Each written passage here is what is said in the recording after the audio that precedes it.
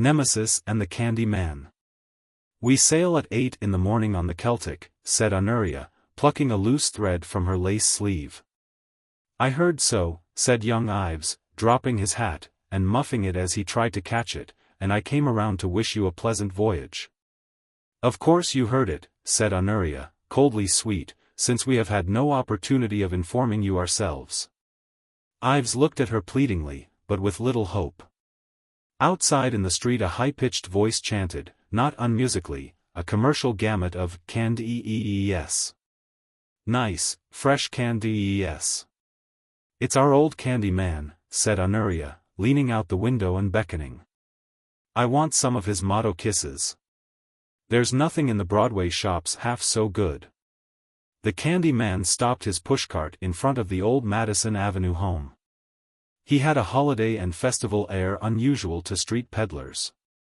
His tie was new and bright red, and a horseshoe pin, almost life-size, glittered speciously from its folds. His brown, thin face was crinkled into a semi-foolish smile. Striped cuffs with dog-head buttons covered the tan on his wrists. I do believe he's going to get married, said Honoria, pityingly. I never saw him taken that way before. And today is the first time in months that he has cried his wares, I am sure. Ives threw a coin to the sidewalk. The Candy Man knows his customers. He filled a paper bag, climbed the old-fashioned stoop and handed it in. I remember, said Ives. Wait, said Honoria. She took a small portfolio from the drawer of a writing desk and from the portfolio a slip of flimsy paper 1/4 of an inch by 2 inches in size. This, said Honoria, inflexibly, was wrapped about the first one we opened. It was a year ago, apologized Ives, as he held out his hand for it. As long as skies above are blue. To you, my love, I will be true.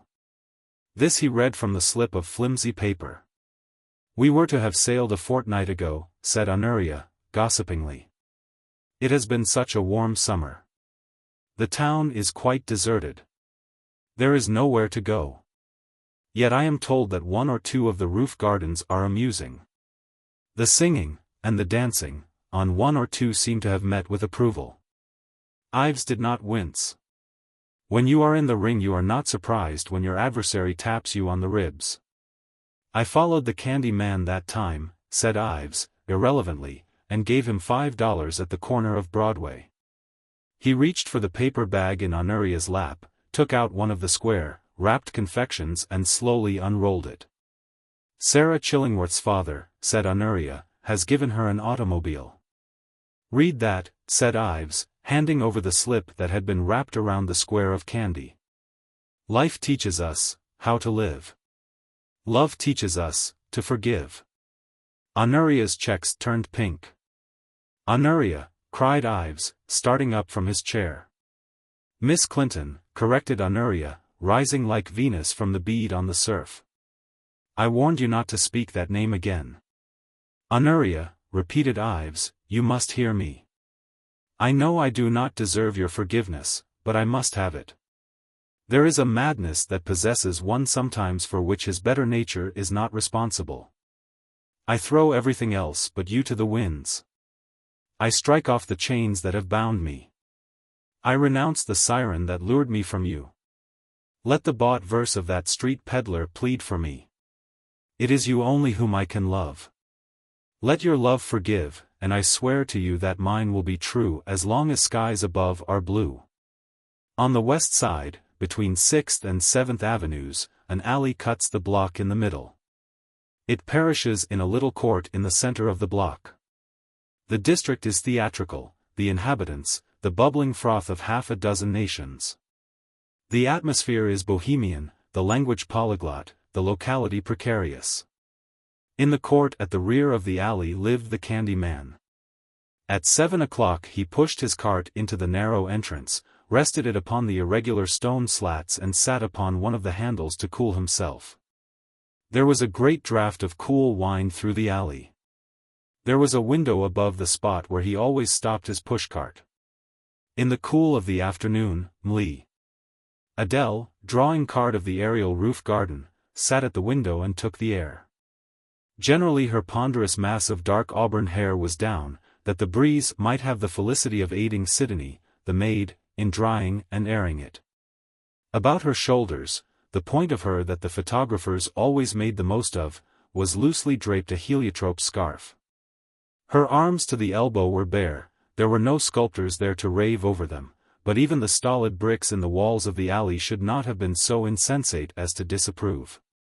While she sat thus Felice, another maid, anointed and bathed the small feet that twinkled and so charmed the nightly aerial audiences.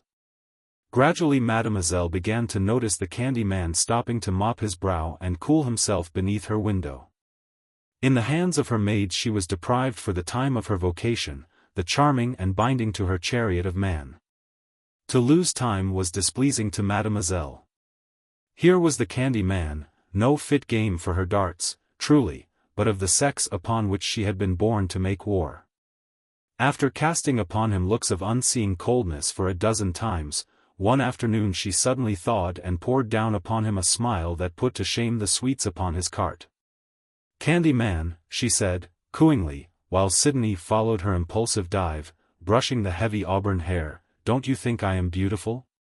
The candy man laughed harshly, and looked up, with his thin jaw set, while he wiped his forehead with a red and blue handkerchief. "You'd make a dandy magazine cover," he said, grudgingly. "Beautiful or not is for them that cares. It's not my line. If you're lookin' for bouquets apply elsewhere between 9 and 12. I think we'll have rain." Truly, fascinating a candy man is like killing rabbits in a deep snow, but the hunter's blood is widely diffused. Mademoiselle tugged a great coil of hair from Sidonie's hands and let it fall out the window. "Candy man, have you a sweetheart anywhere with hair as long and soft as that? And with an arm so round?" She flexed an arm like Galatea's after the miracle across the windowsill. The candy man cackled shrilly as he arranged a stock of butterscotch that had tumbled down. "Smoke up," said he, vulgarly. "Nothin' doin' in the complimentary line. I'm too wise to be bamboozled by a switch of hair and a newly massaged arm. Oh, I guess you'll make good in the calcium, all right, with plenty of powder and paint on and the orchestra playing under the old apple tree. But don't put on your hat and chase downstairs to fly to the little church around the corner with me. I've been up against peroxide and makeup boxes before. Say, all joking aside, don't you think we'll have rain?" "Candy man," said Mademoiselle softly, with her lips curving and her chin dimpling, "don't you think I'm pretty?" The candy man grinned. "Savant money, ain't yer," said he, "by bein' your own press agent. I smoke, but I haven't seen your mug on any of the 5-cent cigar boxes. It'd take a new brand of woman to get me goin', anyway. I know 'em from side combs to shoelaces. Gimme a good day's sales and steak and onions at 7 and a pipe and an evenin' paper back there in the court, and I'll not trouble Lillian Russell herself to wink at me, if you please."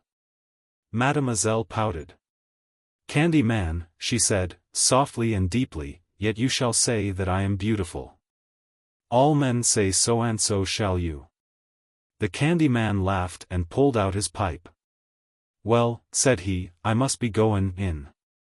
There is a story in the evenin' paper that I am readin'. Men are divin' in the seas for a treasure, and pirates are watchin' them from behind a reef. And there ain't a woman on land or water or in the air. Good evenin', Dot." And he trundled his pushcart down the alley and back to the musty court where he lived. Incredibly to him who has not learned woman, Mademoiselle sat at the window each day and spread her nets for the ignominious game. Once she kept a grand cavalier waiting in her reception chamber for half an hour while she battered in vain the candy man's tough philosophy. His rough laugh chafed her vanity to its core. Daily he sat on his cart in the breeze of the alley while her hair was being ministered to, and daily the shafts of her beauty rebounded from his dull bosom pointless and ineffectual. Unworthy pique brightened her eyes. Pride hurt she glowed upon him in a way that would have sent her higher adorers into an egoistic paradise. The candy man's hard eyes looked upon her with a half-concealed derision that urged her to the use of the sharpest arrow in her beauty's quiver. One afternoon she leaned far over the sill, and she did not challenge and torment him as usual. "Candy man," said she, "stand up and look into my eyes." He stood up and looked into her eyes, with his harsh laugh like the sawing of wood. He took out his pipe, fumbled with it, and put it back into big pocket with a trembling hand. "That will do," said Mademoiselle, with a slow smile. "I must go now to my masseuse. Good evening." The next evening at 7 the candy man came and rested his cart under the window. But was it the candy man? His clothes were a bright new check. His necktie was a flaming red, adorned by a glittering horseshoe pin, almost life-size. His shoes were polished. The tan of his cheeks had paled, his hands had been washed. The window was empty, and he waited under it with his nose upward, like a hound hoping for a bone. Mademoiselle came, with Sidonie carrying her load of hair. She looked at the candy man and smiled a slow smile that faded away into ennui. Instantly she knew that the game was bagged. And so quickly she wearied of the chase. She began to talk to Sidonie. "Been a fine day," said the candy man, hollowly. "First time in a month I've felt first class. Hit it up down old Madison, hollering out like I used to. Think it'll rain tomorrow?" Mademoiselle laid 2 round arms on the cushion on the windowsill, and a dimpled chin upon them. "Candy man," said she, softly, "do you not love me?" The candy man stood up and leaned against the brick wall. "Lady," said he, chokingly, "I've got $800 saved up. Did I say you wasn't beautiful? Take it, every bit of it, and buy a collar for your dog with it." A sound as of 100 silvery bells tinkled in the room of Mademoiselle. The laughter filled the alley and trickled back into the court, as strange a thing to enter there as sunlight itself. Mademoiselle was amused. Sidonie, a wise echo, added a sepulchral but faithful contralto. The laughter of the two seemed at last to penetrate the candy man. He fumbled with his horseshoe pin.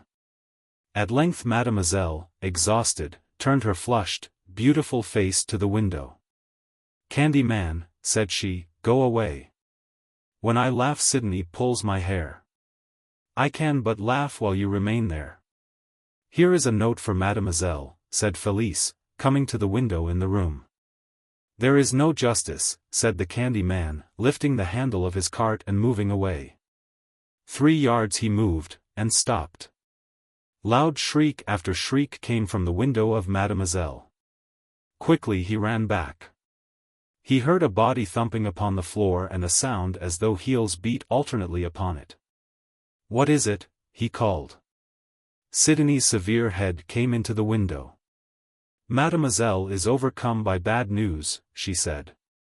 "One whom she loved with all her soul has gone. You may have heard of him. He is Monsieur Ives. He sails across the ocean tomorrow. Oh, you men! The city of dreadful night. During the recent warmed-over spell," said my friend Carney, driver of express wagon No.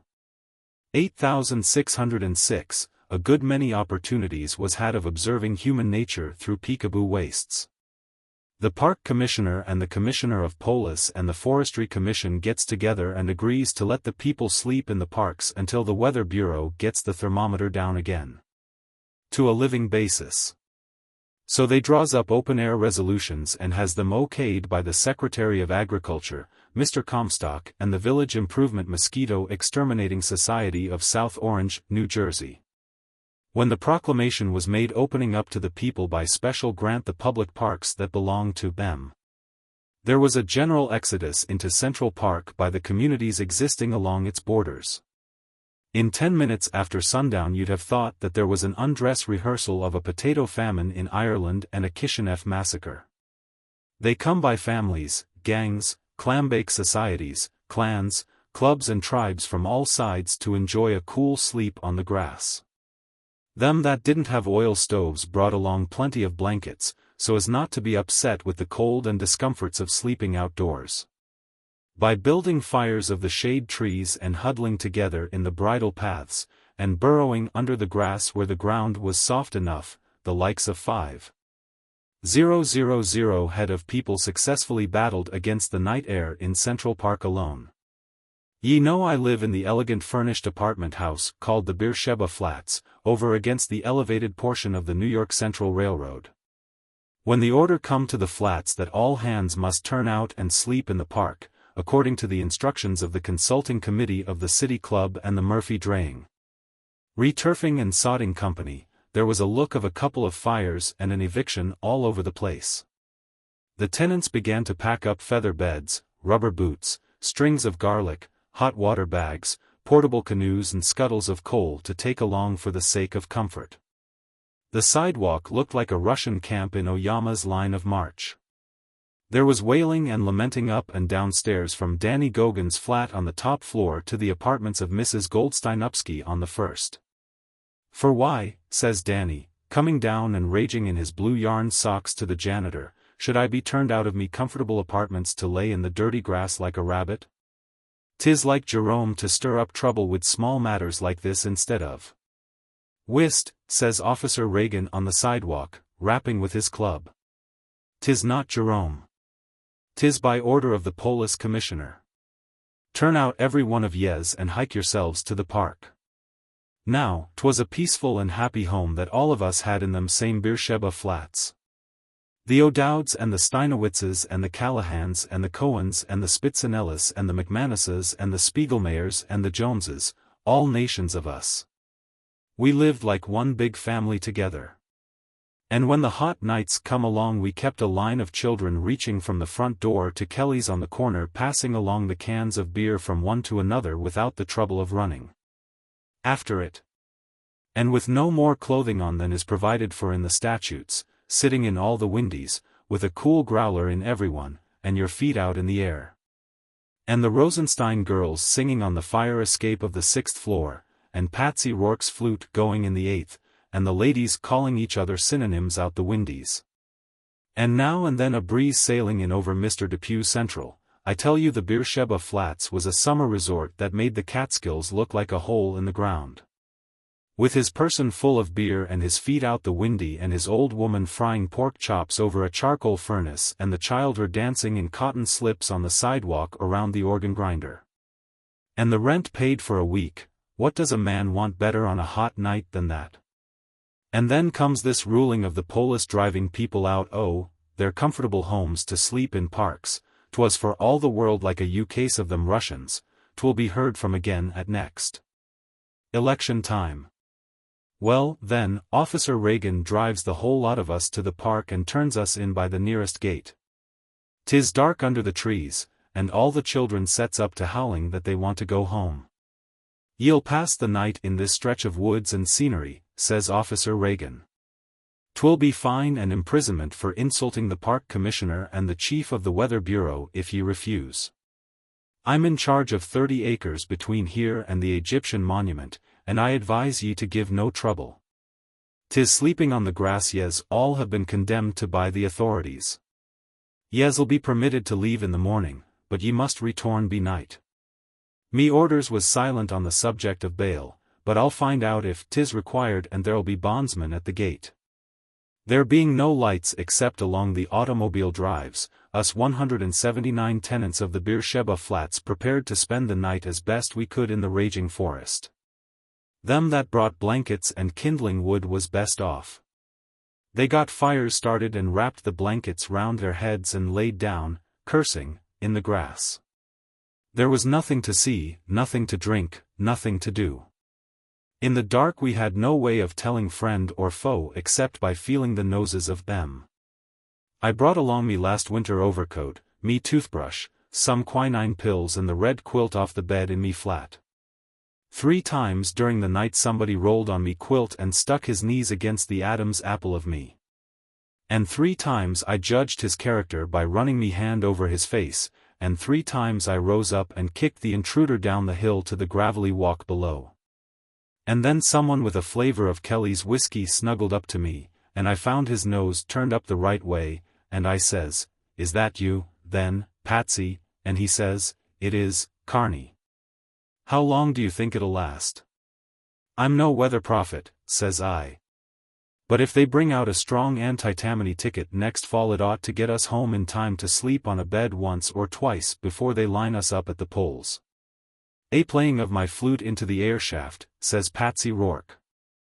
And a perspiring in me own windy to the joyful noise of the passing trains and the smell of liver and onions, and a reading of the latest murder in the smoke of the cooking is well enough for me. Says he. What is this herding us in grass for, not to mention the crawling things with legs that walk up the trousers of us, and the Jersey snipes that peck at us, masquerading under the name and denomination of mosquitoes? What is it all for, Carney, and the rent going on just the same over at the flats? 'Tis the great annual municipal free night outing lawn party, says I, given by the Polis, Hetty Green and the Drug Trust. During the heated season they hold a week of it in the principal parks. 'Tis a scheme to reach that portion of the people that's not worth taking up to North Beach for a fish fry. I can't sleep on the ground, says Patsy, with any benefit. I have the hay fever and the rheumatism, and me ear is full of ants. Well, the night goes on, and the ex-tenants of the flats groans and stumbles around in the dark, trying to find rest and recreation in the forest. The children is screaming with the coldness, and the janitor makes hot tea for them and keeps the fires going with the signboards that point to the tavern and the casino. The tenants try to lay down on the grass by families in the dark, but you're lucky if you can sleep next to a man from the same floor or believing in the same religion. Now and then a Murphy, accidental, rolls over on the grass of a Rosenstein, or a Cohen tries to crawl under the O'Grady bush. And then there's a feeling of noses and somebody is rolled down the hill to the driveway and stays there. There is some hair pulling among the womenfolks, and everybody spanks the nearest howling kid to him by the sense of feeling only, regardless of its parentage and ownership. 'Tis hard to keep up the social distinctions in the dark that flourish by daylight in the Beersheba flats. Mrs. Rafferty, that despises the asphalt that a Dago treads on, wakes up in the morning with her feet in the bosom of Antonio Spitzinelli. And Mike O'Dowd, that always threw peddlers downstairs as fast as he came upon them, has to unwind old Isaacstein's whiskers from around his neck, and wake up the whole gang at daylight. But here and there some few got acquainted and overlooked the discomforts of the elements. There was 5 engagements to be married announced at the flats the next morning. About midnight I gets up and wrings the dew out of my hair, and goes to the side of the driveway and sits down. At one side of the park I could see the lights in the streets and houses. And I was thinking how happy them folks was who could chase the duck and smoke their pipes at their windows, and keep cool and pleasant like nature intended for them to. Just then an automobile stops by me, and a fine-looking, well-dressed man steps out. "Me man," says he, "can you tell me why all these people are lying around on the grass in the park? I thought it was against the rules." "'Twas an ordinance," says I, "just passed by the Police Department and ratified by the Turf Cutters Association, providing that all persons not carrying a license number on their rear axles shall keep in the public parks until further notice." Fortunately, the orders comes this year during a spell of fine weather, and the mortality, except on the borders of the lake and along the automobile drives, will not be any greater than usual. "Who are these people on the side of the hill?" asks the man. "Sure," says I, "none others than the tenants of the Beersheba Flats, a fine home for any man, especially on hot nights. May daylight come soon. They come here be night," says he, "and breathe in the pure air and the fragrance of the flowers and trees. They do that," says he, "coming every night from the burning heat of dwellings of brick and stone." "And wood," says I, "and marble and plaster and iron." "The matter will be attended to at once," says the man, putting up his book. "Are ye the park commissioner?" I asks. "I own the Beersheba Flats," says he. "God bless the grass and the trees that give extra benefits to a man's tenants. The rents shall be raised 15% tomorrow. Good night," says he. The Skylight Room. First Mrs. Parker would show you the double parlors. You would not dare to interrupt her description of their advantages and of the merits of the gentleman who had occupied them for 8 years. Then you would manage to stammer forth the confession that you were neither a doctor nor a dentist. Mrs. Parker's manner of receiving the admission was such that you could never afterward entertain the same feeling toward your parents, who had neglected to train you up in one of the professions that fitted Mrs. Parker's parlors. Next you ascended one flight of stairs and looked at the second floor back at $8. Convinced by her second-floor manner that it was worth the $12 that Mr. Tussenberry always paid for it until he left to take charge of his brother's orange plantation in Florida near Palm Beach, where Mrs. McIntyre always spent the winters, that had the double front room with private bath, you managed to babble that you wanted something still cheaper. If you survived Mrs. Parker's scorn, you were taken to look at Mr. Skidder's large hall room on the 3rd floor. Mr. Skidder's room was not vacant. He wrote plays and smoked cigarettes in it all day long. But every room hunter was made to visit his room to admire the lambrequins. After each visit, Mr. Skidder, from the fright caused by possible eviction, would pay something on his rent. Then, if you still stood on one foot, with your hot hand clutching the 3 moist dollars in your pocket, and hoarsely proclaimed your hideous and culpable poverty, never more would Mrs. Parker be cicerone of yours. She would honk loudly the word Clara, she would show you her back, and march downstairs. Then Clara, the colored maid, would escort you up the carpeted ladder that served for the 4th flight, and show you the Skylight Room. It occupied 7 by 8 feet of floor space at the middle of the hall. On each side of it was a dark lumber closet or storeroom. In it was an iron cot, a washstand, and a chair. A shelf was the dresser. Its 4 bare walls seemed to close in upon you like the sides of a coffin. Your hand crept to your throat, you gasped, you looked up as from a well, and breathed once more. Through the glass of the little skylight you saw a square of blue infinity. $2, Sue, Clara would say in her half-contemptuous, half-Tuskegenial tones. One day Miss Leeson came hunting for a room. She carried a typewriter made to be lugged around by a much larger lady. She was a very little girl, with eyes and hair that had kept on growing after she had stopped and that always looked as if they were saying, "Goodness me! Why didn't you keep up with us?" Mrs. Parker showed her the double parlors. "In this closet," she said, "one could keep a skeleton or anesthetic or coal." "But I am neither a doctor nor a dentist," said Miss Leeson, with a shiver. Mrs. Parker gave her the incredulous, pitying, sneering, icy stare that she kept for those who failed to qualify as doctors or dentists, and led the way to the 2nd floor back. $8? said Miss Leeson. "Dear me. I'm not heady if I do look green. I'm just a poor little working girl. Show me something higher and lower." Mr. Skidder jumped and strewed the floor with cigarette stubs at the rap on his door. "Excuse me, Mr. Skidder," said Mrs. Parker, with her demon's smile at his pale looks. "I didn't know you were in. I asked the lady to have a look at your lambrequins." "They're too lovely for anything," said Miss Leeson, smiling in exactly the way the angels do. After they had gone Mr. Skidder got very busy erasing the tall, black-haired heroine from his latest, unproduced, play and inserting a small, roguish one with heavy, bright hair and vivacious features. "Anna hell'll jump at it," said Mr. Skidder to himself, putting his feet up against the lambrequins and disappearing in a cloud of smoke like an aerial cuttlefish. Presently the tocsin call of Clara sounded to the world the state of Miss Leeson's purse. A dark goblin seized her, mounted a Stygian stairway, thrust her into a vault with a glimmer of light in its top and muttered the menacing and cabalistic words, $2. "I'll take it," sighed Miss Leeson, sinking down upon the squeaky iron bed. Every day Miss Leeson went out to work. At night she brought home papers with handwriting on them and made copies with her typewriter. Sometimes she had no work at night, and then she would sit on the steps of the high stoop with the other roomers. Miss Leeson was not intended for a Skylight Room when the plans were drawn for her creation. She was gay-hearted and full of tender, whimsical fancies. Once she let Mr. Skidder read to her 3 acts of his great, unpublished, comedy, It's No Kid, or The Heir of the Subway. There was rejoicing among the gentlemen roomers whenever Miss Leeson had time to sit on the steps for an hour or two.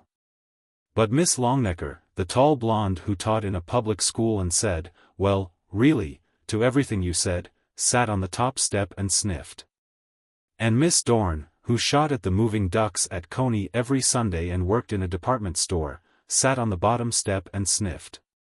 Miss Leeson sat on the middle step and the men would quickly group around her. Especially Mr. Skidder, who had cast her in his mind for the star part in a private, romantic, unspoken, drama in real life. And especially Mr. Hoover, who was 45, fat, flush and foolish. And especially very young Mr. Evans, who set up a hollow cough to induce her to ask him to leave off cigarettes. The men voted her the funniest and jolliest ever, but the sniffs on the top step and the lower step were implacable. I pray you let the drama halt while chorus stalks to the footlights and drops an Epicedian tear upon the fatness of Mr. Hoover. Tune the pipes to the tragedy of tallow, the bane of bulk, the calamity of corpulence. Tried out, Falstaff might have rendered more romance to the ton than would have Romeo's rickety ribs to the ounce. A lover may sigh, but he must not puff. To the train of Momus are the fat men remanded. In vain beats the faithfulest heart above a 52-inch belt. Avaunt, Hoover. Hoover, 45, flush and foolish, might carry off Helen herself. Hoover, 45, flush, foolish and fat is meat for perdition.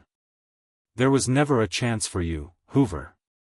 As Mrs. Parker's roomers sat thus one summer's evening, Miss Leeson looked up into the firmament and cried with her little gay laugh. "Why, there's Billy Jackson. I can see him from down here, too." All looked up, some at the windows of skyscrapers, some casting about for an airship, Jackson guided. "It's that star," explained Miss Leeson, pointing with a tiny finger. "Not the big one that twinkles, the steady blue one near it. I can see it every night through my skylight. I named it Billy Jackson." "Well, really," said Miss Longnecker. "I didn't know you were an astronomer, Miss Leeson." "Oh, yes," said the small stargazer, "I know as much as any of them about the style of sleeves they're going to wear next fall in Mars." "Well, really," said Miss Longnecker. "The star you refer to is Gamma, of the constellation Cassiopeia. It is nearly of the second magnitude, and its meridian passage is—" "Oh," said the very young Mr. Evans, "I think Billy Jackson is a much better name for it." "Same here," said Mr. Hoover, loudly breathing defiance to Miss Longnecker. "I think Miss Leeson has just as much right to name stars as any of those old astrologers had." "Well, really," said Miss Longnecker. "I wonder whether it's a shooting star," remarked Miss Dorn. "I hit 9 ducks and a rabbit out of 10 in the gallery at Coney Sunday." "He doesn't show up very well from down here," said Miss Leeson. "You ought to see him from my room. You know you can see stars even in the daytime from the bottom of a well. At night my room is like the shaft of a coal mine, and it makes Billy Jackson look like the big diamond pin that Night fastens her kimono with." There came a time after that when Miss Leeson brought no formidable papers home to copy.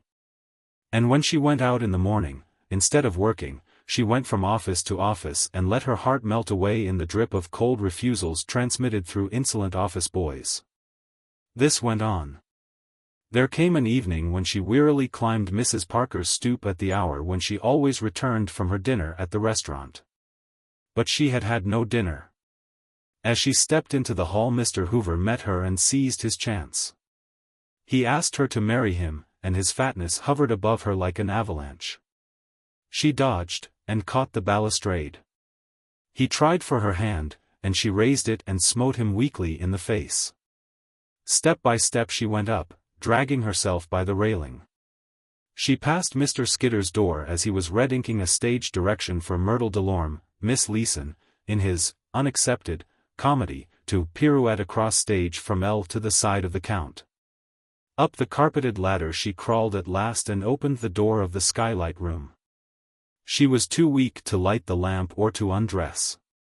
She fell upon the iron cot, her fragile body scarcely hollowing the worn springs. And in that Erebus of the Skylight Room, she slowly raised her heavy eyelids, and smiled.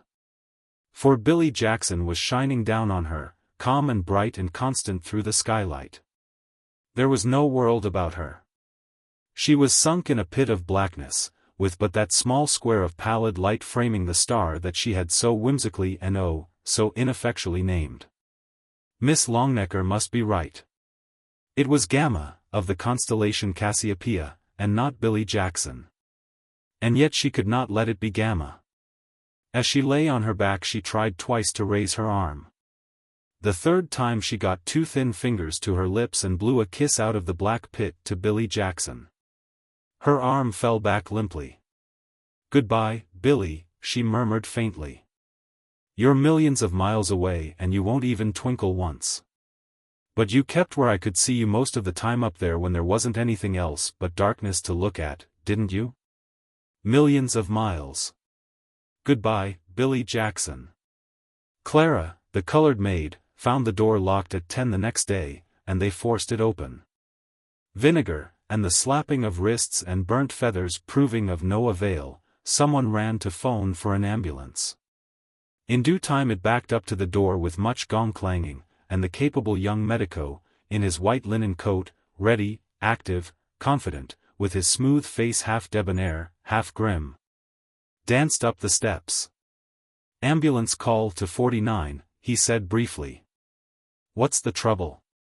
"Oh, yes, doctor," sniffed Mrs. Parker, as though her trouble that there should be trouble in the house was the greater.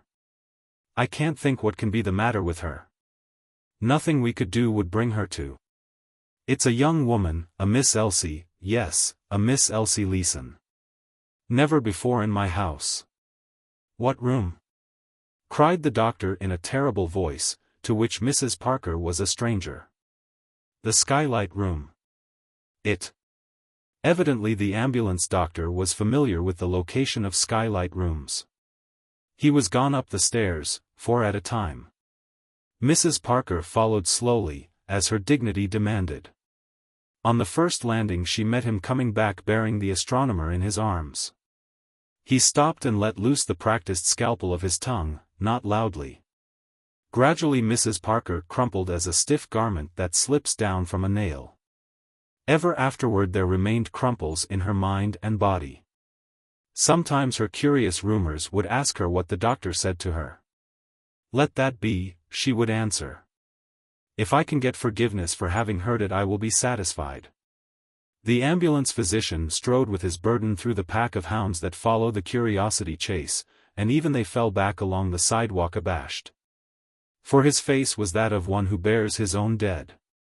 They noticed that he did not lay down upon the bed prepared for it in the ambulance the form that he carried, and all that he said was, "Drive like H.L. Wilson," to the driver. That is all. Is it a story? In the next morning's paper I saw a little news item, and the last sentence of it may help you, as it helped me, to weld the incidents together. It recounted the reception into Bellevue Hospital of a young woman who had been removed from number 49 East Street, suffering from debility induced by starvation. It concluded with these words. "Dr. William Jackson, the ambulance physician who attended the case, says the patient will recover." The Assessor of Success. Hastings Beecham Morley sauntered across Union Square with a pitying look at the hundreds that lolled upon the park benches. They were a motley lot, he thought. The men with stolid, animal, unshaven faces, the women wriggling and self-conscious, twining and untwining their feet that hung 4 inches above the gravelled walks. Were I Mr. Carnegie or Mr. Rockefeller I would put a few millions in my inside pocket and make an appointment with all the park commissioners, around the corner, if necessary. And arrange for benches in all the parks of the world low enough for women to sit upon, and rest their feet upon the ground. After that I might furnish libraries to towns that would pay 4M, or build sanitariums for crank professors, and call 'em colleges, if I wanted to. Women's rights societies have been laboring for many years after equality with man. With what result? When they sit on a bench they must twist their ankles together and uncomfortably swing their highest French heels clear of earthly support. Begin at the bottom, ladies. Get your feet on the ground, and then rise to theories of mental equality. Hastings Beauchamp Morley was carefully and neatly dressed. That was the result of an instinct due to his birth and breeding. It is denied us to look further into a man's bosom than the starch on his shirt front. So it is left to us only to recount his walks and conversation. Morley had not a cent in his pockets. But he smiled pityingly at 100 grimy, unfortunate ones who had no more. And who would have no more when the sun's first rays yellowed the tall paper-cutter building on the west side of the square. But Morley would have enough by then. Sundown had seen his pockets empty before, but sunrise had always seen them lined. First he went to the house of a clergyman off Madison Avenue and presented a forged letter of introduction that holily purported to issue from a pastorate in Indiana. This netted him $5 when backed up by a realistic romance of a delayed remittance. On the sidewalk, 20 steps from the clergyman's door, a pale-faced, fat man huskily enveloped him with a raised, red fist and the voice of a bell buoy, demanding payment of an old score. "Why, Bergman, man," sang Morley, dulcetly, "is this you? I was just on my way up to your place to settle up. That remittance from my aunt arrived only this morning. Wrong address was the trouble. Come up to the corner and I'll square up. Glad to see you. Saves me a walk."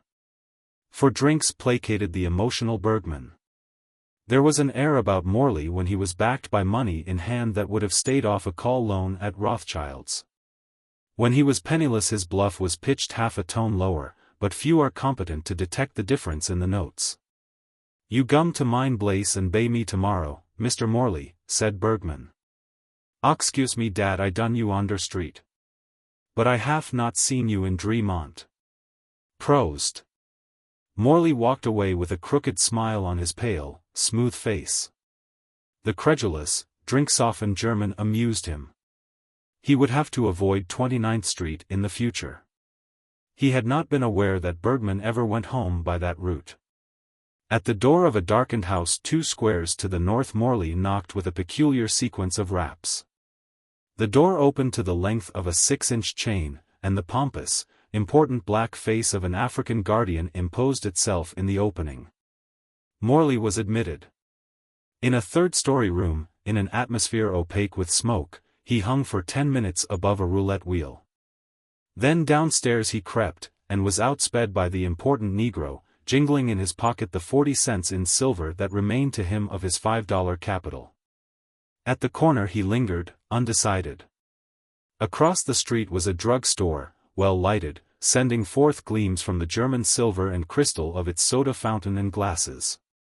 Along came a youngster of 5, headed for the dispensary, stepping high with the consequence of a big errand, possibly one to which his advancing age had earned him promotion.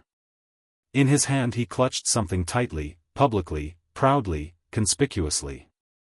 Morley stopped him with his winning smile and soft speech. "Me," said the youngster. "I'm doin' to the drug tour for Mama. She gave me $1 to buy a bottle of Medicine." Now, said Morley. "Such a big man you are to be doing errands for Mama. I must go along with my little man to see that the cars don't run over him. And on the way we'll have some chocolates. Or would he rather have lemon drops?" Morley entered the drug store leading the child by the hand. He presented the prescription that had been wrapped around the money. On his face was a smile, predatory, parental, politic, profound. "Aqua pura, 1 pint," said he to the druggist. "Sodium chloride, 10 grains. Fiat solution. And don't try to skin me, because I know all about the number of gallons of H2O in the Croton Reservoir, and I always use the other ingredient on my potatoes." 15 cents, said the druggist, with a wink after he had compounded the order. "I see you understand pharmacy. $1 is the regular price." To gulls, said Morley, smilingly. He settled the wrapped bottle carefully in the child's arms and escorted him to the corner. In his own pocket he dropped the 85 cents accruing to him by virtue of his chemical knowledge. "Look out for the cars, Sonny," he said, cheerfully, to his small victim. 2 streetcars suddenly swooped in opposite directions upon the youngster. Morley dashed between them and pinned the infantile messenger by the neck, holding him in safety. Then from the corner of his street he sent him on his way, swindled, happy, and sticky with vile, cheap candy from the Italian's fruit stand. Morley went to a restaurant and ordered a sirloin and a pint of inexpensive Chateau Brule. He laughed noiselessly, but so genuinely that the waiter ventured to premise that good news had come his way. "Why, no," said Morley, who seldom held conversation with anyone. "It is not that. It is something else that amuses me. Do you know what 3 divisions of people are easiest to overreach in transactions of all kinds?" "Sure," said the waiter, calculating the size of the tip promised by the careful knot of Morley's tie. "There's the buyers from the dry goods stores in the South during August, and honeymooners from Staten Island, and—" "Wrong," said Morley, chuckling happily. "The answer is just, men, women and children. The world, well, say New York and as far as summer boarders can swim out from Long Island, is full of greenhorns. 2 minutes longer on the broiler would have made this steak fit to be eaten by a gentleman, François. If yes t'inks it's on de bum," said the waiter, "oil." Morley lifted his hand in protest, slightly martyred protest. "It will do," he said, magnanimously. "And now, green chartreuse, frappé and a demitasse." Morley went out leisurely and stood on a corner where 2 tradeful arteries of the city cross. With a solitary dime in his pocket, he stood on the curb watching with confident, cynical, smiling eyes the tides of people that flowed past him. Into that stream he must cast his net and draw fish for his further sustenance and need. Good Isaac Walton had not the half of his self-reliance and bait lore. A joyful party of 4, 2 women and 2 men, fell upon him with cries of delight. There was a dinner party on, where had he been for a fortnight past, what luck to thus run upon him. They surrounded and engulfed him, he must join them, tra-la-la, and the rest. One with a white hat plume curving to the shoulder touched his sleeve, and cast at the others a triumphant look that said, "See what I can do with him?" and added her queen's command to the invitations. "I leave you to imagine," said Morley, pathetically, "how it desolates me to forego the pleasure. But my friend Carruthers, of the New York Yacht Club, is to pick me up here in his motor car at 8. The white plume tossed, and the quartet danced like midges around an arc light down the frolicsome way. Morley stood, turning over and over the dime in his pocket and laughing gleefully to himself. "Front," he chanted under his breath, "front does it. It is trumps in the game. How they take it in. Men, women and children, forgeries, water and salt lies, how they all take it in." An old man with an ill-fitting suit, a straggling grey beard and a corpulent umbrella hopped from the conglomeration of cabs and streetcars to the sidewalk at Morley's side. "Stranger," said he, "excuse me for troubling you, but do you know anybody in this here town named Solomon Smothers? He's my son, and I've come down from Ellenville to visit him. Be darned if I know what I done with his street and number." "I do not, sir," said Morley, half closing his eyes to veil the joy in them. "You had better apply to the police." "The police?" said the old man. "I ain't done nothin' to call in the police about. I just come down to see Ben. He lives in a 5-story house, he writes me. If you know anybody by that name and could—" "I told you I did not," said Morley, coldly. "I know no one by the name of Smithers, and I advise you to—" "Smothers not Smithers," interrupted the old man hopefully. "A heavy-set man, sandy-complected, about 29, 2 front teeth out, about 5 foot." "Oh, Smothers," exclaimed Morley. "Sol Smothers? Why, he lives in the next house to me." I thought you said, Smithers. Morley looked at his watch. You must have a watch. You can do it for $1. Better go hungry than forego a gunmetal or the 98-cent one that the railroads, according to these watchmakers, are run by. The Bishop of Long Island, said Morley, was to meet me here at 8 to dine with me at the Kingfishers Club. But I can't leave the father of my friend Sol Smothers alone on the street. Biasty. Swithin, Mr. Smothers, we Wall Street men have to work. Tired is no name for it. I was about to step across to the other corner and have a glass of ginger ale with a dash of sherry when you approached me.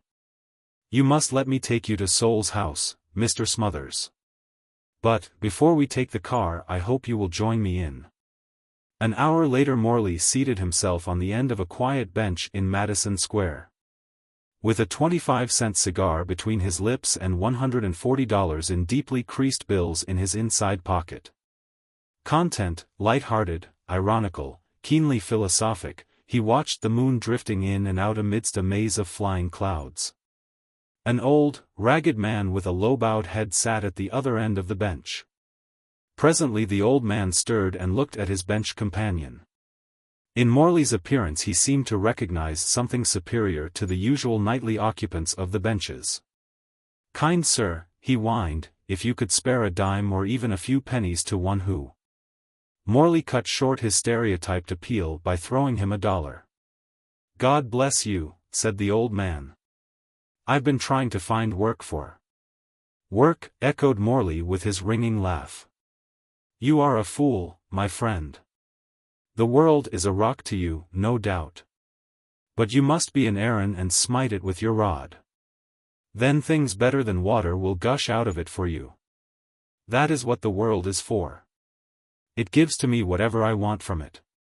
"God has blessed you," said the old man. "It is only work that I have known. And now I can get no more." "I must go home," said Morley, rising and buttoning his coat. "I stopped here only for a smoke.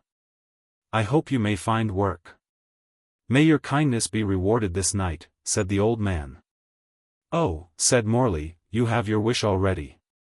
I am satisfied. I think good luck follows me like a dog. I am for yonder bright hotel across the square for the night. And what a moon that is lighting up the city tonight. I think no one enjoys the moonlight and such little things as I do. Well, a good night to you." Morley walked to the corner where he would cross to his hotel. He blew slow streams of smoke from his cigar heavenward.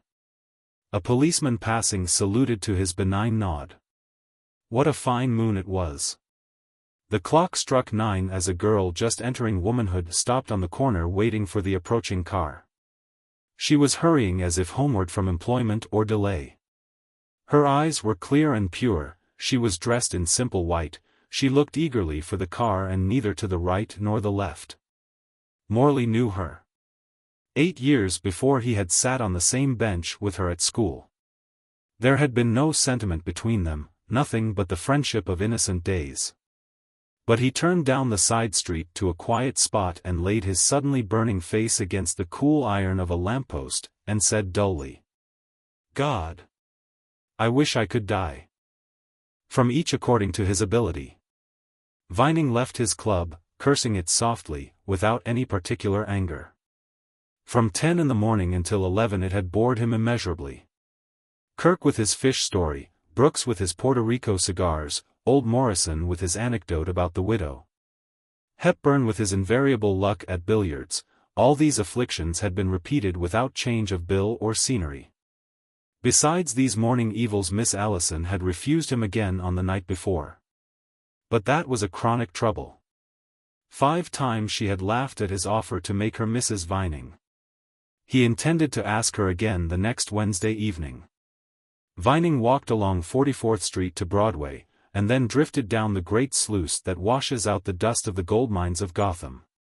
He wore a morning suit of light gray, low, dull kid shoes, a plain, finely woven straw hat, and his visible linen was the most delicate possible shade of heliotrope.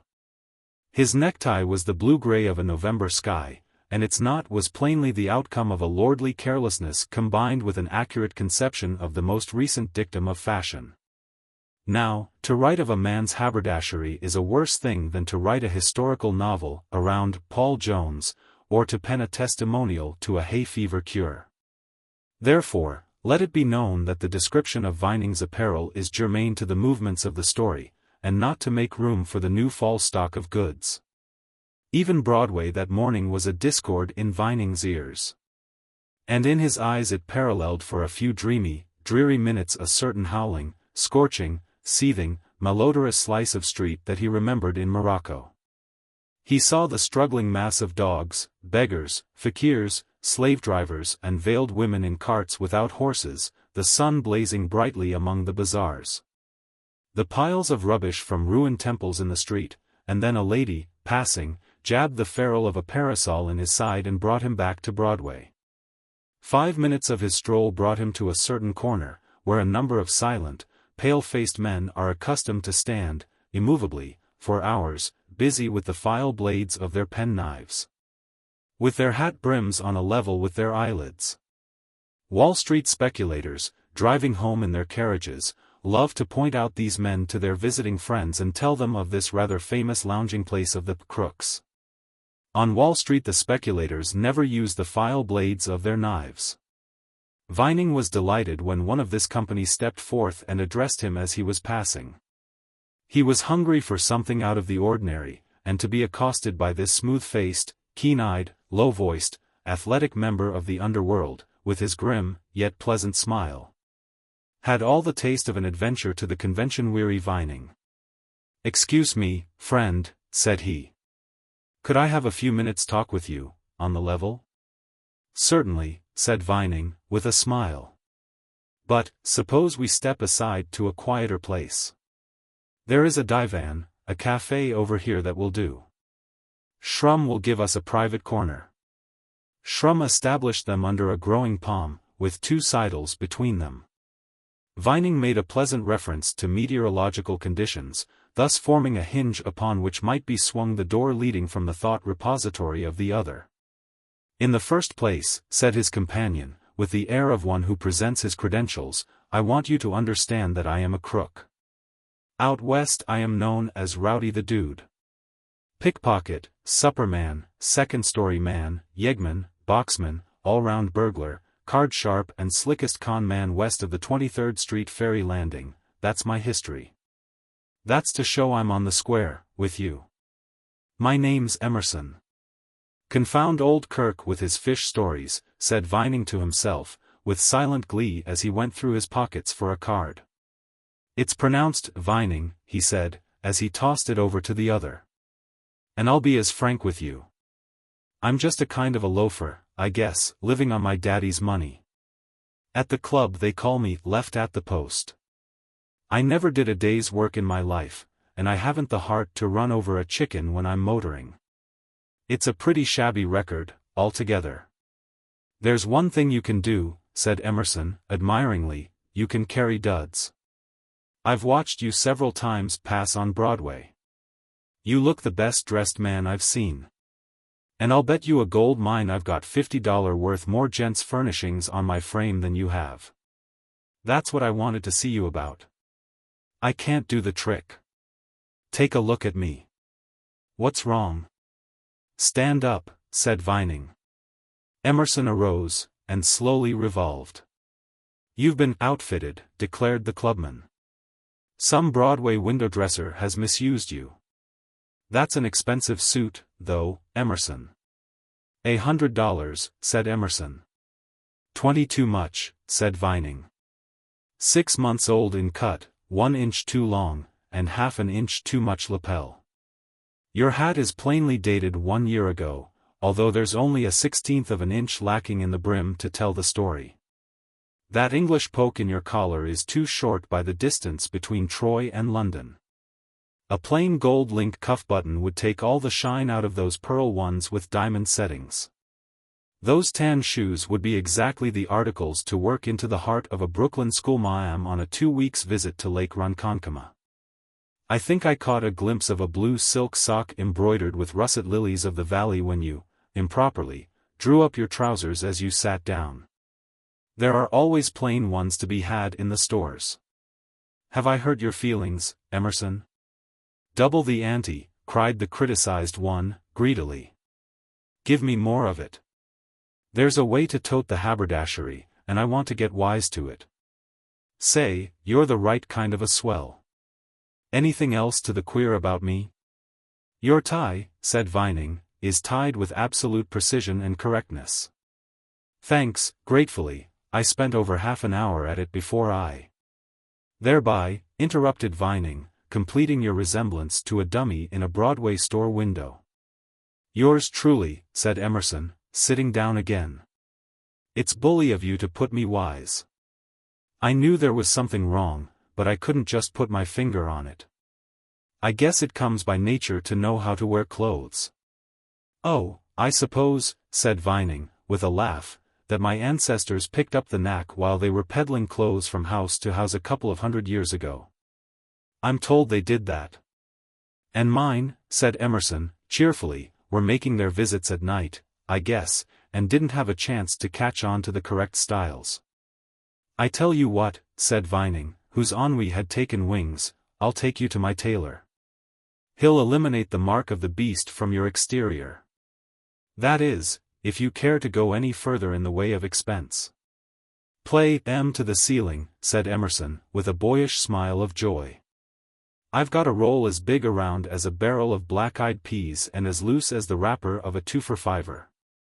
I don't mind telling you that I was not touring among the antipodes when the burglar-proof safe of the Farmers National Bank of Butterville, IA.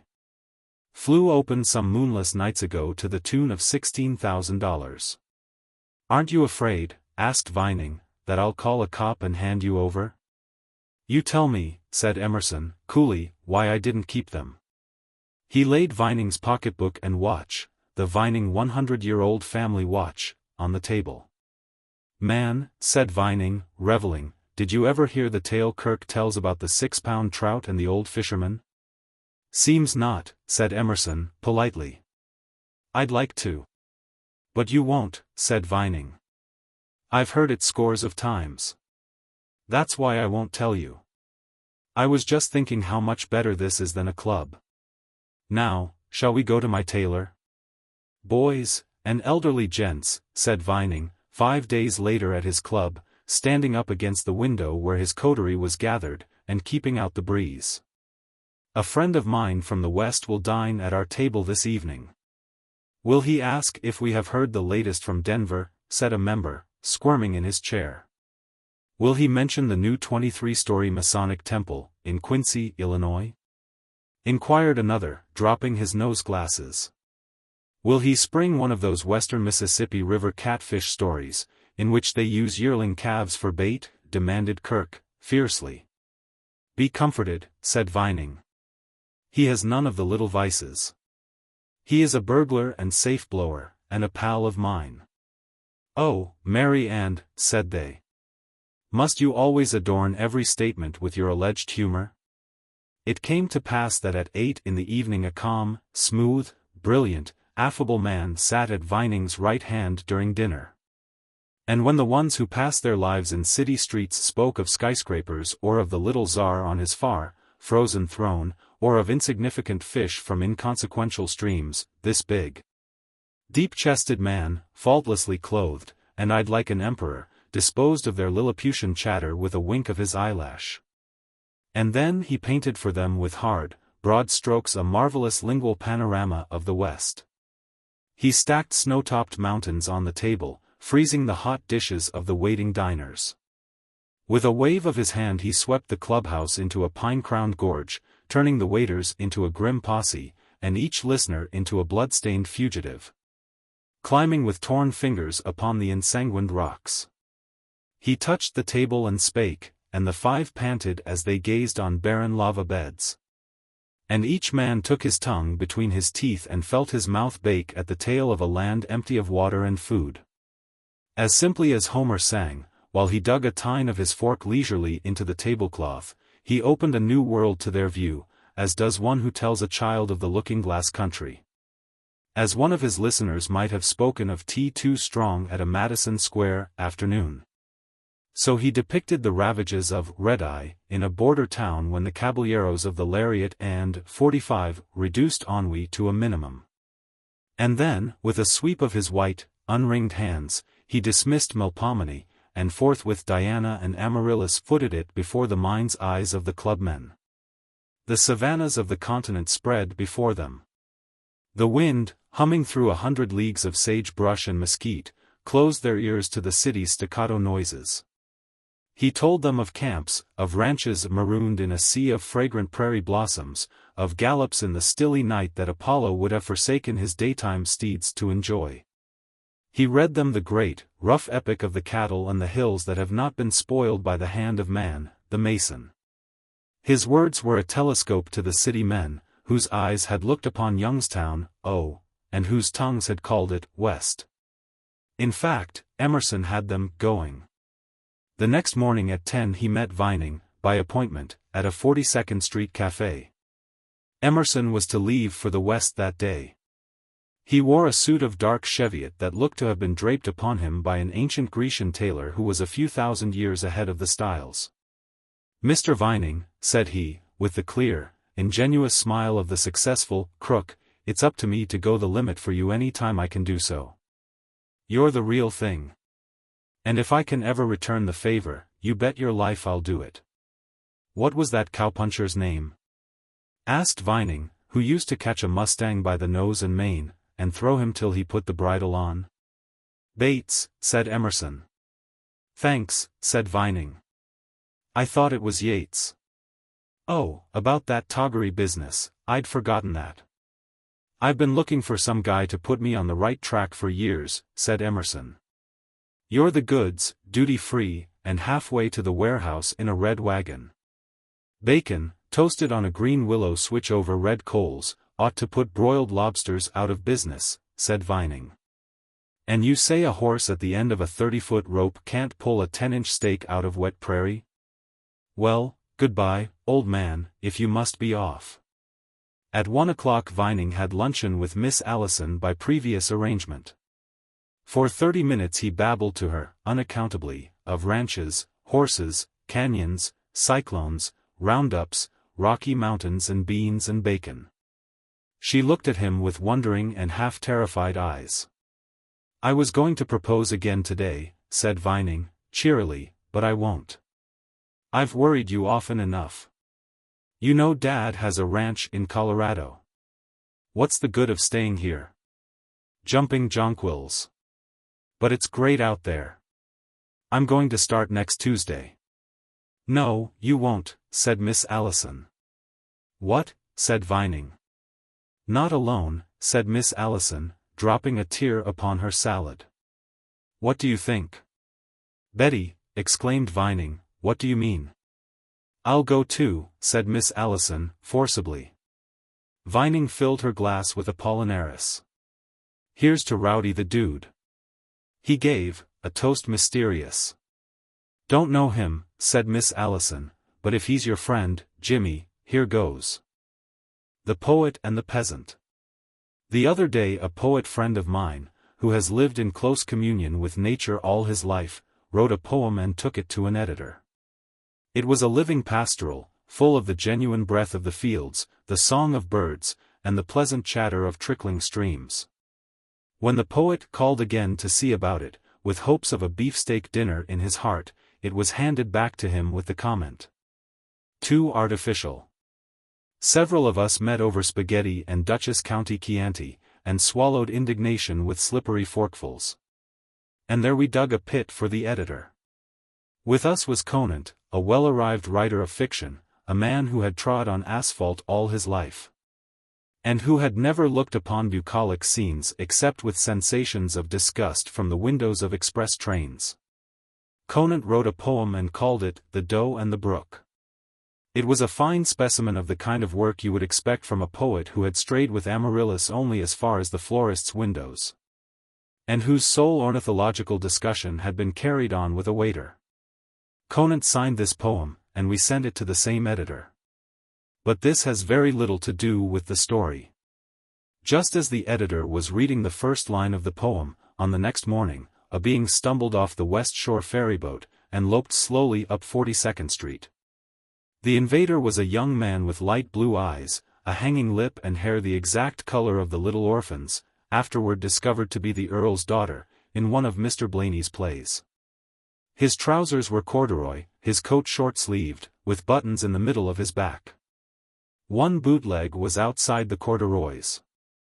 You looked expectantly, though in vain, at his straw hat for ear holes, its shape inaugurating the suspicion that it had been ravaged from a former equine possessor. In his hand was a valise. Description of it is an impossible task. A Boston man would not have carried his lunch and law books to his office in it. And above one ear, in his hair, was a wisp of hay, the rustic's letter of credit, his badge of innocence, the last clinging touch of the Garden of Eden lingering to shame the gold-brick men. Knowingly, smilingly, the city crowds passed him by. They saw the raw stranger stand in the gutter and stretch his neck at the tall buildings. At this they ceased to smile, and even to look at him. It had been done so often. A few glanced at the antique valise to see what coney, attraction, or brand of chewing gum he might be thus dinning into his memory. But for the most part he was ignored. Even the newsboys looked bored when he scampered like a circus clown out of the way of cabs and street cars. At 8th Avenue stood Bunko Harry, with his dyed mustache and shiny, good-natured eyes. Harry was too good an artist not to be pained at the sight of an actor overdoing his part. He edged up to the countryman, who had stopped to open his mouth at a jewelry store window, and shook his head. "Too thick, pal," he said, critically, "too thick by a couple of inches. I don't know what your lay is, but you've got the properties too thick. That hay, now, why, they don't even allow that on Proctor's circuit any more." "I don't understand you, mister," said the green one. "I'm not lookin' for any circus. I've just run down from Ulster County to look at the town, bein' that the hayin's over with. Gosh!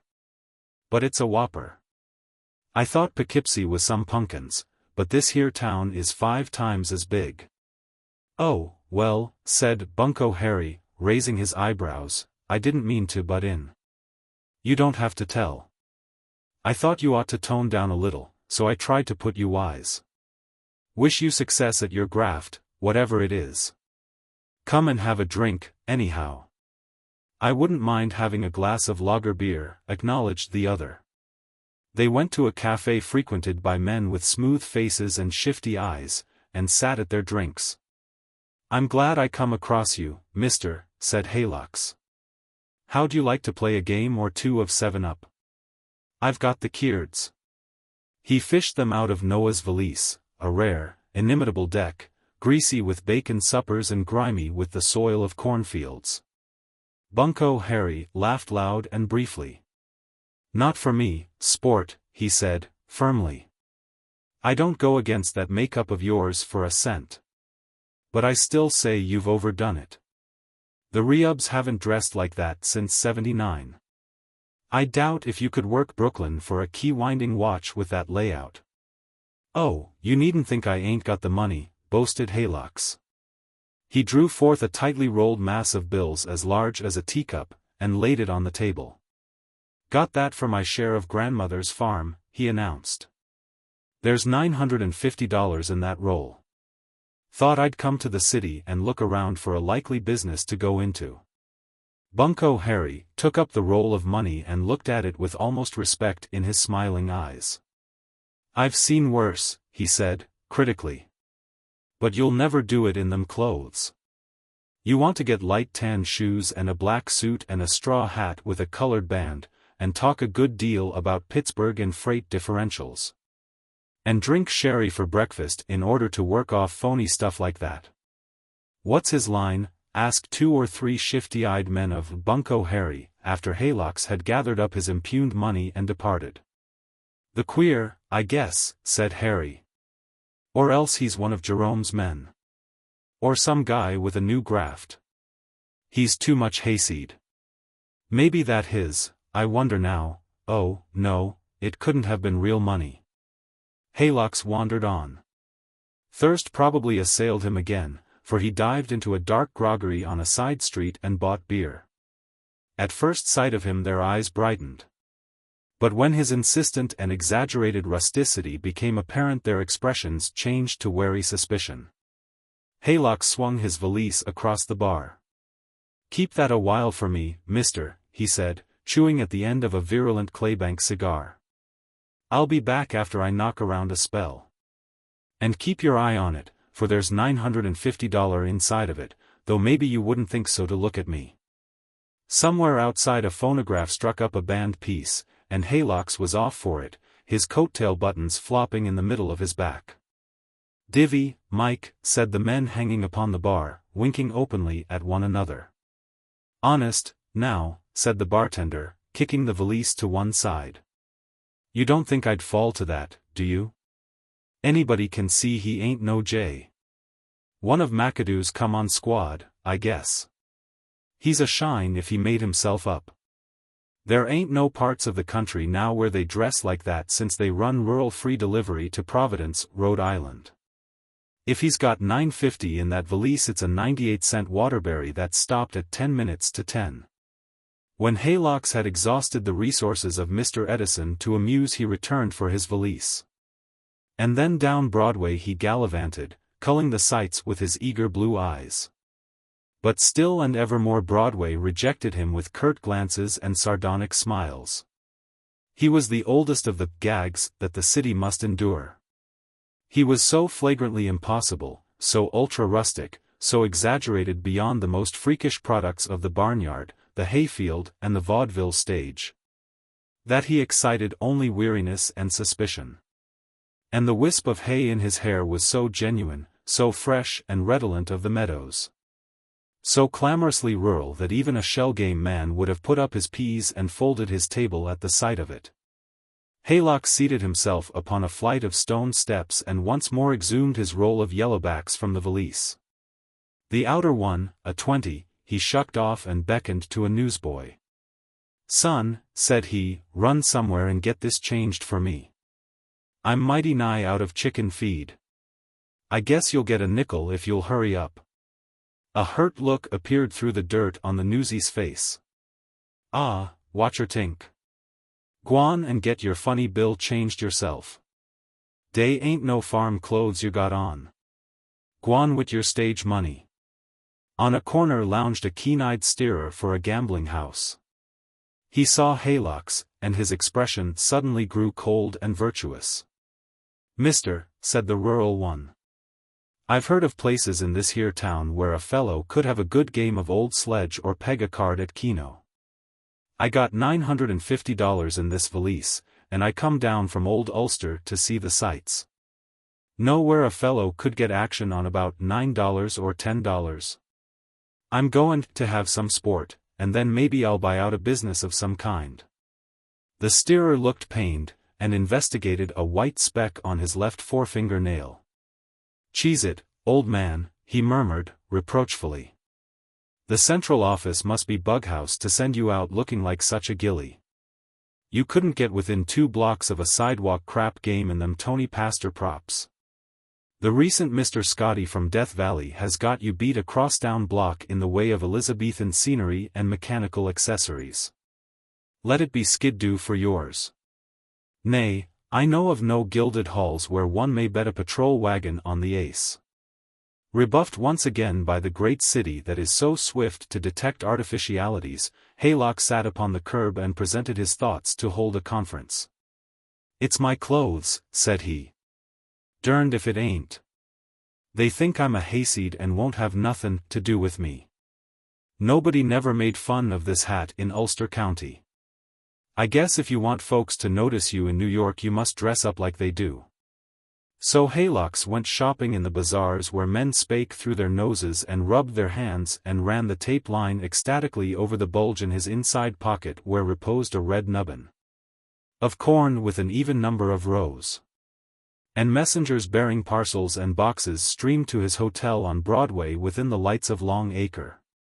At 9 o'clock in the evening one descended to the sidewalk whom Ulster County would have forsworn. Bright tan were his shoes, his hat the latest block. His light grey trousers were deeply creased. A gay blue silk handkerchief flapped from the breast pocket of his elegant English walking coat.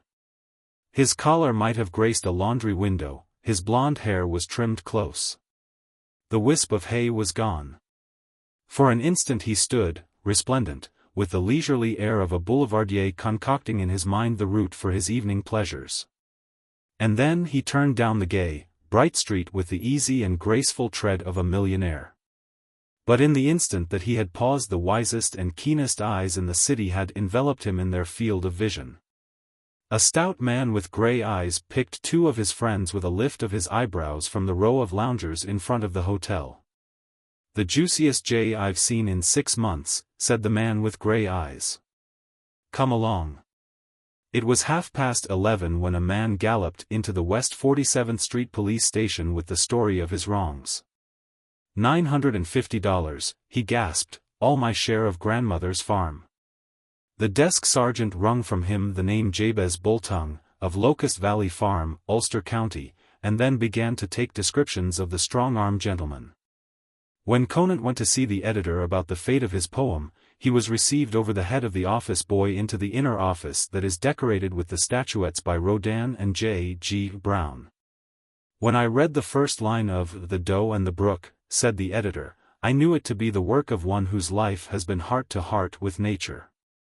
The finished art of the line did not blind me to that fact.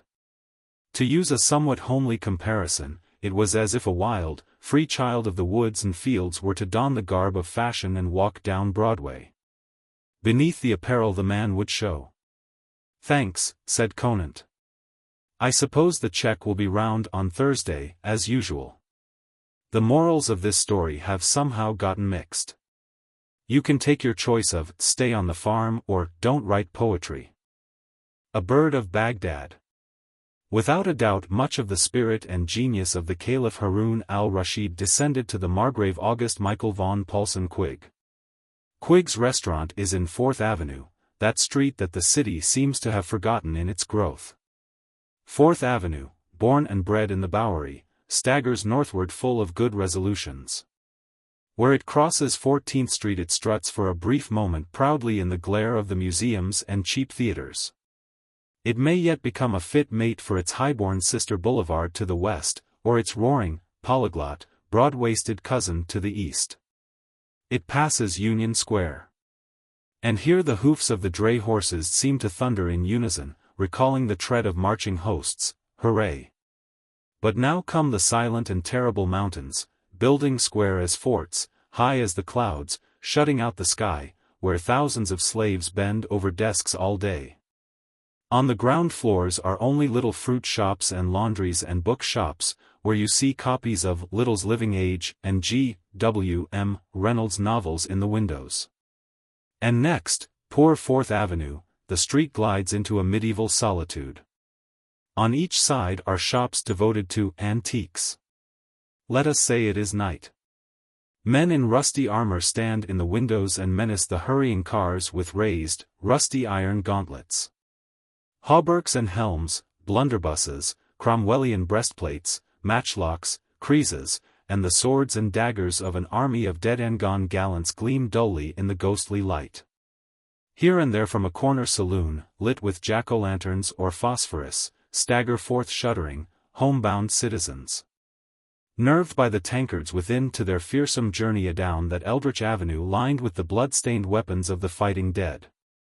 What street could live enclosed by these mortuary relics, and trod by these spectral citizens in whose sunken hearts scarce one good whoop or tra-la-la remained? Not 4th Avenue. Not after the tinsel but enlivening glories of the Little Rialto, not after the echoing drumbeats of Union Square. There need be no tears, ladies and gentlemen, 'tis but the suicide of a street. With a shriek and a crash 4th Avenue dives headlong into the tunnel at 34th and is never seen again. Near the sad scene of the thoroughfare's dissolution stood the modest restaurant of Quigg. It stands there yet if you care to view its crumbling red brick front, its show window heaped with oranges, tomatoes, layer cakes, pies, canned asparagus, its papier-mâché lobster and 2 Maltese kittens asleep on a bunch of lettuce, if you care to sit at one of the little tables upon whose cloth has been traced in the yellowest of coffee stains the trail of the Japanese advance, to sit there with one eye on your umbrella and the other upon the bogus bottle from which you drop the counterfeit sauce foisted upon us by the cursed charlatan who assumes to be our dear old lord and friend, the nobleman in India. Quig's title came through his mother. One of her ancestors was a Margravine of Saxony. His father was a Tammany brave. On account of the dilution of his heredity he found that he could neither become a reigning potentate nor get a job in the city hall. So he opened a restaurant. He was a man full of thought and reading. The business gave him a living, though he gave it little attention. One side of his house bequeathed to him a poetic and romantic adventure. The other gave him the restless spirit that made him seek adventure. By day he was Quig, the restaurateur. By night he was the Margrave, the Caliph, the Prince of Bohemia, going about the city in search of the odd, the mysterious, the inexplicable, the recondite. One night at 9, at which hour the restaurant closed, Quig set forth upon his quest. There was a mingling of the foreign, the military and the artistic in his appearance as he buttoned his coat high up under his short-trimmed brown and grey beard and turned westward toward the more central life conduits of the city. In his pocket he had stored an assortment of cards, written upon, without which he never stirred out of doors. Each of those cards was good at his own restaurant for its face value. Some called simply for a bowl of soup or sandwiches and coffee, others entitled their bearer to 1, 2, 3, or more days of full meals, a few were for single regular meals. A very few were, in effect, meal tickets good for a week. Of riches and power Margrave Quig had none. But he had a caliph's heart. It may be forgiven him if his head fell short of the measure of Harun al-Rashid's.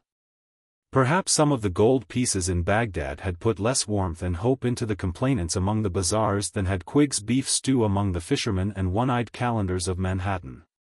Continuing his progress in search of romance to divert him, or of distress that he might aid, Quig became aware of a fast-gathering crowd that hooped and fought and eddied at a corner of Broadway and the cross-down street that he was traversing. Hurrying to the spot he beheld a young man of an exceedingly melancholy and preoccupied demeanor engaged in the pastime of casting silver money from his pockets in the middle of the street. With each motion of the generous one's hand the crowd huddled upon the falling largesse with yells of joy. Traffic was suspended. A policeman in the center of the mob stooped often to the ground as he urged the blockaders to move on. The Margrave saw at a glance that here was food for his hunger after knowledge concerning abnormal working of the human heart. He made his way swiftly to the young man's side and took his arm. "Come with me at once," he said, in the low but commanding voice that his waiters had learned to fear.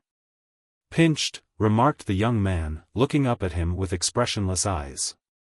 "Pinched by a painless dentist. Take me away, Flatty, and give me gas. Some lay eggs and some lay none. When is a hen?" Still deeply seized by some inward grief, but tractable, he allowed Quig to lead him away and down the street to a little park. There, seated on a bench, he upon whom a corner of the great caliph's mantle has descended, spake with kindness and discretion, seeking to know what evil had come upon the other, disturbing his soul and driving him to such ill-considered and ruinous waste of his substance and stores. "I was doing the Monte Cristo act as adapted by Pompton, N.J., wasn't I?" asked the young man. "You were throwing small coins into the street for the people to scramble after," said the Margrave. "That's it. You buy all the beer you can hold, and then you throw chicken feed too, oh, curse that word chicken, and hens, feathers, roosters, eggs, and everything connected with it." "Young sir," said the Margrave kindly, but with dignity, "though I do not ask your confidence, I invite it. I know the world and I know humanity. Man is my study, though I do not eye him as the scientist eyes a beetle or as the philanthropist gazes at the objects of his bounty, through a veil of theory and ignorance. It is my pleasure and distraction to interest myself in the peculiar and complicated misfortunes that life in a great city visits upon my fellow men. You may be familiar with the history of that glorious and immortal ruler, the Caliph Harun al-Rashid, whose wise and beneficent excursions among his people in the city of Baghdad secured him the privilege of relieving so much of their distress. In my humble way I walk in his footsteps. I seek for romance and adventure in city streets, not in ruined castles or in crumbling palaces. To me the greatest marvels of magic are those that take place in men's hearts when acted upon by the furious and diverse forces of a crowded population. In your strange behavior this evening I fancy a story lurks. I read in your act something deeper than the wanton wastefulness of a spendthrift. I observe in your countenance the certain traces of consuming grief or despair. I repeat, I invite your confidence. I am not without some power to alleviate and advise. Will you not trust me? Gee, how you talk, exclaimed the young man, a gleam of admiration supplanting for a moment the dull sadness of his eyes. You've got the Astor Library skinned to a synopsis of preceding chapters. I mind that old Turk you speak of. I read The Arabian Nights when I was a kid. He was a kind of Bill Devery and Charlie Schwab rolled into one. But, say, you might wave enchanted dishrags and make copper bottles smoke up coon giants all night without ever touching me. My case won't yield to that kind of treatment. If I could hear your story, said the Margrave, with his lofty, serious smile. I'll spiel it in about 9 words, said the young man, with a deep sigh, but I don't think you can help me any. Unless you're a peach at guessing it's back to the Bosphorus for you on your magic linoleum. The story of the young man and the harness maker's riddle. I work in Hildebrandt's saddle and harness shop down in Grant Street. I've worked there 5 years. I get $18 a week. That's enough to marry on, ain't it? Well, I'm not going to get married. Old Hildebrandt is one of these funny Dutchmen, you know the kind, always getting off bum jokes. He's got about 1 million riddles and things that he faked from Roger's brother's great-grandfather. Bill Watson works there, too. Me and Bill have to stand for them chestnuts day after day. Why do we do it? Well, jobs ain't to be picked off every Anheuser Busch, and then there's Laura. What? The old man's daughter. Comes in the shop every day. About 19, and the picture of the blonde that sits on the palisades of the Rhine and charms the clam diggers into the surf. Hair the color of straw matting, and eyes as black and shiny as the best harness blacking, think of that. Me? Well, it's either me or Bill Watson. She treats us both equal. Bill is all to the psychopathic about her, and me, well, you saw me plating the roadbed of the Great Maroon Way with silver tonight. That was on account of Laura. I was spifflicated, your highness, and I wot not of what I wouldst. How? Why, old Hildebrandt says to me and Bill this afternoon, boys, one riddle have I for you gehabt haben. A young man who cannot riddles Antwerpen, he is not so good by business for ein family to provide, is not that, hein? And he hands us a riddle, a conundrum, some calls it, and he chuckles interiorly and gives both of us till tomorrow morning to work out the answer to it. And he says whichever of us guesses the repartee end of it goes to his house Wednesday night to his daughter's birthday party. And it means Laura for whichever of us goes, for she's naturally aching for a husband, and it's either me or Bill Watson, for old Hildebrandt likes us both. And wants her to marry somebody that'll carry on the business after he's stitched his last pair of traces. The riddle? Why, it was this: what kind of a hen lays the longest? Think of that. What kind of a hen lays the longest?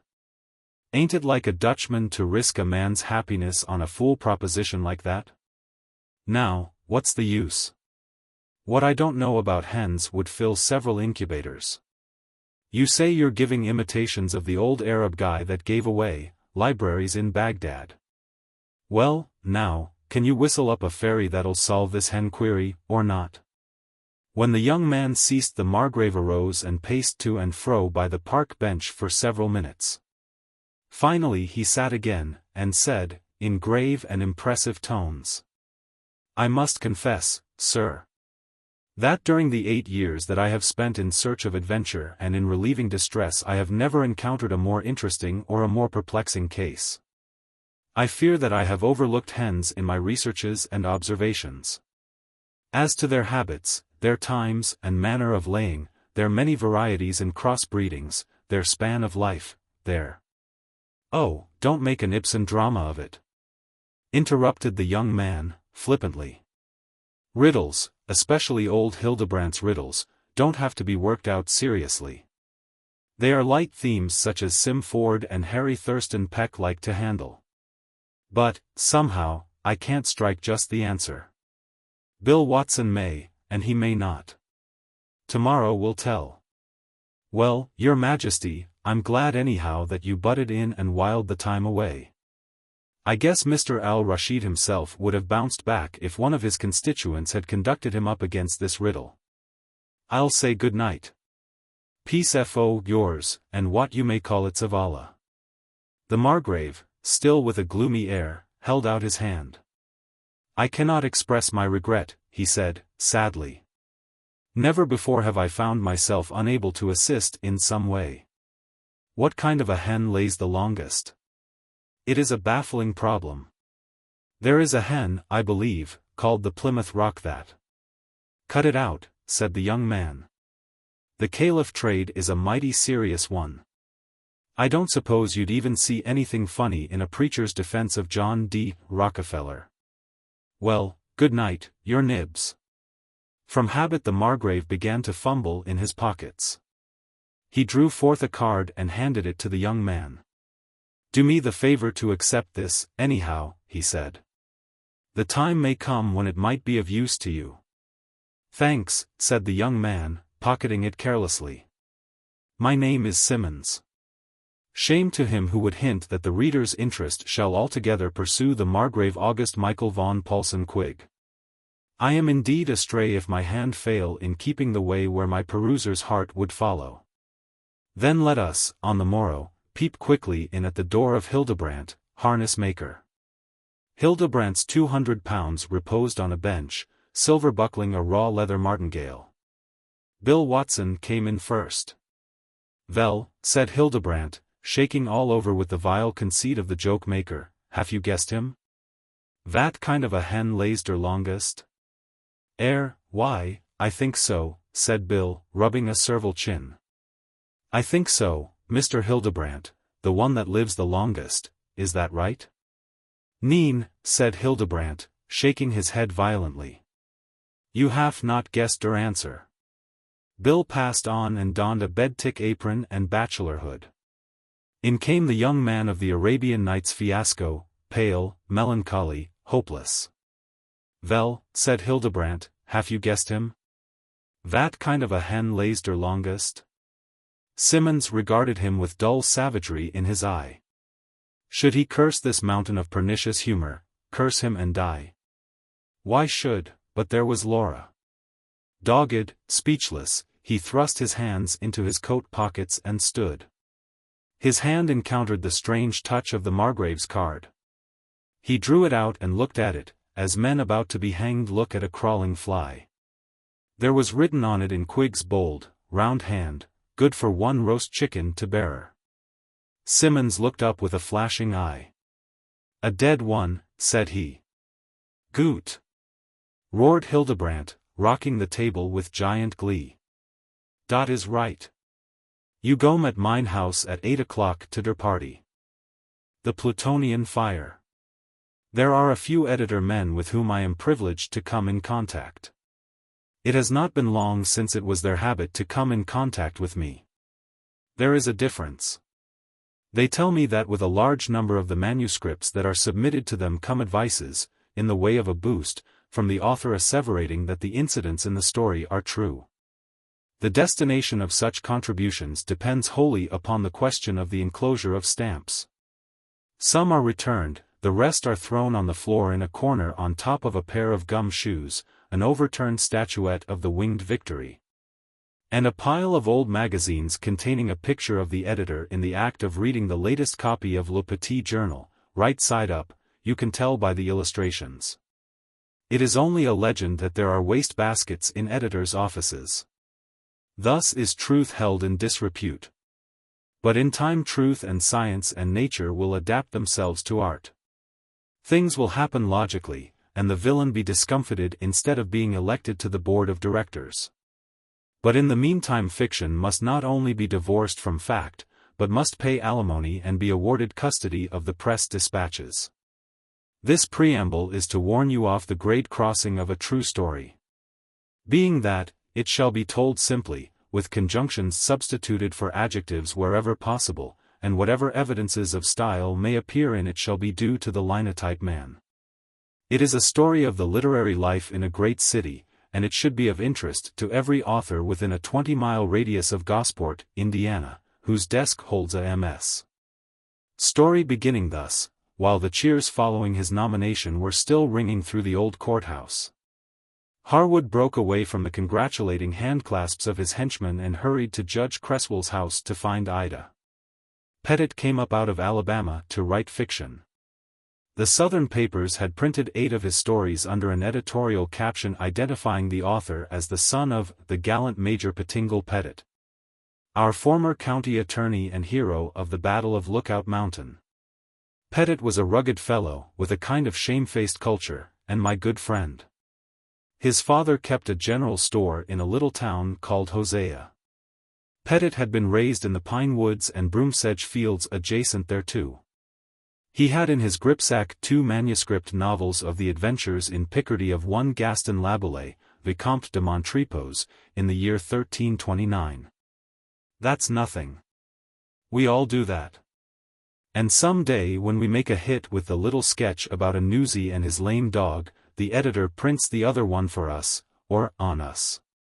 As the saying is, and then we have to get a big valise and peddle those patent air draft gas burners. At $1.25 everybody should have them. I took Pettit to the red brick house which was to appear in an article entitled Literary Landmarks of Old New York, some day when we got through with it. He engaged a room there, drawing on the general store for his expenses. I showed New York to him, and he did not mention how much narrower Broadway is than Lee Avenue in Hosea. This seemed a good sign, so I put the final test. Suppose you try your hand at a descriptive article, I suggested, giving your impressions of New York as seen from the Brooklyn Bridge. The fresh point of view, the... Don't be a fool, said Pettit. Let's go have some beer. On the whole I rather like the city. We discovered and enjoyed the only true Bohemia. Every day and night we repaired to one of those palaces of marble and glass and tilework, where goes on a tremendous and sounding epic of life. Valhalla itself could not be more glorious and sonorous.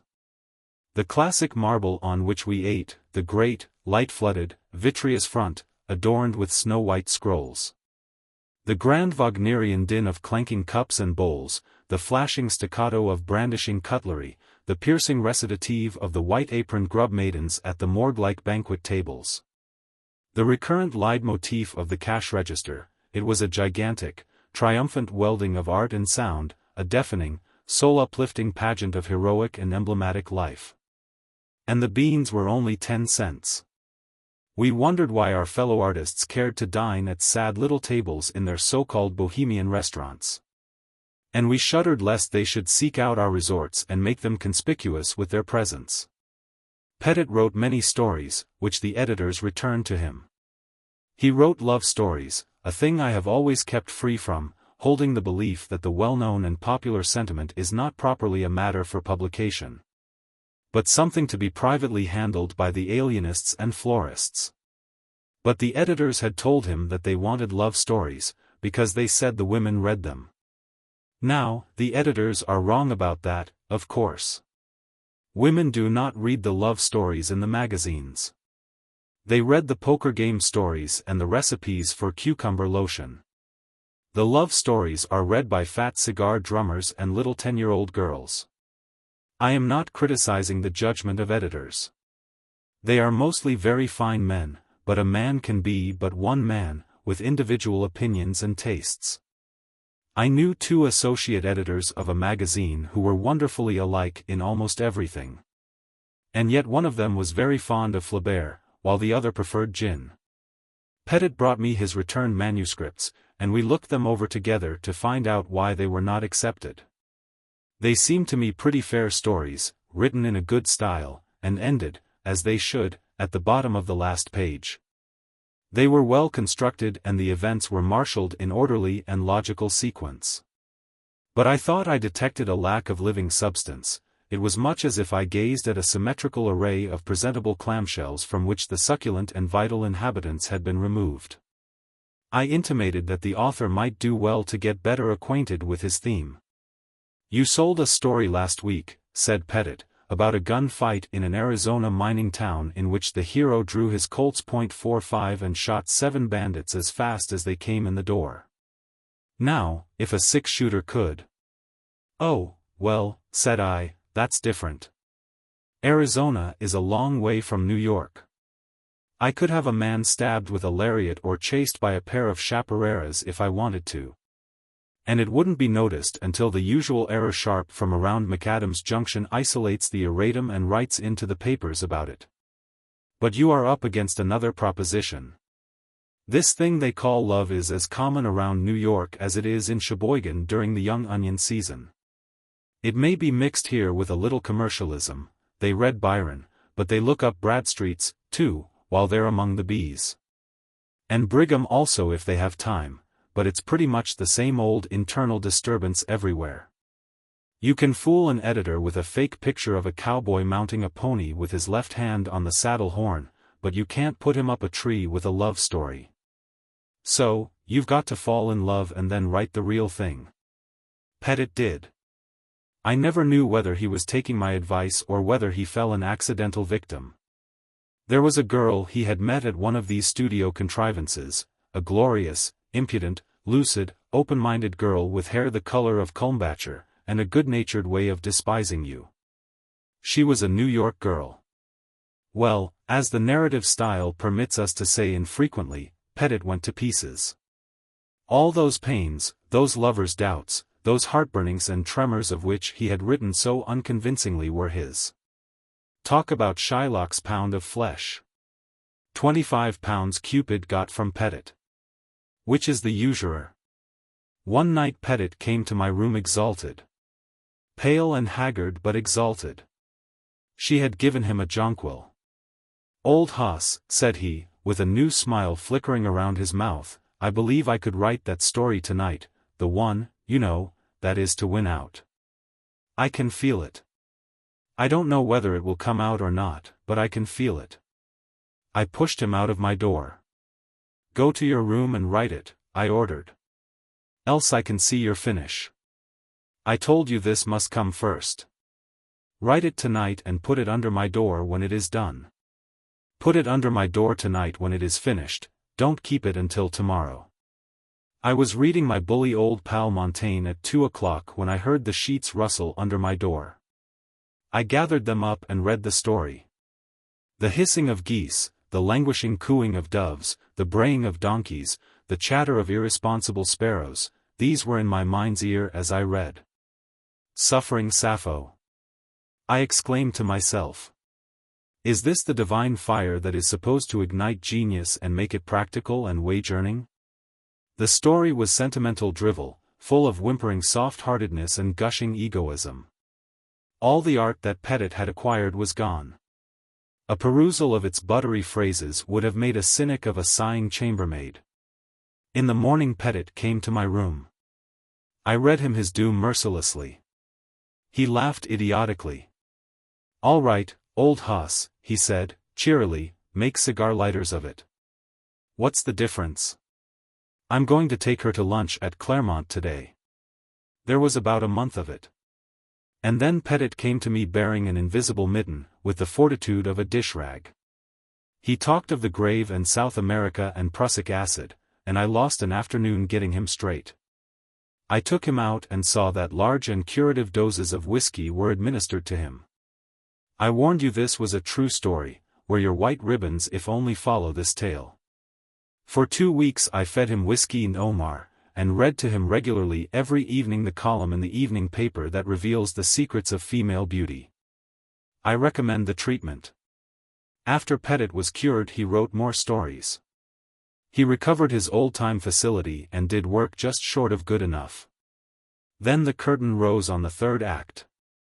A little, dark-eyed, silent girl from New Hampshire, who was studying applied design, fell deeply in love with him. She was the intense sort, but externally glacée, such as New England sometimes fools us with.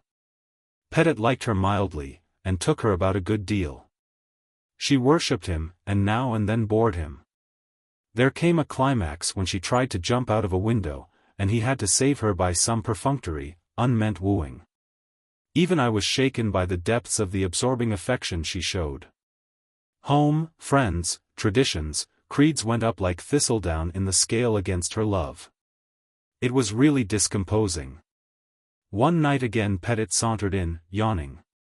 As he had told me before, he said he felt that he could do a great story, and as before I hunted him to his room and saw him open his inkstand.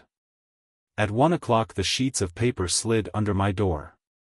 I read that story, and I jumped up, late as it was, with a whoop of joy. Old Pettit had done it. Just as though it lay there, red and bleeding, a woman's heart was written into the lines. You couldn't see the joining, but art, exquisite art, and pulsing nature had been combined into a love story that took you by the throat like the quinsy.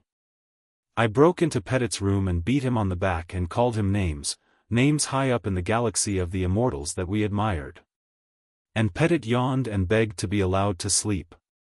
On the morrow, I dragged him to an editor.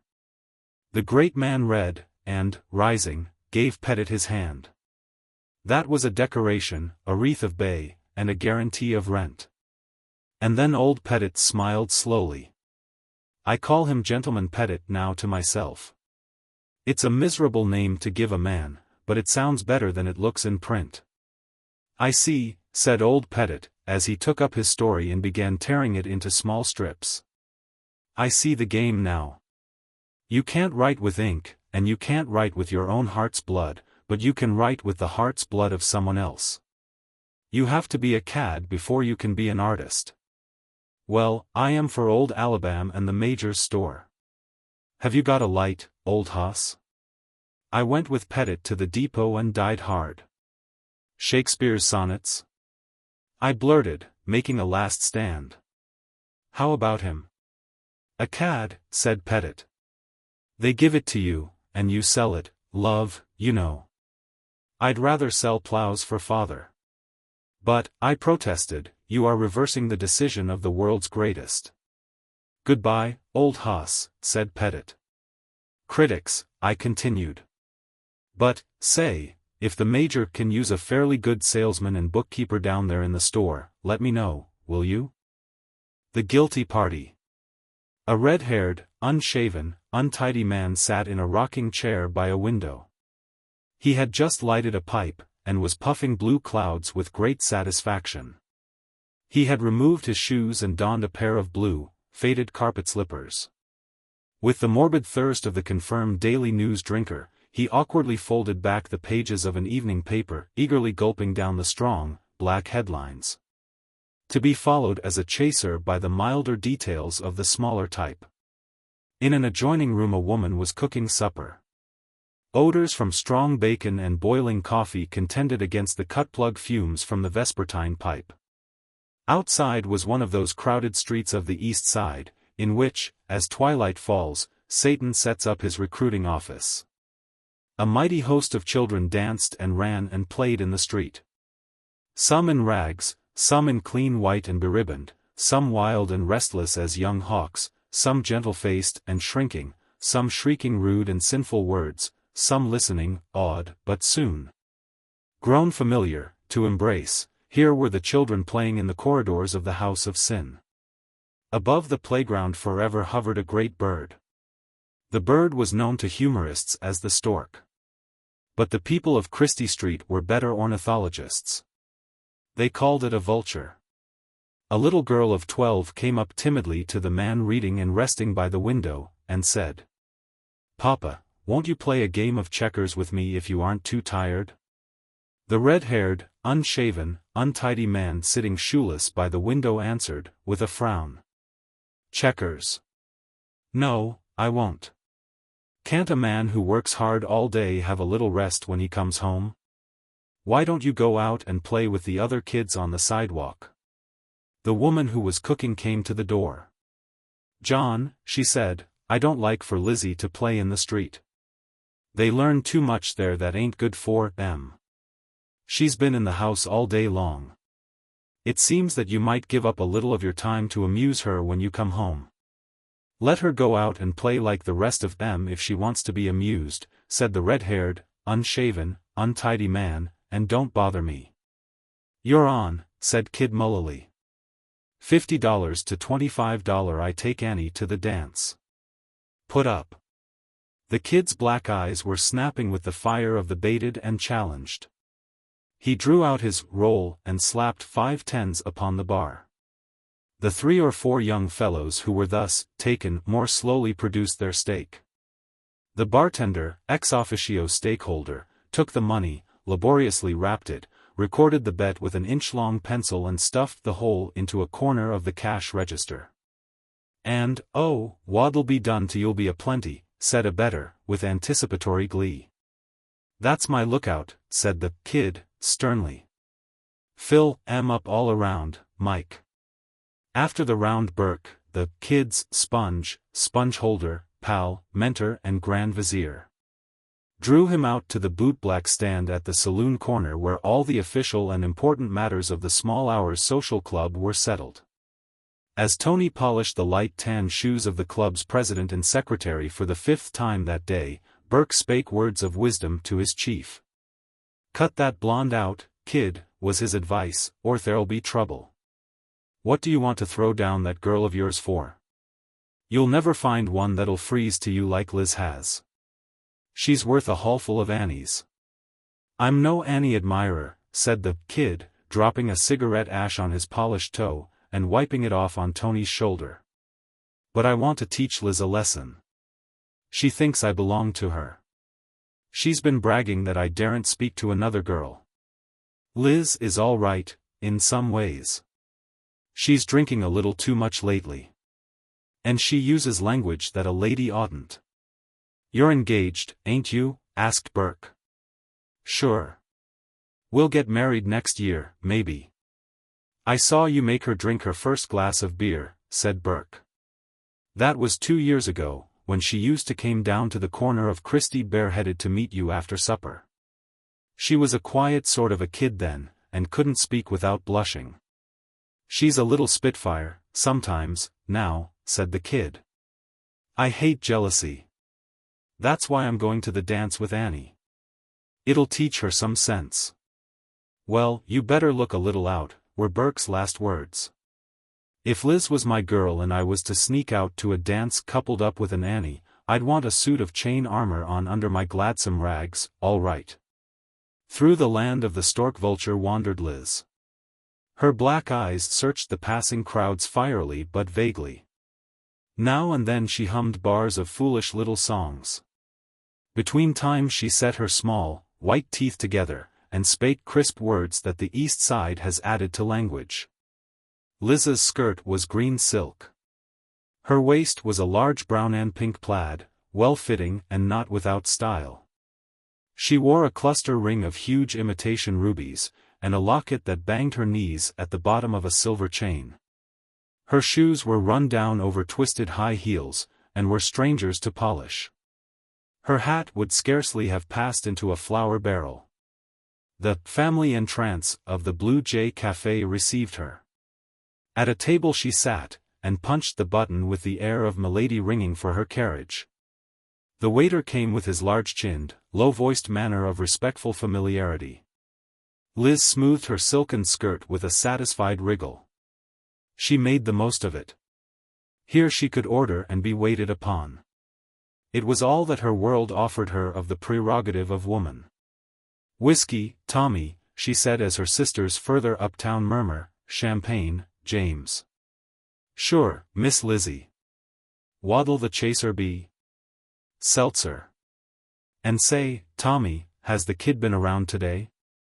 Why, no, Miss Lizzie, I haven't saw him today. Fluently came the Miss Lizzie, for the kid was known to be one who required rigid upholdment of the dignity of his fiancée. "I'm lookin' for said Liz, after the chaser had sputtered under her nose. "It's got to me that he says he'll take Annie Carlson to the dance." "Let him. The pink-eyed white rat. I'm lookin' for You know me, Tommy. 2 years me and the kid's been engaged. Look at that ring. 500, he said it cost. Let him take her to the dance. What'll I do? I'll cut his heart out. Another whiskey, Tommy." "I wouldn't listen to no such reports, Miss Lizzie," said the waiter smoothly, from the narrow opening above his chin. "Kid Mullally's not the guy to throw a lady like you down. Seltzer on the side?" 2 years, repeated Liz, softening a little to sentiment under the magic of the distiller's art. "I always used to play out on the street of evenings, 'cause there was nothin' doin' for me at home. For a long time I just sat on doorsteps and looked at the lights and the people goin' by. And then the kid came along one evenin' and sized me up, and I was mashed on the spot for fair. The first drink he made me take I cried all night at home, and got a lickin' for makin' a noise. And now, say, Tommy, you ever see this Annie Carlson? If it wasn't for peroxide the chloroform limit would have put her out long ago. Oh, I'm lookin' for You tell the kid if he comes in." "Me? I'll cut his heart out. Leave it to me. Another whiskey, Tommy." A little unsteadily, but with watchful and brilliant eyes, Liz walked up the avenue. On the doorstep of a brick tenement a curly-haired child sat, puzzling over the convolutions of a tangled string. Liz flopped down beside her, with a crooked, shifting smile on her flushed face. But her eyes had grown clear and artless of a sudden. "Let me show you how to make a cat's cradle, kid," she said, tucking her green silk skirt under her rusty shoes. And while they sat there the lights were being turned on for the dance in the hall of the Small Hours Social Club. It was the bi-monthly dance, a dress affair in which the members took great pride and bestirred themselves huskily to further and adorn. At 9 o'clock the president, Kid Mullally, paced upon the floor with a lady on his arm. As the Lorleys was her hair golden. Her yes was softened to a ya, but its quality of assent was patent to the most Milesian ears. She stepped upon her own train and blushed, and she smiled into the eyes of Kid Mullally. And then, as the two stood in the middle of the waxed floor, the thing happened to prevent which many lamps are burning nightly in many studies and libraries. Out from the circle of spectators in the hall leaped Fate in a green silk skirt, under the nom de guerre of Liz. Her eyes were hard and blacker than jet. She did not scream or waver. Most unwomanly, she cried out one oath, the kid's own favorite oath, and in his own deep voice. And then while the Small Hours Social Club went frantically to pieces, she made good her boast to Tommy. The waiter, made good as far as the length of her knife blade and the strength of her arm permitted. And next came the primal instinct of self-preservation, or was it self-annihilation, the instinct that society has grafted on the natural branch? Liz ran out and down the street swift and true as a woodcock flying through a grove of saplings at dusk.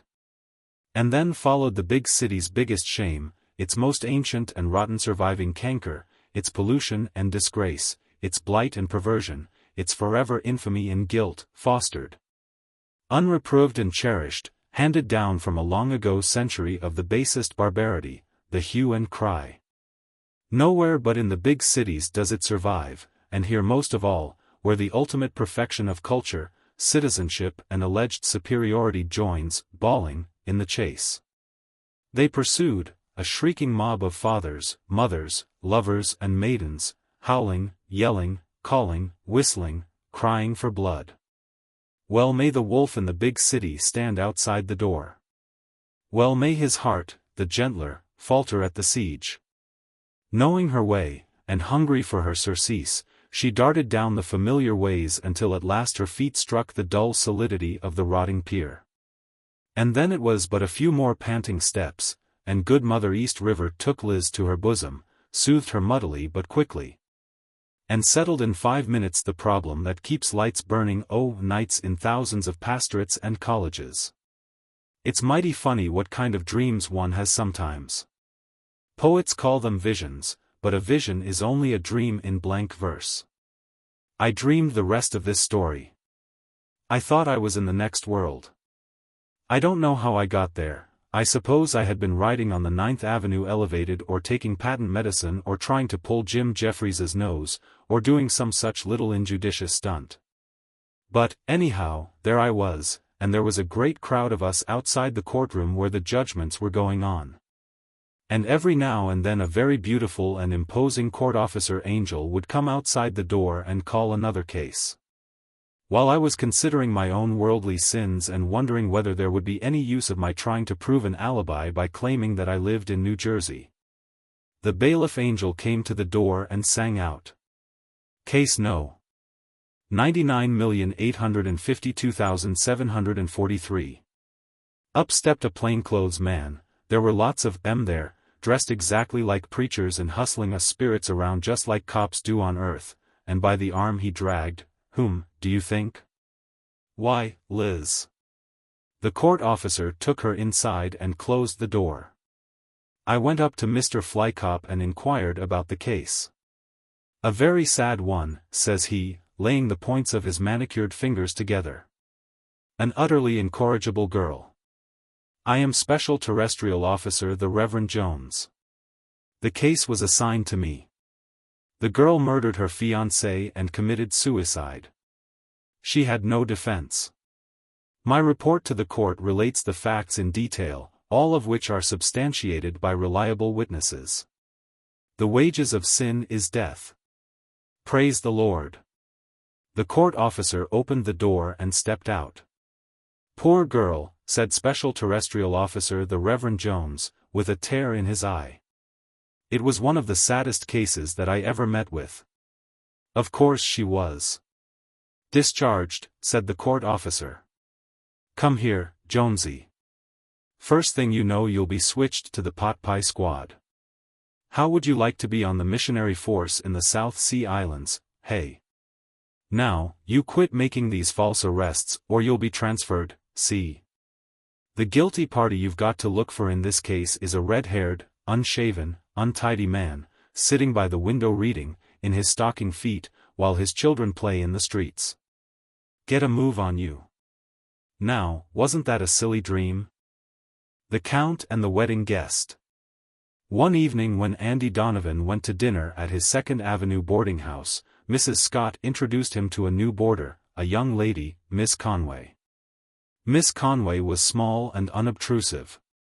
She wore a plain, snuffy brown dress, and bestowed her interest, which seemed languid, upon her plate. She lifted her diffident eyelids and shot one perspicuous, judicial glance at Mr. Donovan, politely murmured his name, and returned to her mutton. Mr. Donovan bowed with the grace and beaming smile that were rapidly winning for him social, business and political advancement, and erased the snuffy brown one from the tablets of his consideration. 2 weeks later Andy was sitting on the front steps enjoying his cigar. There was a soft rustle behind and above him, and Andy turned his head, and had his head turned. Just coming out the door was Miss Conway. She wore a night-black dress of crepe de, this thin black goods. Her hat was black, and from it drooped and fluttered an ebon veil, filmy as a spider's web. She stood on the top step and drew on black silk gloves. Not a speck of white or a spot of color about her dress anywhere. Her rich golden hair was drawn, with scarcely a ripple, into a shining, smooth knot low on her neck. Her face was plain rather than pretty. But it was now illuminated and made almost beautiful by her large gray eyes that gazed above the houses across the street into the sky with an expression of the most appealing sadness and melancholy. Gather the idea, girls, all black, you know, with the preference for crepe de chine, that's it. All black, and that sad, faraway look, and the hair shining under the black veil. You have to be a blonde, of course, and try to look as if. Although your young life had been blighted just as it was about to give a hop skip and a jump over the threshold of life, a walk in the park might do you good. And be sure to happen out the door at the right moment, and, oh, it'll fetch every time. But it's fierce, now, how cynical I am, ain't it, to talk about morning costumes this way. Mr. Donovan suddenly reinscribed Miss Conway upon the tablets of his consideration. He threw away the remaining inch and a quarter of his cigar, that would have been good for 8 minutes yet, and quickly shifted his center of gravity to his low-cut patent leathers. "It's a fine, clear evening, Miss Conway," he said. And if the Weather Bureau could have heard the confident emphasis of his tones, it would have hoisted the square white signal, and nailed it to the mast. "To them that has the heart to enjoy it, it is, Mr. Donovan," said Miss Conway, with a sigh. Mr. Donovan, in his heart, cursed fair weather. Heartless weather. It should hail and blow and snow to be consonant with the mood of Miss Conway. "I hope none of your relatives, I hope you haven't sustained a loss," ventured Mr. Donovan. "Death has claimed," said Miss Conway, hesitating, "not a relative, but one who, but I will not intrude my grief upon you, Mr. Donovan." "Intrude?" protested Mr. Donovan. "Why, say, Miss Conway, I'd be delighted, that is, I'd be sorry, I mean I'm sure nobody could sympathize with you truer than I would." Miss Conway smiled a little smile. And oh, it was sadder than her expression in repose. "Laugh, and the world laughs with you, weep, and they give you the laugh," she quoted. "I have learned that, Mr. Donovan. I have no friends or acquaintances in this city. But you have been kind to me. I appreciate it highly." He had passed her the pepper twice at the table. "It's tough to be alone in New York, that's a cinch," said Mr. Donovan. "But, say, whenever this little old town does loosen up and get friendly, it goes the limit. Say you took a little stroll in the park, Miss Conway, don't you think it might chase away some of your mullygrubs? And if you'd allow me—" "Thanks, Mr. Donovan. I'd be pleased to accept of your escort if you think the company of one whose heart is filled with gloom could be anyways agreeable to you." Through the open gates of the iron-railed, old, downtown park, where the elect once took the air, they strolled, and found a quiet bench. There is this difference between the grief of youth and that of old age: youth's burden is lightened by as much of it as another shares, old age may give and give, but the sorrow remains the same. "He was my fiancé," confided Miss Conway, at the end of an hour. "We were going to be married next spring. I don't want you to think that I am stringing you, Mr. Donovan, but he was a real count. He had an estate and a castle in Italy. Count Fernando Mazzini was his name. I never saw the beat of him for elegance.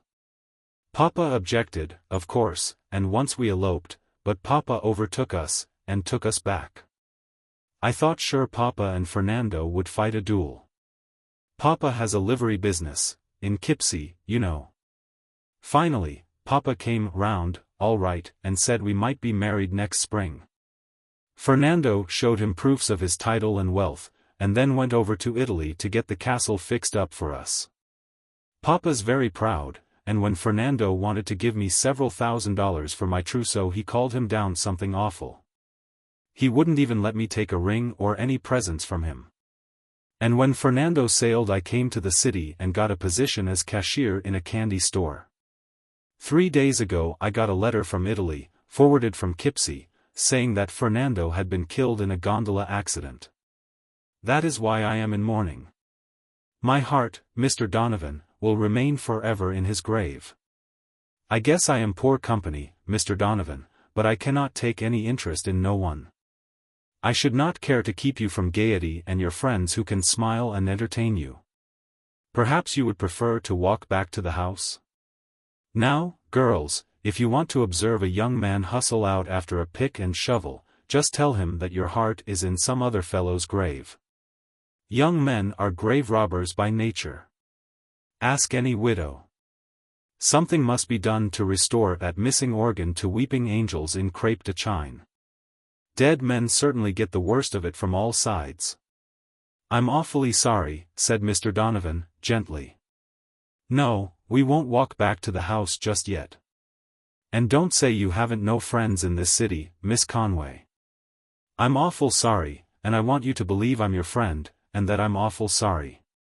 I've got his picture here in my locket, said Miss Conway, after wiping her eyes with her handkerchief. I never showed it to anybody, but I will to you, Mr. Donovan, because I believe you to be a true friend. Mr. Donovan gazed long and with much interest at the photograph in the locket that Miss Conway opened for him. The face of Count Mazzini was one to command interest. It was a smooth, intelligent, bright, almost a handsome face, the face of a strong, cheerful man who might well be a leader among his fellows. I have a larger one, framed, in my room, said Miss Conway. When we return I will show you that. They are all I have to remind me of Fernando. But he ever will be present in my heart, that's a sure thing. A subtle task confronted Mr. Donovan, that of supplanting the unfortunate Count in the heart of Miss Conway. This his admiration for her determined him to do.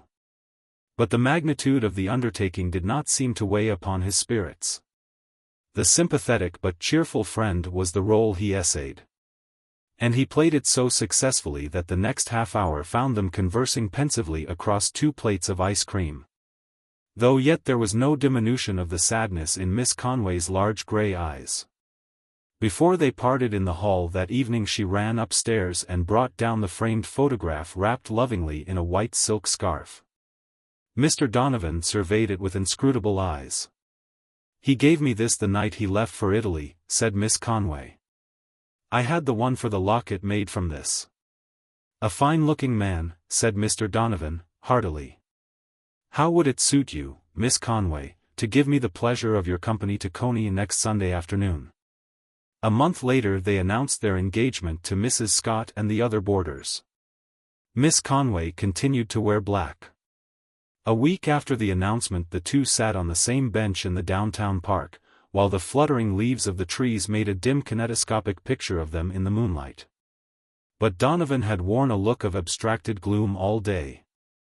He was so silent tonight that Love's lips could not keep back any longer the questions that Love's heart propounded. What's the matter, Andy, you are so solemn and grouchy tonight? Nothing, Maggie. I know better. Can't I tell? You never acted this way before.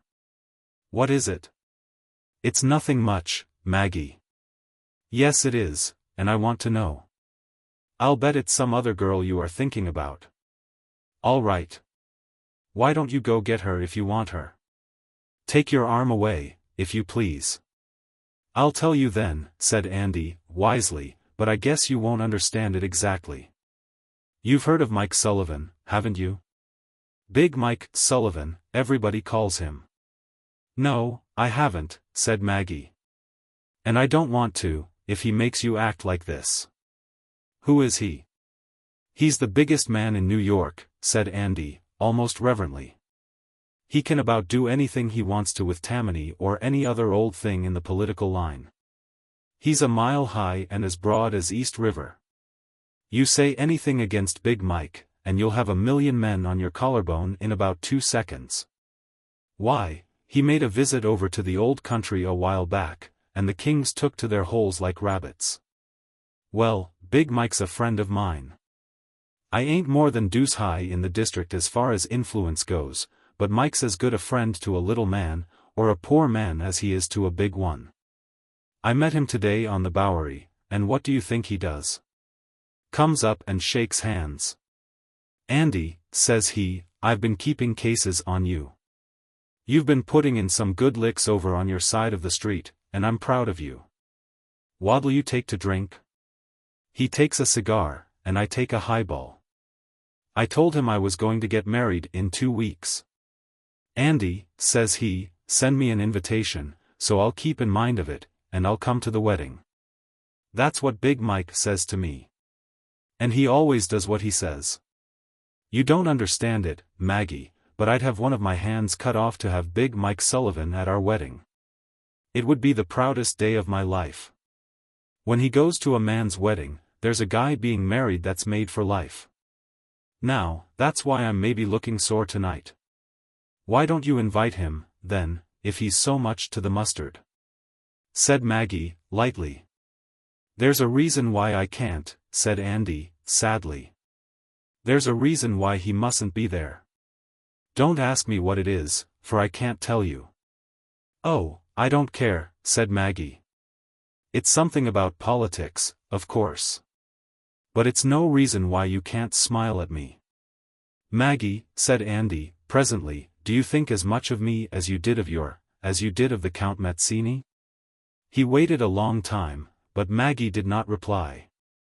And then, suddenly she leaned against his shoulder and began to cry and shake with sobs, holding his arm tightly, and wetting the crepe de chine with tears. There, soothed Andy, putting aside his own trouble. "And what is it, now?" "Andy," sobbed Maggie. "I've lied to you, and you'll never marry me or love me any more. But I feel that I've got to tell. Andy, there never was so much as the little finger of a count. I never had a beau in my life. But all the other girls had, and they talked about M. And that seemed to make the fellows like M more. And, Andy, I look swell in black, you know I do. So I went out to a photograph store and bought that picture, and had a little one made for my locket, and made up all that story about the Count, and about his being killed, so I could wear black. And nobody can love a liar, and you'll shake me, Andy, and I'll die for shame. Oh, there never was anybody I liked but you, and that's all." But instead of being pushed away, she found Andy's arm folding her closer. She looked up and saw his face cleared and smiling. Could you forgive me, Andy?" "Sure," said Andy. "It's all right about that. Back to the cemetery for the Count. You've straightened everything out, Maggie. I was in hopes you would before the wedding day. Bully girl." "Andy," said Maggie, with a somewhat shy smile, after she had been thoroughly assured of forgiveness, "did you believe all that story about the Count?" "Well, not to any large extent," said Andy, reaching for his cigar case, "because it's Big Mike Sullivan's picture you've got in that locket of yours. The last leaf.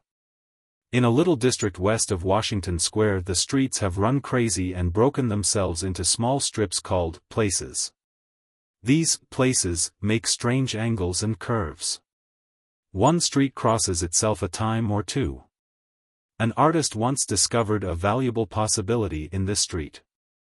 Suppose a collector with a bill for paints, paper and canvas should, in traversing this route, suddenly meet himself coming back, without a cent having been paid on account. So, to quaint old Greenwich Village the art people soon came prowling, hunting for north windows and 18th-century gables and Dutch attics and low rents. Then they imported some pewter mugs and a chafing dish or two from 6th Avenue, and became a colony. At the top of a squatty, 3-story brick Sue and Johnsy had their studio. Johnsy was familiar for Joanna. One was from Maine, the other from California. They had met at the table d'hôte of an 8th Street Delmonico's, and found their tastes in art, chicory salad and bishop sleeves so congenial that the joint studio resulted. That was in May. In November a cold, unseen stranger, whom the doctors called pneumonia, stalked about the colony, touching one here and there with his icy fingers. Over on the east side this ravager strode boldly, smiting his victims by scores, but his feet trod slowly through the maze of the narrow and moss-grown places. Mr. Pneumonia was not what you would call a chivalric old gentleman. A mite of a little woman with blood thinned by California zephyrs was hardly fair game for the red-fisted, short-breathed old duffer. But Johnsy he smote. And she lay, scarcely moving, on her painted iron bedstead, looking through the small Dutch windowpanes at the blank side of the next brick house. One morning the busy doctor invited Sue into the hallway with a shaggy, gray eyebrow.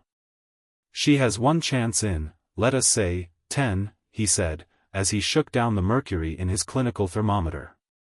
"And that chance is for her to want to live. This way people have of lining up on the side of the undertaker makes the entire pharmacopoeia look silly.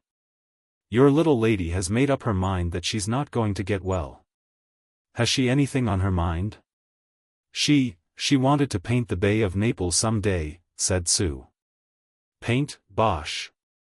Has she anything on her mind worth thinking about twice, a man, for instance?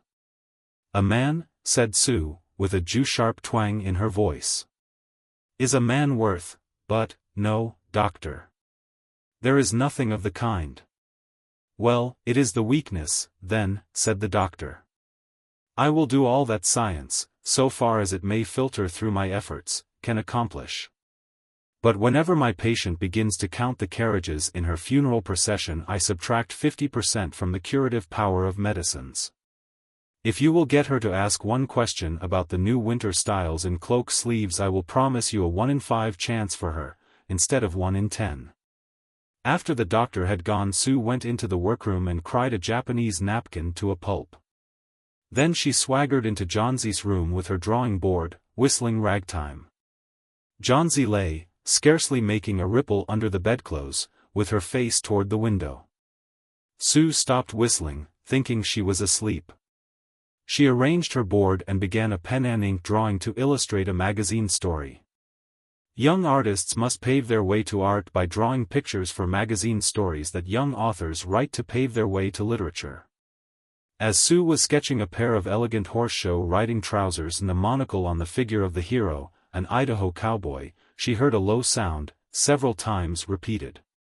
She went quickly to the bedside. Johnsie's eyes were open wide. She was looking out the window and counting backward. 12, she said, and a little later 11. And then 10, and 9, and then 8 and 7, almost together. Sue looked solicitously out the window. What was there to count? There was only a bare, dreary yard to be seen, and the blank side of the brick house 20 feet away. An old ivy vine, gnarled and decayed at the roots, climbed halfway up the brick wall. The cold breath of autumn had stricken its leaves from the vine until its skeleton branches clung, almost bare, to the crumbling bricks. What is it, dear? Asked Sue. 6, said Johnsie, in almost a whisper. They're falling faster now. 3 days ago there were almost 100. It made my head ache to count them. But now it's easy. There goes another one. There are only 5 left now. 5 what, dear? Tell your Sooty. Leaves. On the ivy vine. When the last one falls I must go, too. I've known that for 3 days. Didn't the doctor tell you? Oh, I never heard of such nonsense, complained Sue, with magnificent scorn. What have old ivy leaves to do with your getting well? And you used to love that vine so, you naughty girl. Don't be a goosey. Why, the doctor told me this morning that your chances for getting well real soon were, let's see exactly what he said the chances were 10 to 1. Why, that's almost as good a chance as we have in New York when we ride on the streetcars or walk past a new building. Try to take some broth now, and let Sooty go back to her drawing, so she can sell the editor man with it, and buy port wine for her sick child, and pork chops for her greedy self. You needn't get any more wine, said Johnsie, keeping her eyes fixed out the window. There goes another. No, I don't want any broth. That leaves just 4. I want to see the last one fall before it gets dark. Then I'll go, too. Johnsie, dear, said Sue, bending over her, will you promise me to keep your eyes closed, and not look out the window until I am done working? I must hand those drawings in by tomorrow. I need the light, or I would draw the shade down. Couldn't you draw in the other room? Asked Johnsie, coldly. I'd rather be here by you, said Sue. Besides, I don't want you to keep looking at those silly ivy leaves. Tell me as soon as you have finished, said Johnsie, closing her eyes, and lying white and still as a fallen statue, because I want to see the last one fall. I'm tired of waiting. I'm tired of thinking. I want to turn loose my hold on everything, and go sailing down, just like one of those poor, tired leaves. Try to sleep, said Sue. I must call Behrman up to be my model for the old hermit miner. I'll not be gone a minute. Don't try to move till I come back. Old Behrman was a painter who lived on the ground floor beneath them. He was past 60 and had a Michelangelo's Moses beard curling down from the head of a satyr along the body of an imp. Behrman was a failure in art. 40 years he had wielded the brush without getting near enough to touch the hem of his mistress's robe. He had been always about to paint a masterpiece, but had never yet begun it. For several years he had painted nothing except now and then a daub in the line of commerce or advertising. He earned a little by serving as a model to those young artists in the colony who could not pay the price of a professional. He drank gin to excess, and still talked of his coming masterpiece. For the rest he was a fierce little old man, who scoffed terribly at softness in anyone, and who regarded himself as a special mastiff in waiting to protect the two young artists in the studio above. Sue found Behrman smelling strongly of juniper berries in his dimly lighted den below. In one corner was a blank canvas on an easel that had been waiting there for 25 years to receive the first line of the masterpiece. She told him of Johnsie's fancy, and how she feared she would, indeed, light and fragile as a leaf herself, float away when her slight hold upon the world grew weaker. Old Behrman, with his red eyes, plainly streaming, shouted his contempt and derision for such idiotic imaginings. "Was," he cried. "Is dear people in de world mit der foolishness to die because leafs day drop off from a confounded vine? I have not heard of such a thing. No, I will not pose as a model for your fool hermit dunderhead. Why do you allow dot silly pusiness to come in der prain of her? Dot poor little Miss Johnsie. She is very ill and weak," said Sue, "and the fever has left her mind morbid and full of strange fancies. Very well, Mr. Behrman, if you do not care to pose for me, you needn't. But I think you are a horrid old flibberty-gibbet." "You are just like a woman," yelled Behrman. "Who said I will not pose? Go on. I come mit you. For half an hour I have been trying to say dot I am ready to pose. Gott! Dis is not any place in which one so good as Miss Johnsie shall lie sick. Some day I will paint a masterpiece, and we shall all go away. Gott! Yes." Johnsie was sleeping when they went upstairs. Sue pulled the shade down to the windowsill, and motioned Behrman into the other room. In there they peered out the window fearfully at the ivy vine. Then they looked at each other for a moment without speaking. A persistent, cold rain was falling, mingled with snow. Behrman, in his old blue shirt, took his seat as the hermit miner on an upturned kettle for a rock. When Sue awoke from an hour's sleep the next morning she found Johnsie with dull, wide-open eyes staring at the drawn green shade.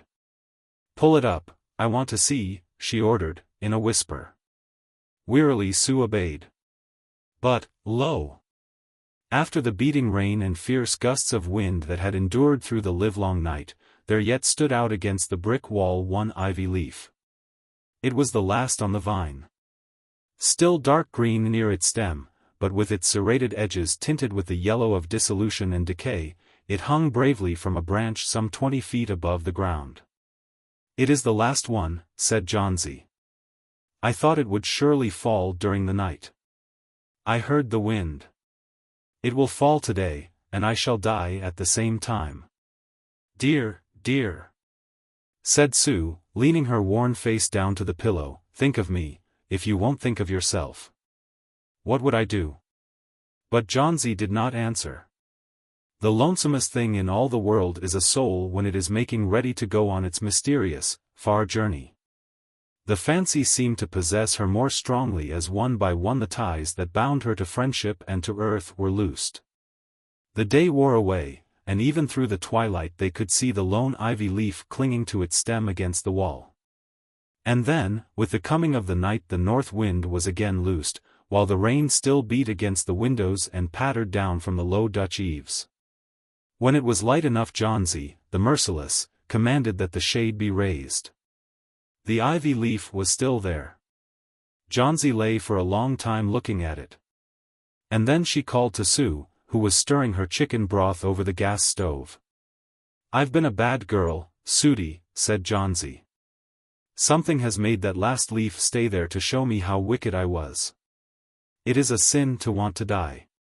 You may bring me a little broth now, and some milk with a little port in it, and, no. Bring me a hand mirror first, and then pack some pillows about me, and I will sit up and watch you cook." An hour later she said, "Sooty, some day I hope to paint the Bay of Naples." The doctor came in the afternoon, and Sue had an excuse to go into the hallway as he left. "Even chances," said the doctor, taking Sue's thin, shaking hand in his. "With good nursing you'll win. And now I must see another case I have downstairs. Behrman, his name is, some kind of an artist, I believe. Pneumonia, too. He is an old, weak man, and the attack is acute. There is no hope for him. But he goes to the hospital today to be made more comfortable." The next day the doctor said to Sue, "She's out of danger. You've won. Nutrition and care now, that's all." And that afternoon Sue came to the bed where Johnsy lay, contentedly knitting a very blue and very useless woolen shoulder scarf, and put one arm around her, pillows and all. "I have something to tell you, White Mouse," she said. "Mr. Behrman died of pneumonia today in the hospital. He was ill only 2 days. The janitor found him on the morning of the first day in his room downstairs helpless with pain. His shoes and clothing were wet through and icy cold. They couldn't imagine where he had been on such a dreadful night. And then they found a lantern, still lighted, and a ladder that had been dragged from its place, and some scattered brushes, and a palette with green and yellow colors mixed on it. And, look out the window, dear, at the last ivy leaf on the wall. Didn't you wonder why it never fluttered or moved when the wind blew? Ah, darling, it's Behrman's masterpiece, he painted it there the night that the last leaf fell." Elsie in New York. No, bumptious reader, this story is not a continuation of the Elsie series. But if your Elsie had lived over here in our big city there might have been a chapter in her books not very different from this. Especially for the vagrant feet of youth are the roads of Manhattan beset with pitfall and with gin. But the civic guardians of the young have made themselves acquainted with the snares of the wicked, and most of the dangerous paths are patrolled by their agents, who seek to turn straying ones away from the peril that menaces them. And this will tell you how they guided my Elsie safely through all peril to the goal that she was seeking. Elsie's father had been a cutter for Fox and Otter, cloaks and furs, on Lower Broadway. He was an old man, with a slow and limping gait, so a pot hunter of a newly licensed chauffeur ran him down one day when livelier game was scarce. They took the old man home, where he lay on his bed for a year and then died, leaving $2.50 in cash and a letter from Mr. Otter offering to do anything he could to help his faithful old employee. The old cutter regarded this letter as a valuable legacy to his daughter, and he put it into her hands with pride as the shears of the dread cleaner and repairer snipped off his thread of life. That was the landlord's cue, and forth he came and did his part in the great eviction scene. There was no snowstorm ready for Elsie to steal out into, drawing her little red woolen shawl about her shoulders, but she went out, regardless of the unities. And as for the red shawl, back to Blaney with it. Elsie's fall tan coat was cheap, but it had the style and fit of the best at Fox and Otter's. And her lucky stars had given her good looks, and eyes as blue and innocent as the new shade of note paper, and she had $1 left of the $2.50. And the letter from Mr. Otter. Keep your eye on the letter from Mr. Otter. That is the clue. I desire that everything be made plain as we go. Detective stories are so plentiful now that they do not sell. And so we find Elsie, thus equipped, starting out in the world to seek her fortune. One trouble about the letter from Mr. Otter was that it did not bear the new address of the firm, which had moved about a month before. But Elsie thought she could find it. She had heard that policemen, when politely addressed, or thumbscrewed by an investigation committee, will give up information and addresses. So she boarded a downtown car at 177th Street and rode south to 42nd, which she thought must surely be the end of the island. There she stood against the wall undecided, for the city's roar and dash was new to her. Up where she had lived was rural New York, so far out that the milkmen awaken you in the morning by the squeaking of pumps instead of the rattling of cans. A kind-faced, sunburned young man in a soft-brimmed hat went past Elsie into the Grand Central Depot. That was Hank Ross, of the Sunflower Ranch, in Idaho, on his way home from a visit to the east. Hank's heart was heavy, for the Sunflower Ranch was a lonesome place, lacking the presence of a woman. He had hoped to find one during his visit who would congenially share his prosperity and home, but the girls of Gotham had not pleased his fancy. But, as he passed in, he noted, with a jumping of his pulses, the sweet, ingenuous face of Elsie in her pose of doubt and loneliness. With true and honest Western impulse he said to himself that here was his mate. He could love her, he knew. And he would surround her with so much comfort, and cherish her so carefully that she would be happy, and make 2 sunflowers grow on the ranch where there grew but one before. Hank turned and went back to her. Backed by his never-before-questioned honesty of purpose, he approached the girl and removed his soft-brimmed hat. Elsie had but time to sum up his handsome frank face with one shy look of modest admiration when a burly cop hurled himself upon the ranchman, seized him by the collar and backed him against the wall. 2 blocks away a burglar was coming out of an apartment house with a bag of silverware on his shoulder, but that is neither here nor there. "Carry on yez mashin', tricks right before me eyes, will yez?" shouted the cop. "I'll teach yez to speak to ladies on me beat that ye're not acquainted with. Come along." Elsie turned away with a sigh as the ranchman was dragged away. She had liked the effect of his light blue eyes against his tanned complexion. She walked southward, thinking herself already in the district where her father used to work, and hoping to find someone who could direct her to the firm of Fox and Otter. But did she want to find Mr. Otter? She had inherited much of the old cutter's independence. How much better it would be if she could find work and support herself without calling on him for aid. Elsie saw a sign, "Employment Agency," and went in. Many girls were sitting against the wall in chairs. Several well-dressed ladies were looking them over. One white-haired, kind-faced old lady in rustling black silk hurried up to Elsie. "My dear," she said in a sweet, gentle voice, "are you looking for a position? I like your face and appearance so much. I want a young woman who will be half maid and half companion to me. You will have a good home and I will pay you $30 a month." Before Elsie could stammer forth her gratified acceptance, a young woman with gold glasses on her bony nose and her hands in her jacket pockets seized her arm and drew her aside. "I am Miss Ticklebaum," said she, "of the Association for the Prevention of Jobs Being Put Up on Working Girls Looking for Jobs. We prevented 47 girls from securing positions last week. I am here to protect you. Beware of anyone who offers you a job. How do you know that this woman does not want to make you work as a breaker boy in a coal mine or murder you to get your teeth? If you accept work of any kind without permission of our association you will be arrested by one of our agents." "But what am I to do?" asked Elsie.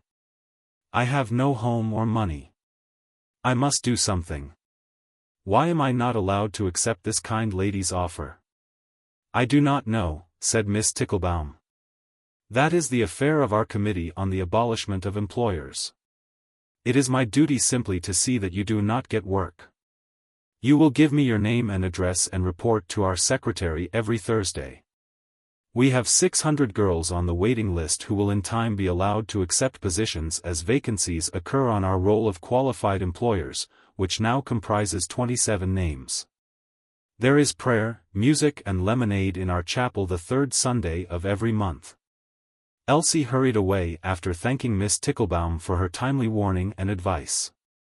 After all, it seemed that she must try to find Mr. Otter.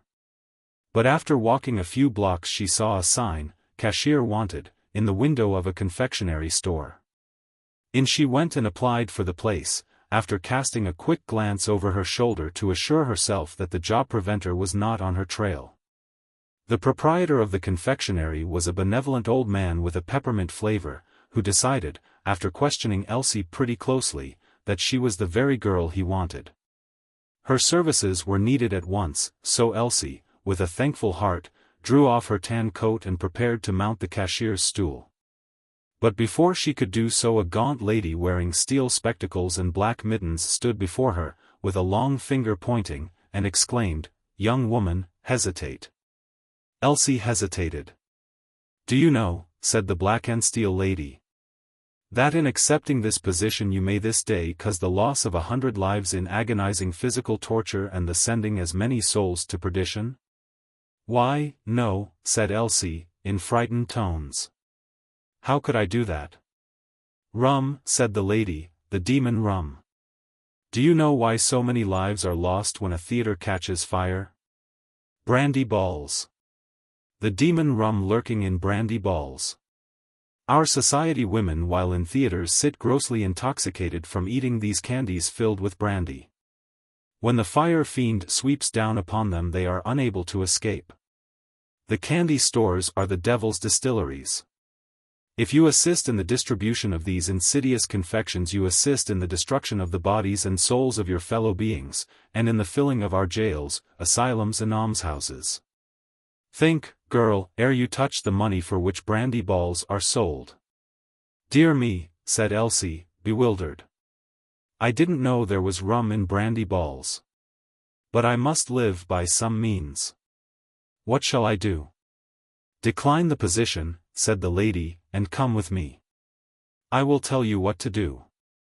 After Elsie had told the confectioner that she had changed her mind about the cashiership, she put on her coat and followed the lady to the sidewalk, where awaited an elegant victoria.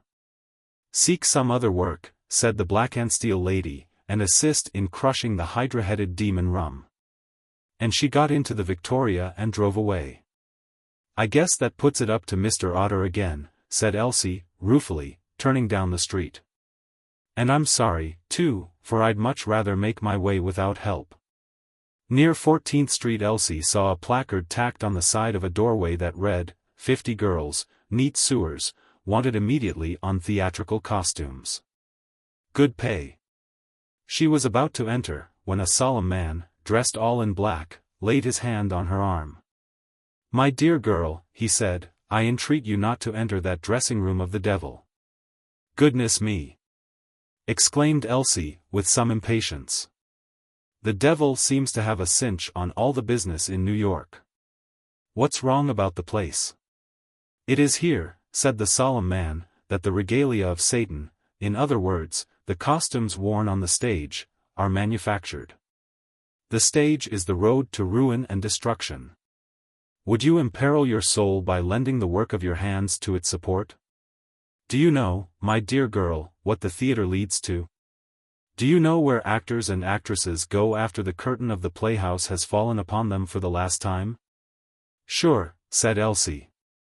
"Into vaudeville. But do you think it would be wicked for me to make a little money to live on by sewing? I must get something to do pretty soon." "The fleshpots of Egypt," exclaimed the reverend gentleman, uplifting his hands. "I beseech you, my child, to turn away from this place of sin and iniquity." "But what will I do for a living?" asked Elsie. "I don't care to sew for this musical comedy, if it's as rank as you say it is, but I've got to have a job." "The Lord will provide," said the solemn man. "There is a free Bible class every Sunday afternoon in the basement of the cigar store next to the church. Peace be with you. Amen. Farewell." Elsie went on her way. She was soon in the downtown district where factories abound.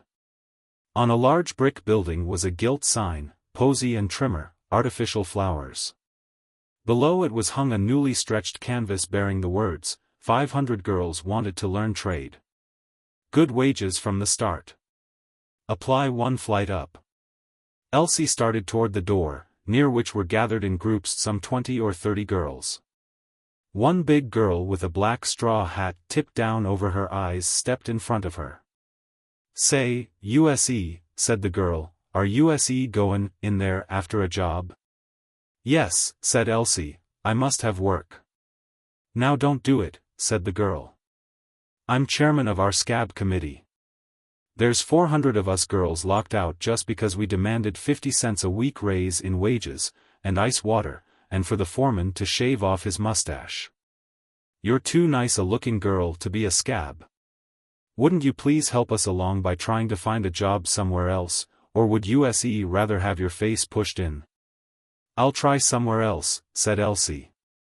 She walked aimlessly eastward on Broadway, and there her heart leaped to see the sign, Fox and Otter, stretching entirely across the front of a tall building. It was as though an unseen guide had led her to it through the byways of her fruitless search for work. She hurried into the store and sent in to Mr. Otter by a clerk her name and the letter he had written her father. She was shown directly into his private office. Mr. Otter arose from his desk as Elsie entered and took both hands with a hearty smile of welcome. He was a slightly corpulent man of nearly middle age, a little bald, gold-spectacled, polite, well-dressed, radiating. Well, and so this is Beatty's little daughter. Your father was one of our most efficient and valued employees. He left nothing. Well. I hope we have not forgotten his faithful services. I am sure there is a vacancy now among our models. Oh, it is easy work, nothing easier. Mr. Otter struck a bell. A long-nosed clerk thrust a portion of himself inside the door. Send Miss Hawkins in, said Mr. Otter. Miss Hawkins came. Miss Hawkins, said Mr. Otter, bring for Miss Beatty to try on one of those Russian sable coats and, let's see, one of those latest model black tulle hats with white tips. Elsie stood before the full-length mirror with pink cheeks and quick breath. Her eyes shone like faint stars. She was beautiful. Alas! She was beautiful. I wish I could stop this story here. Confound it. I will. No, it's got to run it out. I didn't make it up. I'm just repeating it. I'd like to throw bouquets at the wise cop, and the lady who rescues girls from jobs, and the prohibitionist who is trying to crush brandy balls. And the sky pilot who objects to costumes for stage people, there are others, and all the thousands of good people who are at work protecting young people from the pitfalls of a great city. And then wind up by pointing out how they were the means of Elsie reaching her father's benefactor and her kind friend and rescuer from poverty.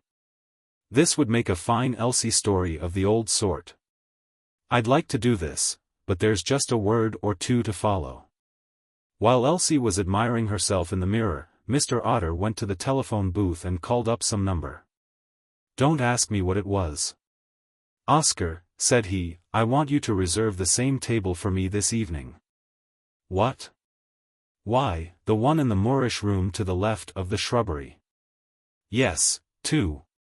Yes, the usual brand, and the 85 Johannesburger with the roast. If it isn't the right temperature I'll break your neck. No. Not her. No, indeed. A new one, a Pecorino, Oscar, a Pecorino. Tired and tiresome reader, I will conclude, if you please, with a paraphrase of a few words that you will remember were written by him of Gad's Hill, before whom, if you doff not your hat, you shall stand with a covered pumpkin, sir, a pumpkin. Lost, your excellency. Lost associations and societies. Lost, right reverends and wrong reverends of every order. Lost, reformers and lawmakers, born with heavenly compassion in your hearts, but with the reverence of money in your souls. And lost thus around us every day. The Clarion Call. Half of this story can be found in the records of the police department, the other half belongs behind the business counter of a newspaper office. One afternoon 2 weeks after millionaire Norcross was found in his apartment murdered by a burglar, the murderer, while strolling serenely down Broadway, ran plump against Detective Barney Woods. "Is that you, Johnny Kernan?" asked Woods, who had been nearsighted in public for 5 years. "No less," cried Kernan, heartily. "If it isn't Barney Woods, late and early of old St. Joe. You'll have to show me. What are you doing east? Do the green goods circulars get out that far?" "I've been in New York some years," said Woods. I'm on the city detective force. Well, well, said Kernan, breathing smiling joy and patting the detective's arm. Come into Muller's, said Woods, and let's hunt a quiet table. I'd like to talk to you a while. It lacked a few minutes to the hour of 4. The tides of trade were not yet loosed, and they found a quiet corner of the café. Kernan, well-dressed, slightly swaggering, self-confident, seated himself opposite the little detective, with his pale, sandy mustache, squinting eyes and ready-made Cheviot suit. What business are you in now? Asked Woods. You know you left St. Joe a year before I did. I'm selling shares in a copper mine, said Kernan. I may establish an office here. Well, well. And so old Barney is a New York detective. You always had a turn that way. You were on the police in St. Joe after I left there, weren't you? 6 months, said Woods. And now there's one more question, Johnny. I've followed your record pretty close ever since you did that hotel job in Saratoga, and I never knew you to use your gun before. Why did you kill Norcross? Kernan stared for a few moments with concentrated attention at the slice of lemon in his highball. And then he looked at the detective with a sudden, crooked, brilliant smile. How did you guess it, Barney? He asked, admiringly. I swear I thought the job was as clean and as smooth as a peeled onion. Did I leave a string hanging out anywhere? Woods laid upon the table a small gold pencil intended for a watch charm. It's the one I gave you the last Christmas we were in St. Joe. I've got your shaving mug yet. I found this under a corner of the rug in Norcross's room. I warn you to be careful what you say. I've got it put onto you, Johnny. We were old friends once, but I must do my duty. You'll have to go to the chair for Norcross. Kernan laughed. My luck stays with me, said he. Who'd have thought old Barney was on my trail? He slipped one hand inside his coat. In an instant Woods had a revolver against his side. Put it away, said Kernan, wrinkling his nose. I'm only investigating. Aha. It takes 9 tailors to make a man, but one can do a man up. There's a hole in that vest pocket. I took that pencil off my chain and slipped it in there in case of a scrap. Put up your gun, Barney, and I'll tell you why I had to shoot Norcross. The old fool started down the hall after me, popping at the buttons on the back of my coat with a peevish little .22, and I had to stop him. The old lady was a darling.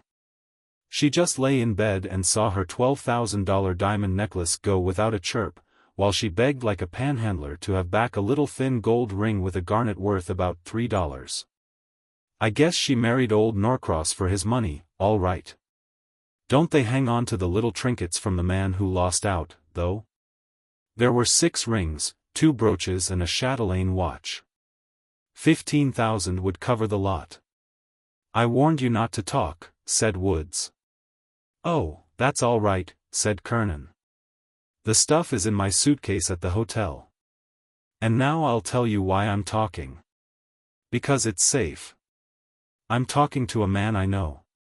You owe me $1,000, Barney Woods, and even if you wanted to arrest me your hand wouldn't make the move.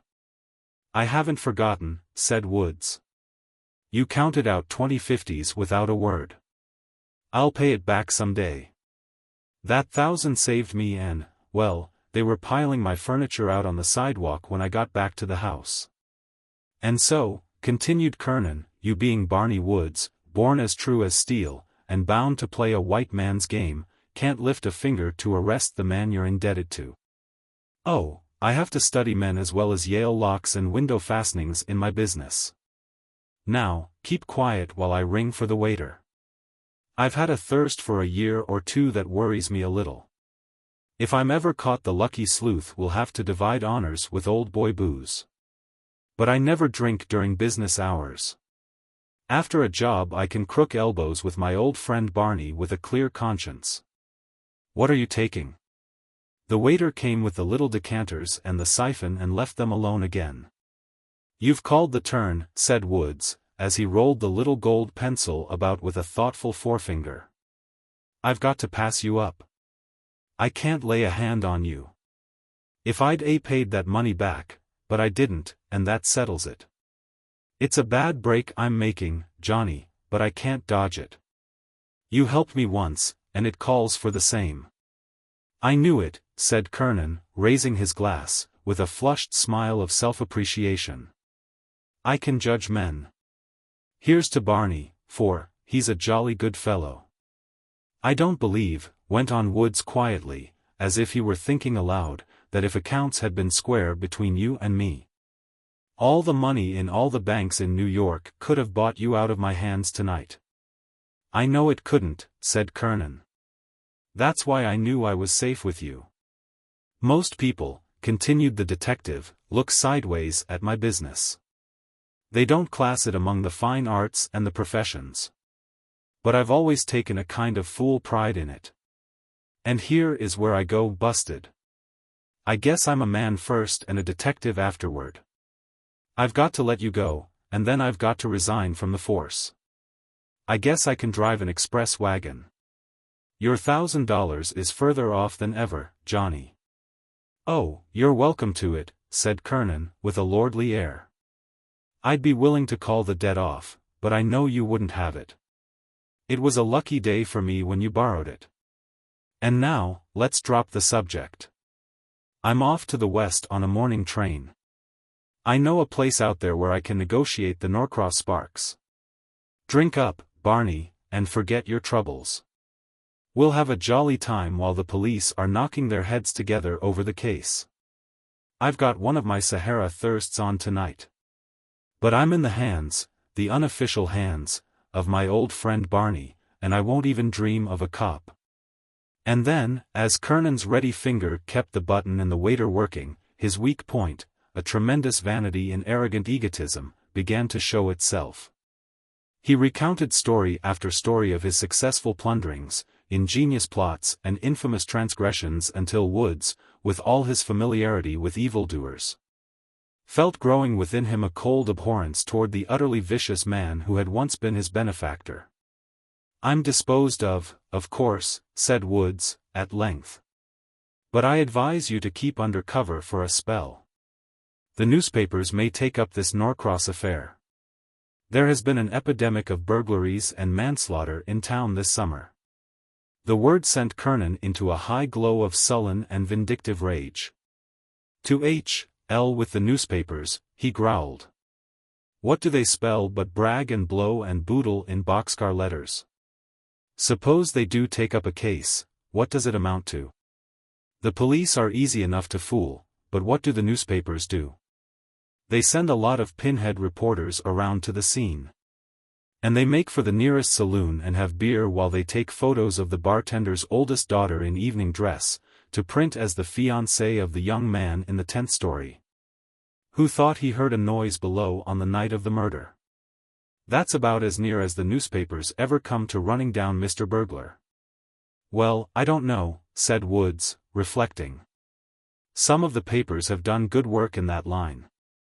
There's the Morning Mars, for instance. It warmed up 2 or 3 trails, and got the man after the police had let him get cold." "I'll show you," said Kernan, rising and expanding his chest. "I'll show you what I think of newspapers in general, and your Morning Mars in particular." 3 feet from their table was the telephone booth. Kernan went inside and sat at the instrument, leaving the door open. He found a number in the book, took down the receiver and made his demand upon Central. Wood sat still, looking at the sneering, cold, vigilant face waiting close to the transmitter, and listened to the words that came from the thin, truculent lips curved into a contemptuous smile. "That the Morning Mars? I want to speak to the managing editor." "Why, tell him it's someone who wants to talk to him about the Norcross murder." "You the editor?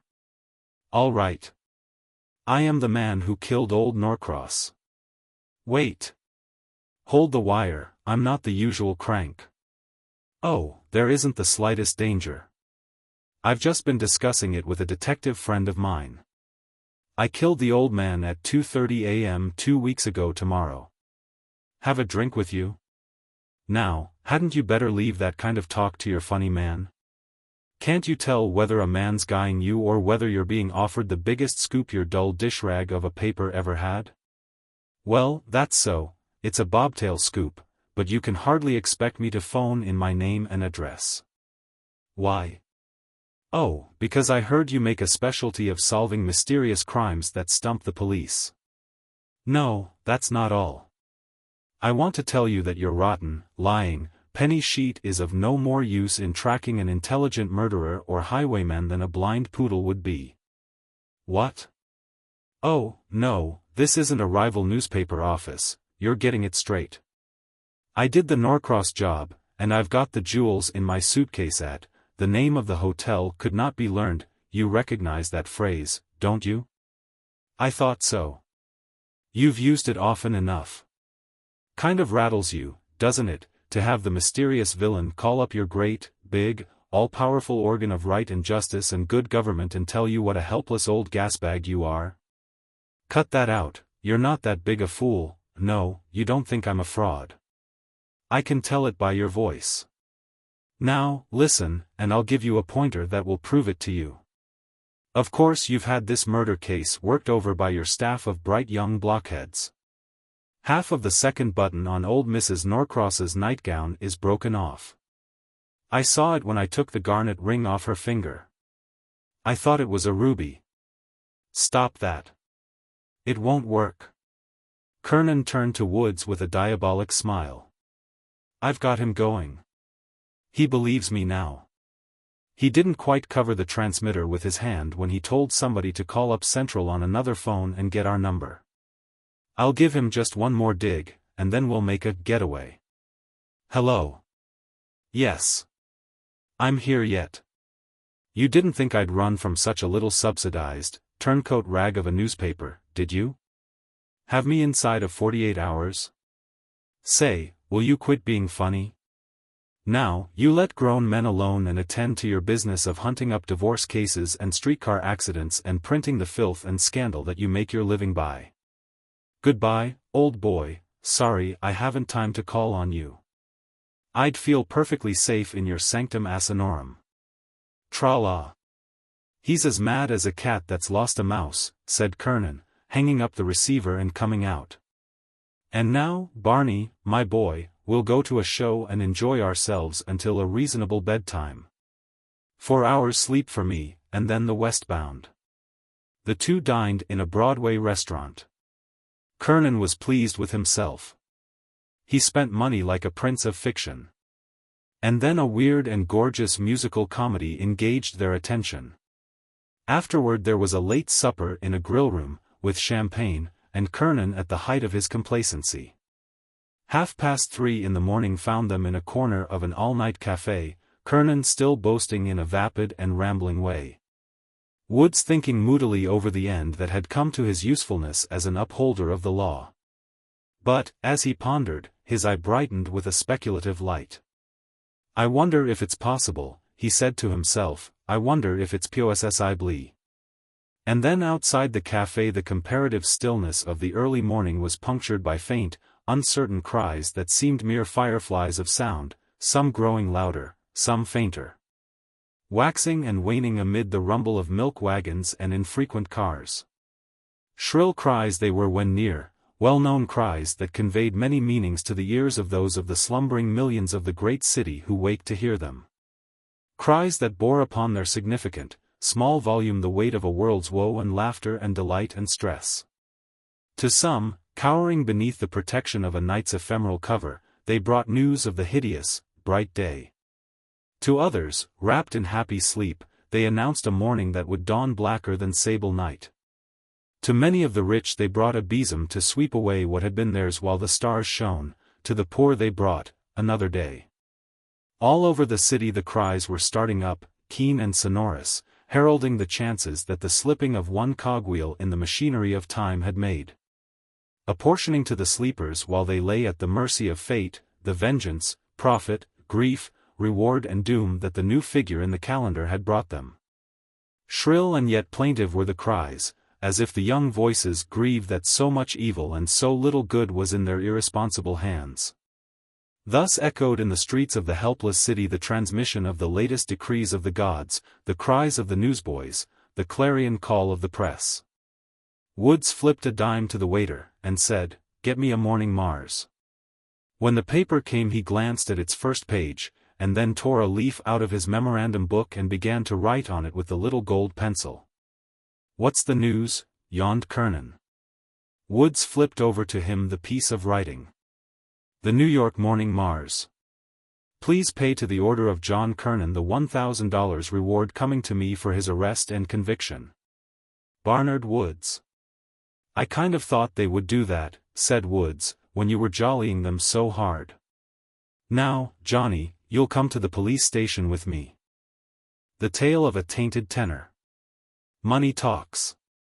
But you may think that the conversation of a little old $10 bill in New York would be nothing more than a whisper. Oh, very well.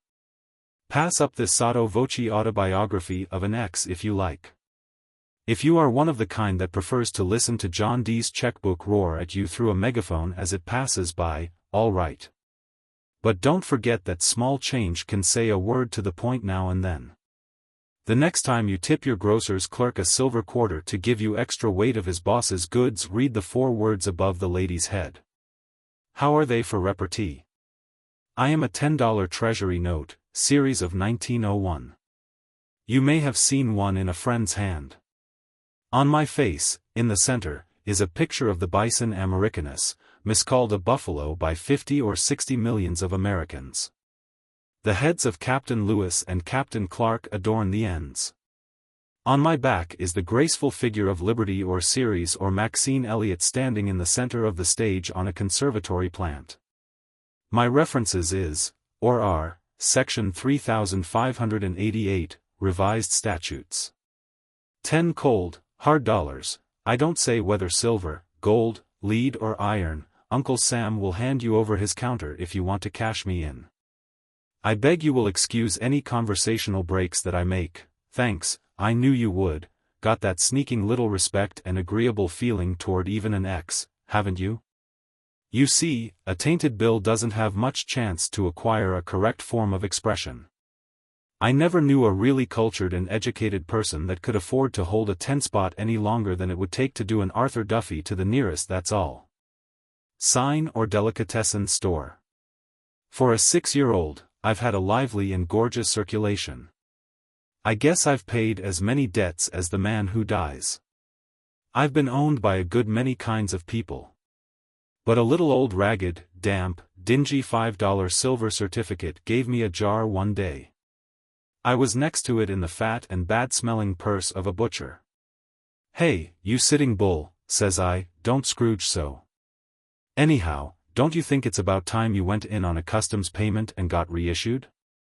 For a series of $18.99 you're a sight." "Oh, don't get crackly just because you're a Buffalo Bill," says the fiver. "You'd be limp, too, if you'd been stuffed down in a thick cotton anlile thread under an elastic all day, and the thermometer not a degree under 85 in the store." "I never heard of a pocketbook like that," says I. "Who carried you?" "A shopgirl," says the 5 spot. "What's that?" I had to ask. "You'll never know till their millennium comes," says the fiver. Just then a $2 bill behind me with a George Washington head, spoke up to the fiver. "Ah, cut out your kicks. Ain't lisle thread good enough for yer? If you was under all cotton like I've been today, and choked up with factory dust till the lady with the cornucopia on me sneezed half a dozen times, you'd have some reason to complain." That was the next day after I arrived in New York. I came in a $500 package of 10s to a Brooklyn bank from one of its Pennsylvania correspondents, and I haven't made the acquaintance of any of the 5 and 2 spots friends' pocketbooks yet. Silk for mine, every time. I was lucky money. I kept on the move. Sometimes I changed hands 20 times a day. I saw the inside of every business, I fought for my owner's every pleasure. It seemed that on Saturday nights I never missed being slapped down on a bar. 10s were always slapped down, while ones and twos were slid over to the bartenders folded. I got in the habit of looking for mine, and I managed to soak in a little straight or some spilled martini or Manhattan whenever I could. Once I got tied up in a great greasy roll of bills in a pushcart peddler's jeans. I thought I never would get in circulation again, for the future department store owner lived on 8 cents worth of dog meat and onions a day. But this peddler got into trouble one day on account of having his cart too near a crossing, and I was rescued. I always will feel grateful to the cop that got me. He changed me at a cigar store near the Bowery that was running a crap game in the back room. So it was the captain of the precinct, after all, that did me the best turn, when he got his. He blew me for wine the next evening in a Broadway restaurant, and I really felt as glad to get back again as an Astor does when he sees the lights of Charing Cross. A Tainted 10 certainly does get action on Broadway.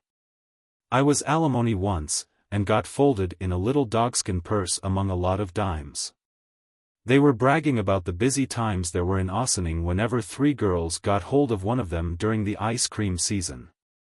But its slow-moving vehicles keep to the right for the little Bach tips when you think of the way we bison plasters refuse to stick to anything during the rush lobster hour. The first I ever heard of tainted money was one night when a good thing with a van to his name threw me over with some other bills to buy a stack of blues. About midnight a big, easygoing man with a fat face like a monk's and the eye of a janitor with his wages raised took me and a lot of other notes and rolled us into what is termed a wad among the money tainters. "Ticket me for 500, said he to the banker, "and look out for everything, Charlie. I'm going out for a stroll in the glen before the moonlight fades from the brow of the cliff. If anybody finds the roof in their way, there's $60,000 wrapped in a comic supplement in the upper left-hand corner of the safe. Be bold, everywhere be bold, but be not bowled over." Night. I found myself between 2 $20 gold certificates. One of them says to me, "Well, old Shorthorn, you're in luck tonight. You'll see something of life. Old Jack's going to make the tenderloin look like a Hamburg steak." "Explain," says I. "I'm used to joints, but I don't care for filet mignon with the kind of sauce you serve." "'Scuse me," said the 20. "Old Jack is the proprietor of this gambling house. He's going on a whiz tonight because he offered $50,000 to a church and it refused to accept it because they said his money was tainted." "What is a church?" I asked. "Oh, I forgot," says the 20, "that I was talking to a tenor. Of course you don't know.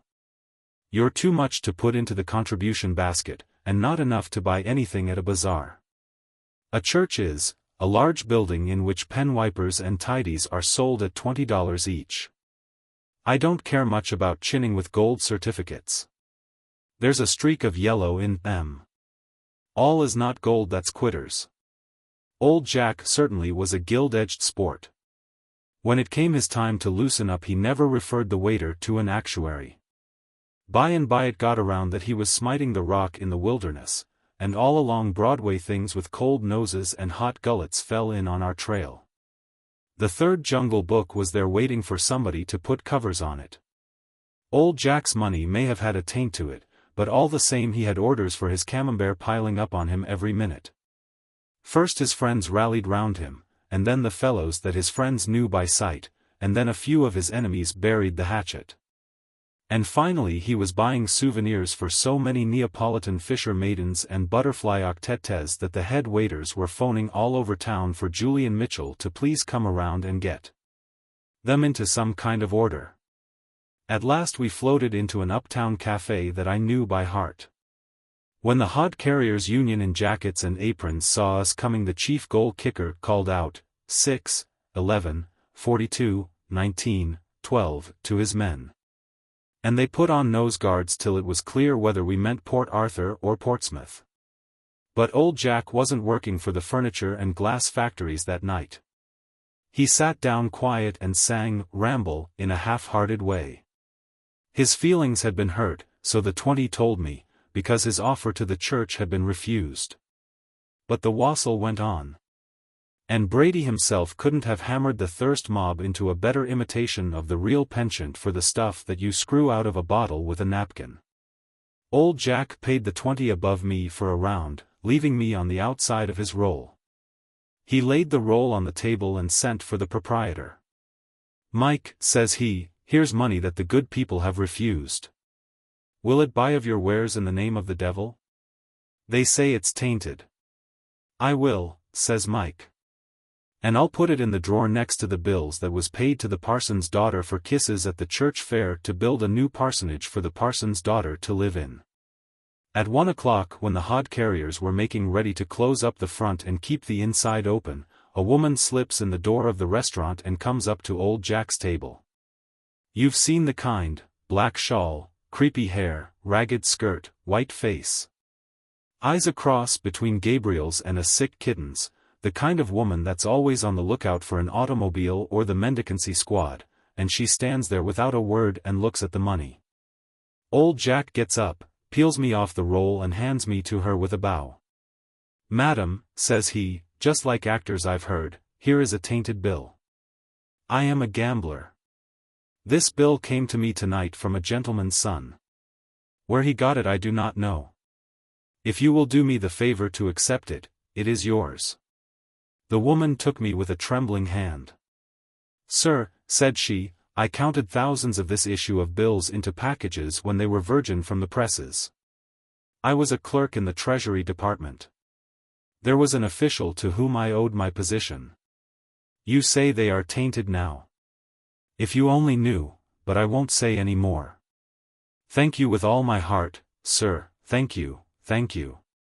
Where do you suppose that woman carried me almost at a run? To a bakery. Away from old Jack and a sizzling good time to a bakery. And I get changed, and she does a Sheridan 20 miles away with a dozen rolls and a section of jelly cake as big as a turbine water wheel.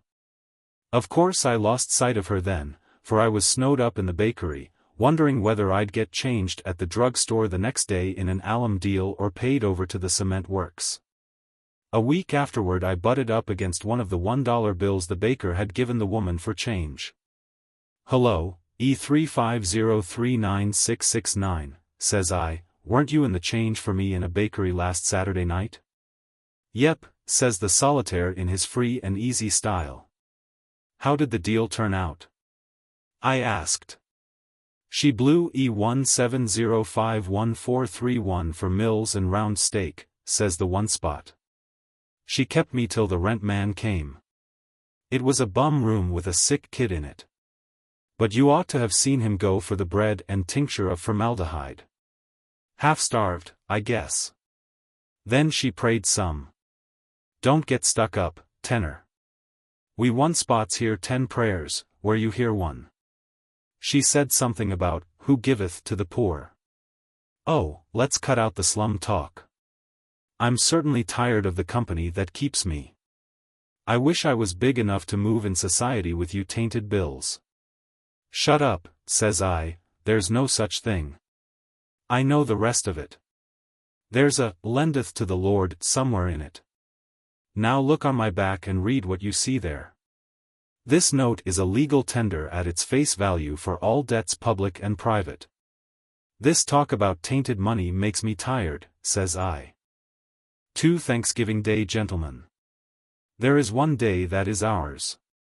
There is one day when all we Americans who are not self-made go back to the old home to eat saleratus biscuits and marvel how much nearer to the porch the old pump looks than it used to. Bless the day. President Roosevelt gives it to us. We hear some talk of the Puritans, but don't just remember who they were. Bet we can lick 'em anyhow, if they try to land again. Plymouth Rocks? Well, that sounds more familiar.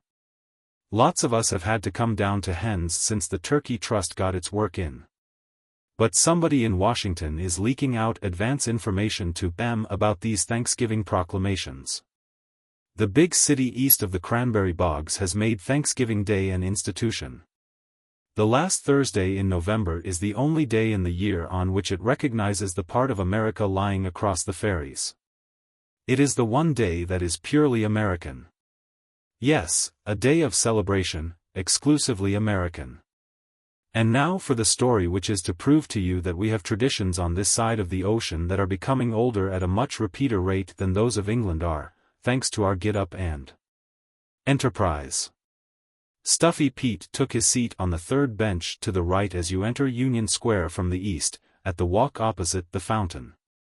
Every Thanksgiving Day for 9 years he had taken his seat there promptly at 1 o'clock. For every time he had done so things had happened to him, Charles Dickensy things that swelled his waistcoat above his heart, and equally on the other side.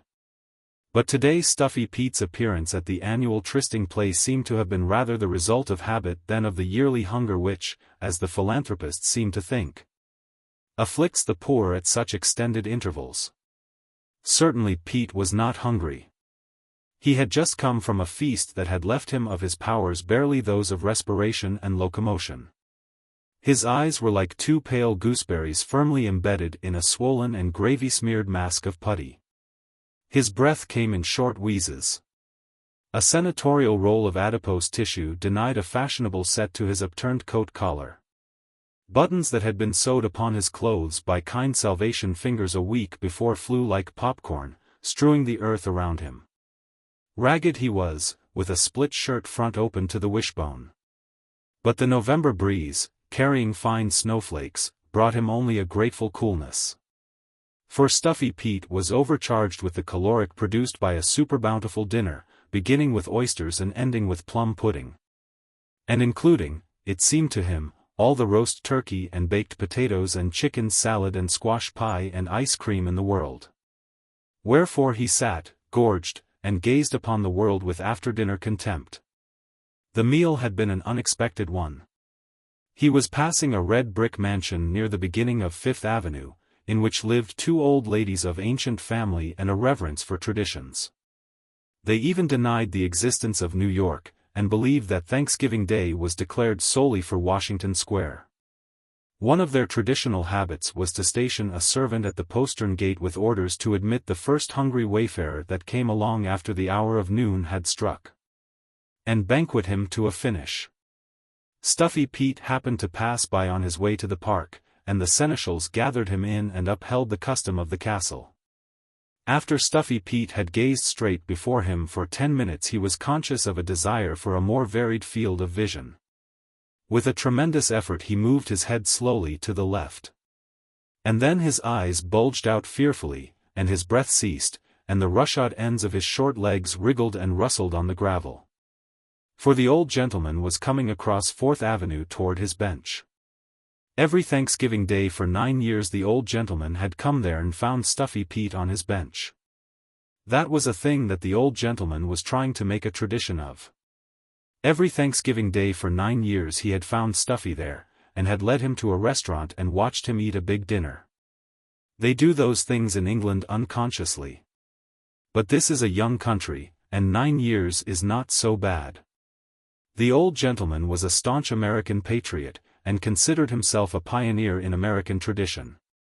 In order to become picturesque we must keep on doing one thing for a long time without ever letting it get away from us. Something like collecting the weekly dimes in industrial insurance. Or cleaning the streets. The old gentleman moved, straight and stately, toward the institution that he was rearing. Truly, the annual feeding of Stuffy Pete was nothing national in its character, such as the Magna Carta or jam for breakfast was in England. But it was a step. It was almost feudal. It showed, at least, that a custom was not impossible to new America. The old gentleman was thin and tall and 60. He was dressed all in black, and wore the old-fashioned kind of glasses that won't stay on your nose. His hair was whiter and thinner than it had been last year, and he seemed to make more use of his big, knobby cane with the crooked handle. As his established benefactor came up Stuffy wheezed and shuddered like some woman's overfat pug when a street dog bristles up at him. He would have flown, but all the skill of Santos Dumont could not have separated him from his bench. Well had the myrmidons of the two old ladies done their work. "Good morning," said the old gentleman.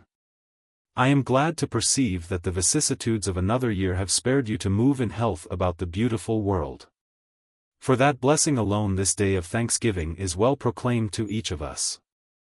If you will come with me, my man, I will provide you with a dinner that should make your physical being accord with the mental. That is what the old gentleman said every time. Every Thanksgiving Day for 9 years. The words themselves almost formed an institution. Nothing could be compared with them except the Declaration of Independence. Always before they had been music in Stuffy's ears.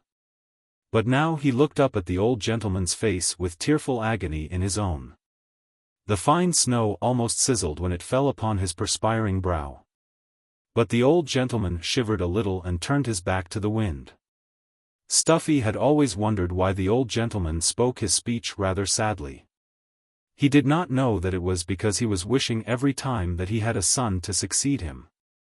A son who would come there after he was gone, a son who would stand proud and strong before some subsequent Stuffy, and say, "In memory of my father." Then it would be an institution. But the old gentleman had no relatives. He lived in rented rooms in one of the decayed old family brownstone mansions in one of the quiet streets east of the park. In the winter he raised fuchsias in a little conservatory the size of a steamer trunk. In the spring he walked in the Easter parade. In the summer he lived at a farmhouse in the New Jersey hills, and sat in a wicker armchair, speaking of a butterfly, the Ornithoptera amphrisius, that he hoped to find some day. In the autumn he fed Stuffy a dinner. These were the old gentleman's occupations. Stuffy Pete looked up at him for a half-minute, stewing and helpless in his own self-pity. The old gentleman's eyes were bright with the giving pleasure. His face was getting more lined each year, but his little black necktie was in as jaunty a bow as ever, and the linen was beautiful and white, and his gray mustache was curled carefully at the ends. And then Stuffy made a noise that sounded like peas bubbling in a pot. Speech was intended. And as the old gentleman had heard the sounds 9 times before, he rightly construed them into Stuffy's old formula of acceptance. "Thank ye, sir. I'll go with ye, and much obliged. I'm very hungry, sir." The coma of repletion had not prevented from entering Stuffy's mind the conviction that he was the basis of an institution. His Thanksgiving appetite was not his own. It belonged by all the sacred rights of established custom, if not, by the actual statute of limitations, to this kind old gentleman who bad preempted it. True, America is free. But in order to establish tradition someone must be a repetend, a repeating decimal. The heroes are not all heroes of steel and gold. See one here that wielded only weapons of iron, badly silvered, and tin. The old gentleman led his annual protégé southward to the restaurant, and to the table where the feast had always occurred. They were recognized. "Here comes de old guy," said a waiter, "dat blows dat same bum to a meal every Thanksgiving." The old gentleman sat across the table glowing like a smoked pearl at his cornerstone of future ancient tradition. The waiters heaped the table with holiday food, and Stuffy, with a sigh that was mistaken for hunger's expression, raised knife and fork and carved for himself a crown of imperishable bay. No more valiant hero ever fought his way through the ranks of an enemy. Turkey, chops, soups, vegetables, pies, disappeared before him as fast as they could be served. Gorged nearly to the uttermost when he entered the restaurant, the smell of food had almost caused him to lose his honor as a gentleman, but he rallied like a true knight. He saw the look of beneficent happiness on the old gentleman's face, a happier look than even the fuchsias and the Ornithoptera amphrisius had ever brought to it, and he had not the heart to see it. Wane. In an hour Stuffy leaned back with a battle won. "Thank ye kindly, sir," he puffed like a leaky steam pipe, "thank ye kindly for a hearty meal." Then he arose heavily with glazed eyes and started toward the kitchen. A waiter turned him about like a top, and pointed him toward the door. The old gentleman carefully counted out $1.30 in silver change, leaving 3 nickels for the waiter. They parted as they did each year at the door, the old gentleman going south, Stuffy north. Around the first corner Stuffy turned, and stood for 1 minute. Then he seemed to puff out his rags as an owl puffs out his feathers, and fell to the sidewalk like a sun-stricken horse. When the ambulance came, the young surgeon and the driver cursed softly at his weight. There was no smell of whiskey to justify a transfer to the patrol wagon, so Stuffy and his 2 dinners went to the hospital. There they stretched him on a bed and began to test him for strange diseases, with the hope of getting a chance at some problem with the bare steel. And lo! An hour later another ambulance brought the old gentleman. And they laid him on another bed and spoke of appendicitis, for he looked good for the bill. But pretty soon one of the young doctors met one of the young nurses whose eyes he liked, and stopped to chat with her about the cases. "That nice old gentleman over there, now," he said, "you wouldn't think that was a case of almost starvation. Proud old family, I guess. He told me he hadn't eaten a thing for 3 days. Blind man's holiday. Alas for the man and for the artist with the shifting point of perspective. Life shall be a confusion of ways to the one, the landscape shall rise up and confound the other. Take the case of Laurie Sun. At one time he appeared to himself to be the feeblest of fools, at another he conceived that he followed ideals so fine that the world was not yet ready to accept them. During one mood he cursed his folly, possessed by the other, he bore himself with a serene grandeur akin to greatness, in neither did he attain the perspective. Generations before, the name had been Larson. His race had bequeathed him its fine-strung, melancholy temperament, its saving balance of thrift and industry. From his point of perspective he saw himself an outcast from society, forever to be a shady skulker along the ragged edge of respectability. A denizen de trois quarts de monde, that pathetic spheroid lying between the haute and the demi, whose inhabitants envy each of their neighbors, and are scorned by both. He was self-condemned to this opinion, as he was self-exiled, through it, to this quaint southern city 1,000 miles from his former home. Here he had dwelt for longer than a year, knowing but few, keeping in a subjective world of shadows which was invaded at times by the perplexing bulks of jarring realities. Then he fell in love with a girl whom he met in a cheap restaurant, and his story begins. The Rue Chartres, in New Orleans, is a street of ghosts. It lies in the quarter where the Frenchman, in his prime, set up his translated pride and glory, where, also, the arrogant Don had swaggered, and dreamed of gold and grants and ladies' gloves. Every flagstone has its grooves worn by footsteps going royally to the wooing and the fighting. Every house has a princely heartbreak, each doorway its untold tale of gallant promise and slow decay. By night the Rue Chartres is now but a murky fissure, from which the groping wayfarer sees, flung against the sky, the tangled filigree of Moorish iron balconies. The old houses of Monsieur stand yet, indomitable against the century, but their essence is gone. The street is one of ghosts to whosoever can see them. A faint heartbeat of the street's ancient glory still survives in a corner occupied by the Café Carabin d'Or. Once men gathered there to plot against kings, and to warn presidents. They do so yet, but they are not the same kind of men. A brass button will scatter these, those would have set their faces against an army. Above the door hangs the sign-board, upon which has been depicted a vast animal of unfamiliar species. In the act of firing upon this monster is represented an unobtrusive human leveling an obtrusive gun, once the color of bright gold. Now the legend above the picture is faded beyond conjecture. The gun's relation to the title is a matter of faith. The menaced animal, wearied of the long aim of the hunter, has resolved itself into a shapeless blot. The place is known as Antonio's, as the name, white upon the red-lit transparency, and gilt upon the windows, attests. There is a promise in Antonio. A justifiable expectancy of savory things in oil and pepper and wine, and perhaps an angel's whisper of garlic. But the rest of the name is O'Reilly. Antonio O'Reilly. The Carabin d'Or is an ignominious ghost of the Rue Chartres. The café where Bienville and Conti dined, where a prince has broken bread, is become a family restaurant. Its customers are working men and women, almost to a unit. Occasionally you will see chorus girls from the cheaper theaters, and men who follow avocations subject to quick vicissitudes. But at Antonio's, name rich in bohemian promise, but tame in fulfillment, manners debonair and gay are toned down to the family standard. Should you light a cigarette, mine host will touch you on the arm and remind you that the proprieties are menaced. Antonio entices and beguiles from fiery legend without, but O'Reilly teaches decorum within. It was at this restaurant that Lori-san first saw the girl. A flashy fellow with a predatory eye had followed her in, and had advanced to take the other chair at the little table where she stopped, but Lori-san slipped into the seat before him.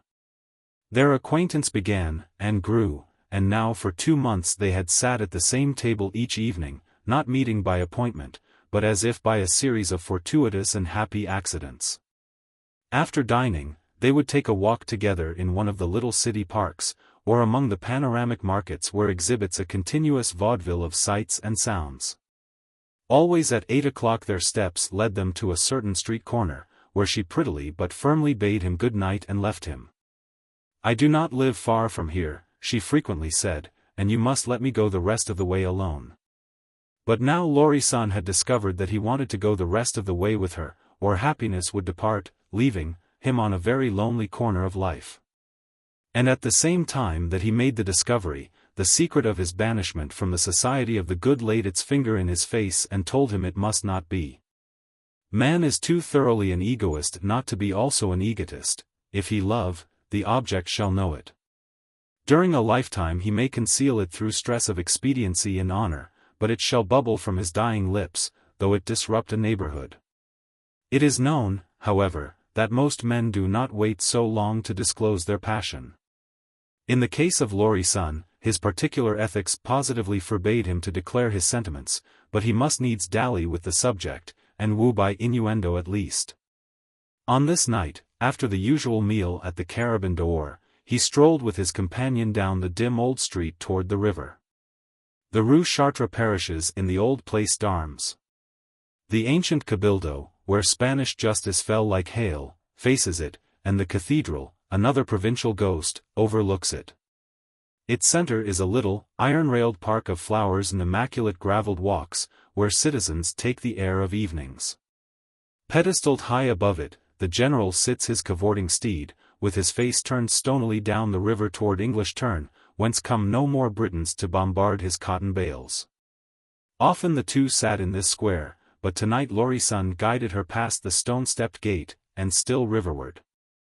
As they walked, he smiled to himself to think that all he knew of her, except that he loved her, was her name, Nora Greenway, and that she lived with her brother. They had talked about everything except themselves. Perhaps her reticence had been caused by his. They came, at length, upon the levee, and sat upon a great, prostrate beam. The air was pungent with the dust of commerce. The great river slipped yellowly past. Across it Algiers lay, a longitudinous black bulk against a vibrant electric haze sprinkled with exact stars. The girl was young and of the piquant order.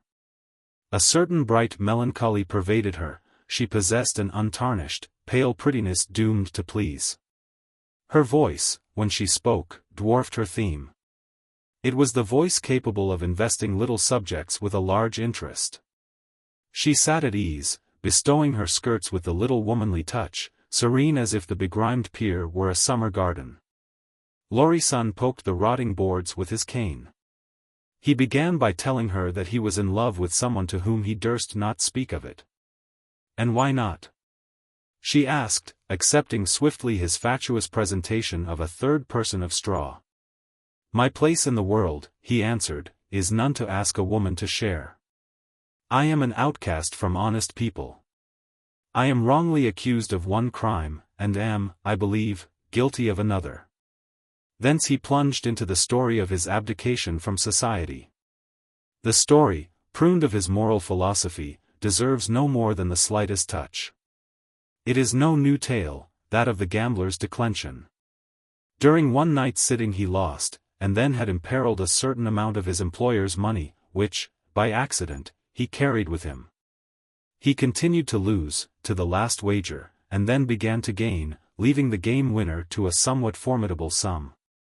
The same night his employer's safe was robbed. A search was had. The winnings of Lorison were found in his room, their total forming an accusative nearness to the sum purloined. He was taken, tried and, through incomplete evidence, released, smutched with the sinister devoirs of a disagreeing jury. "It is not in the unjust accusation," he said to the girl, "that my burden lies. But in the knowledge that from the moment I staked the first dollar of the firm's money I was a criminal, no matter whether I lost or won. You see why it is impossible for me to speak of love to her." "It is a sad thing," said Nora, after a little pause, "to think what very good people there are in the world." "Good," said Lorison. "I was thinking of this superior person whom you say you love. She must be a very poor sort of creature." "I do not understand." "Nearly," she continued, "as poor a sort of creature as yourself." "You do not understand," said Lorison, removing his hat and sweeping back his fine, light hair. "Suppose she loved me in return, and were willing to marry me. Think, if you can, what would follow. Never a day would pass but she would be reminded of her sacrifice. I would read a condescension in her smile, a pity even in her affection, that would madden me. No. The thing would stand between us forever. Only equals should mate.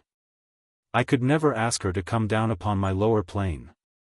An arc light faintly shone upon Lorison's face. An illumination from within also pervaded it.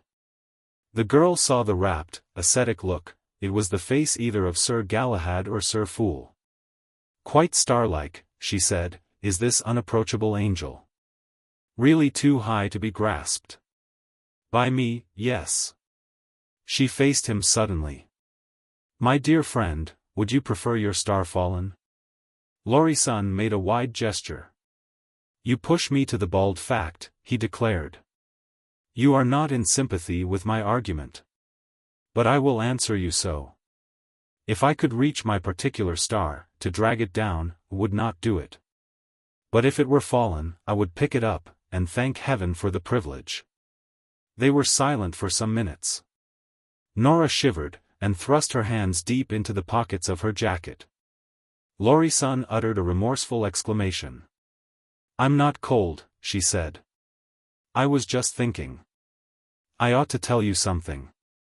You have selected a strange confidant. But you cannot expect a chance acquaintance, picked up in a doubtful restaurant, to be an angel." "Nora," cried Lorison. "Let me go on. You have told me about yourself. We have been such good friends. I must tell you now what I never wanted you to know. I am, worse than you are. I was on the stage. I sang in the chorus. I was pretty bad, I guess. I stole diamonds from the prima donna, they arrested me. I gave most of them up. And they let me go. I drank wine every night, a great deal. I was very wicked, but—" Lorison knelt quickly by her side and took her hands. "Dear Nora," he said, exultantly. It is you I love. You never guessed it, did you? 'Tis you I meant all the time. Now I can speak. Let me make you forget the past. We have both suffered, let us shut out the world, and live for each other. Nora, do you hear me say I love you? In spite of. Rather say because of it. You have come out of your past noble and good. Your heart is an angel's. Give it to me. A little while ago you feared the future too much to even speak. But for you, not for myself. Can you love me? She cast herself, wildly sobbing, upon his breast. Better than life, than truth itself, than everything. And my own past, said Lorison, with a note of solicitude, can you forgive Anne? I answered you that, she whispered, when I told you I loved you. She leaned away, and looked thoughtfully at him. If I had not told you about myself, would you have, would you? No, he interrupted, I would never have let you know I loved you. I would never have asked you this, Nora, will you be my wife? She wept again. Oh, believe me, I am good now, I am no longer wicked. I will be the best wife in the world. Don't think I am bad any more. If you do, I shall die, I shall die. While he was consoling her, she brightened up, eager and impetuous. Will you marry me tonight? She said. Will you prove it that way? I have a reason for wishing it to be tonight. Will you? Of one of two things was this exceeding frankness the outcome, either of importunate brazenness or of utter innocence. The lover's perspective contained only the one. The sooner, said Lori-san, the happier I shall be. What is there to do? She asked. What do you have to get? Come. You should know. Her energy stirred the dreamer to action. A city directory first, he cried, gaily, to find where the man lives who gives licenses to happiness. We will go together and rout him out. Cabs, cars, policemen, telephones and ministers shall aid us. Father Rogan shall marry us, said the girl, with ardor. I will take you to him. An hour later the two stood at the open doorway of an immense, gloomy brick building in a narrow and lonely street. The license was tight in Nora's hand. Wait here a moment, she said, till I find Father Rogan. She plunged into the black hallway, and the lover was left standing, as it were, on one leg, outside. His impatience was not greatly taxed. Gazing curiously into what seemed the hallway to Erebus, he was presently reassured by a stream of light that bisected the darkness, far down the passage. Then he heard her call, and fluttered lampward, like the moth. She beckoned him through a doorway into the room whence emanated the light. The room was bare of nearly everything except books, which had subjugated all its space. Here and there little spots of territory had been reconquered.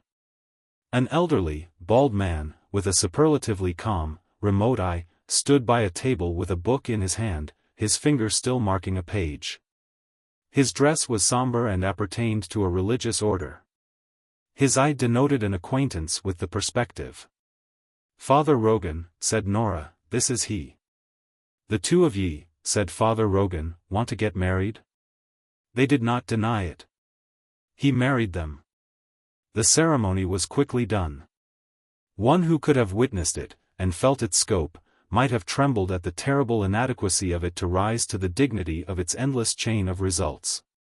Afterward the priest spake briefly, as if by rote, of certain other civil and legal addenda that either might or should, at a later time, cap the ceremony. Lori-san tendered a fee, which was declined, and before the door closed after the departing couple Father Rogan's book popped open again where his finger marked it. In the dark hall Nora whirled and clung to her companion, tearful. Will you never be sorry? At last she was reassured. At the first light they reached upon the street, she asked the time, just as she had each night. Lori-san looked at his watch. 8:30. Lori-san thought it was from habit that she guided their steps toward the corner where they always parted. But, arrived there, she hesitated, and then released his arm. A drug store stood on the corner, its bright, soft light shone upon them. Please leave me here as usual tonight, said Nora, sweetly.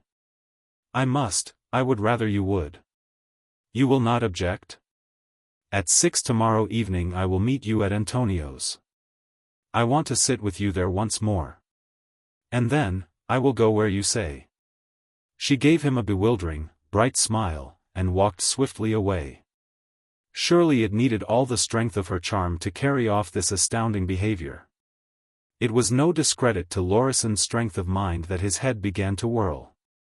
Pocketing his hands, he rambled vacuously over to the druggist's windows, and began assiduously to spell over the names of the patent medicines therein displayed. As soon as he had recovered his wits, he proceeded along the street in an aimless fashion. After drifting for 2 or 3 squares, he flowed into a somewhat more pretentious thoroughfare, a way much frequented by him in his solitary ramblings. For here was a row of shops devoted to traffic in goods of the widest range of choice, handiworks of art, skill and fancy, products of nature and labor from every zone. Here, for a time, he loitered among the conspicuous windows, where was set, emphasized by congested floods of light, the cunningest spoil of the interiors. There were few passers, and of this Lori-san was glad. He was not of the world. For a long time he had touched his fellow man only at the gear of a leveled cogwheel, at right angles, and upon a different axis. He had dropped into a distinctly new orbit. The stroke of ill fortune had acted upon him, in effect, as a blow delivered upon the apex of a certain ingenious toy, the musical top, which, when thus buffeted while spinning, gives forth, with scarcely retarded motion, a complete change of key and chord. Strolling along the Pacific Avenue, he experienced singular, supernatural calm, accompanied by an unusual activity of brain. Reflecting upon recent affairs, he assured himself of his happiness in having won for a bride the one he had so greatly desired, yet he wondered mildly at his dearth of active emotion. Her strange behavior in abandoning him without valid excuse on his bridal eve aroused in him only a vague and curious speculation. Again, he found himself contemplating, with complacent serenity, the incidents of her somewhat lively career. His perspective seemed to have been queerly shifted. As he stood before a window near a corner, his ears were assailed by a waxing clamor and commotion. He stood close to the window to allow passage to the cause of the hubbub, a procession of human beings, which rounded the corner and headed in his direction. He perceived a salient hue of blue and a glitter of brass about a central figure of dazzling white and silver, and a ragged wake of black, bobbing figures. Two ponderous policemen were conducting between them a woman dressed as if for the stage, in a short, white, satiny skirt reaching to the knees, pink stockings, and a sort of sleeveless bodice bright with relucent, armor-like scales. Upon her curly, light hair was perched, at a rollicking angle, a shining tin helmet. The costume was to be instantly recognized as one of those amazing conceptions to which competition has harried the inventors of the spectacular ballet. One of the officers bore a long cloak upon his arm, which, doubtless, had been intended to veil the candid attractions of their effulgent prisoner, but, for some reason, it had not been called into use, to the vociferous delight of the tail of the procession. Compelled by a sudden and vigorous movement of the woman, the parade halted before the window by which Lori-san stood. He saw that she was young, and, at the first glance, was deceived by a sophistical prettiness of her face, which waned before a more judicious scrutiny. Her look was bold and reckless, and upon her countenance, where yet the contours of youth survived, were the finger-marks of old age's credentialed courier, late hours. The young woman fixed her unshrinking gaze upon Lori-san, and called to him in the voice of the wronged heroine in straits. "Say! You look like a good fellow, come and put up the bail, won't you? I've done nothing to get pinched for. It's all a mistake. See how they're treating me. You won't be sorry, if you'll help me out of this.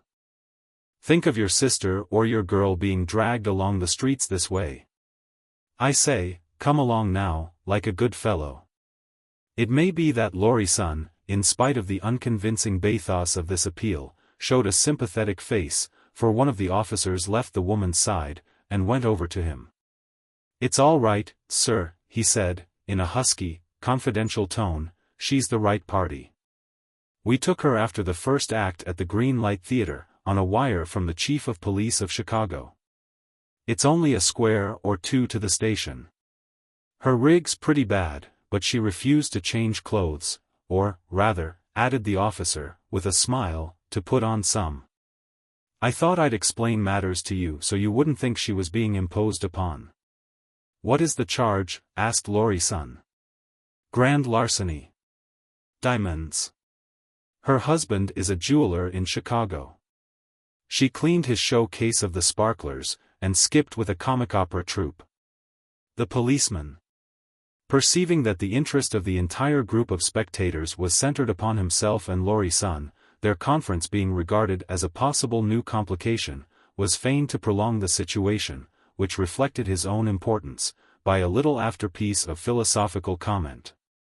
"A gentleman like you, sir," he went on affably, "would never notice it, but it comes in my line to observe what an immense amount of trouble is made by that combination, I mean the stage. Diamonds and light-headed women who aren't satisfied with good homes. I tell you, sir, a man these days and nights wants to know what his womenfolks are up to. The policeman smiled a good night, and returned to the side of his charge, who had been intently watching Lorison's face during the conversation. No doubt for some indication of his intention to render succor. Now, at the failure of the sign, and at the movement made to continue the ignominious progress, she abandoned hope, and addressed him thus, pointedly. You damn chalk-faced quitter. You was thinking of giving me a hand, but you let the cop talk you out of it the first word. You're a dandy to tie to. Say, if you ever get a girl, she'll have a picnic. Won't she work you to the Queen's taste? Oh, my. She concluded with a taunting, shrill laugh that rasped Lorison like a saw. The policeman urged her forward. The delighted train of gaping followers closed up the rear, and the captive Amazon, accepting her fate, extended the scope of her malediction so that none in hearing might seem to be slighted. Then there came upon Lorison an overwhelming revulsion of his perspective. It may be that he had been ripe for it, that the abnormal condition of mind in which he had for so long existed was already about to revert to its balance. However, it is certain that the events of the last few minutes had furnished the channel, if not the impetus, for the change. The initial determining influence had been so small a thing as the fact and manner of his having been approached by the officer. That agent had, by the style of his accost, restored the loiterer to his former place in society. In an instant he had been transformed from a somewhat rancid prowler along the fishy side streets of gentility into an honest gentleman, with whom even so lordly a guardian of the peace might agreeably exchange the compliments. This, then, first broke the spell, and set thrilling in him a resurrected longing for the fellowship of his kind, and the rewards of the virtuous. To what end, he vehemently asked himself, was this fanciful self-accusation, this empty renunciation, this moral squeamishness through which he had been led to abandon what was his heritage in life? And not beyond his deserts? Technically, he was uncondemned, his sole guilty spot was in thought rather than deed, and cognizance of it unshared by others. For what good, moral or sentimental, did he slink, retreating like the hedgehog from his own shadow, to and fro in this musty bohemia that lacked even the picturesque? But the thing that struck home and set him raging was the part played by the Amazonian prisoner. To the counterpart of that astounding belligerent, identical at least, in the way of experience, to one, by her own confession, thus far fallen, had he, not 3 hours since, been united in marriage. How desirable and natural it had seemed to him then, and how monstrous it seemed now. How the words of Diamond Thief No. 2 yet burned in his ears, if you ever get a girl, she'll have a picnic. What did that mean but that women instinctively knew him for one they could hoodwink?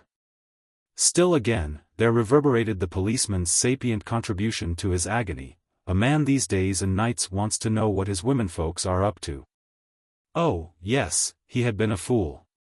He had looked at things from the wrong standpoint. But the wildest note in all the clamor was struck by Payne's forefinger, jealousy. Now, at least, he felt that keenest sting, a mounting love unworthily bestowed. Whatever she might be, he loved her, he bore in his own breast his doom. A grating, comic flavor to his predicament struck him suddenly, and he laughed creakingly as he swung down the echoing pavement. An impetuous desire to act, to battle with his fate, seized him. He stopped upon his heel, and smote his palms together triumphantly. His wife was, where? But there was a tangible link. An outlet more or less navigable, through which his derelict ship of matrimony might yet be safely towed, the priest. Like all imaginative men with pliable natures, Lorison was, when thoroughly stirred, apt to become tempestuous. With a high and stubborn indignation upon him, he retraced his steps to the intersecting street by which he had come. Down this he hurried to the corner where he had parted with, an astringent grimace tinctured the thought, his wife. Then still back he harked, following through an unfamiliar district his stimulated recollections of the way they had come from that preposterous wedding. Many times he went abroad, and nosed his way back to the trail, furious. At last, when he reached the dark, calamitous building in which his madness had culminated, and found the black hallway, he dashed down it, perceiving no light or sound. But he raised his voice, hailing loudly, reckless of everything but that he should find the old mischief-maker with the eyes that looked too far away to see the disaster he had wrought. The door opened, and in the stream of light Father Rogan stood, his book in hand, with his finger marking the place. "Ah," cried Lori-san. "You are the man I want. I had a wife of you a few hours ago. I would not trouble you, but I neglected to note how it was done. Will you oblige me with the information whether the business is beyond remedy?" "Come inside," said the priest, "there are other lodgers in the house, who might prefer sleep to even a gratified curiosity." Lori-san entered the room and took the chair offered him. The priest's eyes looked a courteous interrogation. "I must apologize again," said the young man, "for so soon intruding upon you with my marital infelicities, but, as my wife has neglected to furnish me with her address, I am deprived of the legitimate recourse of a family row." "I am quite a plain man," said Father Rogan, pleasantly, "but I do not see how I am to ask you questions." "Pardon my indirectness," said Lori-san, "I will ask one. In this room tonight you pronounced me to be a husband. You afterward spoke of additional rites or performances that either should or could be effected. I paid little attention to your words then, but I am hungry to hear them repeated now. As matters stand, am I married past all help?" "You are as legally and as firmly bound," said the priest, as though it had been done in a cathedral, in the presence of thousands. "The additional observances I referred to are not necessary to the strictest legality of the act, but were advised as a precaution for the future, for convenience of proof in such contingencies as wills, inheritances, and the like." Lori-san laughed harshly. "Many thanks," he said. "Then there is no mistake, and I am the happy Benedict. I suppose I should go stand upon the bridal corner, and when my wife gets through walking the streets she will look me up."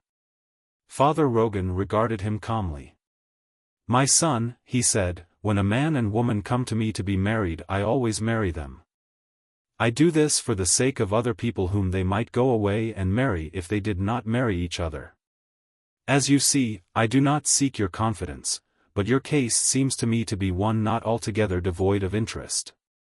Very few marriages that have come to my notice have brought such well-expressed regret within so short a time. I will hazard one question: were you not under the impression that you loved the lady you married, at the time you did so?" "Loved her," cried Lori-san, wildly.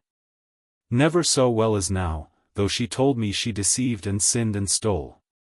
Never more than now, when, perhaps, she is laughing at the fool she cajoled and left, with scarcely a word, to return to God only knows what particular line of her former folly." Father Rogan answered nothing. During the silence that succeeded, he sat with a quiet expectation beaming in his full, lambent eye. "If you would listen," began Lori-san. The priest held up his hand. "As I hoped," he said. "I thought you would trust me. Wait but a moment."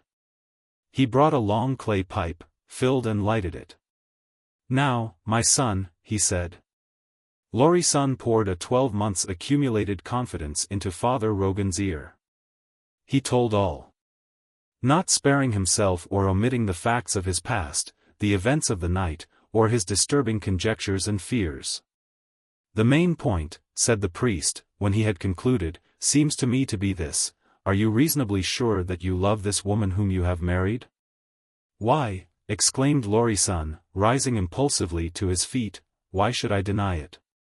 But look at me, am I fish, flesh or fowl? That is the main point to me, I assure you." "I understand you," said the priest, also rising, and laying down his pipe. "The situation is one that has taxed the endurance of much older men than you, in fact, especially much older men than you. I will try to relieve you from it, and this night. You shall see for yourself into exactly what predicament you have fallen, and how you shall, possibly, be extricated. There is no evidence so credible as that of the eyesight. Father Rogan moved about the room, and donned a soft black hat. Buttoning his coat to his throat, he laid his hand on the doorknob. "Let us walk," he said. The two went out upon the street. The priest turned his face down it, and Lori-san walked with him through a squalid district, where the houses loomed, awry and desolate-looking, high above them. Presently they turned into a less dismal side street, where the houses were smaller, and, though hinting of the most meager comfort, lacked the concentrated wretchedness of the more populous byways. At a segregated, two-story house Father Rogan halted, and mounted the steps with the confidence of a familiar visitor. He ushered Lori-san into a narrow hallway, faintly lighted by a cobwebbed hanging lamp. Almost immediately a door to the right opened and a dingy Irish woman protruded her head.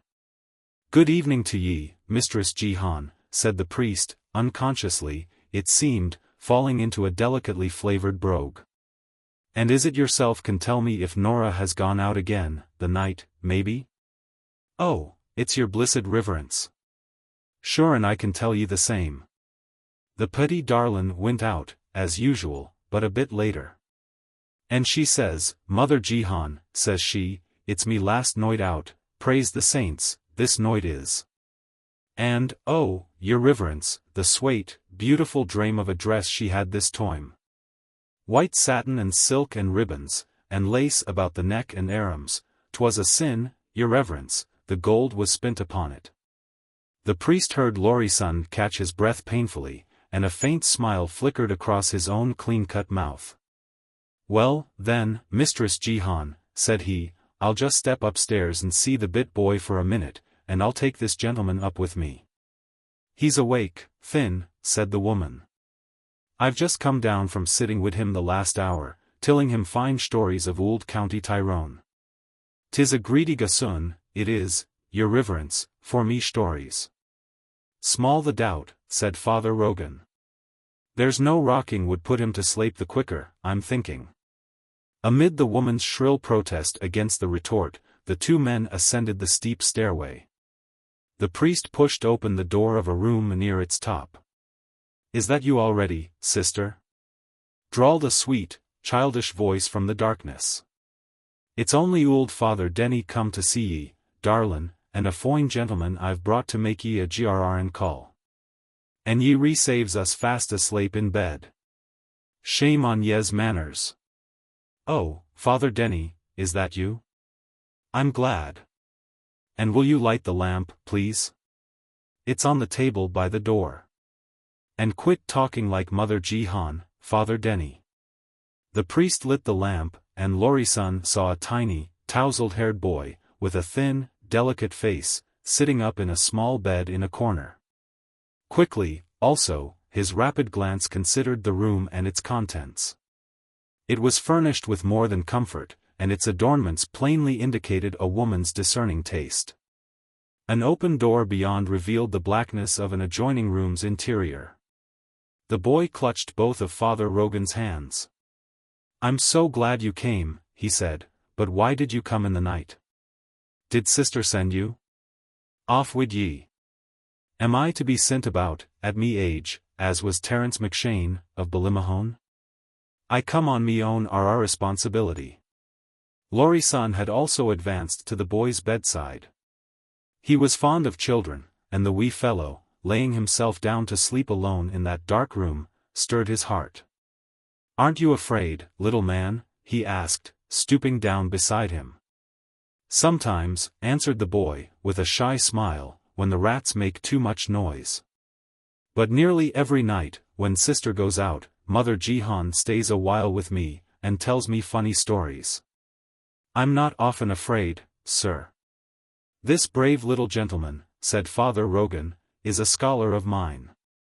Every day from 6:30 to 8:30, when sister comes for him, he stops in my study, and we find out what's in the inside of books. He knows multiplication, division and fractions. And he's troubling me to begin with the Chronicles of Kieran of Clonmacnoise, Carurak McCullonan and Quan Olacane, the Grreat Irish historians." The boy was evidently accustomed to the priest's Celtic pleasantries. A little, appreciative grin was all the attention the insinuation of pedantry received. Lori-san, to have saved his life, could not have put to the child one of those vital questions that were wildly beating about, unanswered, in his own brain. The little fellow was very like Nora. He had the same shining hair and candid eyes. "Oh, Father Denny," cried the boy, suddenly, "I forgot to tell you. Sister is not going away at night any more. She told me so when she kissed me good night as she was leaving. And she said she was so happy, and then she cried. Wasn't that queer? But I'm glad, aren't you?" "Yes, lad. And now, ye Omidhan, go to sleep, and say good night, we must be going." "Which shall I do first, Father Denny?" "Faith, he's caught me again. Wait till I get the Sassenach into the annals of Tagaruch, the hagiographer, I'll give him enough of the Irish idiom to make him more respectful." The light was out, and the small, brave voice bidding them good night from the dark room. They groped downstairs, and tore away from the garrulity of Mother Jihan. Again the priest steered them through the dim ways, but this time in another direction. His conductor was serenely silent, and Lori-san followed his example to the extent of seldom speaking. Serene he could not be. His heart beat suffocatingly in his breast. The following of this blind, menacing trail was pregnant with he knew not what humiliating revelation to be delivered at its end. They came into a more pretentious street, where trade, it could be surmised, flourished by day. And again the priest paused. This time before a lofty building, whose great doors and windows in the lowest floor were carefully shuttered and barred. Its higher apertures were dark, save in the third story, the windows of which were brilliantly lighted. Lorisan's ear caught a distant, regular, pleasing thrumming, as of music above. They stood at an angle of the building. Up, along the side nearest them, mounted an iron stairway. At its top was an upright, illuminated parallelogram. Father Rogan had stopped, and stood, musing. "I will say this much," he remarked, thoughtfully, "I believe you to be a better man than you think yourself to be, and a better man than I thought some hours ago. But do not take this," he added, with a smile, "as much praise. I promised you a possible deliverance from an unhappy perplexity. I will have to modify that promise. I can only remove the mystery that enhanced that perplexity. Your deliverance depends upon yourself. Come." He led his companion up the stairway. Halfway up, Lori-san caught him by the sleeve. "Remember," he gasped, "I love that woman. You desired to know." Go on." The priest reached the landing at the top of the stairway. Lori-san, behind him, saw that the illuminated space was the glass upper half of a door opening into the lighted room. The rhythmic music increased as they neared it. The stairs shook with the mellow vibrations. Lori-san stopped breathing when he set foot upon the highest step, for the priest stood aside, and motioned him to look through the glass of the door. His eye, accustomed to the darkness, met first a blinding glare, and then he made out the faces and forms of many people, amid an extravagant display of splendid robings, billowy laces, brilliant-hued finery, ribbons, silks and misty drapery. And then he caught the meaning of that jarring hum, and he saw the tired, pale, happy face of his wife, bending, as were a score of others, over her sewing machine, toiling. Here was the folly she pursued, and the end of his quest. But not his deliverance, though even then remorse struck him. His shamed soul fluttered once more before it retired to make room for the other and better one. For, to temper his thrill of joy, the shine of the satin and the glimmer of ornaments recalled the disturbing figure of the bespangled Amazon. And the base duplicate histories lit by the glare of footlights and stolen diamonds. It is past the wisdom of him who only sets the scenes, either to praise or blame the man. But this time his love overcame his scruples. He took a quick step, and reached out his hand for the doorknob. Father Rogan was quicker to arrest it and draw him back. "You use my trust in you queerly," said the priest sternly. "What are you about to do?" "I am going to my wife," said Laurie-san. "Let me pass." "Listen," said the priest, holding him firmly by the arm.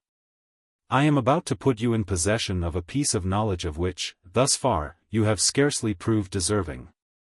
I do not think you ever will, but I will not dwell upon that. You see in that room the woman you married, working for a frugal living for herself, and a generous comfort for an idolized brother. This building belongs to the chief costumer of the city. For months the advance orders for the coming Mardi Gras festivals have kept the work going day and night. I myself secured employment here for Nora. She toils here each night from 9 o'clock until daylight, and, besides, carries home with her some of the finer costumes, requiring more delicate needlework, and works their part of the day. Somehow, you two have remained strangely ignorant of each other's lives. Are you convinced now that your wife is not walking the streets? Let me go to her," cried Laurie-san, again struggling, "and beg her forgiveness." "Sir," said the priest, "do you owe me nothing? Be quiet.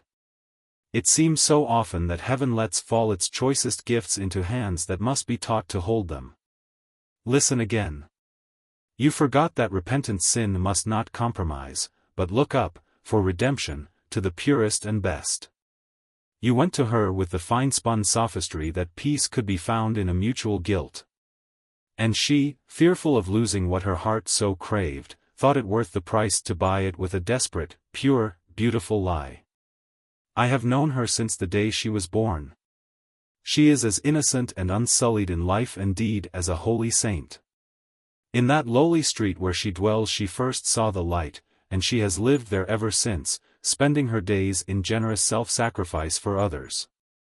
Ach, ye spalpeen," continued Father Rogan, raising his finger in kindly anger at Laurie-san. "What for, I wonder, could she be after making a fool of herself, and shammin' her swate soul with lies, for the like of you?" "Sir," said Laurie-san, trembling, "say what you please of me. Doubt it as you must, I will yet prove my gratitude to you, and my devotion to her. But let me speak to her once now, let me kneel for just one moment at her feet, and—" "Tut, tut," said the priest. "How many acts of a love drama do you think an old bookworm like me capable of witnessing? Besides, what kind of figures do we cut, spying upon the mysteries of midnight millinery? Go to meet your wife tomorrow, as she ordered you, and obey her thereafter, and maybe sometime I shall get forgiveness for the part one have played in this night's work. Off wid yez down the stairs, now. 'Tis late, and an ould man like me should be taking his rest. Telemachus, friend." Returning from a hunting trip, I waited at the little town of Los Pinos, in New Mexico, for the southbound train, which was 1 hour late. I sat on the porch of the Summit House and discussed the functions of life with Telemachus Hicks, the hotel proprietor. Perceiving that personalities were not out of order, I asked him what species of beast had long ago twisted and mutilated his left ear. Being a hunter, I was concerned in the evils that may befall one in the pursuit of game. "That ear," says Hicks, "is the relic of true friendship." "An accident?" I persisted. "No friendship is an accident," said Telemachus, and I was silent. "The only perfect case of true friendship I ever knew," went on my host, "was a cordial intent between a Connecticut man and a monkey. The monkey climbed palms in Barranquilla and threw down coconuts to the man. The man sawed them in two and made dippers, which he sold for 2 reals each and bought rum. The monkey drank the milk of the nuts. Through each being satisfied with his own share of the graft, they lived like brothers. But in the case of human beings, friendship is a transitory art, subject to discontinuance without further notice. I had a friend once, of the entitlement of Paisley fish, that I imagined was sealed to me for an endless space of time. Side by side for 7 years we had mined, ranched, sold patent churns, herded sheep, took photographs and other things, built wire fences, and picked prunes. Thinks I, neither homicide nor flattery nor riches nor sophistry nor drink can make trouble between me and Paisley fish. We was friends in amount you could hardly guess at. We was friends in business, and we let our amicable qualities lap over and season our hours of recreation and folly. We certainly had days of Damon and nights of Pythias. One summer me and Paisley gallops down into these San Andres mountains for the purpose of a month's surcease and levity, dressed in the natural store habiliments of man. We hit this town of Los Pinos, which certainly was a roof garden spot of the world, and flowing with condensed milk and honey. It had a street or two, and air, and hens, and a eating house. And that was enough for us. We strikes the town after supper time, and we concludes to sample whatever efficacy there is in this eating house down by the railroad tracks. By the time we had set down and pried up our plates with a knife from the red oilcloth, along intrudes Widow Jessup with the hot biscuit and the fried liver. Now, there was a woman that would have tempted an anchovy to forget his vows. She was not so small as she was large, and a kind of welcome air seemed to mitigate her vicinity. The pink of her face was the in hoc signo of a culinary temper and a warm disposition, and her smile would have brought out the dogwood blossoms in December. Widow Jessup talks to us a lot of garrulousness about the climate and history and Tennyson and prunes and the scarcity of mutton, and finally wants to know where we came from. Spring Valley, says I. Big Spring Valley, chips in Paisley, out of a lot of potatoes and knucklebone of ham in his mouth. That was the first sign I noticed at the old Fidus Diogenes business between me and Paisley Fish was ended forever. He knew how I hated a talkative person, and yet he stampedes into the conversation with his amendments and addendums of syntax. On the map it was Big Spring Valley. But I had heard Paisley himself call it Spring Valley 1,000 times. Without saying any more, we went out after supper and sat on the railroad track. We had been partners too long not to know what was going on in each other's mind. I reckon you understand, says Paisley, that I've made up my mind to accrue that widow woman as part and parcel in and to my hereditaments forever, both domestic, sociable, legal, and otherwise. Until death us do part. Why, yes, says I read it between the lines, though you only spoke one. And I suppose you are aware, says I, that I have a movement on foot that leads up to the widow's changing her name to Hicks. And leaves you writing to the society column to inquire whether the best man wears a japonica or seamless socks at the wedding. There'll be some hiatuses in your program, says Paisley, chewing up a piece of a railroad tie. I'd give in to you, says he, in most any respect if it was secular affairs, but this is not so. The smiles of woman, goes on Paisley, is the whirlpool of squills and chalybeates, into which vortex the good ship friendship is often drawn and dismembered. I'd assault a bear that was annoying you, says Paisley, or I'd endorse your note, or rub the place between your shoulder blades with opodeldoc the same as ever. But there my sense of etiquette ceases. In this fracas with Mrs. Jessup we play it alone. I've notified you fair. And then I collaborates with myself, and offers the following resolutions and bylaws. Friendship between man and man, says I, is an ancient historical virtue enacted in the days when men had to protect each other against lizards with 80-foot tails and flying turtles. And they've kept up the habit to this day, and stand by each other till the bellboy comes up and tells them the animals are not really there. I've often heard, I says, about ladies stepping in and breaking up a friendship between men. Why should that be? I'll tell you, Paisley, the first sight and hot biscuit of Mrs. Jessup appears to have inserted a oscillation into each of our bosoms. Let the best man of us have her. I'll play you a square game, and won't do any underhanded work. I'll do all of my courting of her in your presence, so you will have an equal opportunity. With that arrangement I don't see why our steamboat of friendship should fall overboard in the medicinal whirlpools you speak of, whichever of us wins out. Good old hoss, says Paisley, shaking my hand. And I'll do the same, says he. We'll court the lady synonymously, and without any of the prudery and bloodshed usual to such occasions. And we'll be friends still, win or lose. At one side of Mrs. Jessup's eating house was a bench under some trees where she used to sit in the breeze after the southbound had been fed and gone.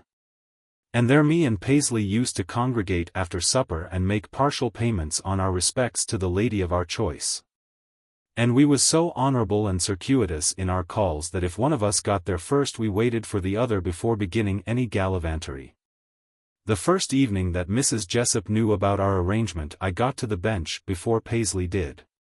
Supper was just over, and Mrs. Jessup was out there with a fresh pink dress on, and almost cool enough to handle.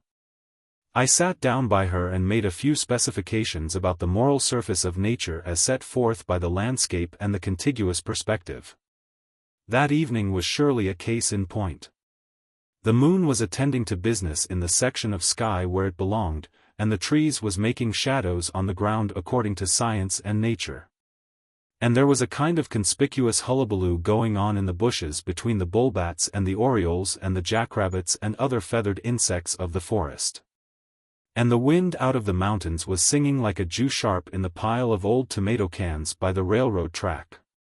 I felt a kind of sensation in my left side, something like dough rising in a crock by the fire. Mrs. Jessup had moved up closer. "Oh, Mr. Hicks," says she, "when one is alone in the world, don't they feel it more aggravated on a beautiful night like this?" I rose up off the bench at once. "Excuse me, ma'am," says I, "but I'll have to wait till Paisley comes before I can give a audible hearing to leading questions like that." And then I explained to her how we was friends cinctured by years of embarrassment and travel and complicity. And how we had agreed to take no advantage of each other in any of the more mushy walks of life, such as might be fomented by sentiment and proximity. Mrs. Jessup appears to think serious about the matter for a minute, and then she breaks into a species of laughter that makes the wildwood resound. In a few minutes Paisley drops around, with oil of bergamot on his hair, and sits on the other side of Mrs. Jessup. And inaugurates a sad tale of adventure in which him and Pieface Lumley has a skinning match of dead cows in '95 for a silver-mounted saddle in the Santa Rita Valley during the 9 months drought. Now, from the start of that courtship I had Paisley fish hobbled and tied to a post. Each one of us had a different system of reaching out for the easy places in the female heart. Paisley's scheme was to petrify them with wonderful relations of events that he had either come across personally or in large print. I think he must have got his idea of subjugation from one of Shakespeare's shows I see once called Othello. There is a colored man in it who acquires a duke's daughter by disbursing to her a mixture of the talk turned out by Rider Haggard, Lou Dockstader, and Dr. Parkhurst.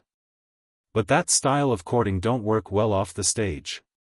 Now, I give you my own recipe for inveigling a woman into that state of affairs when she can be referred to as Nay Jones.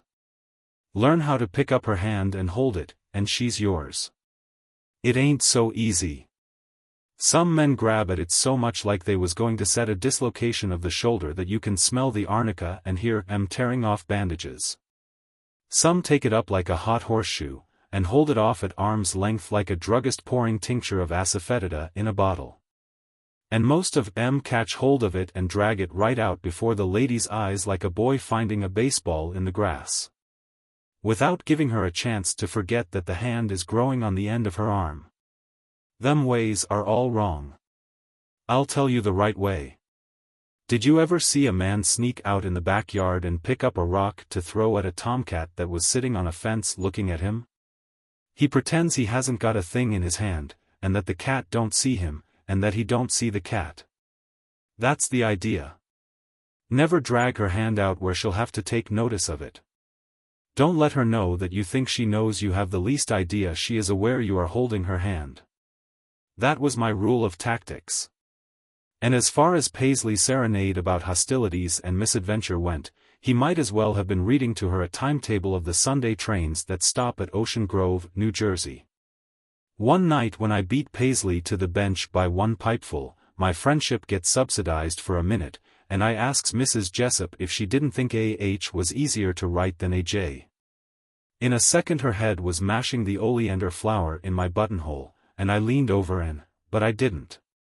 "If you don't mind," says I, standing up, "we'll wait for Paisley to come before finishing this.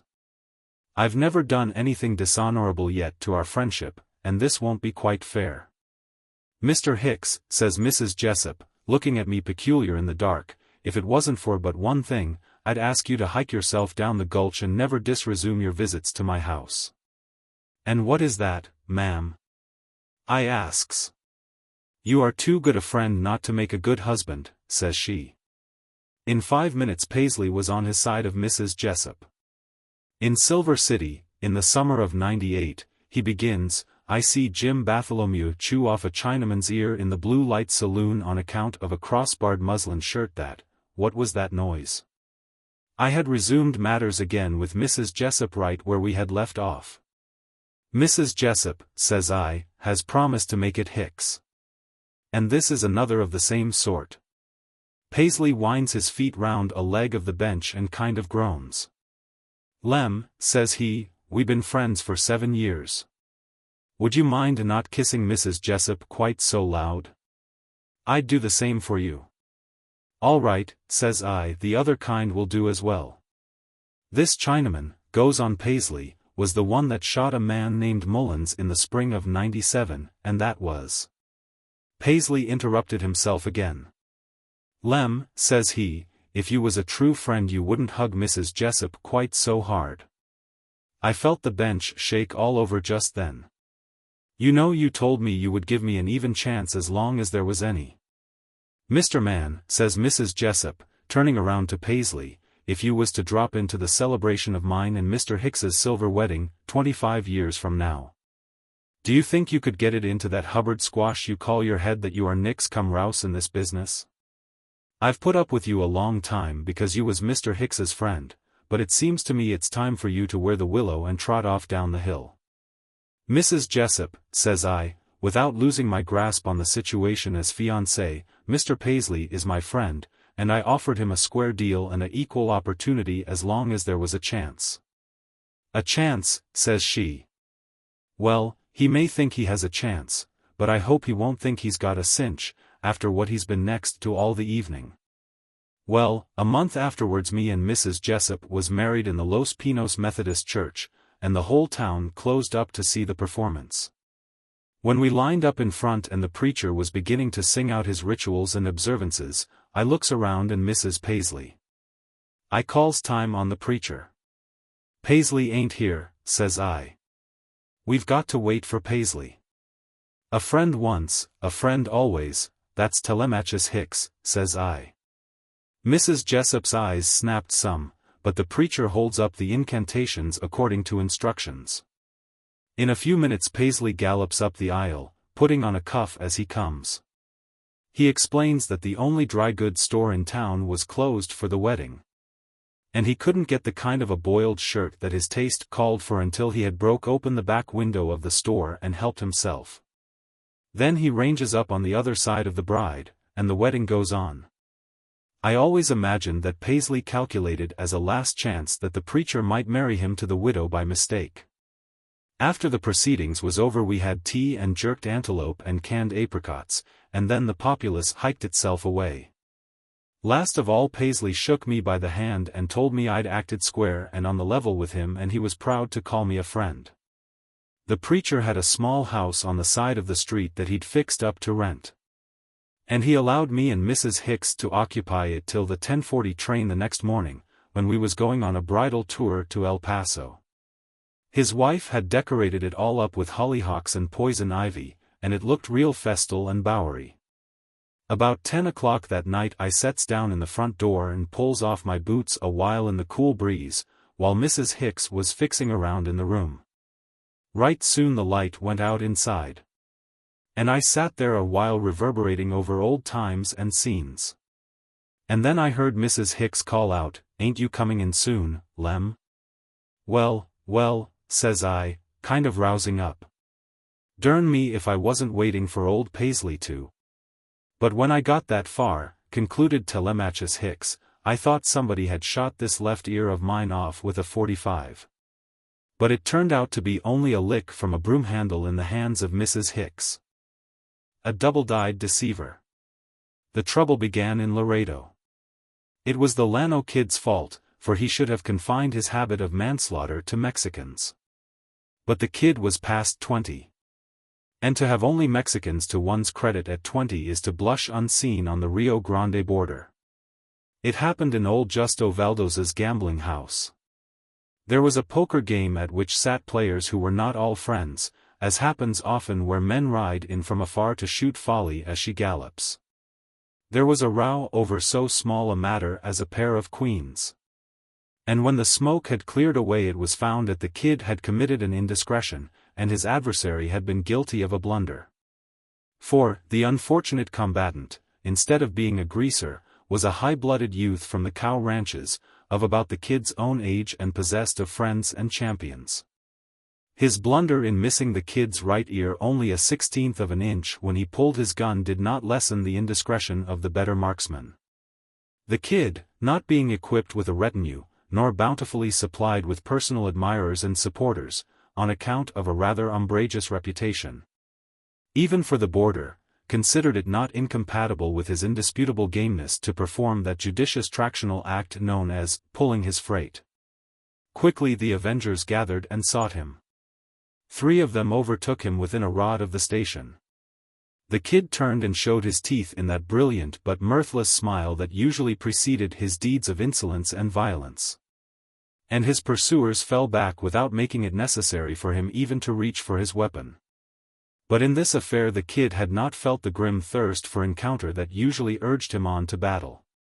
It had been a purely chance row, born of the cards and certain epithets impossible for a gentleman to brook that had passed between the two.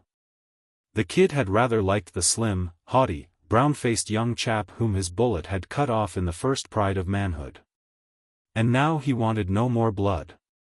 He wanted to get away and have a good long sleep somewhere in the sun on the mesquite grass with his handkerchief over his face. Even a Mexican might have crossed his path in safety while he was in this mood. The kid openly boarded the northbound passenger train that departed 5 minutes later. But at Webb, a few miles out, where it was flagged to take on a traveler, he abandoned that manner of escape. There were telegraph stations ahead. And the kid looked askance at electricity and steam. Saddle and spur were his rocks of safety. The man whom he had shot was a stranger to him. But the kid knew that he was of the Corralitos outfit from Hidalgo. And that the punchers from that ranch were more relentless and vengeful than Kentucky feudists when wrong or harm was done to one of them. So, with the wisdom that has characterized many great fighters, the kid decided to pile up as many leagues as possible of chaparral and pear between himself and the retaliation of the Corralitos bunch. Near the station was a store, and near the store, scattered among the mesquites and elms, stood the saddled horses of the customers. Most of them waited, half asleep, with sagging limbs and drooping heads. But one, a long-legged roan with a curved neck, snorted and pawed the turf. Him the kid mounted, gripped with his knees, and slapped gently with the owner's own quirt. If the slaying of the temerarious card-player had cast a cloud over the kid standing as a good and true citizen, this last act of his veiled his figure in the darkest shadows of disrepute. On the Rio Grande border, if you take a man's life you sometimes take trash. But if you take his horse, you take a thing the loss of which renders him poor, indeed, and which enriches you not, if you are caught. For the kid there was no turning back now. With the springing roan under him he felt little care or uneasiness.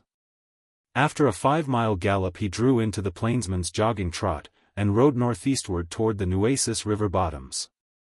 He knew the country well, its most tortuous and obscure trails through the great wilderness of brush and pear, and its camps and lonesome ranches where one might find safe entertainment. Always he bore to the east, for the kid had never seen the ocean, and he had a fancy to lay his hand upon the mane of the great gulf, the gamesome colt of the greater waters. So after 3 days he stood on the shore at Corpus Christi, and looked out across the gentle ripples of a quiet sea. Captain Boone, of the schooner Flyaway, stood near his skiff, which one of his crew was guarding in the surf. When ready to sail he had discovered that one of the necessaries of life, in the parallelogrammatic shape of plug tobacco, had been forgotten. A sailor had been dispatched for the missing cargo. Meanwhile the captain paced the sands, chewing profanely at his pocket store. A slim, wiry youth in high-heeled boots came down to the water's edge.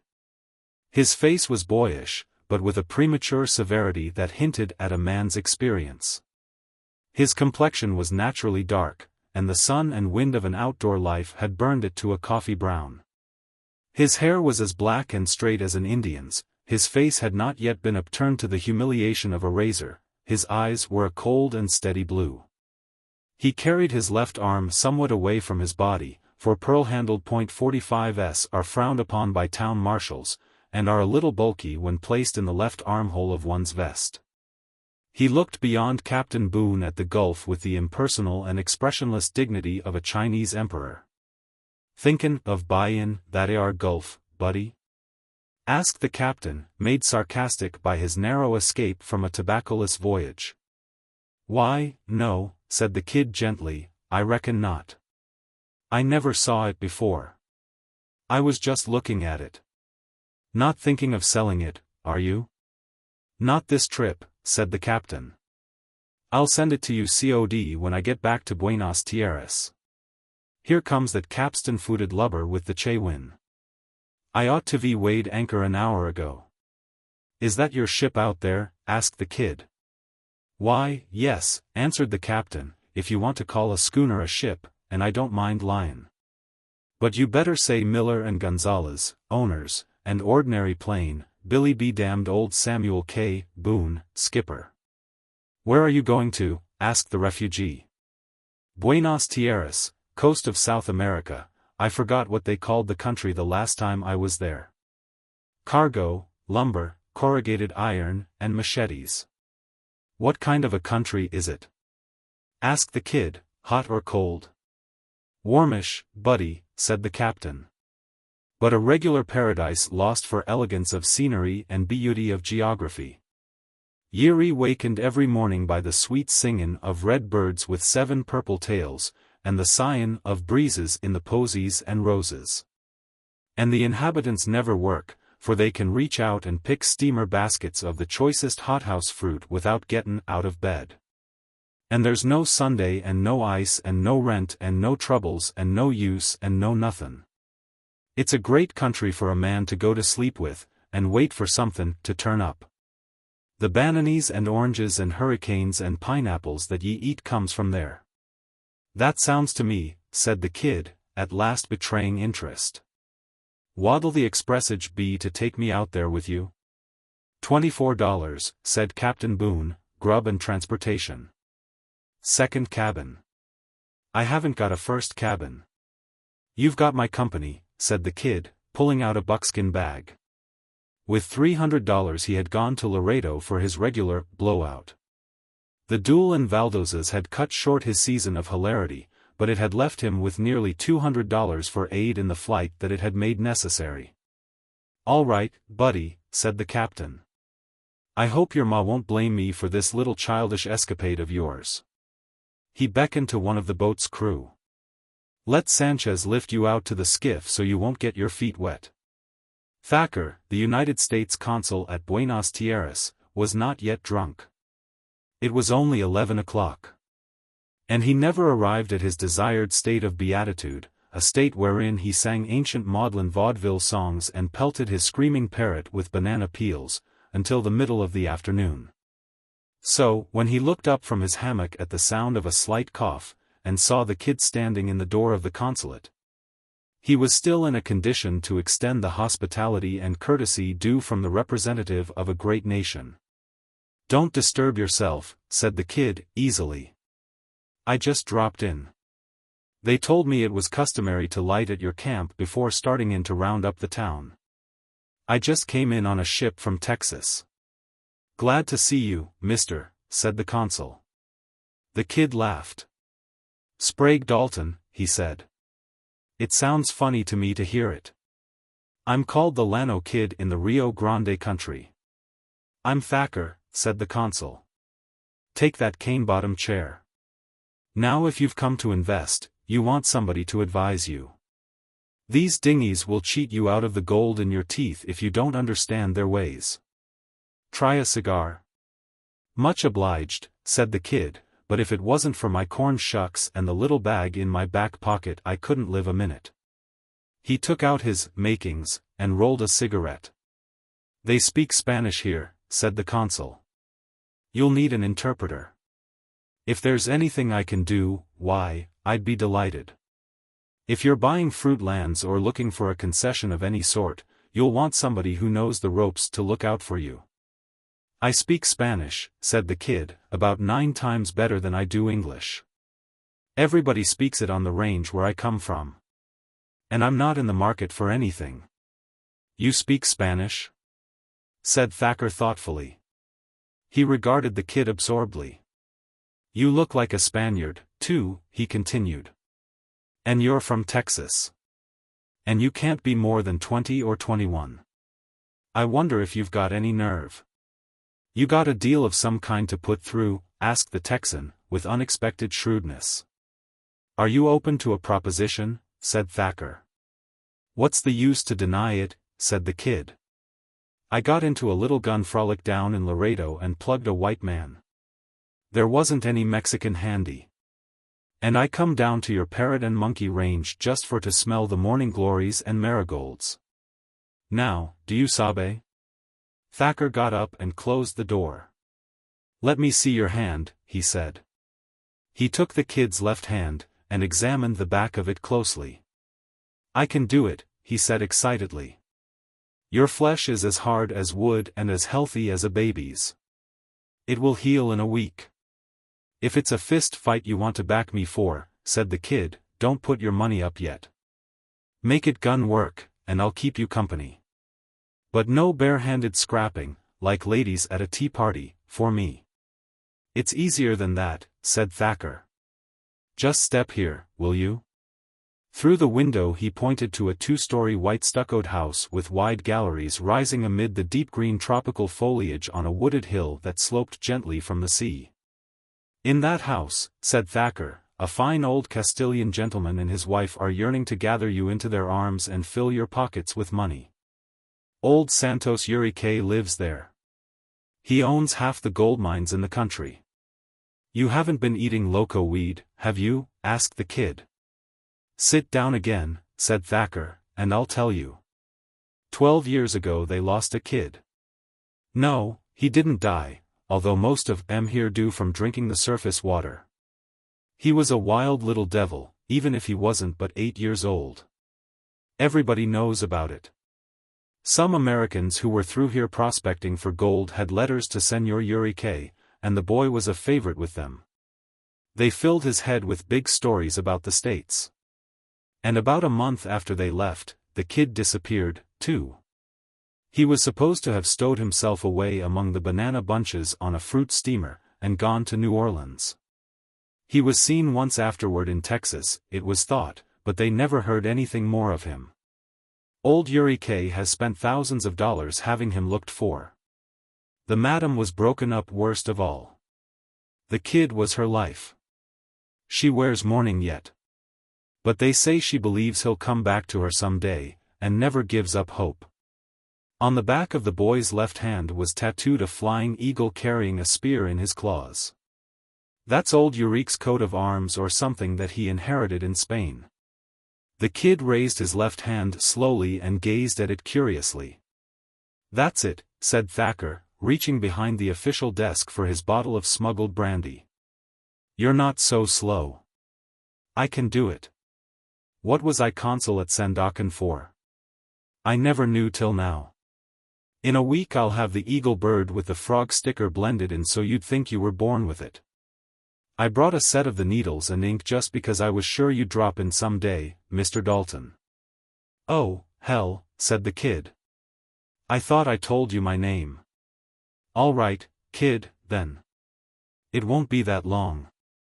How does Senorito Urique sound, for a change? I never played son any that I remember of, said the kid. If I had any parents to mention they went over the divide about the time I gave my first bleat. What is the plan of your roundup? Thacker leaned back against the wall and held his glass up to the light. We've come now, said he, to the question of how far you're willing to go in a little matter of the sort. I told you why I came down here, said the kid simply. A good answer, said the consul. But you won't have to go that far. Here's the scheme. After I get the trademark tattooed on your hand, I'll notify old Yuri K. In the meantime, I'll furnish you with all of the family history I can find out, so you can be studying up points to talk about. You've got the looks, you speak the Spanish, you know the facts, you can tell about Texas, you've got the tattoo mark. When I notify them that the rightful heir has returned and is waiting to know whether he will be received and pardoned, what will happen? They'll simply rush down here and fall on your neck, and the curtain goes down for refreshments and a stroll in the lobby. I'm waiting, said the kid.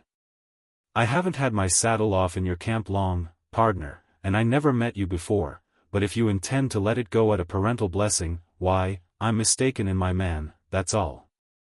Thanks, said the consul. I haven't met anybody in a long time that keeps up with an argument as well as you do. The rest of it is simple. If they take you in only for a while, it's long enough. Don't give them time to hunt up the strawberry mark on your left shoulder. Old Yuri K keeps anywhere from $50,000 to $100,000 in his house all the time in a little safe that you could open with a shoe boutonniere. Get it? My skill as a tattooer is worth half the bottle. We go halves and catch a tramp steamer for Rio Janeiro. Let the United States go to pieces if it can't get along without my services. K dice, senor? It sounds to me, said the kid, nodding his head. I'm out for the dust. All right, then, said Thacker. You'll have to keep close until we get the bird on you. You can live in the back room here. I do my own cooking, and I'll make you as comfortable as a parsimonious government will allow me. Thacker had set the time at a week, but it was 2 weeks before the design that he patiently tattooed upon the kid's hand was to his notion. And then Thacker called a muchacho, and dispatched this note to the intended victim. El Señor Don Santos Urique. La Casa Blanca. My dear sir. I beg permission to inform you that there is in my house as a temporary guest a young man who arrived in Buenos Aires from the United States some days ago. Without wishing to excite any hopes that may not be realized, I think there is a possibility of his being your long-absent son. It might be well for you to call and see him.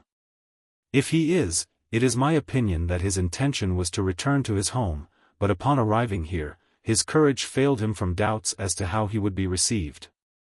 Your true servant, Thompson Thacker. Half an hour afterward, quick time for Buenos Aires, Senor Urique's ancient landau drove to the consul's door, with the barefooted coachman beating and shouting at the team of fat, awkward horses. A tall man with a white mustache alighted, and assisted to the ground a lady who was dressed and veiled in unrelieved black. The two hastened inside, and were met by Thacker with his best diplomatic bow. By his desk stood a slender young man with clear-cut, sun-browned features and smoothly brushed black hair. Senora Urique threw back her black veil with a quick gesture. She was past middle age, and her hair was beginning to silver, but her full, proud figure and clear olive skin retained traces of the beauty peculiar to the Basque province. But, once you had seen her eyes, and comprehended the great sadness that was revealed in their deep shadows and hopeless expression, you saw that the woman lived only in some memory. She bent upon the young man a long look of the most agonized questioning. Then her great black eyes turned, and her gaze rested upon his left hand. And then with a sob, not loud, but seeming to shake the room, she cried, "Hijo mío," and caught the Llano kid to her heart. A month afterward the kid came to the consulate in response to a message sent by Thacker. He looked the young Spanish caballero. His clothes were imported, and the wiles of the jewelers had not been spent upon him in vain. A more than respectable diamond shone on his finger as he rolled a shuck cigarette. "What's doing?" asked Thacker. "Nothing much," said the kid calmly. "I eat my first iguana steak today. They're them big lizards, you sabe? I reckon, though, that frijoles and side bacon would do me about as well. Do you care for iguanas, Thacker?" "No, nor for some other kinds of reptiles," said Thacker. It was 3 in the afternoon, and in another hour he would be in his state of beatitude. It's time you were making good, Sonny, he went on, with an ugly look on his reddened face. You're not playing up to me square. You've been the prodigal son for 4 weeks now, and you could have had veal for every meal on a gold dish if you'd wanted it. Now, Mr. Kid, do you think it's right to leave me out so long on a husk diet? What's the trouble? Don't you get your filial eyes on anything that looks like cash in the Casablanca? Don't tell me you don't. Everybody knows where old Yuri K keeps his stuff. It's US currency, too, he don't accept anything else. What's doing? Don't say nothing this time. Why, sure, said the kid, admiring his diamond, there's plenty of money up there. I'm no judge of collateral in bunches, but I will undertake for to say that I've seen the rise of $50,000 at a time in that tin grub box that my adopted father calls his safe. And he lets me carry the key sometimes just to show me that he knows I'm the real little Francisco that strayed from the herd a long time ago. Well, what are you waiting for? Asked Thacker, angrily. Don't you forget that I can upset your apple cart any day I want to. If old Yuri K knew you were an imposter, what sort of things would happen to you? Oh, you don't know this country, Mr. Texas Kid. The laws here have got mustard spread between them. These people here'd stretch you out like a frog that had been stepped on, and give you about 50 sticks at every corner of the plaza. And they'd wear every stick out, too. What was left of you they'd feed to alligators. I might just as well tell you now, pardner, said the kid, sliding down low on his steamer chair, that things are going to stay just as they are. They're about right now. What do you mean? Asked Thacker, rattling the bottom of his glass on his desk. The scheme's off, said the kid. And whenever you have the pleasure of speaking to me, address me as Don Francisco Yuri K. I'll guarantee I'll answer to it. We'll let Colonel Yuri K keep his money. His little tin safe is as good as the time locker in the First National Bank of Laredo as far as you and me are concerned. You're going to throw me down, then, are you? Said the consul. Sure, said the kid cheerfully. Throw you down. That's it. And now I'll tell you why. The first night I was up at the colonel's house they introduced me to a bedroom. No blankets on the floor, a real room, with a bed and things in it. And before I was asleep, in comes this artificial mother of mine and tucks in the covers. Panchito, she says, my little lost one, God has brought you back to me. I bless his name forever. It was that, or some truck like that, she said. And down comes a drop or two of rain and hits me on the nose. And all that stuck by me, Mr. Thacker. And it's been that way ever since. And it's got to stay that way. Don't you think that it's for what's in it for me either, that I say so. If you have any such ideas, keep them to yourself. I haven't had much truck with women in my life, and no mothers to speak of, but here's a lady that we've got to keep fooled. Once she stood it, twice she won't. I'm a low-down wolf, and the devil may have sent me on this trail instead of God, but I'll travel it to the end. And now, don't forget that I'm Don Francisco Yuri K whenever you happen to mention my name. I'll expose you today, you double-dyed traitor, stammered Thacker. The kid arose and, without violence, took Thacker by the throat with a hand of steel, and shoved him slowly into a corner. Then he drew from under his left arm his pearl-handled .45 and poked the cold muzzle of it against the consul's mouth. I told you why I come here, he said, with his old freezing smile. If I leave here, you'll be the reason. Never forget it, pardner. Now, what is my name? Don Francisco Yuri K, gasped Thacker. From outside came a sound of wheels, and the shouting of someone, and the sharp thwacks of a wooden whipstock upon the backs of fat horses. The kid put up his gun, and walked toward the door. But he turned again and came back to the trembling Thacker, and held up his left hand with its back toward the consul. There's one more reason, he said slowly, why things have got to stand as they are. The fellow I killed in Laredo had one of them same pictures on his left hand. Outside, the ancient landau of Don Santos Urique rattled to the door. The coachman ceased his bellowing. Señora Urique, in a voluminous gay gown of white lace and flying ribbons, leaned forward with a happy look in her great soft eyes. "Are you within, dear son?" she called, in the rippling Castilian. "Madre mia, yo vengo, mother, I come," answered the young Don Francisco Urique. The gift of the Magi. $1.87. That was all. And 60 cents of it was in pennies. Pennies saved 1 and 2 at a time by bulldozing the grocer and the vegetable man and the butcher until one's cheeks burned with the silent imputation of parsimony that such close dealing implied. 3 times Della counted it. $1.87. And the next day would be Christmas. There was clearly nothing to do but flop down on the shabby little couch and howl. So Della did it. Which instigates the moral reflection that life is made up of sobs, sniffles, and smiles, with sniffles predominating. While the mistress of the home is gradually subsiding from the first stage to the second, take a look at the home. A furnished flat at $8 per week. It did not exactly beggar description, but it certainly had that word on the lookout for the mendicancy squad. In the vestibule below was a letterbox into which no letter would go, and an electric button from which no mortal finger could coax a ring. Also appertaining thereunto was a card bearing the name Mr. James Dillingham Young. The Dillingham had been flung to the breeze during a former period of prosperity when its possessor was being paid $30 per week. Now, when the income was shrunk to $20, the letters of Dillingham looked blurred, as though they were thinking seriously of contracting to a modest and unassuming D. But whenever Mr. James Dillingham Young came home and reached his flat above, he was called Jim, and greatly hugged by Mrs. James Dillingham Young, already introduced to you as Della. Which is all very good. Della finished her cry and attended to her cheeks with the powder rag. She stood by the window and looked out dully at a gray cat walking a gray fence in a gray backyard. Tomorrow would be Christmas Day, and she had only $1.87 with which to buy Jim a present. She had been saving every penny she could for months, with this result.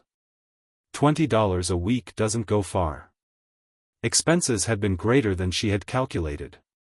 They always are. Only $1.87 to buy a present for Jim. Her Jim. Many a happy hour she had spent planning for something nice for him. Something fine and rare and sterling, something just a little bit near to being worthy of the honor of being owned by Jim. There was a pier glass between the windows of the room. Perhaps you have seen a pier glass in an $8 flat. A very thin and very agile person may, by observing his reflection in a rapid sequence of longitudinal strips, obtain a fairly accurate conception of his looks. Della, being slender, had mastered the art. Suddenly she whirled from the window and stood before the glass. Her eyes were shining brilliantly, but her face had lost its color within 20 seconds. Rapidly she pulled down her hair and let it fall to its full length. Now, there were 2 possessions of the James Dillingham Youngs in which they both took a mighty pride. One was Jim's gold watch that had been his father's and his grandfather's. The other was Della's hair.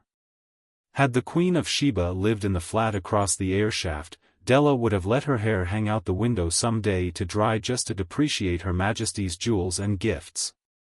Had King Solomon been the janitor, with all his treasures piled up in the basement, Jim would have pulled out his watch every time he passed, just to see him pluck at his beard from envy. So now Della's beautiful hair fell about her, rippling and shining like a cascade of brown waters. It reached below her knee and made itself almost a garment for her. And then she did it up again nervously and quickly. Once she faltered for a minute and stood still while a tear or two splashed on the worn red carpet. On went her old brown jacket. On went her old brown hat. With a whirl of skirts and with the brilliant sparkle still in her eyes, she fluttered out the door and down the stairs to the street. Where she stopped the sign read, Madame Sofronie. Hair goods of all kinds. One flight up Della ran, and collected herself, panting. Madam, large, too white, chilly, hardly looked that Sophrony. Will you buy my hair? Asked Della. I buy hair, said Madam. Take your hat off and let's have a sight at the looks of it. Down rippled the brown cascade. $20, said Madam, lifting the mass with a practiced hand. Give it to me quick, said Della. Oh, and the next 2 hours tripped by on rosy wings. Forget the hashed metaphor. She was ransacking the stores for Jim's present. She found it at last. It surely had been made for Jim and no one else. There was no other like it in any of the stores, and she had turned all of them inside out. It was a platinum fob chain, simple and chaste in design, properly proclaiming its value by substance alone and not by meretricious ornamentation, as all good things should do. It was even worthy of the watch. As soon as she saw it she knew that it must be Jim's. It was like him. Quietness and value, the description applied to both. $21 they took from her for it, and she hurried home with the 87 cents. With that chain on his watch Jim might be properly anxious about the time in any company. Grand as the watch was, he sometimes looked at it on the sly on account of the old leather strap that he used in place of a chain. When Della reached home her intoxication gave way a little to prudence and reason. She got out her curling irons and lighted the gas and went to work repairing the ravages made by generosity added to love. Which is always a tremendous task, dear friends, a mammoth task. Within 40 minutes her head was covered with tiny, close-lying curls that made her look wonderfully like a truant schoolboy. She looked at her reflection in the mirror long, carefully, and critically. If Jim doesn't kill me, she said to herself, before he takes a second look at me, he'll say I look like a Coney Island chorus girl. But what could I do, oh? What could I do with $1.87? At 7 o'clock the coffee was made and the frying pan was on the back of the stove hot and ready to cook the chops. Jim was never late. Della doubled the fob chain in her hand and sat on the corner of the table near the door that he always entered. Then she heard his step on the stair away down on the first flight, and she turned white for just a moment. She had a habit for saying little silent prayers about the simplest everyday things, and now she whispered, "Please God, make him think I am still pretty." The door opened and Jim stepped in and closed it. He looked thin and very serious. Poor fellow, he was only 22, and to be burdened with a family. He needed a new overcoat and he was without gloves. Jim stopped inside the door, as immovable as a setter at the scent of quail. His eyes were fixed upon Della, and there was an expression in them that she could not read, and it terrified her. It was not anger, nor surprise, nor disapproval, nor horror, nor any of the sentiments that she had been prepared for. He simply stared at her fixedly with that peculiar expression on his face. Della wriggled off the table and went for him. "Jim, darling," she cried, "don't look at me that way. I had my hair cut off and sold because I couldn't have lived through Christmas without giving you a present. It'll grow out again, you won't mind, will you? I just had to do it. My hair grows awfully fast. Say, Merry Christmas, Jim, and let's be happy. You don't know what a beautiful, nice gift I've got for you." "You've cut off your hair?" asked Jim, laboriously, as if he had not arrived at that patent fact yet even after the hardest mental labor. "Cut it off and sold it," said Della. "Don't you like me just as well, anyhow? I'm me without my hair, ain't I?" Jim looked about the room curiously. "You say your hair is gone," he said, with an air almost of idiocy. "You needn't look for it," said Della. "It's sold, I tell you, sold and gone, too. It's Christmas Eve, boy. Be good to me, for it went for you. Maybe the hairs of my head were numbered," she went on with sudden serious sweetness, "but nobody could ever count my love for you. Shall I put the chops on, Jim?" Out of his trance Jim seemed quickly to wake. He enfolded his Della. For 10 seconds let us regard with discreet scrutiny some inconsequential object in the other direction. $8 a week or $1 million a year, what is the difference? A mathematician or a wit would give you the wrong answer. The Magi brought valuable gifts, but that was not among them. This dark assertion will be illuminated later on. Jim drew a package from his overcoat pocket and threw it upon the table. "Don't make any mistake, Dell," he said, "about me. I don't think there's anything in the way of a haircut or a shave or a shampoo that could make me like my girl any less. But if you'll unwrap that package you may see why you had me going a while at first." White fingers and nimble tore at the string and paper. And then an ecstatic scream of joy, and then, alas, a quick feminine change to hysterical tears and wails, necessitating the immediate employment of all the comforting powers of the lord of the flat. For there lay the combs, the set of combs, side and back, that Della had worshipped long in a Broadway window. Beautiful combs, pure tortoise shell, with jeweled rims, just the shade to wear in the beautiful vanished hair. They were expensive combs, she knew, and her heart had simply craved and yearned over them without the least hope of possession. And now, they were hers, but the tresses that should have adorned the coveted adornments were gone. But she hugged them to her bosom, and at length she was able to look up with dim eyes and a smile and say, "My hair grows so fast, Jim." And then Della leaped up like a little singed cat and cried, "Oh, oh." Jim had not yet seen his beautiful present. She held it out to him eagerly upon her open palm. The dull precious metal seemed to flash with a reflection of her bright and ardent spirit. "Isn't it a dandy, Jim? I hunted all over town to find it. You'll have to look at the time 100 times a day now. Give me your watch. I want to see how it looks on it." Instead of obeying, Jim tumbled down on the couch and put his hands under the back of his head and smiled. "Dell," said he, "let's put our Christmas presents away and keep 'em a while. They're too nice to use just at present. I sold the watch to get the money to buy your combs. And now suppose you put the chops on." The Magi, as you know, were wise men, wonderfully wise men, who brought gifts to the babe in the manger. They invented the art of giving Christmas presents. Being wise, their gifts were no doubt wise ones, possibly bearing the privilege of exchange in case of duplication.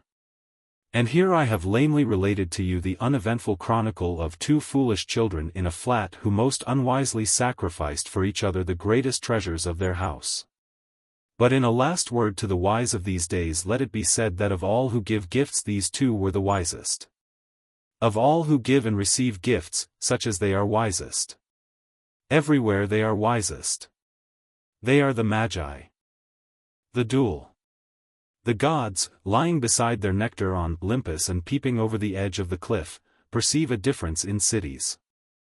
Although it would seem that to their vision towns must appear as large or small anthills without special characteristics, yet it is not so. Studying the habits of ants from so great a height should be but a mild diversion when coupled with the soft drink that mythology tells us is their only solace. But doubtless they have amused themselves by the comparison of villages and towns. And it will be no news to them, nor, perhaps, to many mortals, that in one particularity New York stands unique among the cities of the world. This shall be the theme of a little story addressed to the man who sits smoking with his Sabbath-slippered feet on another chair. And to the woman who snatches the paper for a moment while boiling greens or a narcotized baby leaves her free. With these I love to sit upon the ground and tell sad stories of the death of kings. New York City is inhabited by 4 million mysterious strangers. Thus beating Bird Center by 3 millions and half a dozen nines. They came here in various ways and for many reasons: Hendrick Hudson, the art schools, green goods, the stork, the annual dressmakers' convention, the Pennsylvania Railroad, love of money, the stage. Cheap excursion rates, brains, personal column ads, heavy walking shoes, ambition, freight trains, all these have had a hand in making up the population. But every man Jack when he first sets foot on the stones of Manhattan has got to fight. He has got to fight at once until either he or his adversary wins. There is no resting between rounds, for there are no rounds. It is slugging from the first. It is a fight to a finish. Your opponent is the city. You must do battle with it from the time the ferryboat lands you on the island until either it is yours or it has conquered you. It is the same whether you have $1 million in your pocket or only the price of a week's lodging. The battle is to decide whether you shall become a New Yorker or turn the rancorous outlander and Philistine. You must be one or the other. You cannot remain neutral. You must be for or against, lover or enemy, bosom friend or outcast. And, oh, the city is a general in the ring. Not only by blows does it seek to subdue you. It woos you to its heart with the subtlety of a siren. It is a combination of Delilah, Green Chartreuse, Beethoven, Chloral and John L. in his best days. In other cities you may wander and abide as a stranger man as long as you please. You may live in Chicago until your hair whitens, and be a citizen and still prate of beans if Boston mothered you, and without rebuke. You may become a civic pillar in any other town but Knickerbocker's, and all the time publicly sneering at its buildings. Comparing them with the architecture of Colonel Telfair's residence in Jackson, Miss. Whence you hail, and you will not be set upon. But in New York you must be either a New Yorker or an invader of a modern Troy, concealed in the wooden horse of your conceited provincialism.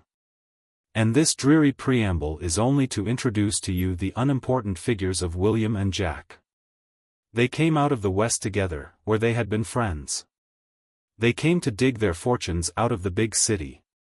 Father Knickerbocker met them at the ferry, giving one a right-hander on the nose and the other an uppercut with his left, just to let them know that the fight was on. William was for business. Jack was for art. Both were young and ambitious, so they countered and clinched. I think they were from Nebraska or possibly Missouri or Minnesota. Anyhow, they were out for success and scraps and scads, and they tackled the city like two Lachinvars with brass knucks and a pull at the city hall. For years afterward William and Jack met at luncheon.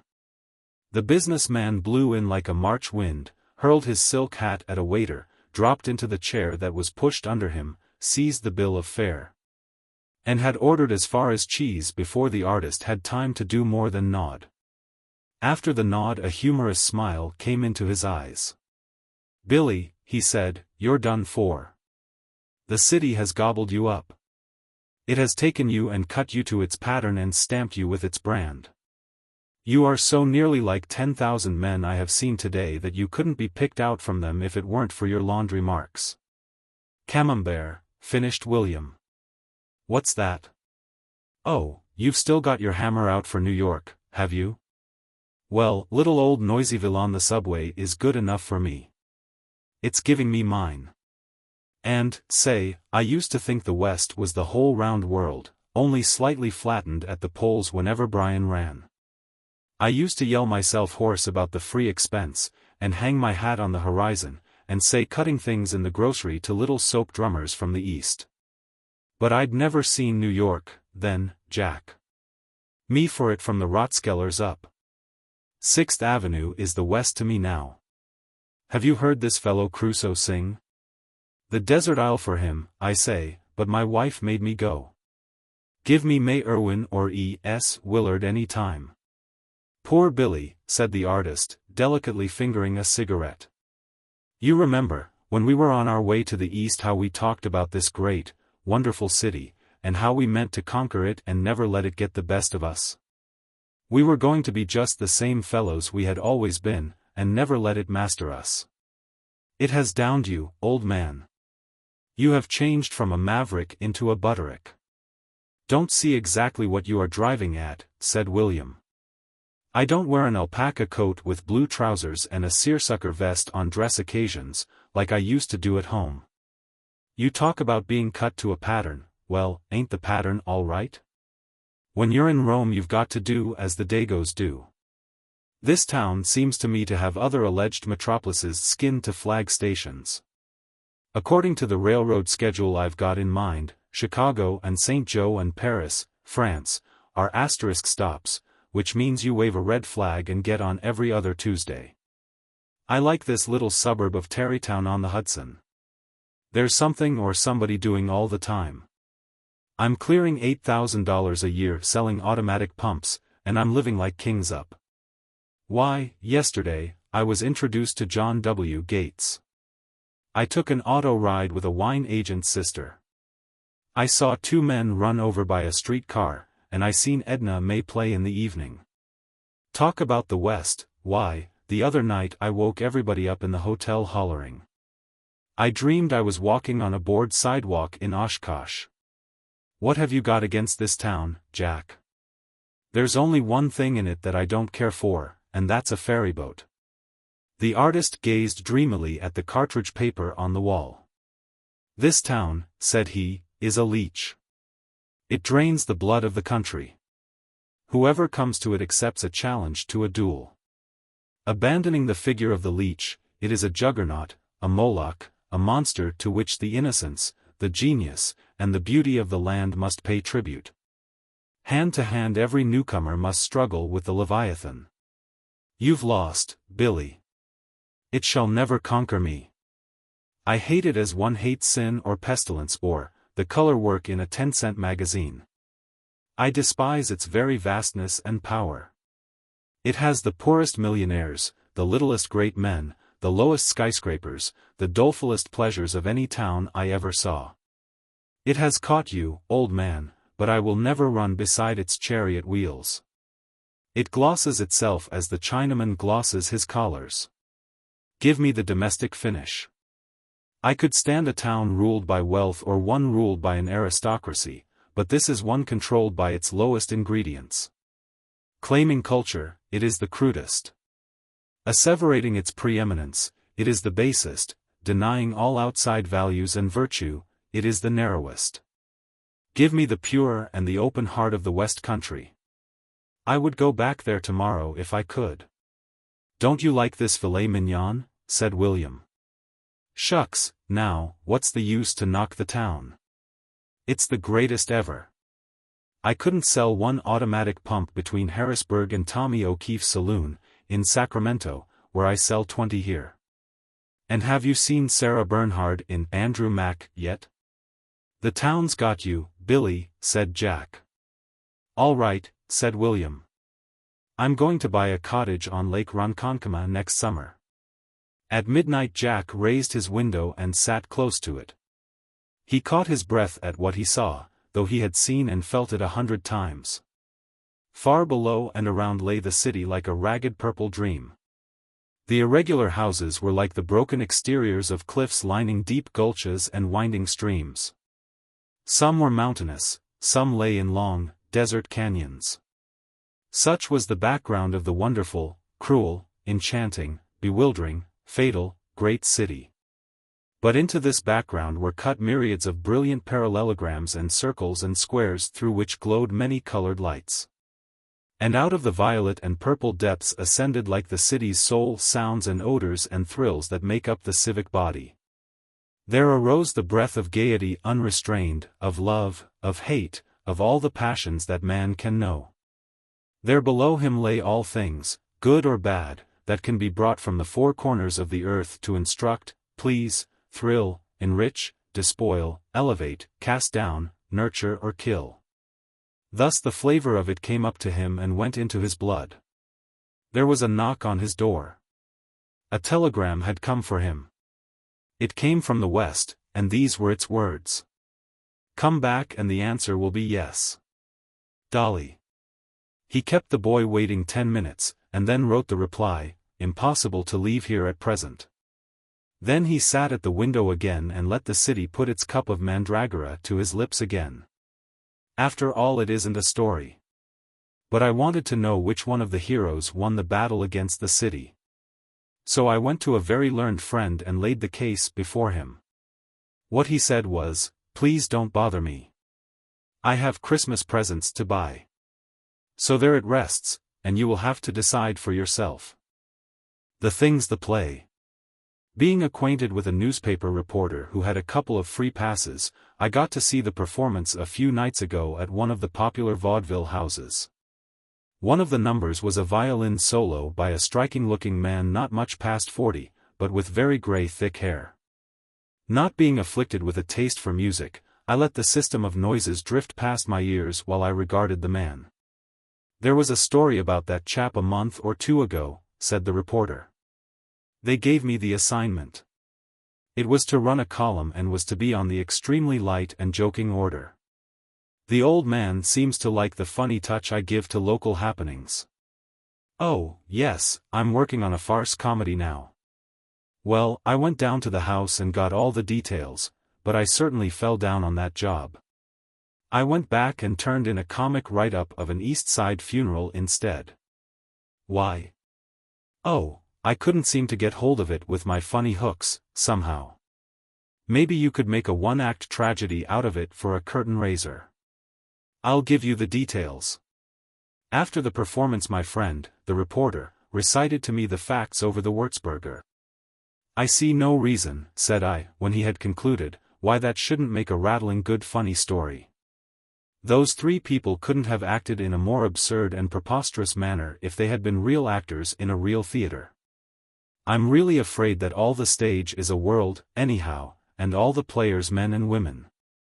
The thing's the play, is the way I quote Mr. Shakespeare." "Try it," said the reporter. "I will," said I, and I did, to show him how he could have made a humorous column of it for his paper. "There stands a house near Abingdon Square. On the ground floor there has been for 25 years a little store where toys and notions and stationery are sold.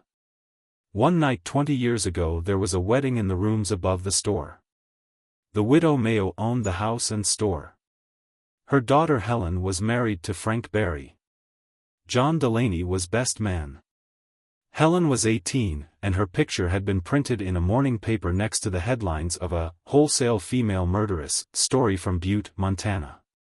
But after your eye and intelligence had rejected the connection, you seized your magnifying glass and read beneath the portrait her description as one of a series of prominent beauties and belles of the Lower West Side. Frank Barry and John Delaney were prominent, young beaux of the same side, and bosom friends, whom you expected to turn upon each other every time the curtain went up. One who pays his money for orchestra seats and fiction expects this. That is the first funny idea that has turned up in the story yet. Both had made a great race for Helen's hand. When Frank won, John shook his hand and congratulated him, honestly, he did. After the ceremony Helen ran upstairs to put on her hat. She was getting married in a traveling dress. She and Frank were going to Old Point Comfort for a week. Downstairs the usual horde of gibbering cave-dwellers were waiting with their hands full of old Congress gaiters and paper bags of hominy. Then there was a rattle of the fire escape, and into her room jumps the mad and infatuated John Delaney, with a damp curl drooping upon his forehead. And made violent and reprehensible love to his lost one, entreating her to flee or fly with him to the Riviera, or the Bronx, or any old place where there are Italian skies and dolce far niente. It would have carried Blaney off his feet to see Helen repulse him. With blazing and scornful eyes she fairly withered him by demanding whatever he meant by speaking to respectable people that way. In a few moments she had him going. The manliness that had possessed him departed.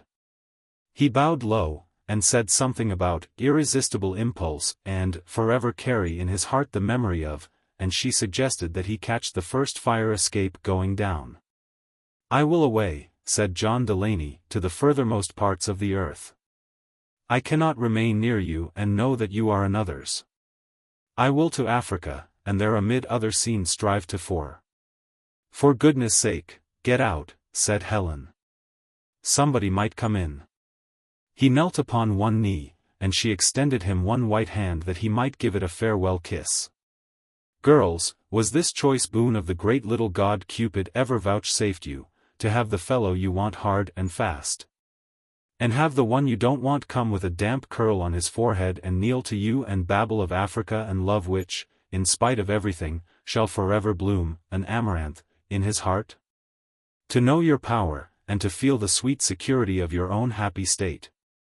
To send the unlucky one, broken-hearted, to foreign climes, while you congratulate yourself as he presses his last kiss upon your knuckles, that your nails are well manicured, say, girls.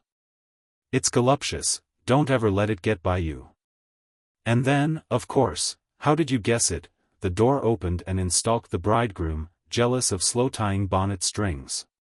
The farewell kiss was imprinted upon Helen's hand, and out of the window and down the fire escape sprang John Delaney, Africa bound. A little slow music, if you please, faint violin, just a breath in the clarinet and a touch of the cello. Imagine the scene. Frank, white-hot, with the cry of a man wounded to death bursting from him. Helen, rushing and clinging to him, trying to explain. He catches her wrists and tears them from his shoulders. Once, twice, thrice he sways her this way and that, the stage manager will show you how, and throws her from him to the floor a huddled, crushed, moaning thing. Never, he cries, will he look upon her face again, and rushes from the house through the staring groups of astonished guests. And, now because it is the thing instead of the play, the audience must stroll out into the real lobby of the world and marry, die, grow grey, rich, poor, happy or sad during the intermission of 20 years which must precede the rising of the curtain again. Mrs. Barry inherited the shop and the house. At 38 she could have bested many an 18-year-old at a beauty show on points and general results. Only a few people remembered her wedding comedy, but she made of it no secret. She did not pack it in lavender or mothballs, nor did she sell it to a magazine. One day a middle-aged money-making lawyer, who bought his legal cap and ink of her, asked her across the counter to marry him. "I'm really much obliged to you," said Helen, cheerfully, "but I married another man 20 years ago. He was more a goose than a man, but I think I love him yet. I have never seen him since about half an hour after the ceremony. Was it copying ink that you wanted or just writing fluid?" The lawyer bowed over the counter with old-time grace and left a respectful kiss on the back of her hand. Helen sighed. Parting salutes, however romantic, may be overdone. Here she was at 38, beautiful and admired, and all that she seemed to have got from her lovers were approaches and adieus. Worse still, in the last one she had lost a customer, too. Business languished, and she hung out a room to let card. 2 large rooms on the 3rd floor were prepared for desirable tenants. Rumors came, and went regretfully, for the house of Mrs. Barry was the abode of neatness, comfort and taste. One day came Ramonti, the violinist, and engaged the front room above. The discord and clatter uptown offended his nice ear, so a friend had sent him to this oasis in the desert of noise. Ramonti, with his still youthful face, his dark eyebrows, his short, pointed, foreign, brown beard, his distinguished head of grey hair, and his artist's temperament, revealed in his light, gay and sympathetic manner, was a welcome tenant in the old house near Abingdon Square. Helen lived on the floor above the store. The architecture of it was singular and quaint. The hall was large and almost square. Up one side of it, and then across the end of it ascended an open stairway to the floor above. This hall space she had furnished as a sitting room and office combined. There she kept her desk and wrote her business letters, and there she sat of evenings by a warm fire and a bright red light and sewed or read. Ramonti found the atmosphere so agreeable that he spent much time there, describing to Mrs. Barry the wonders of Paris, where he had studied with a particularly notorious and noisy fiddler. Next comes lodger number 2, a handsome, melancholy man in the early 40s, with a brown, mysterious beard, and strangely pleading, haunting eyes. He, too, found the society of Helen a desirable thing. With the eyes of Romeo and Othello's tongue, he charmed her with tales of distant climes and wooed her by respectful innuendo. From the first Helen felt a marvelous and compelling thrill in the presence of this man. His voice somehow took her swiftly back to the days of her youth's romance.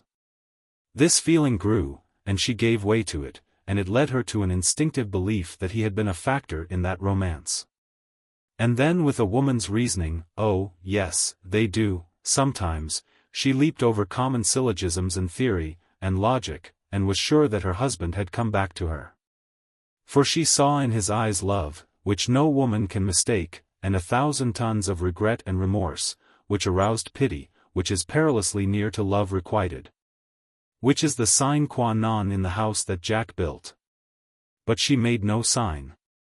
A husband who steps around the corner for 20 years and then drops in again should not expect to find his slippers laid out too conveniently near nor a match ready lighted for his cigar. There must be expiation, explanation, and possibly execration. A little purgatory, and then, maybe, if he were properly humble, he might be trusted with a harp and crown. And so she made no sign that she knew or suspected. And my friend, the reporter, could see nothing funny in this. Sent out on an assignment to write up a roaring, hilarious, brilliant joshing story of, but I will not knock a brother, let us go on with the story. One evening Ramonti stopped in Helen's hall office reception room and told his love with the tenderness and ardor of the enraptured artist. His words were a bright flame of the divine fire that glows in the heart of a man who is a dreamer and doer combined. But before you give me an answer, he went on, before she could accuse him of suddenness, I must tell you that, Ramonti, is the only name I have to offer you. My manager gave me that. I do not know who I am or where I came from. My first recollection is of opening my eyes in a hospital.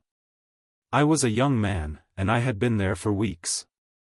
My life before that is a blank to me. They told me that I was found lying in the street with a wound on my head and was brought there in an ambulance. They thought I must have fallen and struck my head upon the stones. There was nothing to show who I was.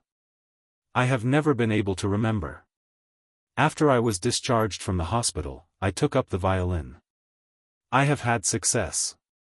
Mrs. Barry, I do not know your name except that, I love you. The first time I saw you I realized that you were the one woman in the world for me, and, oh, a lot of stuff like that. Helen felt young again. First a wave of pride and a sweet little thrill of vanity went all over her, and then she looked Ramonti in the eyes, and a tremendous throb went through her heart. She hadn't expected that throb. It took her by surprise. The musician had become a big factor in her life, and she hadn't been aware of it. Mr. Ramonti, she said sorrowfully, this was not on the stage, remember, it was in the old home near Abingdon Square. I'm awfully sorry, but I'm a married woman. And then she told him the sad story of her life, as a heroine must do, sooner or later, either to a theatrical manager or to a reporter. Ramonti took her hand, bowed low and kissed it, and went up to his room. Helen sat down and looked mournfully at her hand. Well, she might.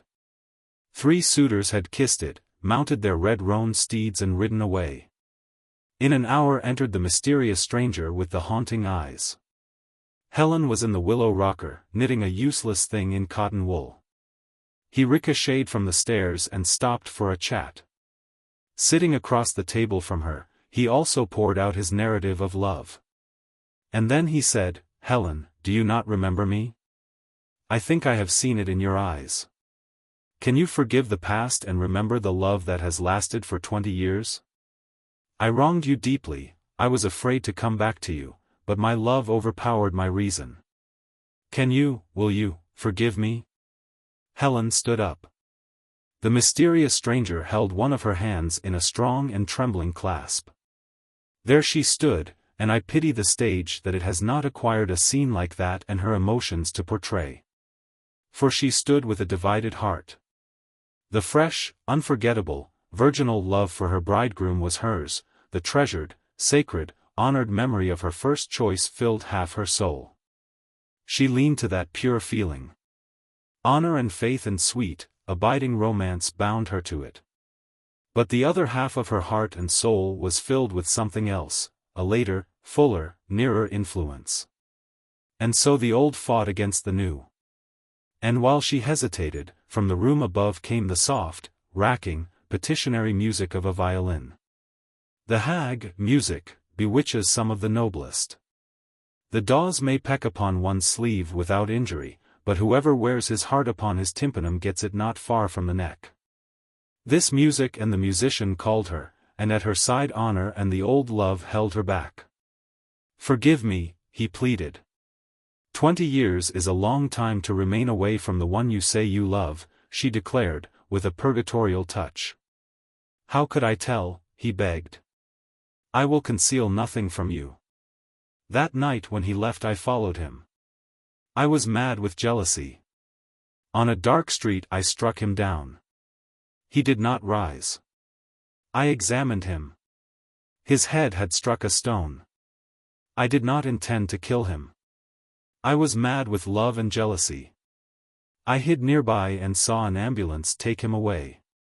"Although you married him, Helen." "Who are you?" cried the woman, with wide-open eyes, snatching her hand away.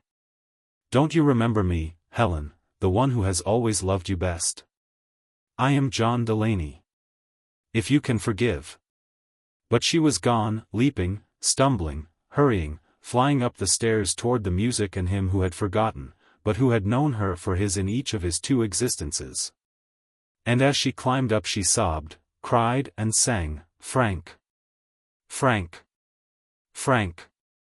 3 mortals thus juggling with years as though they were billiard balls, and my friend, the reporter, couldn't see anything funny in it. The Rubaiyat of a Scotch highball. This document is intended to strike somewhere between a temperance lecture and the bartender's guide. Relative to the latter, drink shall swell the theme and be set forth in abundance. Agreeably to the former, not an elbow shall be crooked.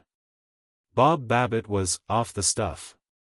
Which means, as you will discover by referring to the unabridged dictionary of Bohemia, that he had cut out the booze, that he was on the water wagon. The reason for Bob's sudden attitude of hostility toward the demon rum, as the white ribboners miscall whiskey, see the bartender's guide, should be of interest to reformers and saloon keepers. There is always hope for a man who, when sober, will not concede or acknowledge that he was ever drunk. But when a man will say, in the apt words of the phrase distiller, "I had a beautiful skate on last night," you will have to put stuff in his coffee as well as pray for him. One evening on his way home Babbitt dropped in at the Broadway bar that he liked best. Always there were 3 or 4 fellows there from the downtown offices whom he knew. And then there would be highballs and stories, and he would hurry home to dinner a little late but feeling good, and a little sorry for the poor Standard Oil Company. On this evening as he entered he heard someone say, "Babbitt was in last night as full as a boiled owl." Babbitt walked to the bar, and saw in the mirror that his face was as white as chalk. For the first time he had looked truth in the eyes. Others had lied to him, he had dissembled with himself. He was a drunkard, and had not known it. What he had fondly imagined was a pleasant exhilaration had been maudlin intoxication. His fancied wit had been drivel, his gay humors nothing but the noisy vagaries of a sot. But, never again. "A glass of seltzer," he said to the bartender. A little silence fell upon the group of his cronies, who had been expecting him to join them. "Going off the stuff, Bob?" One of them asked politely and with more formality than the highballs ever called forth. "Yes," said Babbitt. Someone of the group took up the unwashed thread of a story he had been telling. The bartender shoved over a dime and a nickel change from the quarter, ungarnished with his customary smile, and Babbitt walked out. Now, Babbitt had a home and a wife, but that is another story. And I will tell you that story, which will show you a better habit and a worse story than you could find in the man who invented the phrase. It began away up in Sullivan County, where so many rivers and so much trouble begins, or begin, how would you say that? It was July, and Jessie was a summer boarder at the Mountain Squint Hotel, and Bob, who was just out of college, saw her one day, and they were married in September. That's the tabloid novel, one swallow of water, and it's gone. But those July days. Let the exclamation point expound it, for I shall not. For particulars you might read up on Romeo and Juliet, and Abraham Lincoln's thrilling sonnet about, "You can fool some of the people," etc., and Darwin's works. But one thing I must tell you about. Both of them were mad over Omar's Rubaiyat. They knew every verse of the old bluffer by heart, not consecutively, but picking them out here and there as you fork the mushrooms in a 50-cent steak à la Bordelaise. Sullivan County is full of rocks and trees, and Jessie used to sit on them, and, please be good, used to sit on the rocks. And Bob had a way of standing behind her with his hands over her shoulders holding her hands, and his face close to hers. And they would repeat over and over their favorite verses of the old tent maker. They saw only the poetry and philosophy of the lines then, indeed, they agreed that the wine was only an image, and that what was meant to be celebrated was some divinity, or maybe love or life.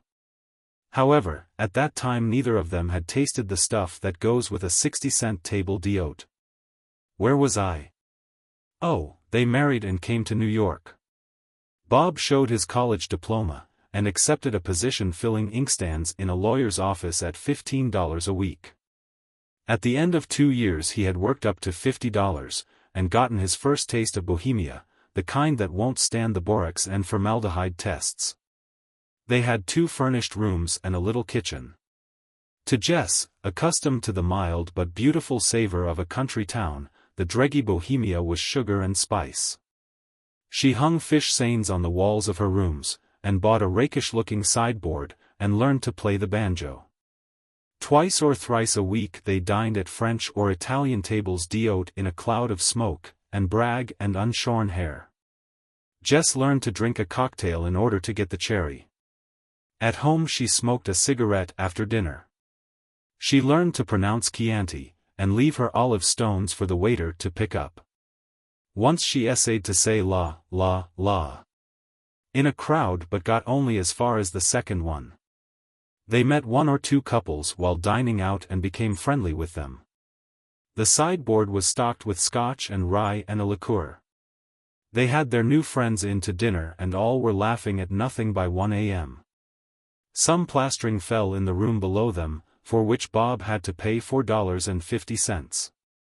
Thus they footed it merrily on the ragged frontiers of the country that has no boundary lines or government. And soon Bob fell in with his cronies and learned to keep his foot on the little rail 6 inches above the floor for an hour or so every afternoon before he went home. Drink always rubbed him the right way, and he would reach his rooms as jolly as a sand boy. Jessie would meet him at the door, and generally they would dance some insane kind of a rigadoon about the floor by way of greeting. Once when Bob's feet became confused and he tumbled headlong over a footstool, Jessie laughed so heartily and long that he had to throw all the couch pillows at her to make her hush. In such wise life was speeding for them on the day when Bob Babbitt first felt the power that the gifty Gia had him. But let us get back to our lamb and mint sauce. When Bob got home that evening he found Jessie in a long apron cutting up a lobster for the Newburgh. Usually when Bob came in mellow from his hour at the bar his welcome was hilarious, though somewhat tinctured with Scotch smoke. By screams and snatches of song and certain audible testimonials of domestic felicity was his advent proclaimed. When she heard his foot on the stairs the old maid in the hall room always stuffed cotton into her ears. At first Jessie had shrunk from the rudeness and favor of these spiritual greetings. But as the fog of the false Bohemia gradually encompassed her she came to accept them as love's true and proper greeting. Bob came in without a word, smiled, kissed her neatly but noiselessly, took up a paper and sat down. In the hall room the old maid held her 2 plugs of cotton poised, filled with anxiety. Jessie dropped lobster and knife and ran to him with frightened eyes. "What's the matter, Bob, are you ill?" "Not at all, dear." "Then what's the matter with you?" "Nothing." "Hearken, brethren. When she who has a right to ask interrogates you concerning a change she finds in your mood, answer her thus, tell her that you, in a sudden rage, have murdered your grandmother. Tell her that you have robbed orphans and that remorse has stricken you, tell her your fortune is swept away, that you are beset by enemies, by bunions, by any kind of malevolent fate. But do not, if peace and happiness are worth as much as a grain of mustard seed to you, do not answer her nothing." Jessie went back to the lobster in silence. She cast looks of darkest suspicion at Bob. He had never acted that way before. When dinner was on the table she set out the bottle of Scotch and the glasses. Bob declined. "Tell you the truth, Jess," he said. "I've cut out the drink. Help yourself, of course. If you don't mind I'll try some of the seltzer straight." "You've stopped drinking?" she said, looking at him steadily and unsmilingly. "What for?" "It wasn't doing me any good," said Bob. "Don't you approve of the idea?" Jessie raised her eyebrows and one shoulder slightly. "Entirely," she said with a sculptured smile. "I could not conscientiously advise anyone to drink or smoke, or whistle on Sunday." The meal was finished almost in silence. Bob tried to make talk, but his efforts lacked the stimulus of previous evenings. He felt miserable, and once or twice his eye wandered toward the bottle, but each time the scathing words of his bibulous friend sounded in his ear, and his mouth set with determination. Jessie felt the change deeply. The essence of their lives seemed to have departed suddenly. The restless fever, the false gaiety, the unnatural excitement of the shoddy bohemia in which they had lived had dropped away in the space of the popping of a cork. She stole curious and forlorn glances at the dejected Bob, who bore the guilty look of at least a wife-beater or a family tyrant. After dinner the colored maid who came in daily to perform such chores cleared away the things. Jessie, with an unreadable countenance, brought back the bottle of Scotch and the glasses and a bowl of cracked ice and set them on the table. "May I ask," she said, with some of the ice in her tones, "whether I am to be included in your sudden spasm of goodness? If not, I'll make one for myself. It's rather chilly this evening, for some reason." "Oh, come now, Jess," said Bob good-naturedly, "don't be too rough on me. Help yourself, by all means. There's no danger of your overdoing it. But I thought there was with me, and that's why I quit. Have yours, and then let's get out the banjo and try over that new quickstep." "I've heard," said Jessie in the tones of the oracle, "that drinking alone is a pernicious habit. No, I don't think I feel like playing this evening. If we are going to reform we may as well abandon the evil habit of banjo playing, too." She took up a book and sat in her little willow rocker on the other side of the table. Neither of them spoke for half an hour. And then Bob laid down his paper and got up with a strange, absent look on his face and went behind her chair and reached over her shoulders, taking her hands in his. And laid his face close to hers. In a moment to Jessie the walls of the Sain-Hung room vanished, and she saw the Sullivan County hills and rills. Bob felt her hands quiver in his as he began the verse from old Omar. "Come, fill the cup. And in the fire of spring the winter garment of repentance fling. The bird of time has but a little way to fly, and lo! the bird is on the wing." And then he walked to the table and poured a stiff drink of Scotch into a glass. But in that moment a mountain breeze had somehow found its way in and blown away the mist of the false bohemia. Jessie leaped and with one fierce sweep of her hand sent the bottle and glasses crashing to the floor. The same motion of her arm carried it around Bob's neck, where it met its mate and fastened tight. "Oh, my God, Bobby, not that verse, I see now. I wasn't always such a fool, was I? The other one, boy, the one that says, 'Remold it to the heart's desire.' Say that one, 'to the heart's desire.'" "I know that one," said Bob. "It goes, 'Ah, love, could you and I with him conspire to grasp this sorry scheme of things entire? Would not we—'" "Let me finish it," said Jessie. "Would not we shatter it to bits, and then remold it nearer to the heart's desire?" "It's shattered all right," said Bob, crunching some glass under his heel. In some dungeon below the accurate ear of Mrs. Pickens, the landlady, located the smash. "It's that wild Mr. Babbitt coming home soused again," she said. "And he's got such a nice little wife, too. The buyer from Cactus City. It is well that hay fever and colds do not obtain in the healthful vicinity of Cactus City, Texas, for the dry goods emporium of Navarro and Platt, situated there, is not to be sneezed at. 20,000 people in Cactus City scatter their silver coin with liberal hands for the things that their hearts desire. The bulk of this semi-precious metal goes to Navarro and Platt. Their huge brick building covers enough ground to graze a dozen head of sheep. You can buy of them a rattlesnake skin necktie, an automobile or an $85, latest style, ladies' tan coat in 20 different shades. Navarro and Platt first introduced pennies west of the Colorado River. They had been ranchmen with business heads, who saw that the world did not necessarily have to cease its revolutions after free grass went out.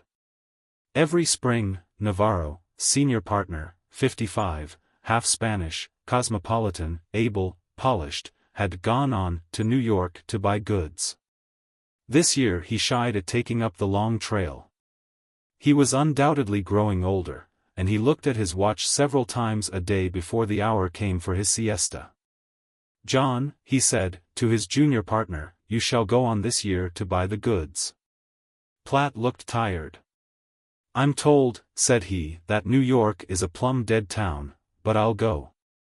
I can take a whirl in San Antone for a few days on my way and have some fun." 2 weeks later a man in a Texas full-dress suit, black frock coat, broad-brimmed soft white hat, and lay-down collar 3/4 inch high, with black wrought iron necktie, entered the wholesale cloak and suit establishment of Zisbaum and Son, on Lower Broadway. Old Zisbaum had the eye of an osprey, the memory of an elephant and a mind that unfolded from him in 3 movements like the puzzle of the carpenter's rule. He rolled to the front like a brunette polar bear, and shook Platt's hand. "And how is the good Mr. Navarro in Texas?" he said. "The trip was too long for him this year, so we welcome Mr. Platt instead." "A bullseye," said Platt, "and I'd give 40 acres of unirrigated Pecos County land to know how you did it." "I knew," grinned Zisbaum, "just as I know that the rainfall in El Paso for the year was 28.5 inches, or an increase of 15 inches, and that therefore Navarro and Platt will buy a $15,000 stock of suits this spring instead of $10,000, as in a dry year. But that will be tomorrow. There is first a cigar in my private office that will remove from your mouth the taste of the ones you smuggle across the Rio Grande and like, because they are smuggled." It was late in the afternoon and business for the day had ended. Zisbaum left Platt with a half-smoked cigar, and came out of the private office to Son, who was arranging his diamond scarf pin before a mirror, ready to leave. "Abby," he said, "you will have to take Mr. Platt around tonight and show him things. They are customers for 10 years. Mr. Navarro and we played chess every moment of spare time when he came. That is good, but Mr. Platt is a young man and this is his first visit to New York. He should amuse easily." "All right," said Abby, screwing the guard tightly on his pin. "I'll take him on. After he's seen the Flatiron and the head waiter at the Hotel Astor and heard the phonograph play under the old apple tree, it'll be 10:30. And Mr. Texas will be ready to roll up in his blanket. I've got a supper engagement at 11:30, but he'll be all to the Mrs. Winslow before then." The next morning at 10 Platt walked into the store ready to do business. He had a bunch of hyacinths pinned on his lapel. Zisbaum himself waited on him. Navarro and Platt were good customers, and never failed to take their discount for cash. "And what did you think of our little town?" asked Zisbaum, with the fatuous smile of the Manhattanite. "I shouldn't care to live in it," said the Texan. "Your son and I knocked around quite a little last night. You've got good water, but Cactus City is better lit up. We've got a few lights on Broadway, don't you think, Mr. Platt?" "And a good many shadows," said Platt. "I think I like your horses best. I haven't seen a crow bait since I've been in town." Zisbaum led him upstairs to show the samples of suits. "Ask Miss Asher to come," he said to a clerk. Miss Asher came, and Platt, of Navarro and Platt, felt for the first time the wonderful bright light of romance and glory descend upon him. He stood still as a granite cliff above the canyon of the Colorado, with his wide-open eyes fixed upon her. She noticed his look and flushed a little, which was contrary to her custom. Miss Asher was the crack model of Zisbaum and Son. She was of the blonde type known as medium, and her measurements even went the required 38, 25, 42 standard a little better. She had been at Zisbaum's 2 years, and knew her business. Her eye was bright, but cool. And had she chosen to match her gaze against the optic of the famed basilisk, that fabulous monster's gaze would have wavered and softened first. Incidentally, she knew buyers. "Now, Mr. Platt," said Zisbaum, "I want you to see these princess gowns in the light shades. They will be the thing in your climate. This first, if you please, Miss Asher." Swiftly in and out of the dressing room the prize model flew, each time wearing a new costume and looking more stunning with every change. She posed with absolute self-possession before the stricken buyer, who stood, tongue-tied and motionless, while Zisbaum orated oilily of the styles. On the model's face was her faint, impersonal professional smile that seemed to cover something like weariness or contempt. When the display was over, Platt seemed to hesitate. Zisbaum was a little anxious, thinking that his customer might be inclined to try elsewhere. But Platt was only looking over in his mind the best building sites in Cactus City. Trying to select one on which to build a house for his wife-to-be, who was just then in the dressing room taking off an evening gown of lavender and tulle. "Take your time, Mr. Platt," said Zisbaum. "Think it over tonight.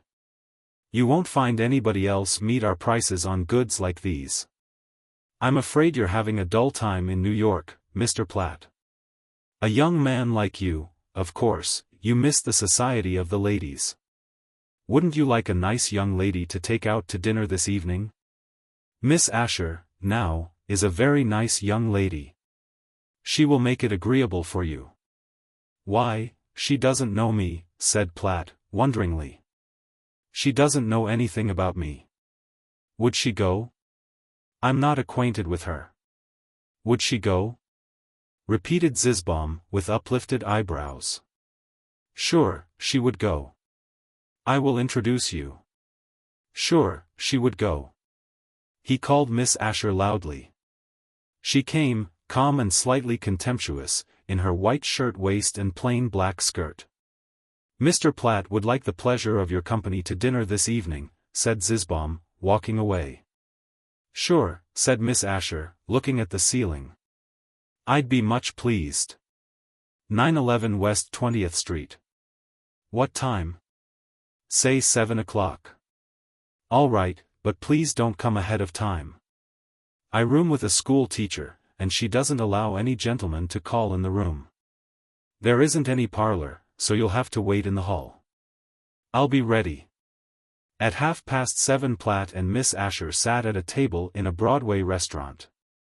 She was dressed in a plain, filmy black.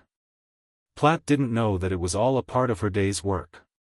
With the unobtrusive aid of a good waiter he managed to order a respectable dinner, minus the usual Broadway preliminaries.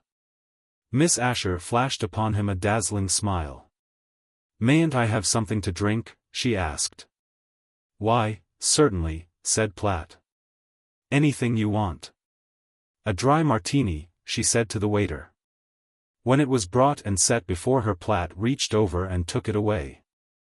"What is this?" he asked. "A cocktail, of course.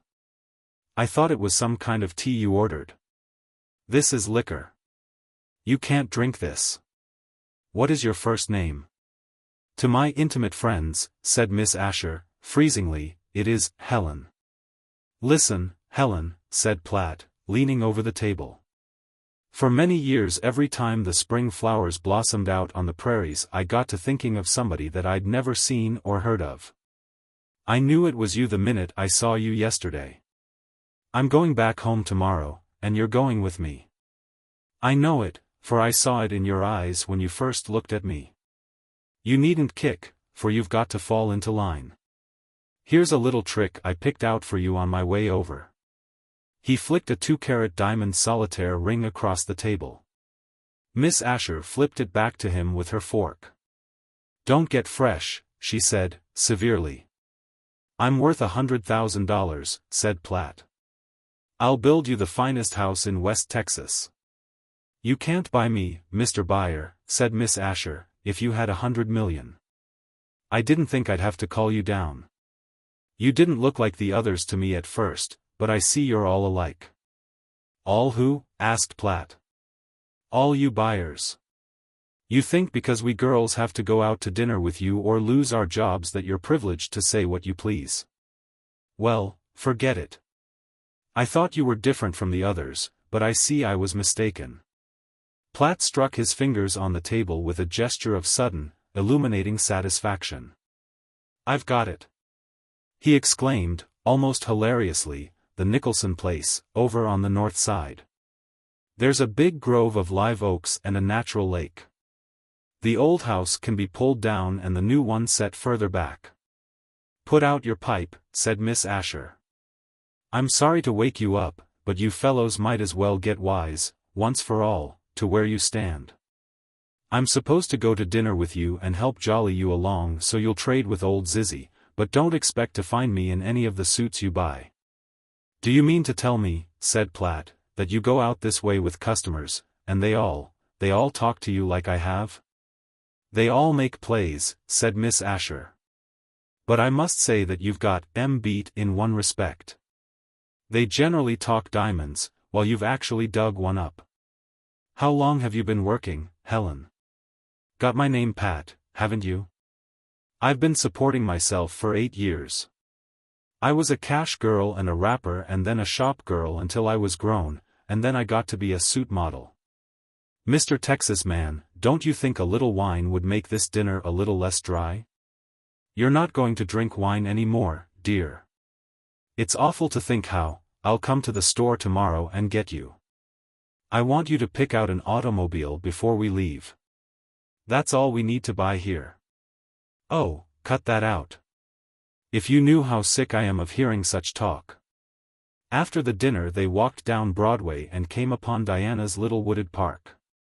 The trees caught Platt's eye at once, and he must turn along under the winding walk beneath them. The lights shone upon 2 bright tears in the model's eyes. I don't like that, said Platt. What's the matter? Don't you mind, said Miss Asher. Well, it's because, well, I didn't think you were that kind when I first saw you. But you are all like. And now will you take me home, or will I have to call a cop? Platt took her to the door of her boarding house. They stood for a minute in the vestibule. She looked at him with such scorn in her eyes that even his heart of oak began to waver. His arm was halfway around her waist, when she struck him a stinging blow on the face with her open hand. As he stepped back, a ring fell from somewhere and bounded on the tiled floor. Platt groped for it and found it. Now, take your useless diamond and go, Mr. Buyer, she said. This was the other one, the wedding ring, said the Texan, holding the smooth gold band on the palm of his hand. Miss Asher's eyes blazed upon him in the half-darkness. Was that what you meant? Did you? Somebody opened the door from inside the house. Good night, said Platt. I'll see you at the store tomorrow. Miss Asher ran up to her room and shook the school teacher until she sat up in bed ready to scream fire. Where is it? She cried. That's what I want to know, said the model. You've studied geography, Emma, and you ought to know. Where is a town called Cactus City, I think, they called it. How dare you wake me up for that, said the school teacher. Caracas is in Venezuela, of course. What's it like? Why, it's principally earthquakes and Negroes and monkeys and malarial fever and volcanoes. I don't care, said Miss Asher, blithely. I'm going there tomorrow. The Harbinger. Long before the springtide is felt in the dull bosom of the yokel does the city man know that the grass-green goddess is upon her throne. He sits at his breakfast eggs and toast, begirt by stone walls, opens his morning paper and sees journalism leave vernalism at the post. For, whereas, spring's couriers were once the evidence of our finer senses, now the Associated Press does the trick. The warble of the first robin in Hackensack, the stirring of the maple sap in Bennington, the budding of the pussy willows along Main Street in Syracuse, the first chirp of the bluebird. The swan song of the Blue Point, the annual tornado in St. Louis, the plaint of the peach pessimist from Pompton, NJ, the regular visit of the tame wild goose with a broken leg to the pond near Bilgewater Junction. The base attempt of the drug trust to boost the price of quinine foiled in the House by Congressman Jinks. The first tall poplar struck by lightning and the usual stunned picnickers who had taken refuge, the first crack of the ice jam in the Allegheny River. The finding of a violet in its mossy bed by the correspondent at Round Corners, these are the advance signs of the burgeoning season that are wired into the wise city. While the farmer sees nothing but winter upon his dreary fields. But these be mere externals. The true harbinger is the heart. When Strephon seeks his Chloe and Mike his Maggie, then only is spring arrived and the newspaper report of the 5-foot rattler killed in Squire Pettigrew's pasture confirmed. Ere the first violet blew, Mr. Peters, Mr. Ragsdale and Mr. Kidd sat together on a bench in Union Square and conspired. Mr. Peters was the D'Artagnan of the loafers there. He was the dingiest, the laziest, the sorriest brown blot against the green background of any bench in the park. But just then he was the most important of the trio. Mr. Peters had a wife. This had not heretofore affected his standing with Ragsy and Kidd. But today it invested him with a peculiar interest. His friends, having escaped matrimony, had shown a disposition to deride Mr. Peters for his venture on that troubled sea. But at last they had been forced to acknowledge that either he had been gifted with a large foresight or that he was one of fortune's lucky sons. For, Mrs. Peters had $1. A whole dollar bill, good and receivable by the government for customs, taxes and all public dues.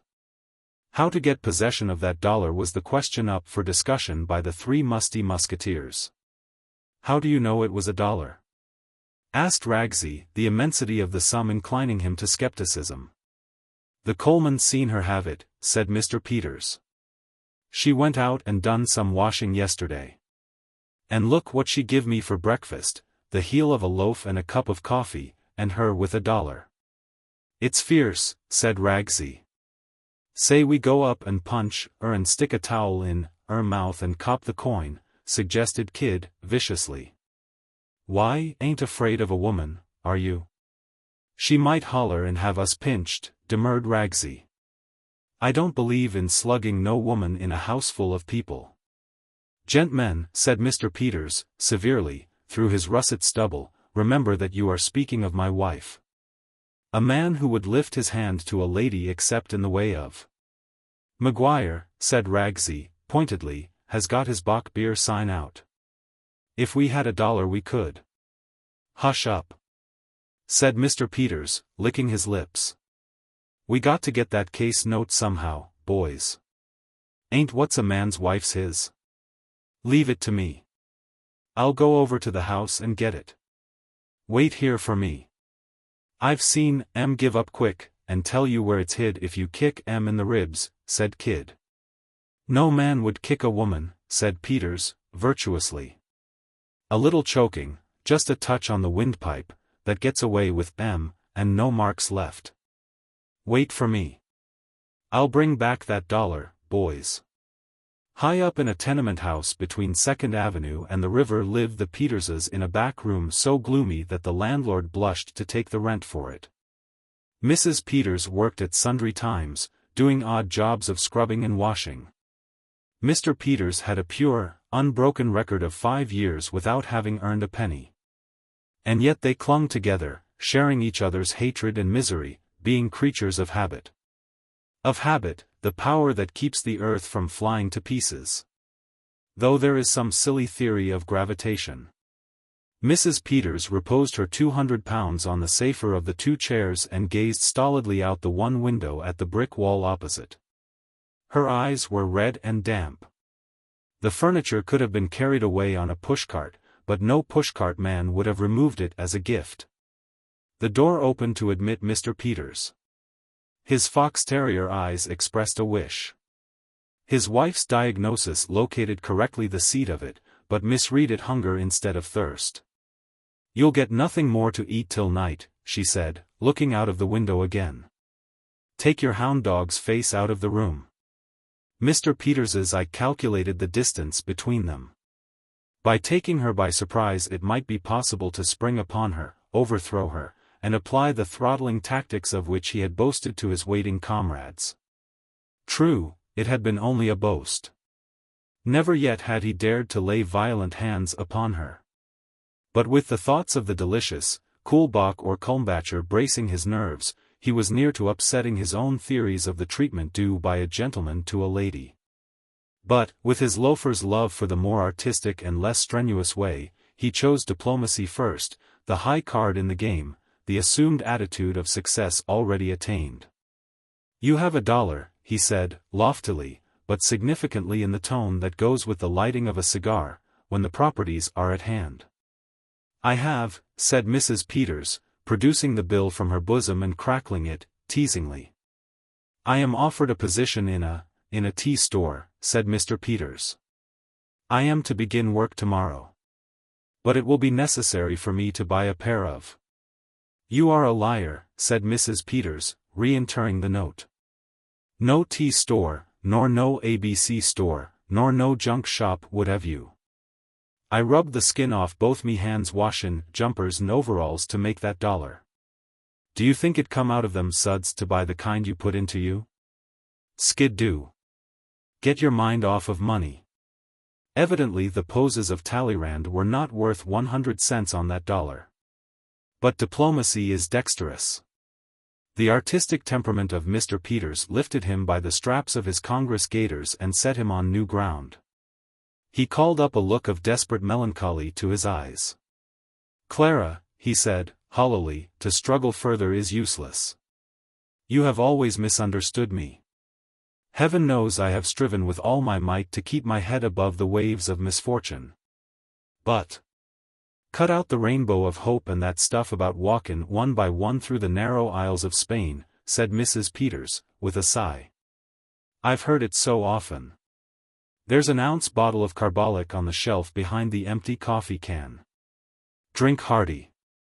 Mr. Peters reflected. What next? The old expedients had failed. The two musty musketeers were awaiting him hard by the ruined chateau, that is to say, on a park bench with rickety cast-iron legs. His honor was at stake. He had engaged to storm the castle single-handed and bring back the treasure that was to furnish them wassail and solace. And all that stood between him and the coveted $1 was his wife, once a little girl whom he could, why not again? Once with soft words he could, as they say, twist her around his little finger. Why not again? Not for years had he tried it. Grim poverty and mutual hatred had killed all that. But Ragsy and Kid were waiting for him to bring the $1. Mr. Peters took a surreptitiously keen look at his wife. Her formless bulk overflowed the chair. She kept her eyes fixed out the window in a strange kind of trance. Her eyes showed that she had been recently weeping. I wonder, said Mr. Peters to himself, if there'd be anything in it. The window was open upon its outlook of brick walls and drab, barren backyards. Except for the mildness of the air that entered it might have been midwinter yet in the city that turned such a frowning face to besieging spring. But spring doesn't come with the thunder of cannon. She is a sapper and a miner, and you must capitulate. I'll try it, said Mr. Peters to himself, making a wry face. He went up to his wife and put his arm across her shoulders. Clara, darling, he said in tones that shouldn't have fooled a baby seal, why should we have hard words? Ain't you my own tootsome wootsome? A black mark against you, Mr. Peters, in the sacred ledger of Cupid. Charges of attempted graft are filed against you, and of forgery and utterance of two of love's holiest of appellations. But the miracle of spring was wrought. Into the back room over the back alley between the black walls had crept the Harbinger. It was ridiculous, and yet, well, it is a rat trap, and you, madam and sir and all of us, are in it. Red and fat and crying like Niobe or Niagara, Mrs. Peters threw her arms around her lord and dissolved upon him. Mr. Peters would have striven to extricate the dollar bill from its deposit vault, but his arms were bound to his sides. "Do you love me, James?" asked Mrs. Peters. "Madly," said James, "but—" "You are ill," exclaimed Mrs. Peters. "Why are you so pale and tired-looking?" "I feel weak," said Mr. Peters. "Oh, wait, I know what it is. Wait, James. I'll be back in a minute." With a parting hug that revived in Mr. Peters' recollections of the terrible Turk, his wife hurried out of the room and down the stairs. Mr. Peters hitched his thumbs under his suspenders. "All right," he confided to the ceiling. "I've got her going. I hadn't any idea the old girl was soft any more under the foolish rib. Well, sir. Ain't I the Claude Melnot of the Lower East Side? What? It's a 100-to-1 shot that I get the dollar. I wonder what she went out for. I guess she's gone to tell Mrs. Muldoon on the second floor that we're reconciled. I'll remember this. Soft soap. And Ragsy was talking about slugging her." Mrs. Peters came back with a bottle of sarsaparilla. "I'm glad I happened to have that dollar," she said. "You're all run down, honey." Mr. Peters had a tablespoonful of the stuff inserted into him. Then Mrs. Peters sat on his lap and murmured, "Call me Tootsome Wootsums again, James." He sat still, held there by his materialized goddess of spring. Spring had come. On the bench in Union Square Mr. Ragsdale and Mr. Kidd squirmed, tongue-parched, awaiting D'Artagnan and his dollar. "I wish I had choked her at first," said Mr. Peters to himself. The day Resurgent. I can see the artist bite the end of his pencil and frown when it comes to drawing his Easter picture. For his legitimate pictorial conceptions of figures pertinent to the festival are but 4 in number. First comes Easter, pagan goddess of spring. Here his fancy may have free play. A beautiful maiden with decorative hair and the proper number of toes will fill the bill. Miss Clarice St. Vavasseur, the well-known model, will pose for it in the Lethargo Gallagher, or whatever it was that Trilby called it. Second, the melancholy lady with upturned eyes in a framework of lilies. This is magazine covery, but reliable. Third, Miss Manhattan in the Fifth Avenue Easter Sunday Parade. Fourth, Maggie Murphy with a new red feather in her old straw hat, happy and self-conscious, in the Grand Street turnout. Of course, the rabbits do not count. Nor the Easter eggs, since the higher criticism has hard-boiled them. The limited field of its pictorial possibilities proves that Easter, of all our festival days, is the most vague and shifting in our conception. It belongs to all religions, although the pagans invented it. Going back still further to the first spring, we can see Eve choosing with pride a new green leaf from the tree Ficus carica. Now, the object of this critical and learned preamble is to set forth the theorem that Easter is neither a date, a season, a festival, a holiday, nor an occasion. What it is you shall find out if you follow in the footsteps of Danny McCree. Easter Sunday dawned as it should, bright and early, in its place on the calendar between Saturday and Monday. At 5:24 the sun rose, and at 10:30 Danny followed its example. He went into the kitchen and washed his face at the sink. His mother was frying bacon. She looked at his hard, smooth, knowing countenance as he juggled with the round cake of soap. And thought of his father when she first saw him stopping a hot grounder between 2nd and 3rd 22 years before on a vacant lot in Harlem, where the La Paloma apartment house now stands. In the front room of the flat Danny's father sat by an open window smoking his pipe, with his disheveled gray hair tossed about by the breeze. He still clung to his pipe, although his sight had been taken from him 2 years before by a precocious blast of giant powder that went off without permission. Very few blind men care for smoking, for the reason that they cannot see the smoke. Now, could you enjoy having the news read to you from an evening newspaper unless you could see the colors of the headlines? "'Tis Easter Day," said Mrs. McCree. "Scramble mine," said Danny. After breakfast he dressed himself in the Sabbath morning costume of the Canal Street importing house dray chauffeur, frock coat, striped trousers, patent leathers, gilded trace chain across front of vest, and wing collar, rolled brim derby and butterfly bow from Skonstein's, between 14th Street and Tony's fruit stand, Saturday night sale. "You'll be goin' out this day, of course, Danny," said old man McCree, a little wistfully. "'Tis a kind of holiday, they say." "Well, it's fine spring weather. I can feel it in the air." "Why should I not be going out?" demanded Danny in his grumpiest chest tones. "Should I stay in? Am I as good as a horse? One day of rest my team has a week. Who earns the money for the rent and the breakfast you've just eat, I'd like to know. Answer me that." "All right, lad," said the old man. "I'm not complainin'. While me 2 eyes was good there was nothin' better to my mind than a Sunday out. There's a smell of turf and burnin' brush comin' in the windy. I have me tobaccy. A good fine day and wrist to ye, lad. Times I wish your mother had larned to read, so I might hear the rest about the hippopotamus, but let that be. Now, what is this foolishness he talks of hippopotamuses?" asked Danny of his mother, as he passed through the kitchen. "Have you been taking him to the zoo?" "And for what?" "I have not," said Mrs. McCree. "He sets by the windy all day. 'Tis little recreation a blind man among the poor gets at all. I'm thinkin' they wander in their minds at times. One day he talks of Greece without stoppin' for the most of an hour. I looks to see if there's lard burnin' in the fryin' pan. There is not. He says I do not understand. 'Tis weary days, Sundays, and holidays and all, for a blind man, Danny. There was no better nor stronger than him when he had his 2 eyes. 'Tis a fine day, son. Enjoy yeself against the morning. There will be cold supper at 6. "Have you heard any talk of a hippopotamus?" asked Danny of Mike, the janitor, as he went out the door downstairs. "I have not," said Mike, pulling his shirt sleeves higher.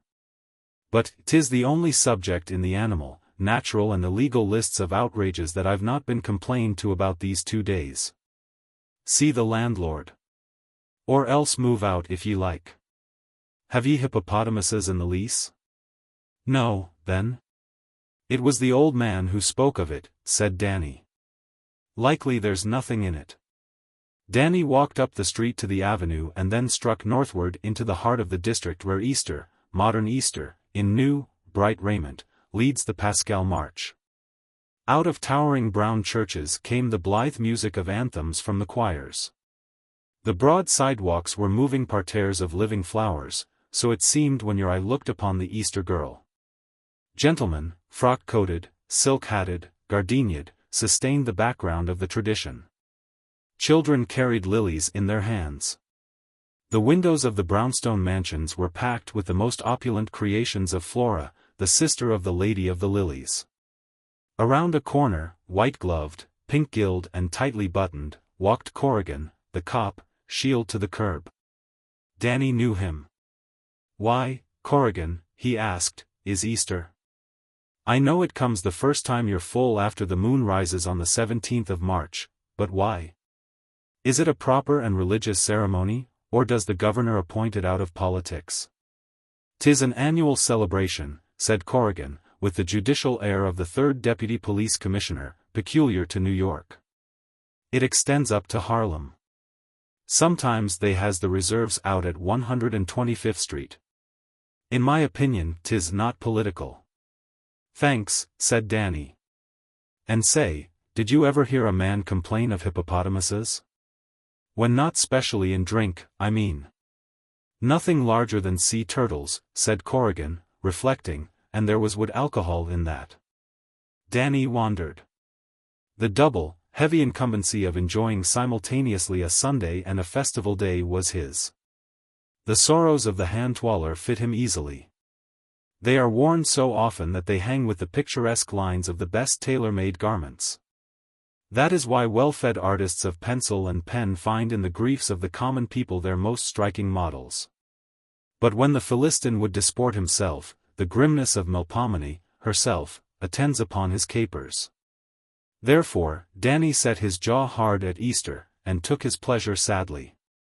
The family entrance of Dugan's Café was feasible, so Danny yielded to the vernal season as far as a glass of bock. Seated in a dark, linoleumed, humid back room, his heart and mind still groped after the mysterious meaning of the springtime jubilee. "Say, Tim," he said to the waiter, "why do they have Easter?" "Skid-do," said Tim, closing a sophisticated eye. "Is that a new one?" "All right. Tony Pastors for you last night, I guess." "I give it up." "What's the answer, 2 apples or a yard and a half?" From Dugan's Danny turned back eastward. The April sun seemed to stir in him a vague feeling that he could not construe. He made a wrong diagnosis and decided that it was Katie Conlon. A block from her house on Avenue A he met her going to church. They pumped hands on the corner. "Gee. But you look doompish and dressed up," said Katie. "What's wrong?" "Come away with me to church and be cheerful." "What's doing at church?" asked Danny. "Why, it's Easter Sunday." "Silly. I waited till after 11 expectin' you might come around to go." "What does this Easter stand for, Katie?" asked Danny gloomily. "Nobody seems to know."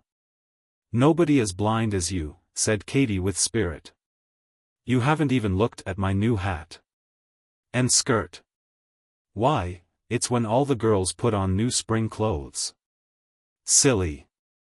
Are you coming to church with me?" "I will," said Danny. "If this Easter is pulled off there, they ought to be able to give some excuse for it. Not that the hat ain't a beauty. The green roses are great." At church the preacher did some expounding with no pounding. He spoke rapidly, for he was in a hurry to get home to his early Sabbath dinner, but he knew his business. There was one word that controlled his theme: resurrection. Not a new creation, but a new life arising out of the old. The congregation had heard it often before. But there was a wonderful hat, a combination of sweet peas and lavender, in the 6th pew from the pulpit. It attracted much attention. After church Danny lingered on a corner while Katie waited, with pique in her sky-blue eyes. "Are you coming along to the house?" she asked. "But don't mind me. I'll get there all right. You seem to be studying a lot about something." "All right. Will I see you at any time specially, Mr. McCree?" "I'll be around Wednesday night as usual," said Danny, turning and crossing the street. Katie walked away with the green roses dangling indignantly. Danny stopped 2 blocks away. He stood still with his hands in his pockets, at the curb on the corner. His face was that of a graven image. Deep in his soul something stirred so small, so fine, so keen and leavening that his hard fibers did not recognize it. It was something more tender than the April day, more subtle than the call of the senses. Purer and deeper rooted than the love of woman, for had he not turned away from green roses and eyes that had kept him chained for a year? And Danny did not know what it was. The preacher, who was in a hurry to go to his dinner, had told him, but Danny had had no libretto with which to follow the drowsy intonation. But the preacher spoke the truth. Suddenly Danny slapped his leg and gave forth a hoarse yell of delight. "Hippopotamus," he shouted to an elevated road pillar. "Well, how is that for a bum guess?" "Why, blast my skylights. I know what he was driving at now." "Hippopotamus. Wouldn't that send you to the Bronx?" It's been a year since he heard it, and he didn't miss it so very far. We quit at 469 BC, and this comes next. Well, a wooden man wouldn't have guessed what he was trying to get out of him. Danny caught a crosstown car and went up to the rear flat that his labor supported. Old man McCree was still sitting by the window. His extinct pipe lay on the sill. "Will that be you, lad?" he asked. Danny flared into the rage of a strong man who is surprised at the outset of committing a good deed. Who pays the rent and buys the food that is eaten in this house? He snapped, viciously. Have I no right to come in? Ye're a faithful lad, said Old Man McCree, with a sigh. Is it evening yet? Danny reached up on a shelf and took down a thick book labeled in gilt letters, The History of Greece. Dust was on it half an inch thick. He laid it on the table and found a place in it marked by a strip of paper. And then he gave a short roar at the top of his voice, and said, Was it the hippopotamus you wanted to be read to about then? Did I hear ye open the book? Said Old Man McCree. Many and weary be the months since my lad has read it to me. I dinno, but I took a great likings to them Greeks. Ye left off at a place. 'Tis a fine day outside, lad. Be out and take rest from your work. I have gotten used to me chair by the windy and me pipe. Peloponnesus was the place where we left off, and not hippopotamus, said Danny. The war began there. It kept something doing for 30 years. The headline says that a guy named Philip of Macedon, in 338 BC, got to be boss of Greece by getting the decision at the Battle of Chercheronea. I'll read it. With his hand to his ear, wrapped in the Peloponnesian War, Old Man McCree sat for an hour, listening.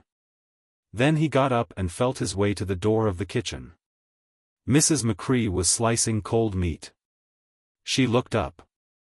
Tears were running from Old Man McCree's eyes. Do you hear our lad readin' to me? He said. There is none finer in the land. My two eyes have come back to me again. After supper he said to Danny, 'Tis a happy day, this Easter. And now ye will be off to see Katy in the evening. Well enough. Who pays the rent and buys the food that is eaten in this house? Said Danny, angrily. Have I no right to stay in it? After supper there is yet to come the reading of the Battle of Corinth, 146 BC, when the kingdom, as they say, became an integral portion of the Roman Empire. Am I nothing in this house? The fool killer. Down south whenever anyone perpetrates some particularly monumental piece of foolishness everybody says, send for Jesse Holmes. Jesse Holmes is the fool killer. Of course he is a myth, like Santa Claus and Jack Frost and General Prosperity and all those concrete conceptions that are supposed to represent an idea that nature has failed to embody. The wisest of the Southrons cannot tell you whence comes the fool killer's name. But few and happy are the households from the Roanoke to the Rio Grande in which the name of Jesse Holmes has not been pronounced or invoked. Always with a smile, and often with a tear, is he summoned to his official duty. A busy man is Jesse Holmes. I remember the clear picture of him that hung on the walls of my fancy during my barefoot days when I was dodging his oft-threatened devoirs. To me he was a terrible old man, in grey clothes, with a long, ragged, grey beard, and reddish, fierce eyes. I looked to see him come stumping up the road in a cloud of dust, with a white oak staff in his hand and his shoes tied with leather thongs. I may yet. But this is a story, not a sequel. I have taken notice with regret, that few stories worth reading have been written that did not contain drink of some sort. Down go the fluids, from Arizona Dick's 3 fingers of red pison to the inefficacious oolong that nerves Lionel Montresor to repartee in the Dotty Dialogues. So, in such good company I may introduce an absinthe drip, one absinthe drip, dripped through a silver dripper, orderly, opalescent, cool, green-eyed, deceptive.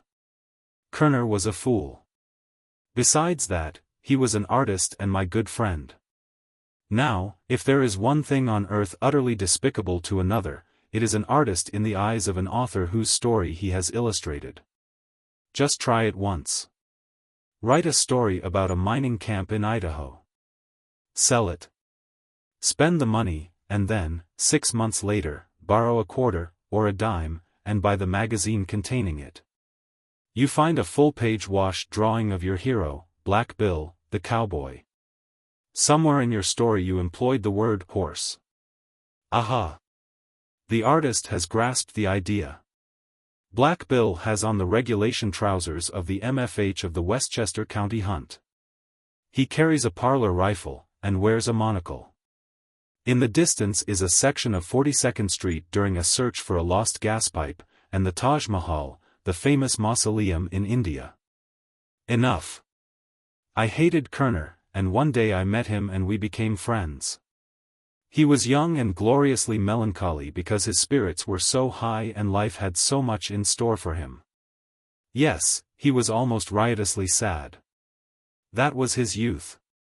When a man begins to be hilarious in a sorrowful way, you can bet $1,000,000 that he is dyeing his hair. Kerner's hair was plentiful and carefully matted as an artist's thatch should be. He was a cigaretteur, and he audited his dinners with red wine. But, most of all, he was a fool. And, wisely, I envied him, and listened patiently while he knocked Velasquez and Tintoretto. Once he told me that he liked a story of mine that he had come across in an anthology.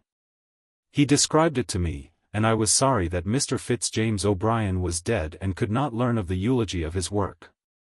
But mostly Kerner made few breaks and was a consistent fool. I'd better explain what I mean by that. There was a girl. Now, a girl, as far as I am concerned, is a thing that belongs in a seminary or an album. But I conceded the existence of the animal in order to retain Kerner's friendship. He showed me her picture in a locket. She was a blonde or a brunette, I have forgotten which. She worked in a factory for $8 a week. Lest factories quote this wage by way of vindication, I will add that the girl had worked for 5 years to reach that supreme elevation of remuneration, beginning at $1.50 per week. Kerner's father was worth a couple of millions. He was willing to stand for art, but he drew the line at the factory girl. So Kerner disinherited his father and walked out to a cheap studio and lived on sausages for breakfast and on Ferroni for dinner. Ferroni had the artistic soul and a line of credit for painters and poets, nicely adjusted. Sometimes Kerner sold a picture and bought some new tapestry, a ring and a dozen silk cravats, and paid Ferroni $2 on account.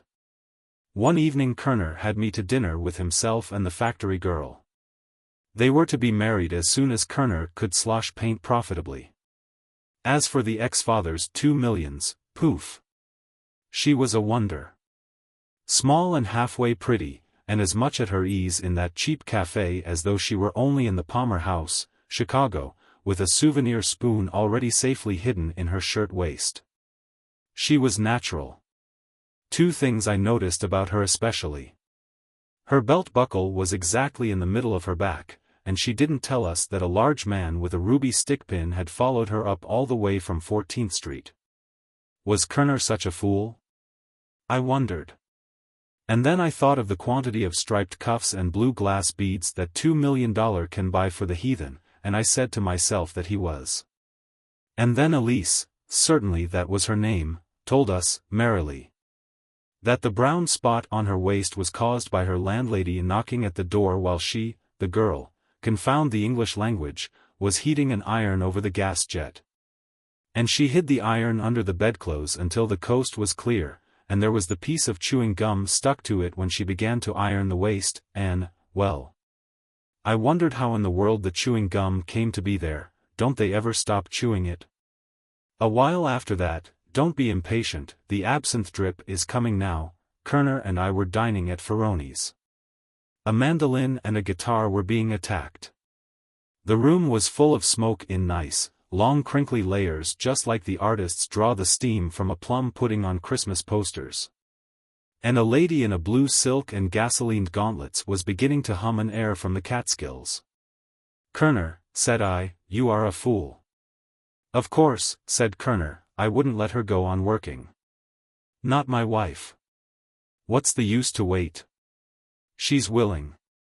I sold that watercolor of the Palisades yesterday. We could cook on a 2-burner gas stove. You know the ragouts I can throw together? Yes, I think we will marry next week. Kerner, said I, you are a fool.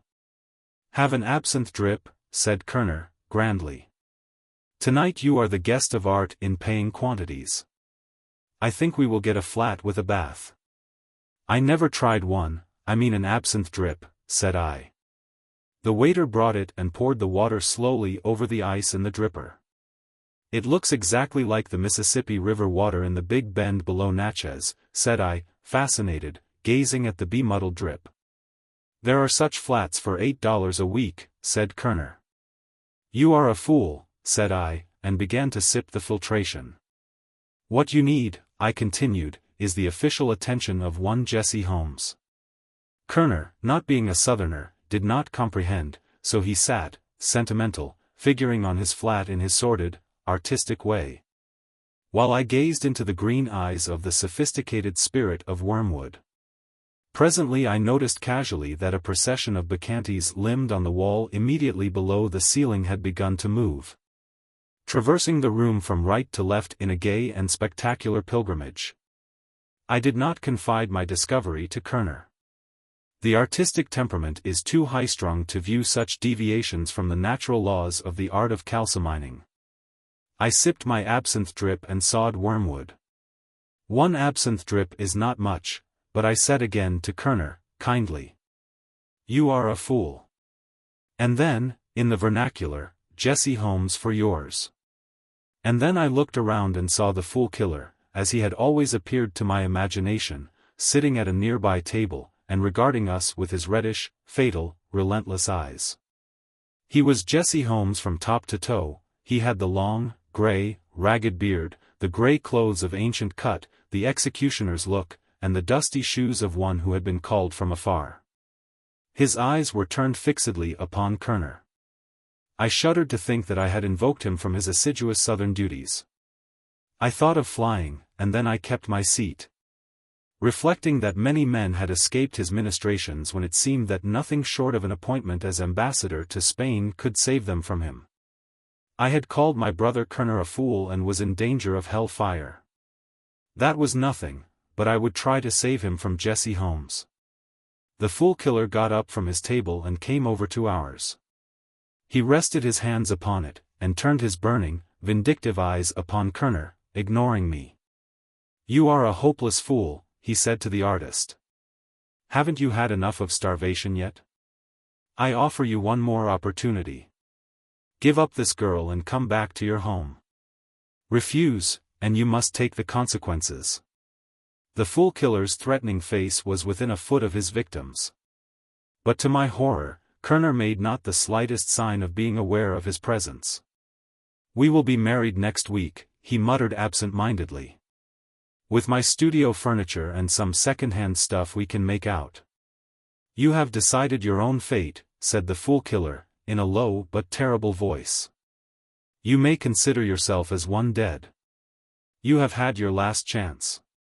In the moonlight," went on Kerner, softly, "we will sit under the skylight with our guitar and sing away the false delights of pride and money." "On your own head be it," hissed the fool killer, and my scalp prickled when I perceived that neither Kerner's eyes nor his ears took the slightest cognizance of Jesse Holmes. And then I knew that for some reason the veil had been lifted for me alone, and that I had been elected to save my friend from destruction at the fool killer's hands. Something of the fear and wonder of it must have showed itself in my face. "Excuse me," said Kerner, with his wan, amiable smile, "was I talking to myself? I think it is getting to be a habit with me." The fool killer turned and walked out of Ferroni's. "Wait here for me," said I, rising, "I must speak to that man." "Had you no answer for him? Because you are a fool must you die like a mouse under his foot? Could you not utter one squeak in your own defense?" "You are drunk," said Kerner, heartlessly. "No one addressed me." "The destroyer of your mind," said I, "stood above you just now and marked you for his victim. You are not blind or deaf." "I recognized no such person," said Kerner. "I have seen no one but you at this table. Sit down. Hereafter you shall have no more absinthe drips." "Wait here," said I, furious, "if you don't care for your own life, I will save it for you." I hurried out and overtook the man in grey halfway down the block. He looked as I had seen him in my fancy 1,000 times, truculent, grey and awful. He walked with the white oak staff, and but for the street sprinkler the dust would have been flying under his tread. I caught him by the sleeve and steered him to a dark angle of a building. I knew he was a myth, and I did not want a cop to see me conversing with vacancy, for I might land in Bellevue minus my silver matchbox and diamond ring. "Jesse Holmes," said I, facing him with apparent bravery, "I know you. I have heard of you all my life. I know now what a scourge you have been to your country. Instead of killing fools, you have been murdering the youth and genius that are necessary to make a people live and grow great. You are a fool yourself, Holmes. You began killing off the brightest and best of our countrymen 3 generations ago, when the old and obsolete standards of society and honor and orthodoxy were narrow and bigoted. You proved that when you put your murderous mark upon my friend Kerner, the wisest chap I ever knew in my life." The fool killer looked at me grimly and closely. "You've a queer jag," said he, curiously. "Oh, yes, I see who you are now. You were sitting with him at the table. Well, if I'm not mistaken, I heard you call him a fool, too." "I did," said I. "I delight in doing so. It is from envy. By all the standards that you know, he is the most egregious and grandiloquent and gorgeous fool in all the world. That's why you want to kill him."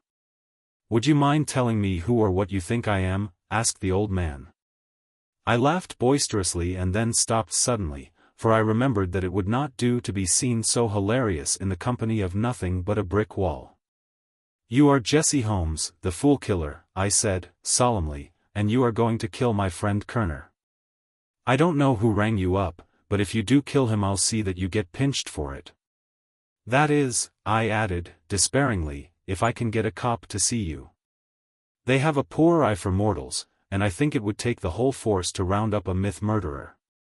"Well," said the fool killer, briskly, "I must be going.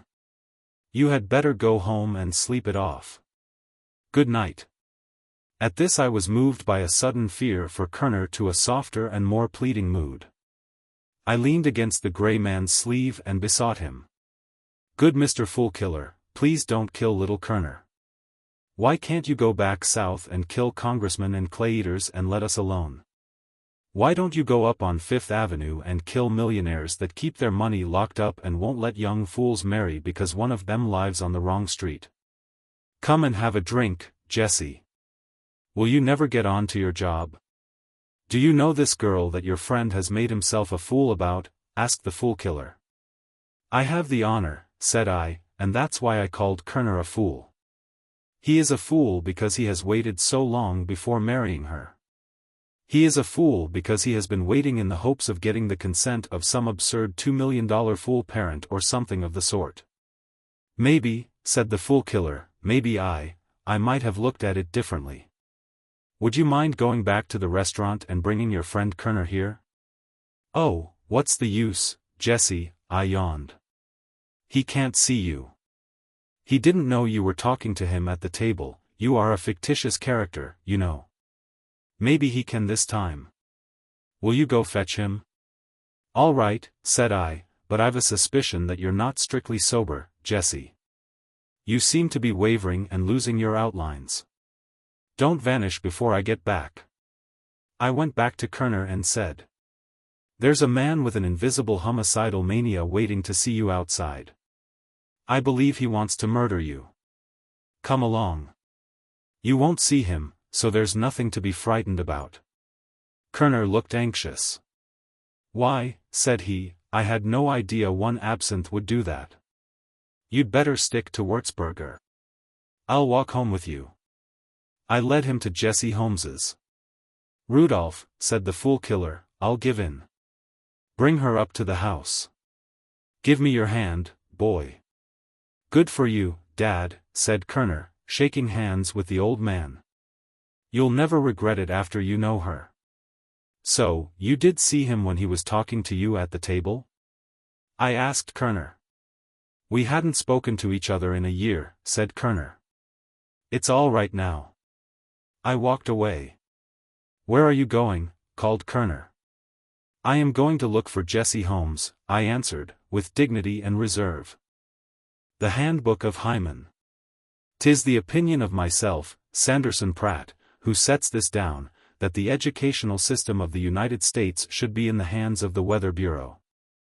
I can give you good reasons for it, and you can't tell me why our college professors shouldn't be transferred to the meteorological department. They have been learned to read. And they could very easily glance at the morning papers and then wire into the main office what kind of weather to expect. But there's the other side of the proposition. I am going on to tell you how the weather furnished me and Idaho Green with an elegant education. We was up in the Bitterroot Mountains over the Montana line prospecting for gold. A chin-whiskered man in Walla Walla, carrying a line of hope as excess baggage, had grub-staked us. And there we was in the foothills pecking away, with enough grub on hand to last an army through a peace conference. Along one day comes a mail rider over the mountains from Carlos, and stops to eat 3 cans of greengages, and leave us a newspaper of modern date. This paper prints a system of premonitions of the weather, and the card it dealt Bitterroot Mountains from the bottom of the deck was warmer and fair, with light westerly breezes. That evening it began to snow, with the wind strong in the east. Me and Idaho moved camp into an old empty cabin higher up the mountain, thinking it was only a November flurry. But after falling 3 foot on a level it went to work in earnest, and we knew we was snowed in. We got in plenty of firewood before it got deep, and we had grub enough for 2 months, so we let the elements rage and cut up all they thought proper. If you want to instigate the art of manslaughter, just shut 2 men up in a 18 by 20 foot cabin for a month. Human nature won't stand it. When the first snowflakes fell, me and Idaho Green laughed at each other's jokes and praised the stuff we turned out of a skillet and called bread. At the end of 3 weeks Idaho makes this kind of a edict to me. Says he. I never exactly heard sour milk dropping out of a balloon on the bottom of a tin pan. But I have an idea it would be music of the spears compared to this attenuated stream of asphyxiated thought that emanates out of your organs of conversation. The kind of half-fasticated noises that you emit every day puts me in mind of a cow's cud, only she's lady enough to keep hers to herself, and you ain't. Mr. Green, says I, you having been a friend of mine once, I have some hesitations in confessing to you that if I had my choice for society between you and a common yellow, 3-legged cur pup, one of the inmates of this here cabin would be wagging a tail just at present. This way we goes on for 2 or 3 days, and then we quit speaking to one another. We divides up the cooking implements, and Idaho cooks his grub on one side of the fireplace, and me on the other. The snow is up to the windows, and we have to keep a fire all day. You see, me and Idaho never had any education beyond reading and doing, if John had 3 apples and James 5, on a slate. We never felt any special need for a university degree, though we had acquired a species of intrinsic intelligence in knocking around the world that we could use in emergencies. But, snowbound in that cabin in the bitter roots, we felt for the first time that if we had studied Homer or Greek and fractions and the higher branches of information, we'd have had some resources in the line of meditation and private thought. I've seen them Eastern College fellows working in camps all through the West, and I never noticed but what education was less of a drawback to them than you would think. Why, once over on Snake River, when Andrew McWilliam's saddle horse got the bots, he sent a buckboard 10 miles for one of these strangers that claimed to be a botanist. But that horse died. One morning Idaho was poking around with a stick on top of a little shelf that was too high to reach. 2 books fell down to the floor. I started toward them, but caught Idaho's eye. He speaks for the first time in a week. Don't burn your fingers, says he. In spite of the fact that you're only fit to be the companion of a sleeping mud turtle, I'll give you a square deal. And that's more than your parents did when they turned you loose in the world with the sociability of a rattlesnake and the bedside manner of a frozen turnip. I'll play you a game of 7-up, the winner to pick up his choice of the book, the loser to take the other. We played, and Idaho won. He picked up his book, and I took mine.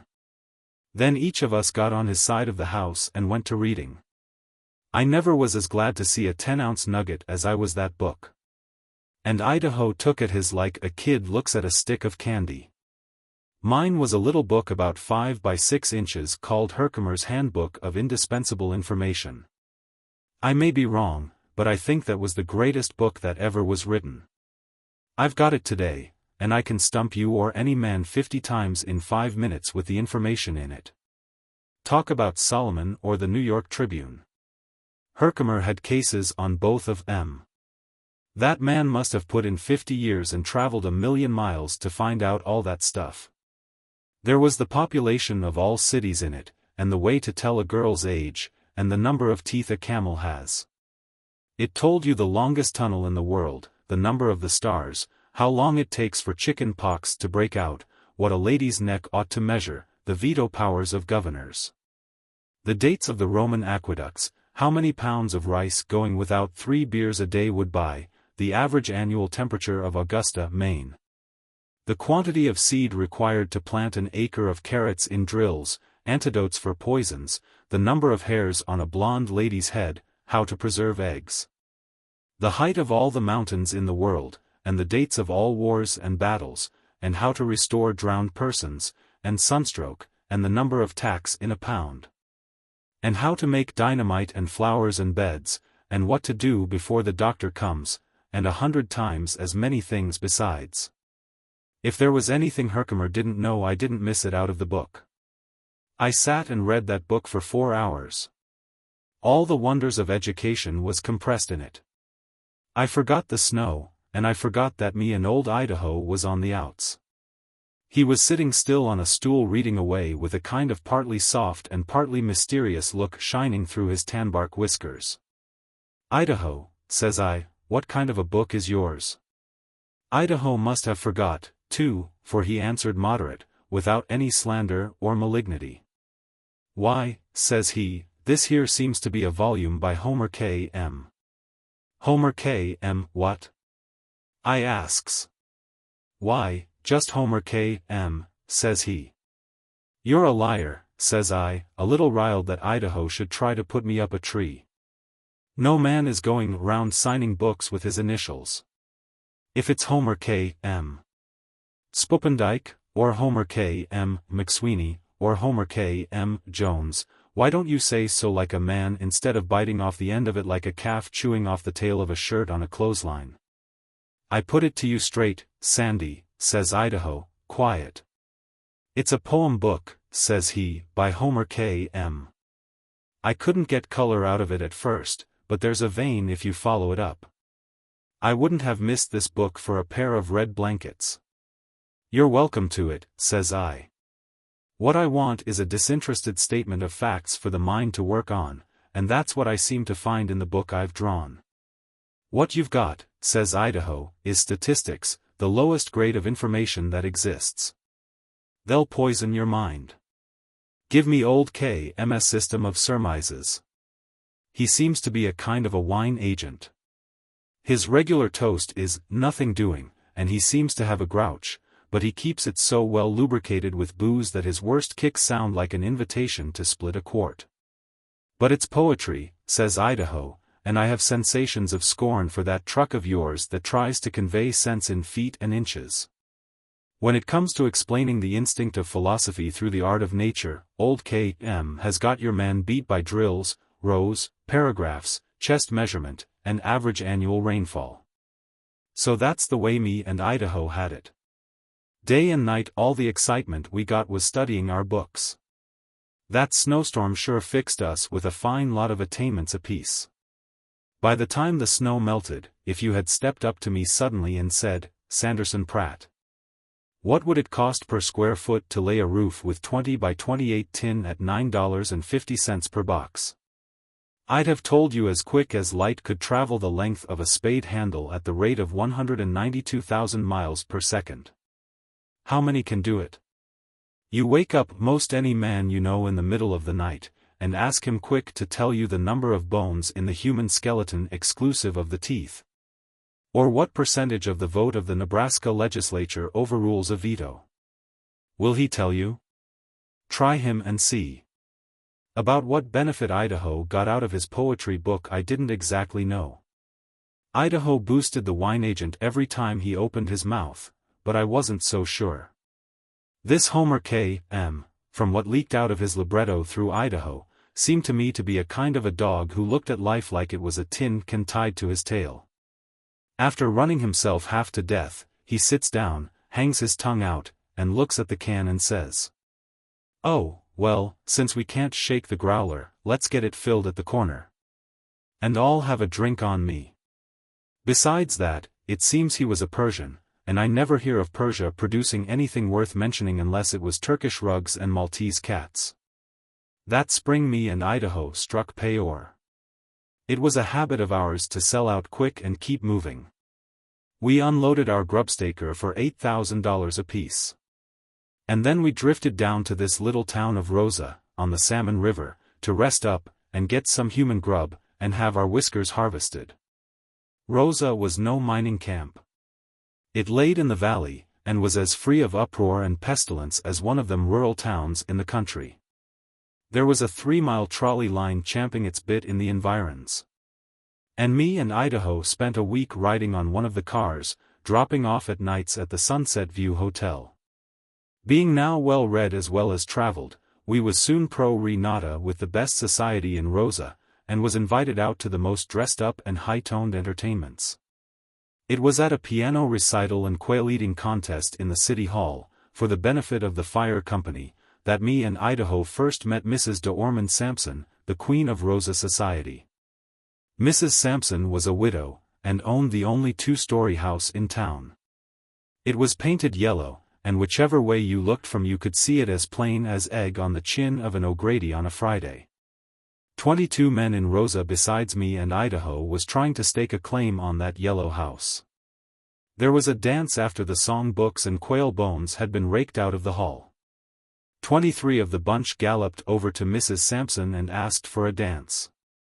I sidestepped the 2-step, and asked permission to escort her home. That's where I made a hit. On the way home says she, "Ain't the stars lovely and bright tonight, Mr. Pratt?"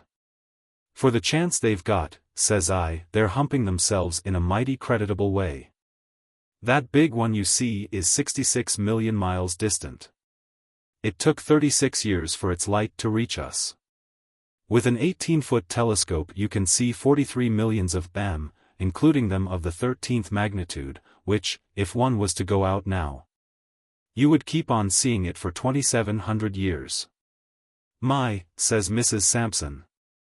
"I never knew that before. How warm it is. I'm as damp as I can be from dancing so much." "That's easy to account for," says I, "when you happen to know that you've got 2 million sweat glands working all at once. If every one of your perspiratory ducts, which are 1/4 of an inch long, was placed end to end, they would reach a distance of 7 miles. "Lawsy," says Mrs. Sampson. "It sounds like an irrigation ditch you was describing, Mr. Pratt. How do you get all this knowledge of information?" "From observation, Mrs. Sampson," I tells her. "I keep my eyes open when I go about the world." "Mr. Pratt," says she, "I always did admire a man of education. There are so few scholars among the sap-headed plug-uglies of this town that it is a real pleasure to converse with a gentleman of culture. I'd be gratified to have you call at my house whenever you feel so inclined." And that was the way I got the goodwill of the lady in the yellow house. Every Tuesday and Friday evening I used to go there and tell her about the wonders of the universe as discovered, tabulated, and compiled from nature by Herkimer. Idaho and the other gay Lutherans of the town got every minute of the rest of the week that they could. I never imagined that Idaho was trying to work on Mrs. Sampson with old K.M.'s rules of courtship till one afternoon when I was on my way over to take her a basket of wild hog plums. I met the lady coming down the lane that led to her house. Her eyes was snapping, and her hat made a dangerous dip over one eye. "Mr. Pratt," she opens up, "this Mr. Green is a friend of yours, I believe." "For 9 years, says I. "Cut him out," says she. "He's no gentleman." "Why, ma'am," says I, "he's a plain incumbent of the mountains, with asperities and the usual failings of a spendthrift and a liar." But I never on the most momentous occasion had the heart to deny that he was a gentleman. It may be that in haberdashery and the sense of arrogance and display Idaho offends the eye, but inside, ma'am, I've found him impervious to the lower grades of crime and obesity. After 9 years of Idaho's society, Mrs. Sampson, I winds up, I should hate to impute him, and I should hate to see him imputed. It's right plausible of you, Mr. Pratt, says Mrs. Sampson, to take up the curmudgeons in your friend's behalf. But it don't alter the fact that he has made proposals to me sufficiently obnoxious to ruffle the ignominy of any lady. Why, now, says I, old Idaho do that. I could believe it of myself, sooner. I never knew but one thing to deride in him, and a blizzard was responsible for that. Once while we was snowbound in the mountains he became a prey to a kind of spurious and uneven poetry, which may have corrupted his demeanor. It has, says Mrs. Sampson. Ever since I knew him he has been reciting to me a lot of irreligious rhymes by some person he calls Rubaiyat, and who is no better than she should be, if you judge by her poetry. Then Idaho has struck a new book, says I, for the one he had was by a man who writes under the nom de plume of K.M. He'd better have stuck to it, says Mrs. Sampson, whatever it was. And today he caps the vortex. I get a bunch of flowers from him, and on M is pinned a note. Now, Mr. Pratt, you know a lady when you see her, and you know how I stand in Rosa society. Do you think for a moment that I'd skip out to the woods with a man along with a jug of wine and a loaf of bread, and go singing and cavorting up and down under the trees with him?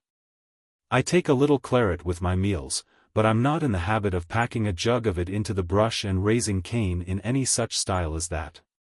And of course he'd bring his book of verses along, too. He said so. Let him go on his scandalous picnics alone. Or let him take his Rubaiyat with him. I reckon she wouldn't kick unless it was on account of there being too much bread along. And what do you think of your gentleman friend now, Mr. Pratt? Well, says I, it may be that Idaho's invitation was a kind of poetry, and meant no harm. Maybe it belonged to the class of rhymes they call figurative. They offend law and order, but they get sent through the mails on the grounds that they mean something that they don't say. I'd be glad on Idaho's account if you'd overlook it, says I, and let us extricate our minds from the low regions of poetry to the higher planes of fact and fancy. On a beautiful afternoon like this, Mrs. Sampson, I goes on, we should let our thoughts dwell accordingly. Though it is warm here, we should remember that at the equator the line of perpetual frost is at an altitude of 15,000 feet. Between the latitudes of 40 degrees and 49 degrees it is from 4,000 to 9,000 feet. Oh, Mr. Pratt, says Mrs. Sampson, it's such a comfort to hear you say them beautiful facts after getting such a jar from that minx of a Ruby's poetry. Let us sit on this log at the roadside, says I, and forget the inhumanity and ribaldry of the poets. It is in the glorious columns of ascertained facts and legalized measures that beauty is to be found. In this very log we sit upon, Mrs. Sampson, says I, is statistics more wonderful than any poem. The rings show it was 60 years old. At the depth of 2,000 feet it would become coal in 3,000 years. The deepest coal mine in the world is at Killingworth, near Newcastle. A box 4 feet long, 3 feet wide, and 2 feet 8 inches deep will hold 1 ton of coal. If an artery is cut, compress it above the wound. A man's leg contains 30 bones. The Tower of London was burned in 1841. Go on, Mr. Pratt, says Mrs. Sampson. Them ideas is so original and soothing. I think statistics are just as lovely as they can be. But it wasn't till 2 weeks later that I got all that was coming to me out of Herkimer. One night I was waked up by folks hollering, "Fire," all around. I jumped up and dressed and went out of the hotel to enjoy the scene. When I see it was Mrs. Sampson's house, I gave forth a kind of yell, and I was there in 2 minutes. The whole lower story of the yellow house was in flames, and every masculine, feminine, and canine in Rosa was there, screeching and barking and getting in the way of the firemen. I saw Idaho trying to get away from 6 firemen who were holding him. They was telling him the whole place was on fire downstairs, and no man could go in it and come out alive. Where's Mrs. Sampson? I asks. She hasn't been seen, says one of the firemen. She sleeps upstairs. We've tried to get in, but we can't, and our company hasn't got any ladders yet. I runs around to the light of the big blaze, and pulls the handbook out of my inside pocket. I kind of laughed when I felt it in my hands. I reckon I was some daffy with the sensation of excitement. "Herky, old boy," I says to it, as I flipped over the pages, "you ain't ever lied to me yet, and you ain't ever throwed me down at a scratch yet." "Tell me what, old boy, tell me what," says I. I turn to "What to do in case of accidents," on page 117. I run my finger down the page, and struck it. Good old Herkimer, he never overlooked anything.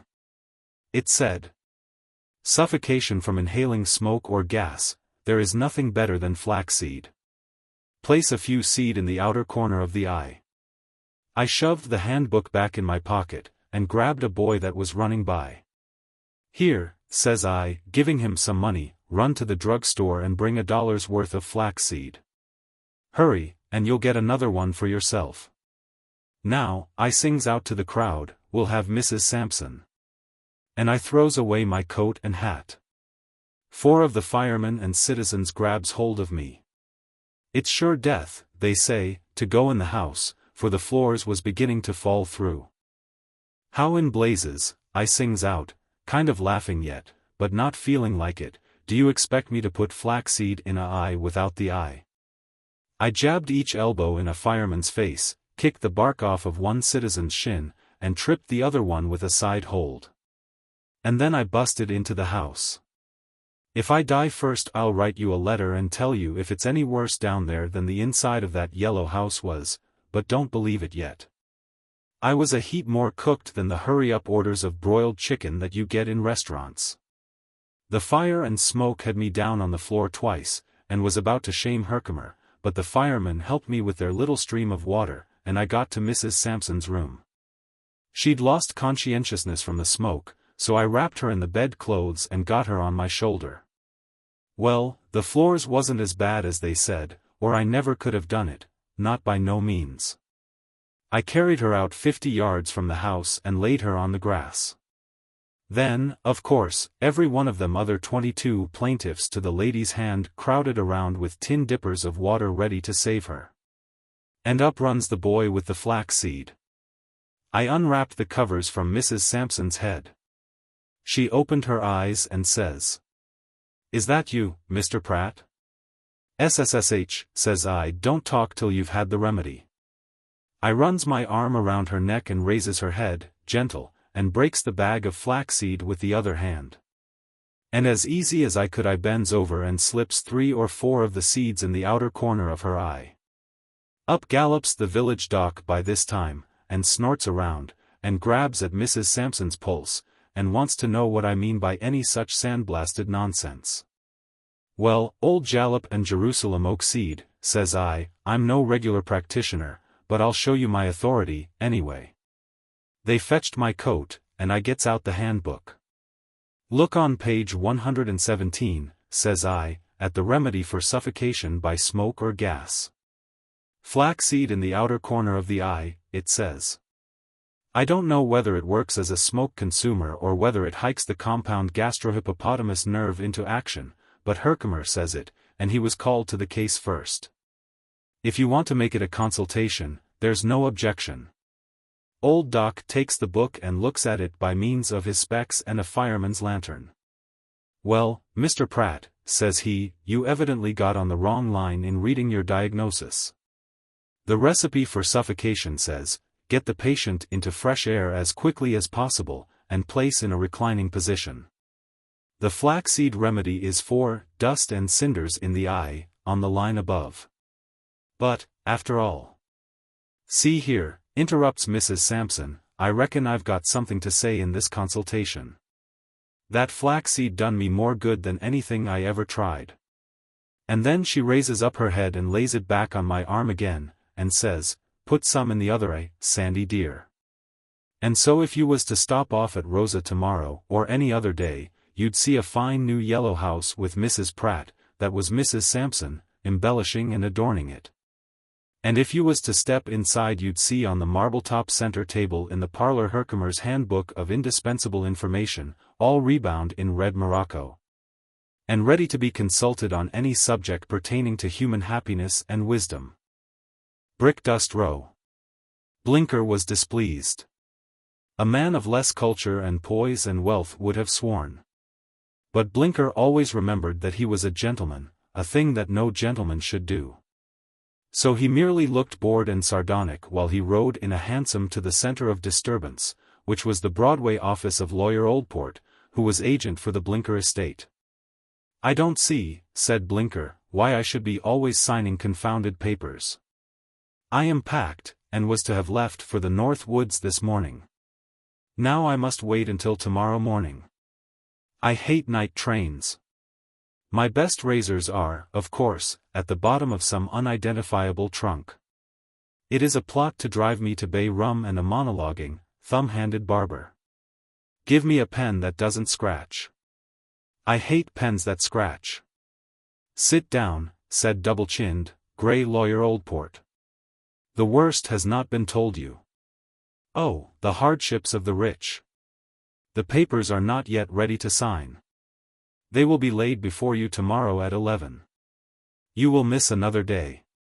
Twice shall the barber tweak the helpless nose of a Blinker. Be thankful that your sorrows do not embrace a haircut." "If," said Blinker, rising, "the act did not involve more signing of papers I would take my business out of your hands at once. Give me a cigar, please." "If," said Lawyer Oldport, "I had cared to see an old friend's son gulped down at one mouthful by sharks I would have ordered you to take it away long ago. Now, let's quit fooling, Alexander. Besides the grinding task of signing your name some 30 times tomorrow, I must impose upon you the consideration of a matter of business, and I may say humanity or right. I spoke to you about this 5 years ago, but you would not listen. You were in a hurry for a coaching trip, I think. The subject has come up again. The property." "Oh, property," interrupted Blinker. "Dear Mr. Oldport, I think you mentioned tomorrow. Let's have it all at one dose tomorrow, signatures and property and snappy rubber bands and that smelly sealing wax and all. Have luncheon with me? Well, I'll try to remember to drop in at 11 tomorrow morning." The Blinker wealth was in lands, tenements and hereditaments, as the legal phrase goes. Lawyer Oldport had once taken Alexander in his little pulmonary gasoline runabout to see the many buildings and rows of buildings that he owned in the city. For Alexander was sole heir. They had amused Blinker very much. The houses looked so incapable of producing the big sums of money that Lawyer Oldport kept piling up in banks for him to spend. In the evening Blinker went to one of his clubs, intending to dine. Nobody was there except some old fogies playing whist who spoke to him with grave politeness and glared at him with savage contempt. Everybody was out of town. But here he was kept in like a schoolboy to write his name over and over on pieces of paper. His wounds were deep. Blinker turned his back on the fogies, and said to the club steward who had come forward with some nonsense about cold fresh salmon roe, "Simons, I'm going to Coney Island." He said it as one might say, "All's off, I'm going to jump into the river." The joke pleased Simons. He laughed within a 16th of a note of the audibility permitted by the laws governing employees. "Certainly, sir," he tittered. "Of course, sir, I think I can see you at Coney, Mr. Blinker." Blinker got a pager and looked up the movements of Sunday steamboats. Then he found a cab at the first corner and drove to a North River pier. He stood in line, as democratic as you or I, and bought a ticket, and was trampled upon and shoved forward until, at last, he found himself on the upper deck of the boat staring brazenly at a girl who sat alone upon a camp stool. But Blinker did not intend to be brazen. The girl was so wonderfully good-looking that he forgot for 1 minute that he was the prince incognito, and behaved just as he did in society. She was looking at him, too, and not severely. A puff of wind threatened Blinker's straw hat. He caught it warily and settled it again. The movement gave the effect of a bow. The girl nodded and smiled, and in another instant he was seated at her side. She was dressed all in white. She was paler than Blinker imagined milkmaids and girls of humble stations to be, but she was as tidy as a cherry blossom, and her steady, supremely frank grey eyes looked out from the intrepid depths of an unshadowed and untroubled soul. "How dare you raise your hat to me?" she asked, with a smile-redeemed severity. "I didn't," Blinker said, but he quickly covered the mistake by extending it to, "I didn't know how to keep from it after I saw you. I do not allow gentlemen to sit by me to whom I have not been introduced," she said, with a sudden haughtiness that deceived him. He rose reluctantly, but her clear, teasing laugh brought him down to his chair again. "I guess you weren't going far," she declared, with beauty's magnificent self-confidence. "Are you going to Coney Island?" asked Blinker. "Me?" She turned upon him wide-open eyes full of bantering surprise. "Why, what a question. Can't you see that I'm riding a bicycle in the park?" Her drollery took the form of impertinence. "And I am laying brick on a tall factory chimney," said Blinker. "Mayn't we see Coney together? I'm all alone and I've never been there before." "It depends," said the girl, "on how nicely you behave. I'll consider your application until we get there." Blinker took pains to provide against the rejection of his application. He strove to please. To adopt the metaphor of his nonsensical phrase, he laid brick upon brick on the tall chimney of his devoirs until, at length, the structure was stable and complete. The manners of the best society come around finally to simplicity, and as the girl's way was that naturally, they were on a mutual plane of communication from the beginning. He learned that she was 20, and her name was Florence, that she trimmed hats in a millinery shop, that she lived in a furnished room with her best chum Ella, who was cashier in a shoe store.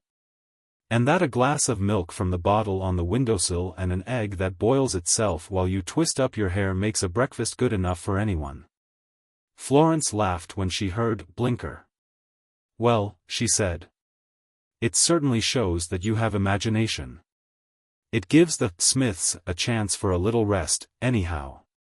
They landed at Coney, and were dashed on the crest of a great human wave of mad pleasure-seekers into the walks and avenues of fairyland gone into vaudeville. With a curious eye, a critical mind and a fairly withheld judgment, Blinker considered the temples, pagodas and kiosks of popularized delights. Hoi polloi trampled, hustled and crowded him. Basket parties bumped him, sticky children tumbled, howling, under his feet, candying his clothes. Insolent youths strolling among the booths with hard-won canes under one arm and easily won girls on the other, blew defiant smoke from cheap cigars into his face. The publicity gentlemen with megaphones, each before his own stupendous attraction, roared like Niagara in his ears.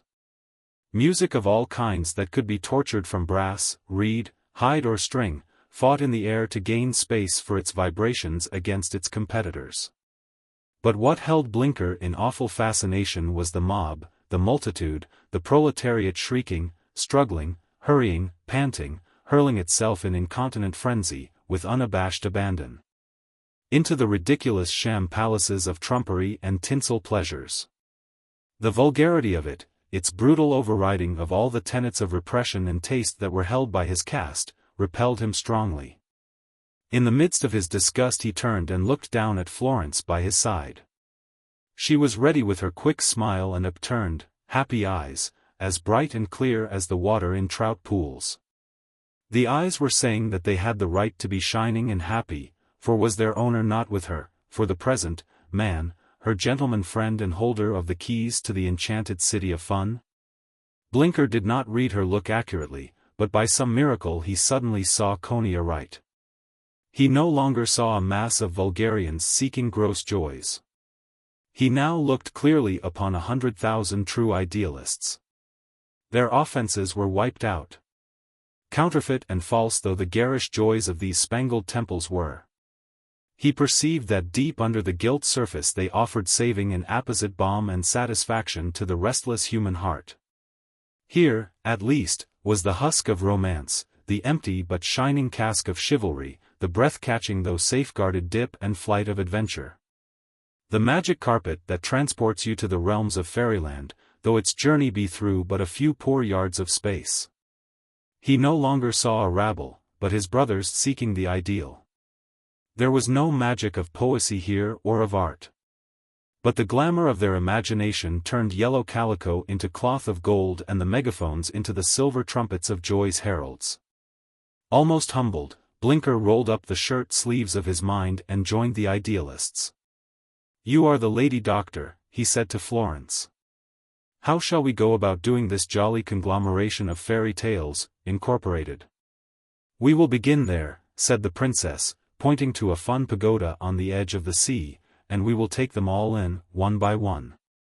They caught the 8 o'clock returning boat and sat, filled with pleasant fatigue, against the rail in the bow, listening to the Italian's fiddle and harp. Blinker had thrown off all care. The North Wood seemed to him an uninhabitable wilderness. What a fuss he had made over signing his name, pooh! He could sign it 100 times. And her name was as pretty as she was, Florence, he said it to himself a great many times. As the boat was nearing its pier in the North River, a two-funneled, drab, foreign-looking seagoing steamer was dropping down toward the bay. The boat turned its nose in toward its slip. The steamer veered as if to seek midstream, and then yawed, seemed to increase its speed and struck the Coney boat on the side near the stern, cutting into it with a terrifying shock and crash. While the 600 passengers on the boat were mostly tumbling about the decks in a shrieking panic, the captain was shouting at the steamer that it should not back off and leave the rent exposed for the water to enter. But the steamer tore its way out like a savage sawfish and cleaved its heartless way, full speed ahead. The boat began to sink at its stern, but moved slowly toward the slip. The passengers were a frantic mob, unpleasant to behold. Blinker held Florence tightly until the boat had righted itself. She made no sound or sign of fear. He stood on a camp stool, ripped off the slats above his head and pulled down a number of the life preservers. He began to buckle one around Florence. The rotten canvas split and the fraudulent granulated cork came pouring out in a stream. Florence caught a handful of it and laughed gleefully. "It looks like breakfast food," she said. "Take it off. They're no good." She unbuckled it and threw it on the deck. She made Blinker sit down and sat by his side and put her hand in his. "What'll you bet we don't reach the pier all right?" she said, and began to hum a song. And now the captain moved among the passengers and compelled order. The boat would undoubtedly make her slip, he said, and ordered the women and children to the bow, where they could land first. The boat, very low in the water at the stern, tried gallantly to make his promise good. "Florence," said Blinker, as she held him close by an arm and hand, "I love you." "That's what they all say," she replied, lightly. "I am not one of they all," he persisted. "I never knew anyone I could love before. I could pass my life with you and be happy every day. I am rich. I can make things all right for you." "That's what they all say," said the girl again, weaving the words into her little, reckless song. "Don't say that again," said Blinker in a tone that made her look at him in frank surprise. "Why shouldn't I say it?" she asked calmly. "They all do." "Who are they?" he asked, jealous for the first time in his existence. "Why, the fellows I know." "Do you know so many?" "Oh, well, I'm not a wallflower," she answered with modest complacency. "Where do you see these men? At your home?" "Of course not. I meet them just as I did you. Sometimes on the boat, sometimes in the park, sometimes on the street. I'm a pretty good judge of a man. I can tell in a minute if a fellow is one who is likely to get fresh." "What do you mean by fresh?" "Why, try to kiss you, I mean." "Do any of them try that?" asked Blinker, clenching his teeth. "Sure. All men do. You know that. Do you allow them?" Some. Not many. They won't take you out anywhere unless you do. She turned her head and looked searchingly at Blinker. Her eyes were as innocent as a child's. There was a puzzled look in them, as though she did not understand him. "What's wrong about my meeting fellows?" she asked, wonderingly. "Everything," he answered, almost savagely. "Why don't you entertain your company in the house where you live? Is it necessary to pick up Tom, Dick and Harry on the streets?" She kept her absolutely ingenuous eyes upon his. "If you could see the place where I live you wouldn't ask that. I live in Brickdust Row. They call it that because there's red dust from the bricks crumbling over everything. I've lived there for more than 4 years. There's no place to receive company. You can't have anybody come to your room. What else is there to do? A girl has got to meet the men, hasn't she?" "Yes," he said, hoarsely. "A girl has got to meet the men. The first time one spoke to me on the street," she continued, "I ran home and cried all night. But you get used to it. I meet a good many nice fellows at church. I go on rainy days and stand in the vestibule until one comes up with an umbrella. I wish there was a parlor, so I could ask you to call, Mr. Blinker. Are you really sure it isn't Smith, now?" The boat landed safely. Blinker had a confused impression of walking with the girl through quiet cross-town streets until she stopped at a corner and held out her hand. "I live just one more block over," she said. "Thank you for a very pleasant afternoon." Blinker muttered something and plunged northward till he found a cab. A big, grey church loomed slowly at his right. Blinker shook his fist at it through the window. "I gave you $1,000 last week," he cried under his breath, "and she meets them in your very doors. There is something wrong, there is something wrong." At 11 the next day Blinker signed his name 30 times with a new pen provided by Lawyer Oldport. "Now let me go to the woods," he said surlily. "You are not looking well," said Lawyer Oldport. "The trip will do you good. But listen, if you will, to that little matter of business of which I spoke to you yesterday, and also 5 years ago. There are some buildings, 15 in number, of which there are new 5-year leases to be signed. Your father contemplated a change in the lease provisions, but never made it. He intended that the parlors of these houses should not be sublet, but that the tenants should be allowed to use them for reception rooms. These houses are in the shopping district, and are mainly tenanted by young working girls. As it is they are forced to seek companionship outside. This row of red brick." Blinker interrupted him with a loud, discordant laugh. "Brickdust Row for an even 100, he cried. "And I own it. Have I guessed right?" "The tenants have some such name for it," said Lawyer Oldport. Blinker arose and jammed his hat down to his eyes. "Do what you please with it," he said harshly. "Remodel it, burn it, raze it to the ground. But, man, it's too late, I tell you.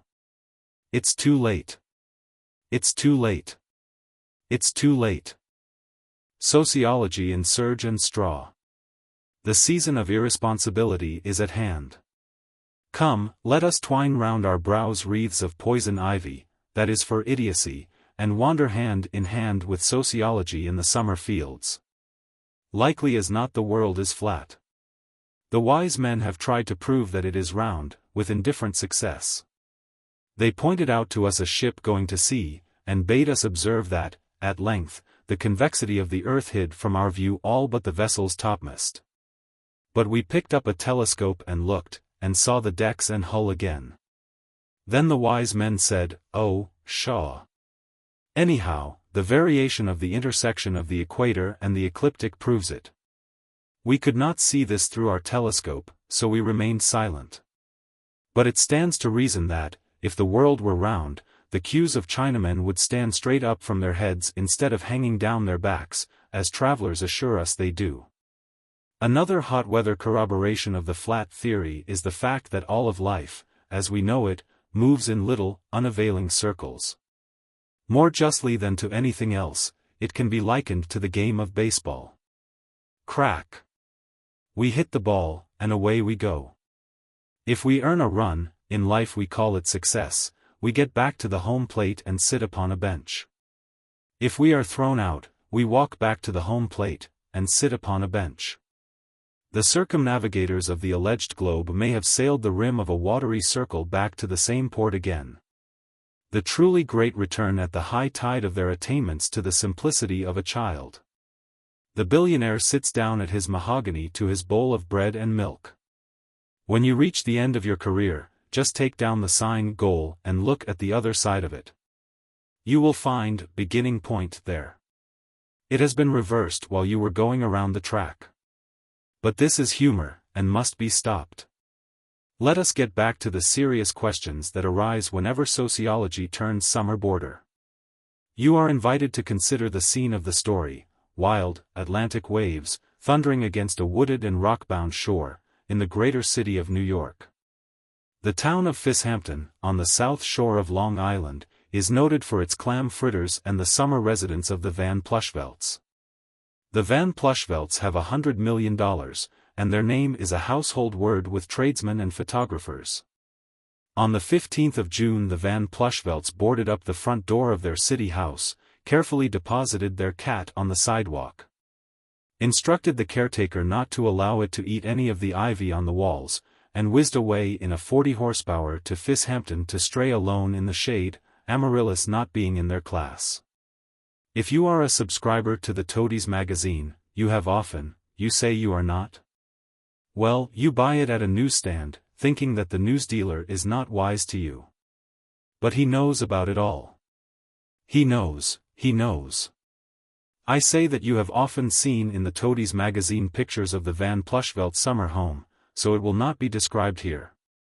Our business is with young Heywood Van Plushvelt, 16 years old, heir to the century of millions, darling of the financial gods and great-grandson of Peter Van Plushvelt. Former owner of a particularly fine cabbage patch that has been ruined by an intrusive lot of downtown skyscrapers. One afternoon young Heywood Van Plushvelt strolled out between the granite gate posts of Dolce Far Niente, that's what they called the place. And it was an improvement on Dolce Far Rockaway, I can tell you. Heywood walked down into the village. He was human, after all, and his prospective millions weighed upon him. Wealth had wreaked upon him its dire fullest. He was the product of private tutors. Even under his first hobbyhorse had tan bark been strewn. He had been born with a gold spoon, lobster fork and fish set in his mouth. For which I hope, later, to submit justification, I must ask your consideration of his haberdashery and tailoring. Young Fortunatus was dressed in a neat suit of dark blue serge, a neat, white straw hat, neat low-cut tan shoes, of the well-known, immaculate, trademark, a neat, narrow four-in-hand tie. And carried a slender, neat, bamboo cane. Down Persimmon Street, there's never tree north of Hagerstown, Maryland, came from the village, Smokey Dodson, 15 and a half, worst boy in Fishampton. Smokey was dressed in a ragged red sweater, wrecked and weather-worn golf cap, run-over shoes, and trousers of the serviceable brand. Dust, clinging to the moisture induced by free exercise, darkened wide areas of his face. Smokey carried a baseball bat, and a league ball that advertised itself in the rotundity of his trousers pocket. Heywood stopped and passed the time of day. "Going to play ball?" he asked. Smokey's eyes and countenance confronted him with a frank blue and freckled scrutiny. "Me," he said, with deadly mildness, "sure not. Can't you see I've got a divin' suit on? I'm goin' up in a submarine balloon to catch butterflies with a 2-inch auger." "Excuse me," said Heywood, with the insulting politeness of his caste, "for mistaking you for a gentleman. I might have known better." "How might you have known better if you thought I was one?" said Smokey, unconsciously a logician. "By your appearance," said Heywood. "No gentleman is dirty, ragged, and a liar."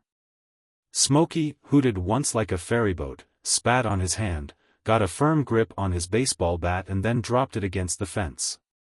"Say," said he, "I knows you. You're the pup that belongs in that swell private summer sanitarium for city guys over there. I seen you come out of the gate.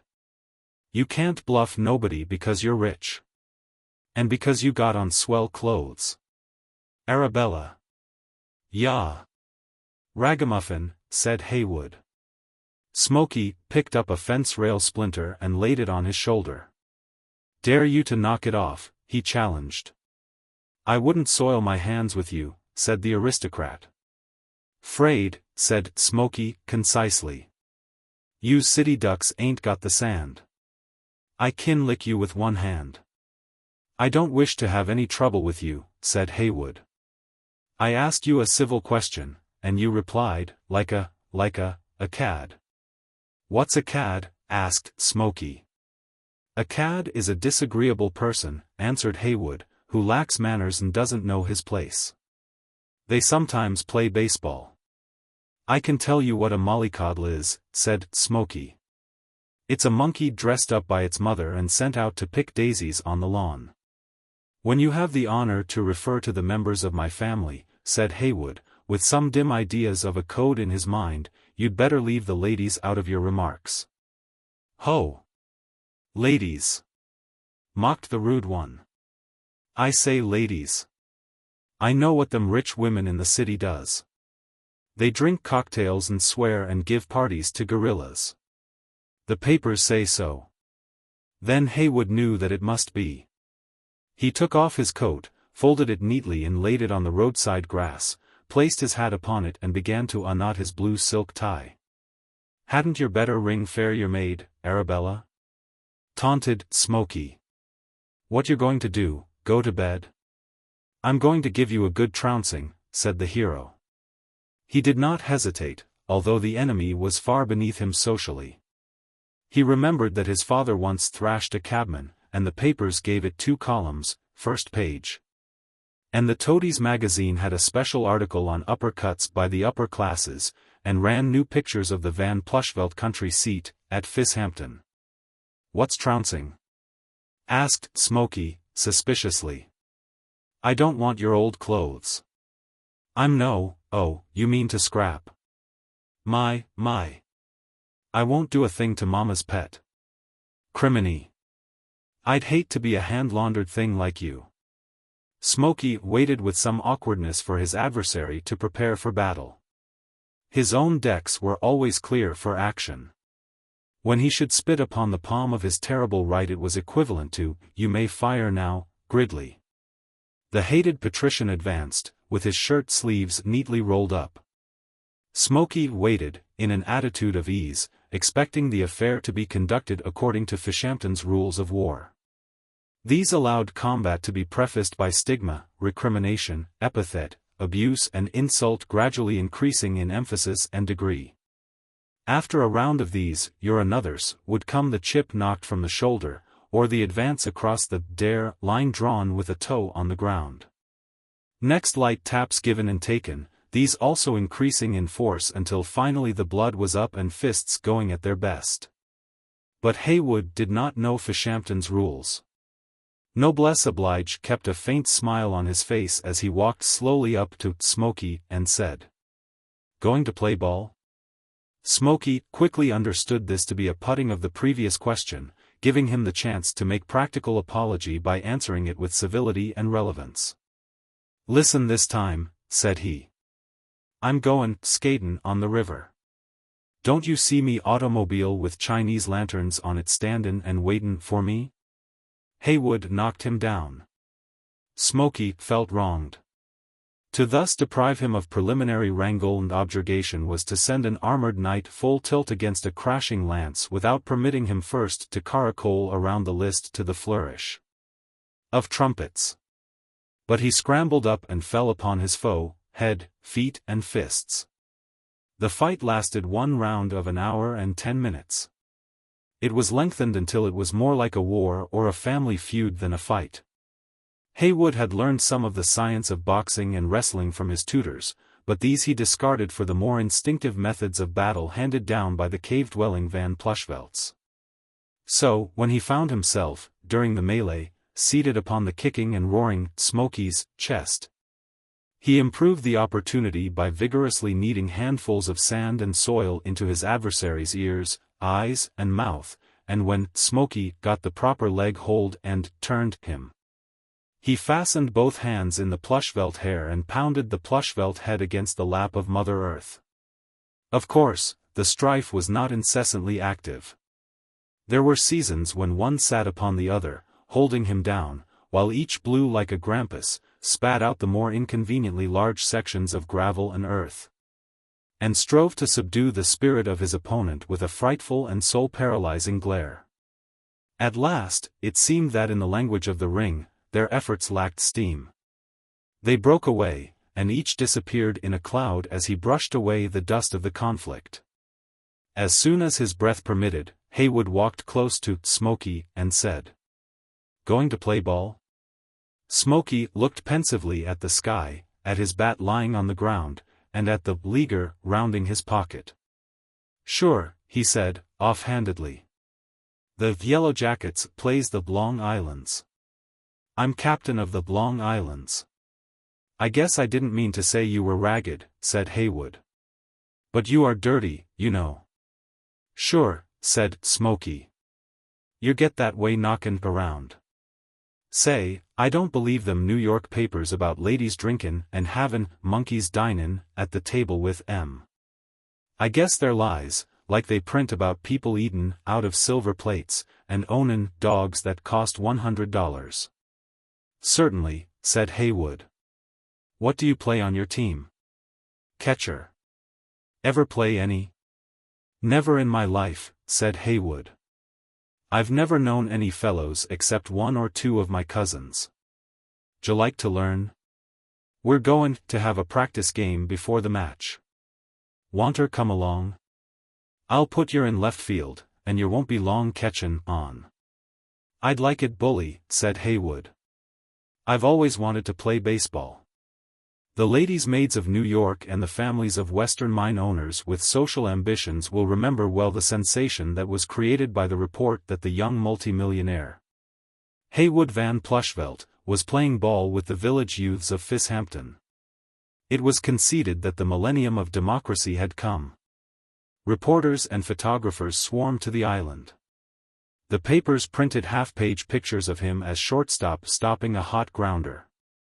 The Toadies magazine got out a bat and ball number that covered the subject historically. Beginning with the vampire bat and ending with the patriarch's ball, illustrated with interior views of the Van Plushveld country seat. Ministers, educators and sociologists everywhere hailed the event as the tocsin call that proclaimed the universal brotherhood of man. One afternoon I was reclining under the trees near the shore at Fishampton in the esteemed company of an eminent, bald-headed young sociologist. By way of note it may be inserted that all sociologists are more or less bald, and exactly 32. Look 'em over. The sociologist was citing the Van Plushveld case as the most important uplift symptom of a generation, and as an excuse for his own existence. Immediately before us were the village baseball grounds. And now came the sportive youth of Fishampton and distributed themselves, shouting, about the diamond. "There," said the sociologist, pointing, "there is young Van Plushveld." I raised myself, so far a cosycophant with Mary and gazed. Young Van Plushveld sat upon the ground. He was dressed in a ragged red sweater, wrecked and weather-worn golf cap, run-over shoes, and trousers of the serviceable brand. Dust, clinging to the moisture induced by free exercise, darkened wide areas of his face. "That is he," repeated the sociologist. If he had said him, I could have been less vindictive. On a bench, with an air, sat the young millionaire's chum. He was dressed in a neat suit of dark blue serge, a neat white straw hat, neat low-cut tan shoes, linen of the well-known, immaculate, trademark, a neat, narrow four-in-hand tie, and carried a slender, neat bamboo cane. I laughed loudly and vulgarly. "What you want to do," said I to the sociologist, "is to establish a reformatory for the logical vicious circle. Or else I've got wheels.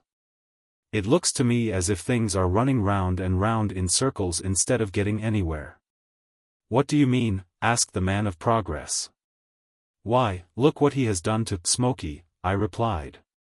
You will always be a fool, said my friend, the sociologist, getting up and walking away. Girl.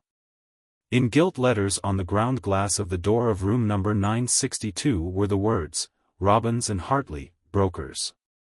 The clerks had gone. It was past 5, and with the solid tramp of a drove of prize percherons, scrub women were invading the cloud-capped 20-story office building. A puff of red-hot air flavored with lemon peelings, soft coal smoke and train oil came in through the half-open windows. Robbins, 50, something of an overweight beau, and addicted to first nights and hotel palm rooms, pretended to be envious of his partner's commuter's joys. Going to be something doing in the humidity line tonight, he said. You out-of-town chaps will be the people, with your katydids and moonlight and long drinks and things out on the front porch. Hartley, 29, serious, thin, good-looking, nervous, sighed and frowned a little. Yes, said he, we always have cool nights in Floralhurst, especially in the winter. A man with an air of mystery came in the door and went up to Hartley. I've found where she lives, he announced in the portentous half-whisper it makes the detective at work a marked being to his fellow men. Hartley scowled him into a state of dramatic silence and quietude. But by that time Robbins had got his cane and set his tie pin to his liking, and with a debonair nod went out to his metropolitan amusements. Here is the address, said the detective in a natural tone, being deprived of an audience to foil. Hartley took the leaf torn out of the sleuth's dingy memorandum book. On it were penciled the words, Vivian Arlington, number 341 East, Th Street, care of Mrs. McComas. Moved there a week ago, said the detective. Now, if you want any shadowing done, Mr. Hartley, I can do you as fine a job in that line as anybody in the city. It will be only $7 a day and expenses. Can send in a daily typewritten report, covering. You needn't go on, interrupted the broker. It isn't a case of that kind. I merely wanted the address. How much shall I pay you? 1 day's work, said the sleuth. A tenner will cover it. Hartley paid the man and dismissed him. Then he left the office and boarded a Broadway car. At the first large cross-down artery of travel he took an eastbound car that deposited him in a decaying avenue, whose ancient structures once sheltered the pride and glory of the town.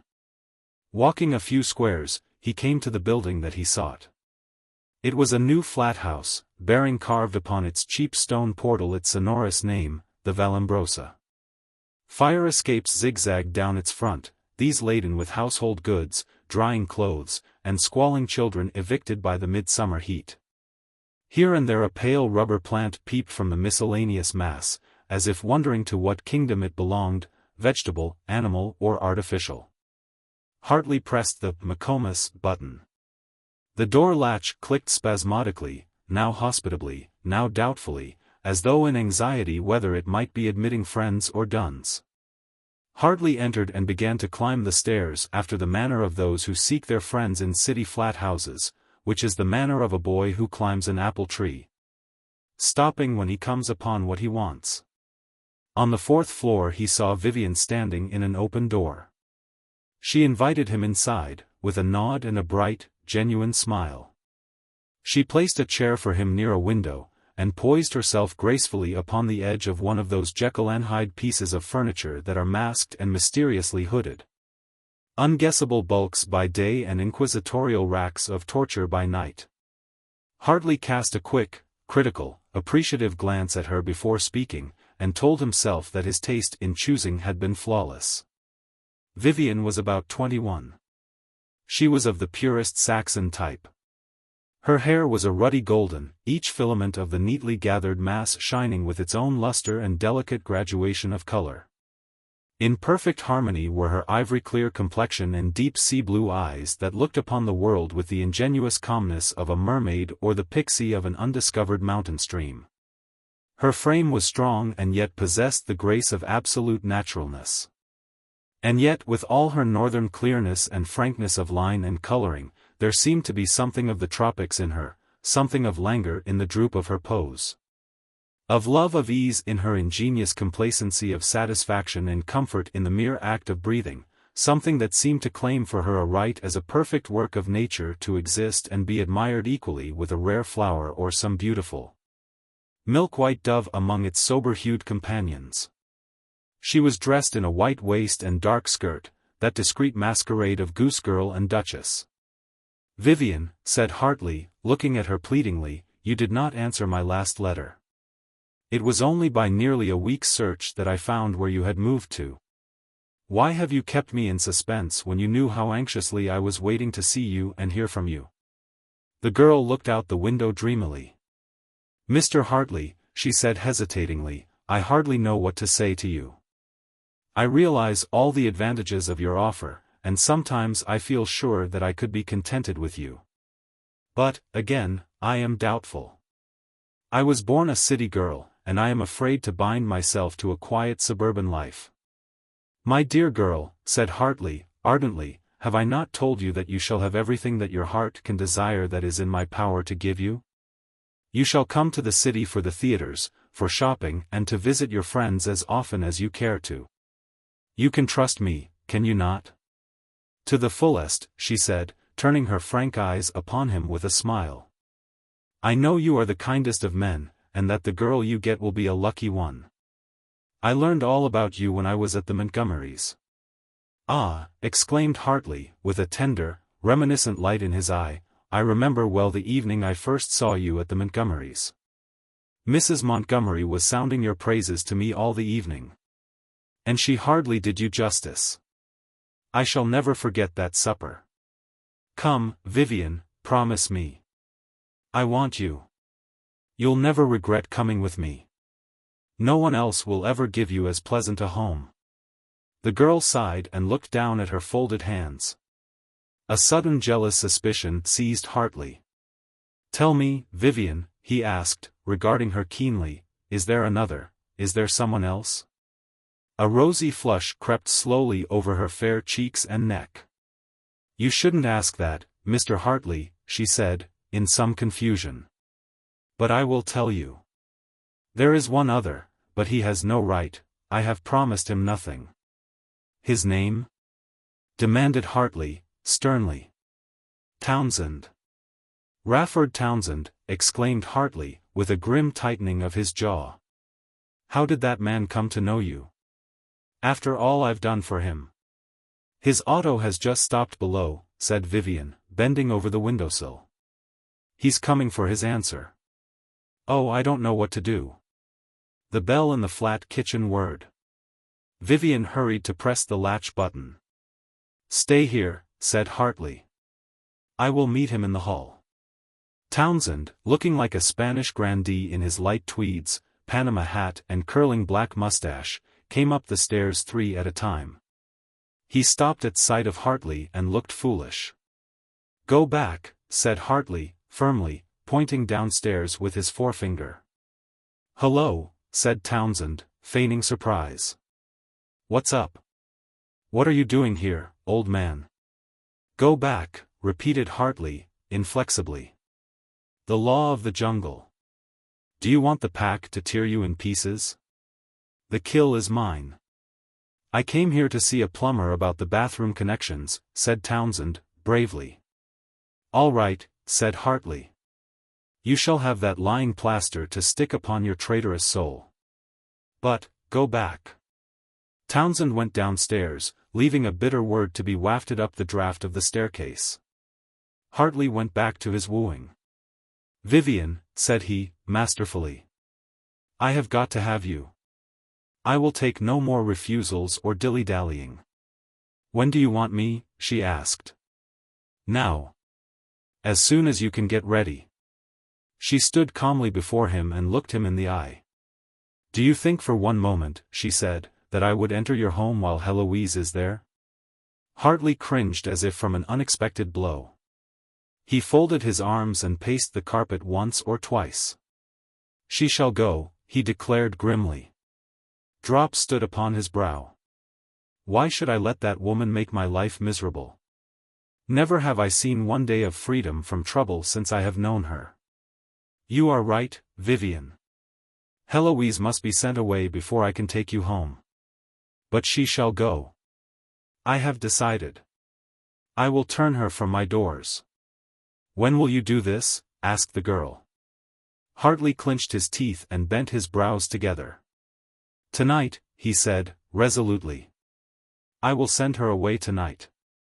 Then, said Vivian, my answer is yes. Come for me when you will. She looked into his eyes with a sweet, sincere light in her own. Hartley could scarcely believe that her surrender was true, it was so swift and complete. Promise me, he said feelingly, on your word and honor. On my word and honor, repeated Vivian, softly. At the door he turned and gazed at her happily, but yet as one who scarcely trusts the foundations of his joy. Tomorrow, he said, with a forefinger of reminder uplifted. Tomorrow, she repeated with a smile of truth and candor. In an hour and 40 minutes Hartley stepped off the train at Floralhurst. A brisk walk of 10 minutes brought him to the gate of a handsome 2-story cottage set upon a wide and well-tended lawn. Halfway to the house he was met by a woman with jet-black braided hair and flowing white summer gown, who half strangled him without apparent cause.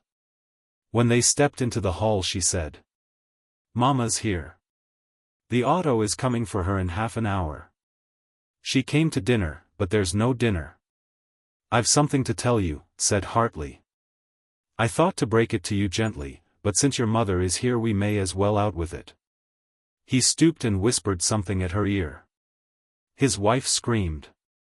Her mother came running into the hall. The dark-haired woman screamed again, the joyful scream of a well-beloved and petted woman. "Oh, Mama," she cried ecstatically, "what do you think? Vivian is coming to cook for us. She is the one that stayed with the Montgomerys a whole year. And now, Billy, dear," she concluded, "you must go right down into the kitchen and discharge Heloise. She has been drunk again the whole day long." A ruler of men. I walked the streets of the city of insolence, thirsting for the sight of a stranger face. For the city is a desert of familiar types as thick and alike as the grains in a sandstorm. And you grow to hate them as you do a friend who is always by you, or one of your own kin. And my desire was granted, for I saw near a corner of Broadway and 29th Street, a little flaxen-haired man with a face like a scaly-bark hickory nut, selling to a fast-gathering crowd a tool that omnigeneously proclaimed itself a can-opener, a screwdriver, a button-hook, a nail file, a shoehorn, a watchguard, a potato peeler, and an ornament to any gentleman's keyring. And then a stall-fed cop shoved himself through the congregation of customers.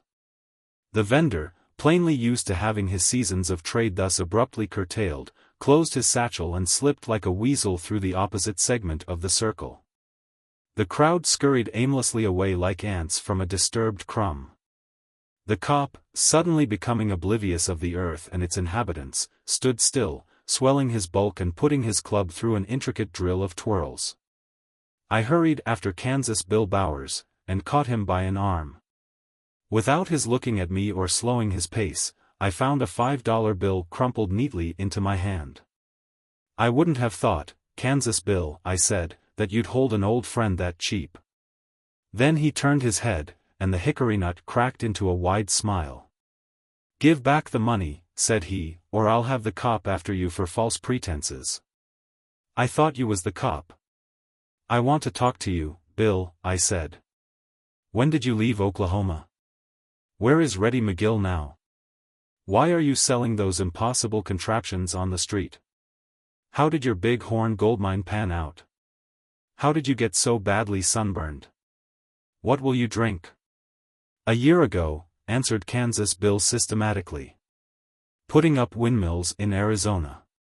For pin money to buy etceteras with. Salted. Been down in the tropics. Beer. We foregathered in a propitious place and became Elijahs, while a waiter of dark plumage played the raven to perfection." Reminiscence needs must be had before I could steer Bill into his epic mood. "Yes," said he, "I mind the time Timoteo's rope broke on that cow's horns while the calf was chasing you. You and that cow. I'd never forget it. The tropics, said I, are a broad territory. What part of Cancer of Capricorn have you been honoring with a visit? Down along China or Peru, or maybe the Argentine Confederacy, said Kansas Bill. Anyway, 'twas among a great race of people, off-colored but progressive. I was there 3 months. No doubt you are glad to be back among the truly great race, I surmised. Especially among New Yorkers, the most progressive and independent citizens of any country in the world, I continued, with the fatuity of the provincial who has eaten the Broadway lotus. Do you want to start an argument? Asked Bill. Can there be one? I answered. Has an Irishman humor, do you think? Asked he. I have an hour or two to spare, said I, looking at the cafe clock. Not that the Americans aren't a great commercial nation, conceded Bill. But the fault laid with the people who wrote lies for fiction. What was this Irishman's name? I asked. Was that last beer cold enough? Said he. I see there is talk of further outbreaks among the Russian peasants, I remarked. His name was Barney O'Connor, said Bill. Thus, because of our ancient prescience of each other's trail of thought, we traveled ambiguously to the point where Kansas Bill's story began. I met O'Connor in a boarding house on the west side. He invited me to his hall room to have a drink, and we became like a dog and a cat that had been raised together. There he sat, a tall, fine, handsome man, with his feet against one wall and his back against the other, looking over a map. On the bed and sticking 3 feet out of it was a beautiful gold sword with tassels on it and rhinestones in the handle. What's this? Says I, for by that time we were well acquainted. The annual parade in vilification of the ex-snakes of Ireland? And what's the line of march? Up Broadway to 42nd, thence east to McCarty's Café. Thence. Sit down on the washstand, says O'Connor, and listen. And cast no perversions on the sword. 'Twas me father's in Old Munster. And this map, Bowers, is no diagram of a holiday procession. If ye look again, ye'll see that it's the continent known as South America, comprising 14 green, blue, red, and yellow countries. All crying out from time to time to be liberated from the yoke of the oppressor. I know, says I to O'Connor. The idea is a literary one. The 10-cent magazine stole it from Ridpath's History of the World from the Sandstone period to the equator. You'll find it in every one of them. It's a continued story of a soldier of fortune, generally named O'Keefe, who gets to be dictator while the Spanish-American populace cries, Cospetto. And other Italian maledictions. I misdoubt if it's ever been done. You're not thinking of trying that, are you, Barney? I asks. Bowers, says he, you're a man of education and courage. How can I deny it, says I. Education runs in my family, and I have acquired courage by a hard struggle with life. The O'Connors, says he, are a warlike race. There is me father's sword. And here is the map. A life of inaction is not for me. The O'Connors were born to rule. 'Tis a ruler of men I must be. Barney, I says to him, why don't you get on the force and settle down to a quiet life of carnage and corruption instead of roaming off to foreign parts? In what better way can you indulge your desire to subdue and maltreat the oppressed? Look again at the map, says he, at the country I have the point of me knife on. 'Tis that one I have selected to aid and overthrow with me father's sword. I see, says I, it's the green one, and that does credit to your patriotism, and it's the smallest one. And that does credit to your judgment. Do ye accuse me of cowardice, says Barney, turning pink. No man, says I, who attacks and confiscates a country single-handed could be called a coward. The worst you can be charged with is plagiarism or imitation. If Anthony Hope and Roosevelt let you get away with it, nobody else will have any right to kick. I'm not joking, says O'Connor. And I've got $1,500 cash to work the scheme with. I've taken a liking to you. Do you want it, or not? I'm not working, I told him, but how is it to be? Do I eat during the fomentation of the insurrection, or am I only to be Secretary of War after the country is conquered? Is it to be a pay envelope or only a portfolio? I'll pay all expenses, says O'Connor. I want a man I can trust. If we succeed, you may pick out any appointment you want in the gift of the government. All right, then, says I. You can get me a bunch of draying contracts and then a quick action consignment to a seat on the Supreme Court bench so I won't be in line for the presidency. The kind of canon they chasten their presidents with in that country hurt too much. You can consider me on the payroll. 2 weeks afterward, O'Connor and me took a steamer for the small, green, doomed country. We were 3 weeks on the trip. O'Connor said he had his plans all figured out in advance. But being the commanding general, it consorted with his dignity to keep the details concealed from his army in cabinet, commonly known as William T. Bowers. $3 a day was the price for which I joined the cause of liberating an undiscovered country from the ills that threatened or sustained it. Every Saturday night on the steamer I stood in line at Parade Rest, and O'Connor handed over the $21. The town we landed at was named Guayaquerita, so they told me. Not for me, says I, it'll be little old Hilldale or Tompkinsville or Cherry Tree Corners when I speak of it. It's a clear case where spelling reform ought to butt in and disembowel it. But the town looked fine from the bay when we sailed in. It was white, with green ruching, and lace ruffles on the skirt when the surf slashed up on the sand. It looked as tropical and dolce far ultra as the pictures of Lake Ronkonkoma in the brochure of the passenger department of the Long Island Railroad. We went through the quarantine and custom house indignities. And then O'Connor leads me to a daub house on a street called the Avenue of the Dolorous Butterflies of the Individual and Collective Saints. 10 feet wide it was, and knee-deep in alfalfa and cigar stumps. Hooligan Alley, says I, rechristening it. 'Twill be our headquarters, says O'Connor. My agent here, Don Fernando Pacheco, secured it for us. So in that house O'Connor and me established the Revolutionary Center. In the front room we had ostensible things such as fruit, a guitar, and a table with a conch shell on it. In the back room O'Connor had his desk and a large looking-glass and his sword hid in a roll of straw matting. We slept on hammocks that we hung to hooks in the wall.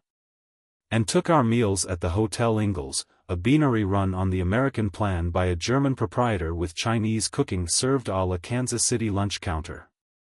It seems that O'Connor really did have some sort of system planned out beforehand.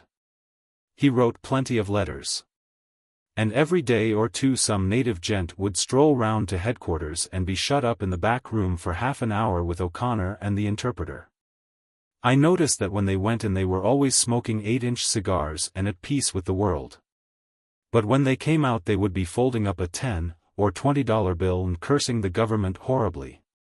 One evening after we had been in Guaya, in this town of Smellville by the sea, about a month. And me and O'Connor were sitting outside the door helping along old Tempus Fugit with rum and ice and limes. I says to him, if you'll excuse a patriot that don't exactly know what he's patronizing, for the question, what is your scheme for subjugating this country? Do you intend to plunge it into bloodshed, or do you mean to buy its votes peacefully and honorably at the polls? Bowers, says he, ye're a fine little man and I intend to make great use of ye after the conflict. But ye do not understand statecraft. Already by now we have a network of strategy clutching with invisible fingers at the throat of the tyrant calderas. We have agents at work in every town in the Republic. The Liberal Party is bound to win. On our secret lists we have the names of enough sympathizers to crush the administration forces at a single blow. A straw vote, says I, only shows which way the hot air blows. Who has accomplished this, goes on O'Connor. I have directed everything. The time was ripe when we came, so my agents inform me. The people are groaning under burdens of taxes and levies. Who will be their natural leader when they rise? Could it be anyone but myself? 'Twas only yesterday that Zaldas, our representative in the province of Duraznas, tells me that the people, in secret, already call me El Librador. Which is the Spanish manner of saying, the liberator. Was Zalda's that maroon-colored old Aztec with a paper collar on and unbleached domestic shoes? I asked. He was, says O'Connor. I saw him tucking a yellowback into his vest pocket as he came out, says I. It may be, says I, that they call you a library door, but they treat you more like the side door of a bank. But let us hope for the worst. It has cost money, of course, says O'Connor, but we'll have the country in our hands inside of a month. In the evenings we walked about in the plaza and listened to the band playing and mingled with the populace at its distressing and obnoxious pleasures. There were 13 vehicles belonging to the upper classes, mostly Rockaways and old-style barouches, such as the mayor rides in at the unveiling of the new poorhouse at Milledgeville, Alabama. Round and round the desiccated fountain in the middle of the plaza they drove, and lifted their high silk hats to their friends. The common people walked around in barefooted bunches, puffing stogies that a Pittsburgh millionaire wouldn't have chewed for a dry smoke on Ladies' Day at his club. And the grandest figure in the whole turnout was Barney O'Connor. 6'2" he stood in his Fifth Avenue clothes, with his eagle eye and his black mustache that tickled his ears. He was a born dictator and czar and hero and harrier of the human race. It looked to me that all eyes were turned upon O'Connor, and that every woman there loved him, and every man feared him. Once or twice I looked at him and thought of funnier things that had happened than his winning out in his game, and I began to feel like a Hidalgo de Oficio de Grafto de South America myself. And then I would come down again to solid bottom and let my imagination gloat, as usual, upon the 21 American dollars due me on Saturday night. Take note, says O'Connor to me as thus we walked, of the mass of the people. Observe their oppressed and melancholy air. Can ye not see that they are ripe for revolt? Do ye not perceive that they are disaffected? I do not, says I, nor disinfected either. I'm beginning to understand these people. When they look unhappy they're enjoying themselves. When they feel unhappy they go to sleep. They're not the kind of people to take an interest in revolutions. They'll flock to our standard, says O'Connor. 3,000 men in this town alone will spring to arms when the signal is given. I am assured of that. But everything is in secret. There is no chance for us to fail. On Hooligan Alley, as I prefer to call the street our headquarters was on, there was a row of flat, daub houses with red tile roofs, some straw shacks full of Indians and dogs. And one 2-story wooden house with balconies a little farther down. That was where General Tumbelow, the commandante and commander of the military forces, lived. Right across the street was a private residence built like a combination bake-oven and folding bed. One day, O'Connor and me were passing it, single file, on the flange they called a sidewalk, when out of the window flies a big red rose. O'Connor, who is ahead, picks it up, presses it to his fifth rib, and bows to the ground. By carambos! That man certainly had the Irish drama Chaunceyized. I looked around expecting to see the little boy and girl in white sateen ready to jump on his shoulder while he jolted their spinal columns and ribs together through a breakdown, and sang, "Sleep. Little one, sleep." As I passed the window I glanced inside and caught a glimpse of a white dress and a pair of big, flashing black eyes and gleaming teeth under a dark lace mantilla. When we got back to our house O'Connor began to walk up and down the floor and twist his mustaches. "Did ye see her eyes, Bowers?" he asks me.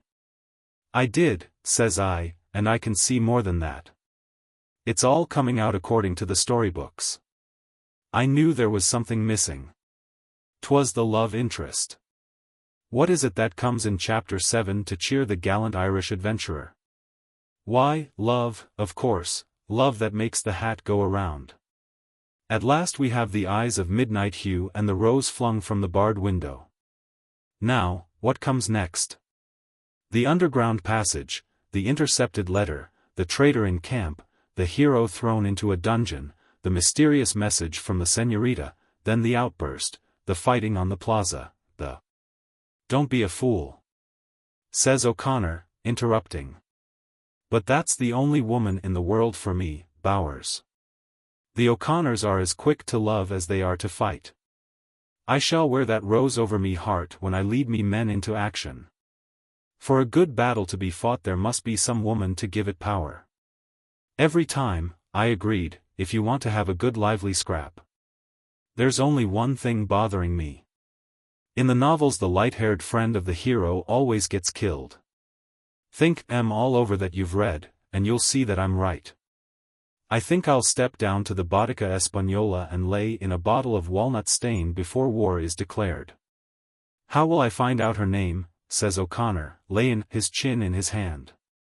Why don't you go across the street and ask her, says I. Will ye never regard anything in life seriously, says O'Connor, looking down at me like a schoolmaster. Maybe she meant the rose for me, I said, whistling the Spanish fandango. For the first time since I'd known O'Connor, he laughed. He got up and roared and clapped his knees, and leaned against the wall till the tiles on the roof clattered to the noise of his lungs. He went into the back room and looked at himself in the glass and began and laughed all over from the beginning again. Then he looked at me and repeated himself. That's why I asked you if you thought an Irishman had any humor. He'd been doing farce comedy from the day I saw him without knowing it. And the first time he had an idea advanced to him with any intelligence in it he acted like 2/12 of the sextet in a Floridora road company. The next afternoon he comes in with a triumphant smile and begins to pull something like ticker tape out of his pocket. Great, says I, this is something like home. How is Amalgamated Copper today? I've got her name, says O'Connor, and he reads off something like this. Dona Isabel Antonia Inés Lolita Carreras y Buencaminos y Montelian. She lives with her mother, explains O'Connor. Her father was killed in the last revolution. She is sure to be in sympathy with our cause. And sure enough the next day she flung a little bunch of roses clear across the street into our door. O'Connor dived for it and found a piece of paper curled around a stem with a line in Spanish on it. He dragged the interpreter out of his corner and got him busy. The interpreter scratched his head, and gave us as a translation 3 best bets. Fortune had got a face like the man fighting, Fortune looks like a brave man, and Fortune favors the brave. We put our money on the last one. Do ye see, says O'Connor. She intends to encourage me sword to save her country. It looks to me like an invitation to supper, says I. So every day this señorita sits behind the barred windows and exhausts a conservatory or two, one posy at a time. And O'Connor walks like a Dominica rooster and swells his chest and swears to me he will win her by feats of arms and big deeds on the gory field of battle. By and by the revolution began to get ripe. One day O'Connor takes me into the back room and tells me all. Bowers, says he, at 12 o'clock 1 week from today the struggle will take place.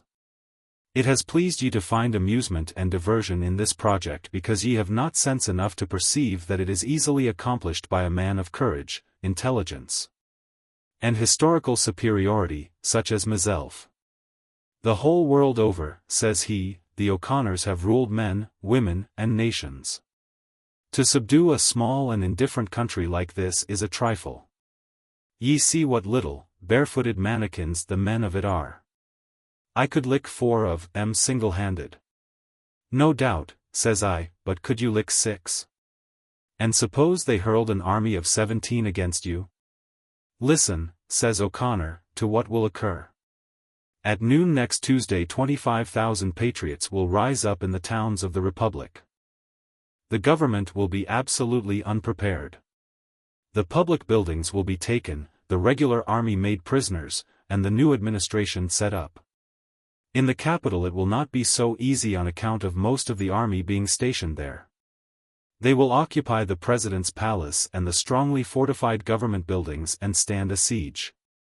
But on the very day of the outbreak a body of our troops will begin a march to the capital from every town as soon as the local victory has been won. The thing is so well planned that it is an impossibility for us to fail. I myself will lead the troops from here. The new president will be Señor Espadas, now Minister of Finance in the present cabinet. What do you get? I asked. "'Twill be strange," said O'Connor smiling, "if I don't have all the jobs handed to me on a silver salver to pick what I choose. I've been the brains of the scheme, and when the fighting opens I guess I won't be in the rear rank. Who managed it so our troops could get arms smuggled into this country? Didn't I arrange it with a New York firm before I left there? Our financial agents inform me that 20,000 stands of Winchester rifles have been delivered a month ago at a secret place up coast and distributed among the towns. I tell you, Bowers, the game is already won." Well, that kind of talk kind of shook my disbelief in the infallibility of the serious Irish gentleman soldier of fortune. It certainly seemed that the patriotic grafters had gone about the thing in a business way. I looked upon O'Connor with more respect, and began to figure on what kind of uniform I might wear as Secretary of War. Tuesday, the day set for the revolution, came around according to schedule. O'Connor said that a signal had been agreed upon for the uprising. There was an old cannon on the beach near the National Warehouse. That had been secretly loaded and promptly at 12 o'clock was to be fired off. Immediately the revolutionists would seize their concealed arms, attack the commandante's troops in the cuartel, and capture the custom house and all government property and supplies. I was nervous all the morning.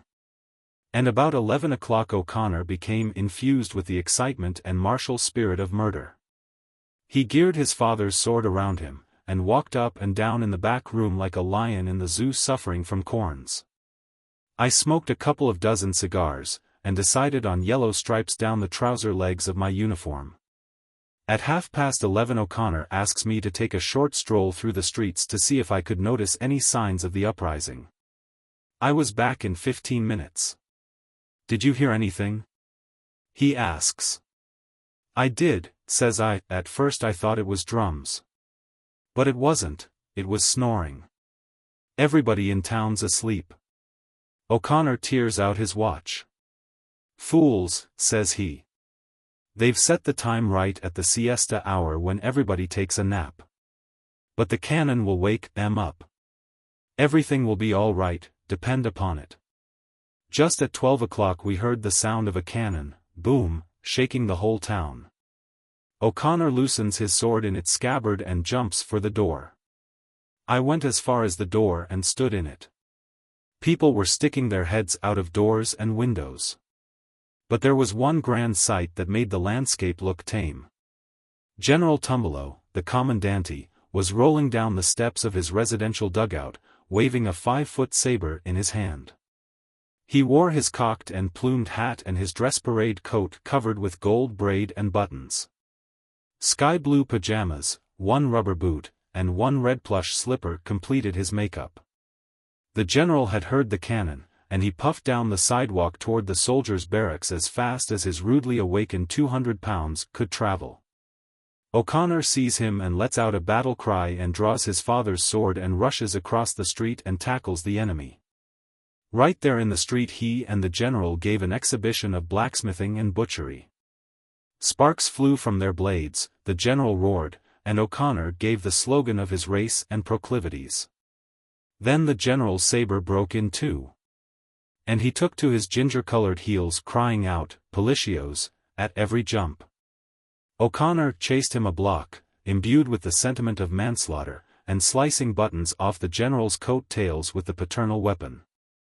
At the corner 5 barefooted policemen in cotton undershirts and straw fiats climbed over O'Connor and subjugated him according to the municipal statutes. They brought him past the late revolutionary headquarters on the way to jail. I stood in the door. A policeman had him by each hand and foot, and they dragged him on his back through the grass like a turtle. Twice they stopped, and the odd policeman took another's place while he rolled a cigarette. The great soldier of fortune turned his head and looked at me as they passed. I blushed, and lit another cigar. The procession passed on, and at 10 minutes past 12 everybody had gone back to sleep again. In the afternoon the interpreter came around and smiled as he laid his hand on the big red jar we usually kept ice water in. "The iceman didn't call today," says I. "What's the matter with everything, Sancho?" "Ah, yes," says the liver-colored linguist. They just tell me in the town. Very bad act that Senor O'Connor make fight with General Tumbelow. Yes, General Tumbelow great soldier and big mans. What'll they do to Mr. O'Connor? I asks. I talk little while presently with the Juez de la Paz, what you call justice with the peace, says Sancho. He tell me it very bad crime that one Senor Americano try kill General Tumbelow. He say they keep Senor O'Connor in jail 6 months, then have trial and shoot him with guns. Very sorry. How about this revolution that was to be pulled off? I asks. Oh, says this Sancho, I think too hot weather for revolution. Revolution better in wintertime. Maybe so next winter. Quien sabe? But the cannon went off, says I, the signal was given. That big sound, says Sancho, grinning. The boiler in ice factory he blow up, boom. Wake everybody up from siesta. Very sorry. No ice. Mucho hot day. About sunset I went over to the jail, and they let me talk to O'Connor through the bars. What's the news, Bowers, says he. Have we taken the town? I've been expecting a rescue party all the afternoon. I haven't heard any firing. Has any word been received from the capital? Take it easy, Barney, says I. I think there's been a change of plans. There's something more important to talk about. Have you any money? I have not, says O'Connor. The last dollar went to pay our hotel bill yesterday. Did our troops capture the custom house? There ought be plenty of government money there. Segregate your mind from battles, says I, I've been making inquiries. You're to be shot 6 months from date for assault and battery. I'm expecting to receive 50 years at hard labor for vagrancy. All they furnish you while you're a prisoner is water. You depend on your friends for food. I'll see what I can do. I went away and found a silver Chile dollar in an old vest of O'Connor's. I took him some fried fish and rice for his supper. In the morning I went down to a lagoon and had a drink of water, and then went back to the jail. O'Connor had a porterhouse steak look in his eye. Barney, says I, I've found a pond full of the finest kind of water. It's the grandest, sweetest, purest water in the world. Say the word and I'll go fetch you a bucket of it and you can throw this vile government stuff out the window. I'll do anything I can for a friend. Has it come to this? Says O'Connor, raging up and down his cell. Am I to be starved to death and then shot? I'll make those traitors feel the weight of an O'Connor's hand when I get out of this. And then he comes to the bars and speaks softer. Has nothing been heard from Dona Isabel, he asks. Though everyone else in the world fail, says he, I trust those eyes of hers. She will find a way to effect my release. Do ye think ye could communicate with her? One word from her, even a rose would make me sorrow light. But don't let her know except with the utmost delicacy, Bowers. These high-bred Castilians are sensitive and proud. Well said, Barney, says I, you've given me an idea. I'll report later. Something's got to be pulled off quick, or we'll both starve. I walked out and down to Hooligan Alley, and then on the other side of the street. As I went past the window of Dona Isabel Antonia Concha Regalia, out flies the rose as usual and hits me on the ear. The door was open, and I took off my hat and walked in. It wasn't very light inside, but there she sat in a rocking chair by the window smoking a black cheroot. And when I got closer I saw that she was about 39, and had never seen a straight front in her life. I sat down on the arm of her chair, and took the cheroot out of her mouth and stole a kiss. Hello, Izzy, I says. Excuse my unconventionality, but I feel like I have known you for a month. Who's Izzy is oh? The lady ducked her head under her mantilla, and drew in a long breath. I thought she was going to scream, but with all that intake of air she only came out with, me likey Americanos. As soon as she said that, I knew that O'Connor and me would be doing things with a knife and fork before the day was over. I drew a chair beside her, and inside of half an hour we were engaged. Then I took my hat and said I must go out for a while. You come back, says Izzy, in alarm. Me go bring preacher, says I, come back 20 minutes. We marry now. How you likey? Marry today, says Izzy. Good. I went down on the beach to the United States Consul's shack. He was a grizzly man, 82 pounds, smoked glasses, 5'11", pickled. He was playing chess with an India rubber man in white clothes. Excuse me for interrupting, says I, but can you tell me how a man could get married quick? The consul gets up and fingers in a pigeonhole. I believe I had a license to perform the ceremony myself, a year or two ago, he said. I'll look, Anne. I caught hold of his arm. Don't look it up, says I, a marriage is a lottery anyway. I'm willing to take the risk about the license if you are. The consul went back to Hooligan Alley with me. Izzy called her ma to come in, but the old lady was picking a chicken in the patio and begged to be excused. So we stood up and the consul performed the ceremony. That evening Mrs. Bowers cooked a great supper of stewed goat, tamales, baked bananas, fricasseed red peppers and coffee.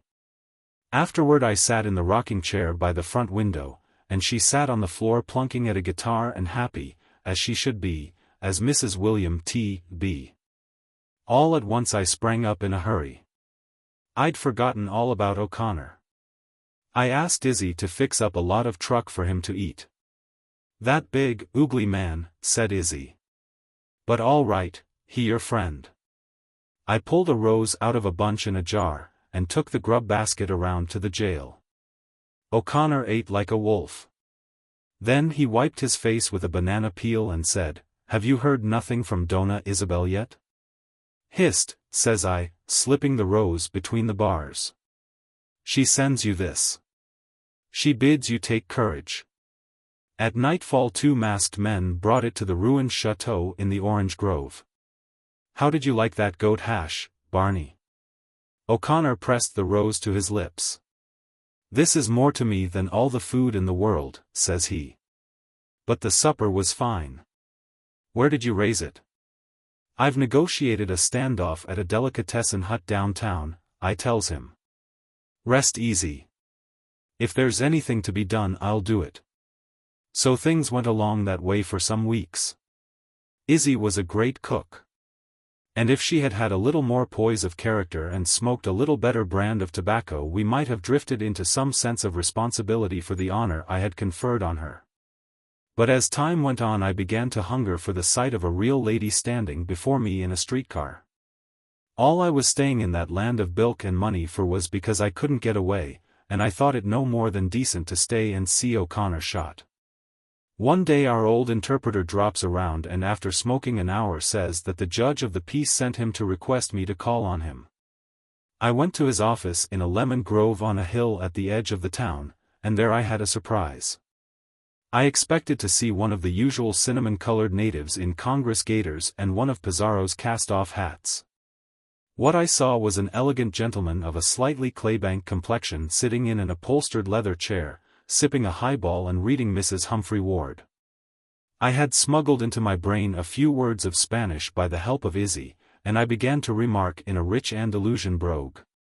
Buenos dias, señor. Yo tengo. Oh, sit down, Mr. Bowers, says he. I spent 8 years in your country in colleges and law schools. Let me mix you a highball.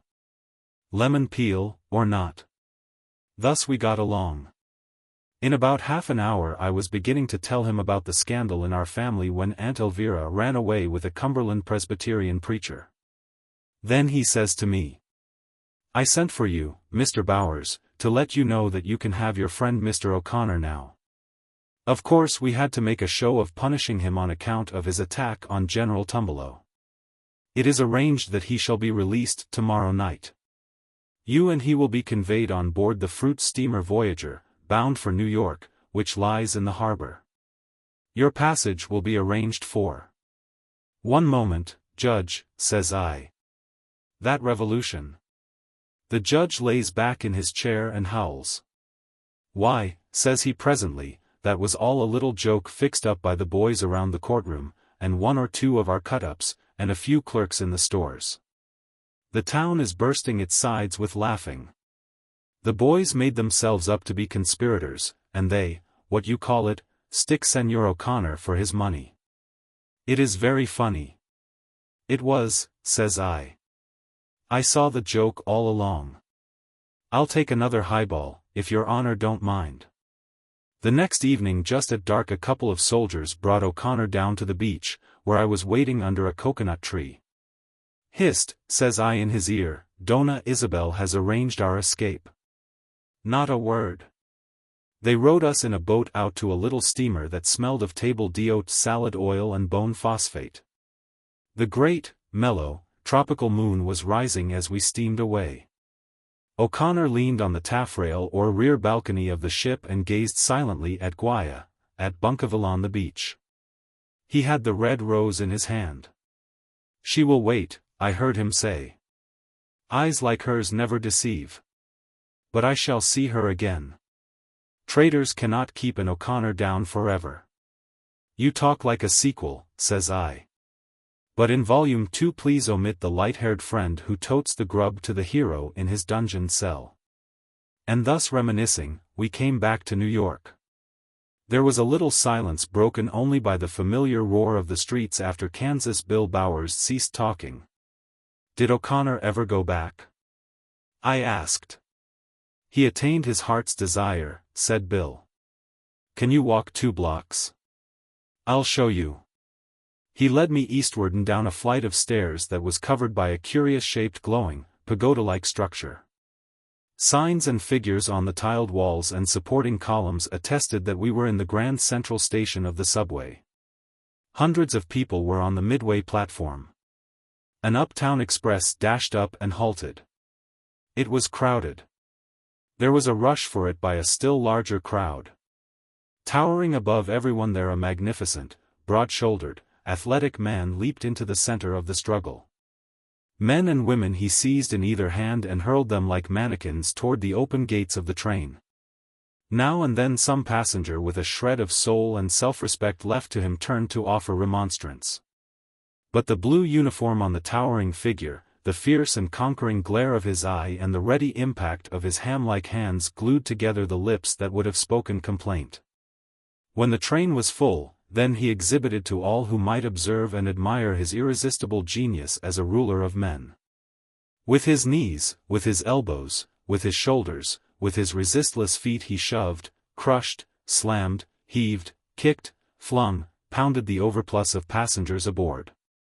Then with the sounds of its wheels drowned by the moans, shrieks, prayers, and curses of its unfortunate crew, the express dashed away.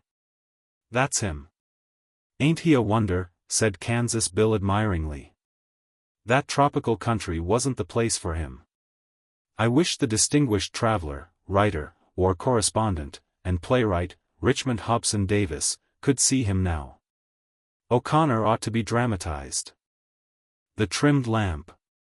Of course there are 2 sides to the question. Let us look at the other. We often hear shopgirls spoken of. No such persons exist. There are girls who work in shops. They make their living that way. But why turn their occupation into an adjective? Let us be fair. We do not refer to the girls who live on Fifth Avenue as marriage girls. Lou and Nancy were chums. They came to the big city to find work because there was not enough to eat at their homes to go around. Nancy was 19, Lou was 20. Both were pretty, active, country girls who had no ambition to go on the stage. The little cherub that sits up aloft guided them to a cheap and respectable boarding house. Both found positions and became wage earners. They remained chums. It is at the end of 6 months that I would beg you to step forward and be introduced to them. Meddlesome reader, my lady friends, Miss Nancy and Miss Lou. While you are shaking hands please take notice, cautiously, of their attire. Yes, cautiously. For they are as quick to resent a stare as a lady in a box at the horse show is. Lou is a piecework ironer in a hand laundry. She is clothed in a badly fitting purple dress, and her hat plume is 4 inches too long, but her ermine muff and scarf cost $25, and its fellow beasts will be ticketed in the windows at $7.98 before the season is over. Her cheeks are pink, and her light blue eyes bright. Contentment radiates from her. Nancy you would call a shop girl, because you have the habit. There is no type. But a perverse generation is always seeking a type, so this is what the type should be. She has the high-ratted pompadour, and the exaggerated straight front. Her skirt is shoddy, but has the correct flare. No furs protect her against the bitter spring air, but she wears her short broadcloth jacket as jauntily as though it were Persian lamb. On her face and in her eyes, remorseless type-seeker, is the typical shopgirl expression. It is a look of silent but contemptuous revolt against cheated womanhood. Of sad prophecy of the vengeance to come. When she laughs her loudest the look is still there. The same look can be seen in the eyes of Russian peasants. And those of us left will see it someday on Gabriel's face when he comes to blow us up. It is a look that should wither and abash man. But he has been known to smirk at it and offer flowers, with a string tied to them. Now lift your hat and come away, while you receive Lou's cheery, see you again, and the sardonic, sweet smile of Nancy that seems, somehow, to miss you and go fluttering like a white moth up over the housetops to the stars. The two waited on the corner for Dan. Dan was Lou's steady company. Faithful? Well, he was on hand when Mary would have had to hire a dozen subpoena servers to find her lamb. "Ain't you cold, Nance?" said Lou. "Say, what a chump you are for working in that old store for $8 a week. I made $18.50 last week. Of course ironing ain't as swell work as selling lace behind a counter, but it pays. None of us ironers make less than $10. And I don't know that it's any less respectful work either." "You can have it," said Nancy, with uplifted nose. "I'll take my 8 a week and hall bedroom. I like to be among nice things and swell people. And look what a chance I've got. Why, one of our glove girls married a Pittsburgh steel maker, or blacksmith or something, the other day worth $1 million. I'll catch a swell myself sometime. I ain't bragging on my looks or anything, but I'll take my chances where there's big prizes offered. What show would a girl have in a laundry?" "Why, that's where I met Dan," said Lou, triumphantly. "He came in for his Sunday shirt and collars and saw me at the first board, ironing. We all try to get to work at the first board. Ella McGinnis was sick that day, and I had her place. He said he noticed my arms first, how round and white they was. I had my sleeves rolled up. Some nice fellows come into laundries. You can tell by their bringing their clothes in suitcases. And turning in the door sharp and sudden. How can you wear a waist like that, Lou?" said Nancy, gazing down at the offending article with sweet scorn in her heavy-lidded eyes. "It shows fierce taste." "This waist?" cried Lou, with wide-eyed indignation. "Why, I paid $16 for this waist. It's worth $25. A woman left it to be laundered, and never called for it. The boss sold it to me. It's got yards and yards of hand embroidery on it. Better talk about that ugly, plain thing you've got on." "This ugly, plain thing," said Nancy, calmly, "was copied from one that Mrs. Van Alstyne Fisher was wearing. The girls say her bill in the store last year was $12,000. I made mine, myself. It cost me $1.50. 10 feet away you couldn't tell it from hers." "Oh, well," said Lou, good-naturedly, "if you want to starve and put on airs, go ahead. But I'll take my job and good wages. And after hours give me something as fancy and attractive to wear as I am able to buy." But just then Dan came, a serious young man with a ready-made necktie, who had escaped the city's brand of frivolity, an electrician earning $30 per week who looked upon Lou with the sad eyes of Romeo, and thought her embroidered waist a web in which any fly should delight to be caught. "My friend, Mr. Owens, shake hands with Miss Danforth," said Lou. "I'm mighty glad to know you, Miss Danforth," said Dan, with outstretched hand. "I've heard Lou speak of you so often." "Thanks," said Nancy, touching his fingers with the tips of her cool ones, "I've heard her mention you, a few times." Lou giggled. "Did you get that handshake from Mrs. Van Alstyne Fisher, Nance?" she asked. "If I did, you can feel safe in copying it," said Nancy. "Oh, I couldn't use it, at all. It's too stylish for me. It's intended to set off diamond rings, that high shake is. Wait till I get a few and then I'll try it." "Learn it first," said Nancy wisely, "and you'll be more likely to get the rings." "Now, to settle this argument," said Dan, with his ready, cheerful smile, "let me make a proposition. As I can't take both of you up to Tiffany's and do the right thing, what do you say to a little vaudeville? I've got the tickets. How about looking at stage diamonds since we can't shake hands with the real sparklers?" The faithful squire took his place close to the curb. Lou next, a little peacocky in her bright and pretty clothes. Nancy on the inside, slender, and soberly clothed as the sparrow, but with the true Van Alstyne Fisher walk. Thus they set out for their evening's moderate diversion. I do not suppose that many look upon a great department store as an educational institution. But the one in which Nancy worked was something like that to her. She was surrounded by beautiful things that breathed of taste and refinement. If you live in an atmosphere of luxury, luxury is yours whether your money pays for it, or another's. The people she served were mostly women whose dress, manners, and position in the social world were quoted as criterions. From them Nancy began to take toll, the best from each according to her view.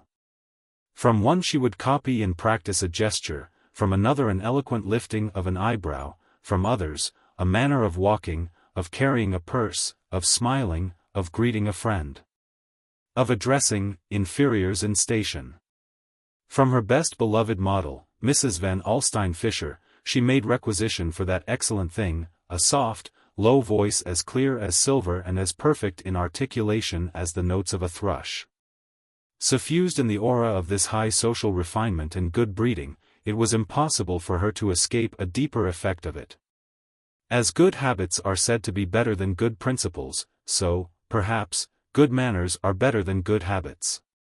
The teachings of your parents may not keep alive your New England conscience. But if you sit on a straight-back chair and repeat the words, prisms and pilgrims, 40 times the devil will flee from you. And when Nancy spoke in the Van Alstyne Fisher tones she felt the thrill of noblesse oblige to her very bones. There was another source of learning in the great departmental school. Whenever you see 3 or 4 shopgirls gather in a bunch and jingle their wire bracelets as an accompaniment to apparently frivolous conversation, do not think that they are there for the purpose of criticizing the way Ethel does her back hair. The meeting may lack the dignity of the deliberative bodies of man, but it has all the importance of the occasion on which Eve and her first daughter first put their heads together to make Adam understand his proper place in the household. It is woman's conference for common defense and exchange of strategical theories of attack and repulse upon and against the world, which is a stage, and man, its audience who persists in throwing bouquets thereupon. Woman, the most helpless of the young of any animal, with the fawn's grace but without its fleetness, with the bird's beauty but without its power of flight, with the honeybee's burden of sweetness but without its, oh, let's drop that simile, some of us may have been stung. During this council of war they pass weapons one to another, and exchange stratagems that each has devised and formulated out of the tactics of life. I says to him, says Sadie, ain't you the fresh thing? Who do you suppose I am, to be addressing such a remark to me? And what do you think he says back to me? The heads, brown, black, flaxen, red, and yellow bob together, the answer is given. And the parry to the thrust is decided upon, to be used by each thereafter in passages at arms with the common enemy, man. Thus Nancy learned the art of defense. And to women successful defense means victory. The curriculum of a department store is a wide one. Perhaps no other college could have fitted her as well for her life's ambition, the drawing of a matrimonial prize. Her station in the store was a favored one. The music room was near enough for her to hear and become familiar with the works of the best composers, at least to acquire the familiarity that passed for appreciation in the social world in which she was vaguely trying to set a tentative and aspiring foot. She absorbed the educating influence of art wares, of costly and dainty fabrics, of adornments that are almost culture to women. The other girls soon became aware of Nancy's ambition. "Here comes your millionaire, Nancy," they would call to her whenever any man who looked the role approached her counter. It got to be a habit of men, who were hanging about while their womenfolk were shopping, to stroll over to the handkerchief counter and dawdle over the cambric squares. Nancy's imitation high-bred air and genuine dainty beauty was what attracted. Many men thus came to display their graces before her. Some of them may have been millionaires. Others were certainly no more than their sedulous apes. Nancy learned to discriminate. There was a window at the end of the handkerchief counter, and she could see the rows of vehicles waiting for the shoppers in the street below. She looked and perceived that automobiles differ as well as do their owners. Once a fascinating gentleman bought 4 dozen handkerchiefs, and wooed her across the counter with a King Cophetua air. When he had gone, one of the girls said, "What's wrong, Nance, that you didn't warm up to that fellow? He looks the swell article, all right, to me." "Him?" said Nancy, with her coolest, sweetest, most impersonal, Van Alstyne Fisher smile, "Not for mine. I saw him drive up outside. A 12-horsepower machine and an Irish chauffeur. And you saw what kind of handkerchiefs he bought, silk. And he's got dactylus on him. Give me the real thing or nothing, if you please." 2 of the most refined women in the store, a forelady and a cashier, had a few swell gentleman friends, with whom they now and then dined. Once they included Nancy in an invitation. The dinner took place in a spectacular café whose tables are engaged for New Year's Eve a year in advance. There were 2 gentleman friends, one without any hair on his head, high living ungruet. And we can prove it, the other a young man whose worth and sophistication he impressed upon you in 2 convincing ways. He swore that all the wine was corked, and he wore diamond cuff buttons. This young man perceived irresistible excellencies in Nancy. His taste ran to shop girls. And here was one that added the voice and manners of his high social world to the franker charms of her own caste. So, on the following day, he appeared in the store and made her a serious proposal of marriage over a box of hemstitched, grass-bleached Irish linens. Nancy declined. A brown pompadour 10 feet away had been using her eyes and ears. When the rejected suitor had gone, she heaped carboys of upbraidings and horror upon Nancy's head. "What a terrible little fool you are. That fellow's a millionaire, he's a nephew of old Van Skittles himself. And he was talking on the level, too. Have you gone crazy, Nance?" "Have I?" said Nancy. "I didn't take him, did I? He isn't a millionaire so hard that you could notice it, anyhow. His family only allows him $20,000 a year to spend. The bald-headed fellow was guying him about it the other night at supper." The brown pompadour came nearer and narrowed her eyes. "Say, what do you want?" she inquired, in a voice hoarse for lack of chewing gum. "Ain't that enough for you? Do you want to be a Mormon, and marry Rockefeller and Gladstone Dowie and the King of Spain and the whole bunch? Ain't $20,000 a year good enough for you?" Nancy flushed a little under the level gaze of the black, shallow eyes. "It wasn't altogether the money, Carrie," she explained. "His friend caught him in a rank lie the other night at dinner. It was about some girl he said he hadn't been to the theater with. Well, I can't stand a liar. Put everything together, I don't like him, and that settles it. When I sell out it's not going to be on any bargain day. I've got to have something that sits up in a chair like a man, anyhow. Yes, I'm looking out for a catch, but it's got to be able to do something more than make a noise like a toy bank. The physiopathic ward for yours, said the brown pompadour, walking away. These high ideas, if not ideals, Nancy continued to cultivate on $8 per week. She bivouacked on the trail of the great unknown catch, eating her dry bread and tightening her belt day by day. On her face was the faint, soldierly, sweet, grim smile of the preordained manhunter. The store was her forest, and many times she raised her rifle at game that seemed broad-antlered and big. But always some deep unerring instinct, perhaps of the huntress, perhaps of the woman, made her hold her fire and take up the trail again. Lou flourished in the laundry. Out of her $18.50 per week she paid $6 for her room and board. The rest went mainly for clothes. Her opportunities for bettering her taste and manners were few compared with Nancy's. In the steaming laundry there was nothing but work and her thoughts of the evening pleasures to come. Many costly and showy fabrics passed under her iron. And it may be that her growing fondness for dress was thus transmitted to her through the conducting metal. When the day's work was over, Dan awaited her outside, her faithful shadow in whatever light she stood. Sometimes he cast an honest and troubled glance at Lou's clothes that increased in conspicuity rather than in style, but this was no disloyalty. He deprecated the attention they called to her in the streets. And Lou was no less faithful to her chum. There was a law that Nancy should go with them on whatsoever outings they might take. Dan bore the extra burden heartily and in good cheer.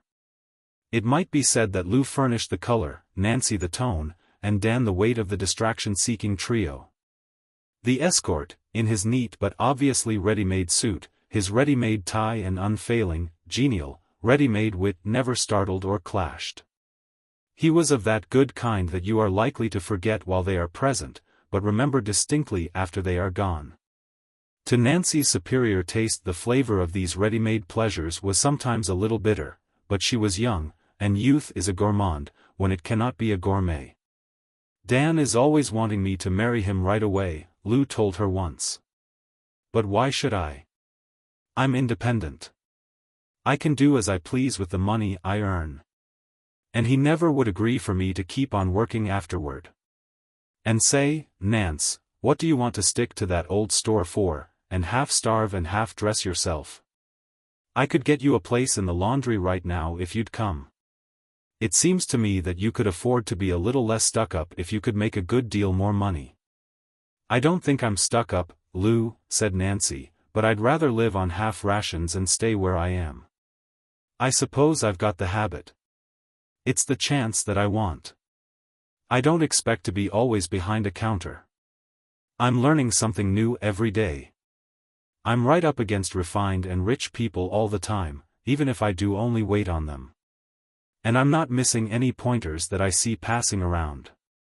Caught your millionaire yet? Asked Lou with her teasing laugh. I haven't selected one yet, answered Nancy. I've been looking them over. Goodness. The idea of picking over them. Don't you ever let one get by you, Nance, even if he's a few dollars shy.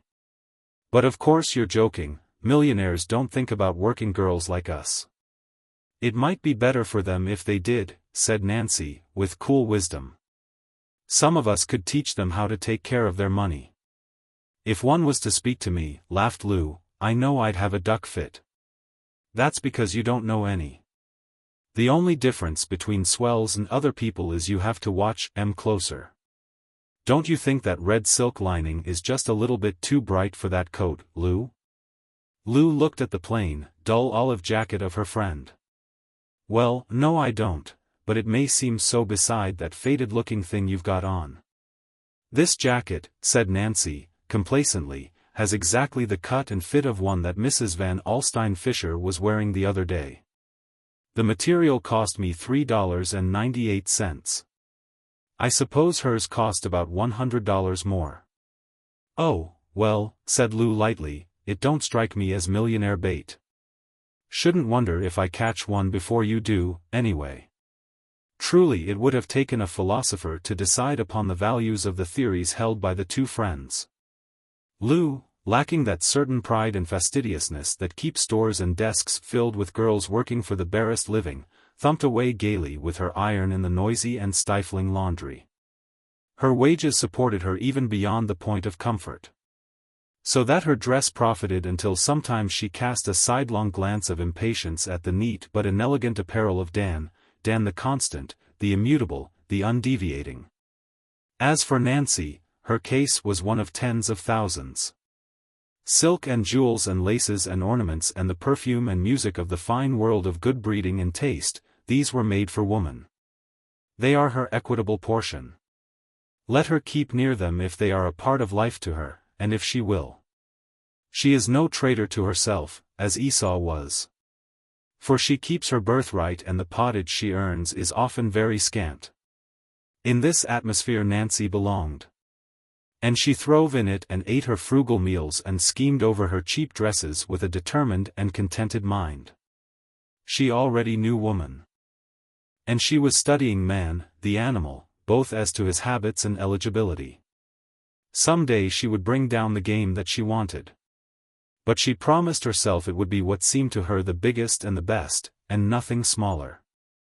Thus she kept her lamp trimmed and burning to receive the bridegroom when he should come. But, another lesson she learned, perhaps unconsciously. Her standard of values began to shift and change. Sometimes the dollar mark grew blurred in her mind's eye, and shaped itself into letters that spelled such words as truth and honor, and now and then just kindness. Let us make a likeness of one who hunts the moose or elk in some mighty wood. He sees a little dell, mossy and embowered, where a rill trickles, babbling to him of rest and comfort. At these times the spear of Nimrod himself grows blunt. So, Nancy wondered sometimes if Persian lamb was always quoted at its market value by the hearts that it covered. One Thursday evening Nancy left the store and turned across 6th Avenue westward to the laundry. She was expected to go with Lou and Dan to a musical comedy. Dan was just coming out of the laundry when she arrived. There was a queer, strained look on his face. "I thought I would drop around to see if they had heard from her," he said. "Heard from who?" asked Nancy. "Isn't Lou there?" "I thought you knew," said Dan. "She hasn't been here or at the house where she lived since Monday. She moved all her things from there. She told one of the girls in the laundry she might be going to Europe." "Hasn't anybody seen her anywhere?" asked Nancy. Dan looked at her with his jaws set grimly, and a steely gleam in his steady gray eyes. "They told me in the laundry," he said, harshly, "that they saw her pass yesterday, in an automobile. With one of the millionaires, I suppose, that you and Lou were forever busying your brains about."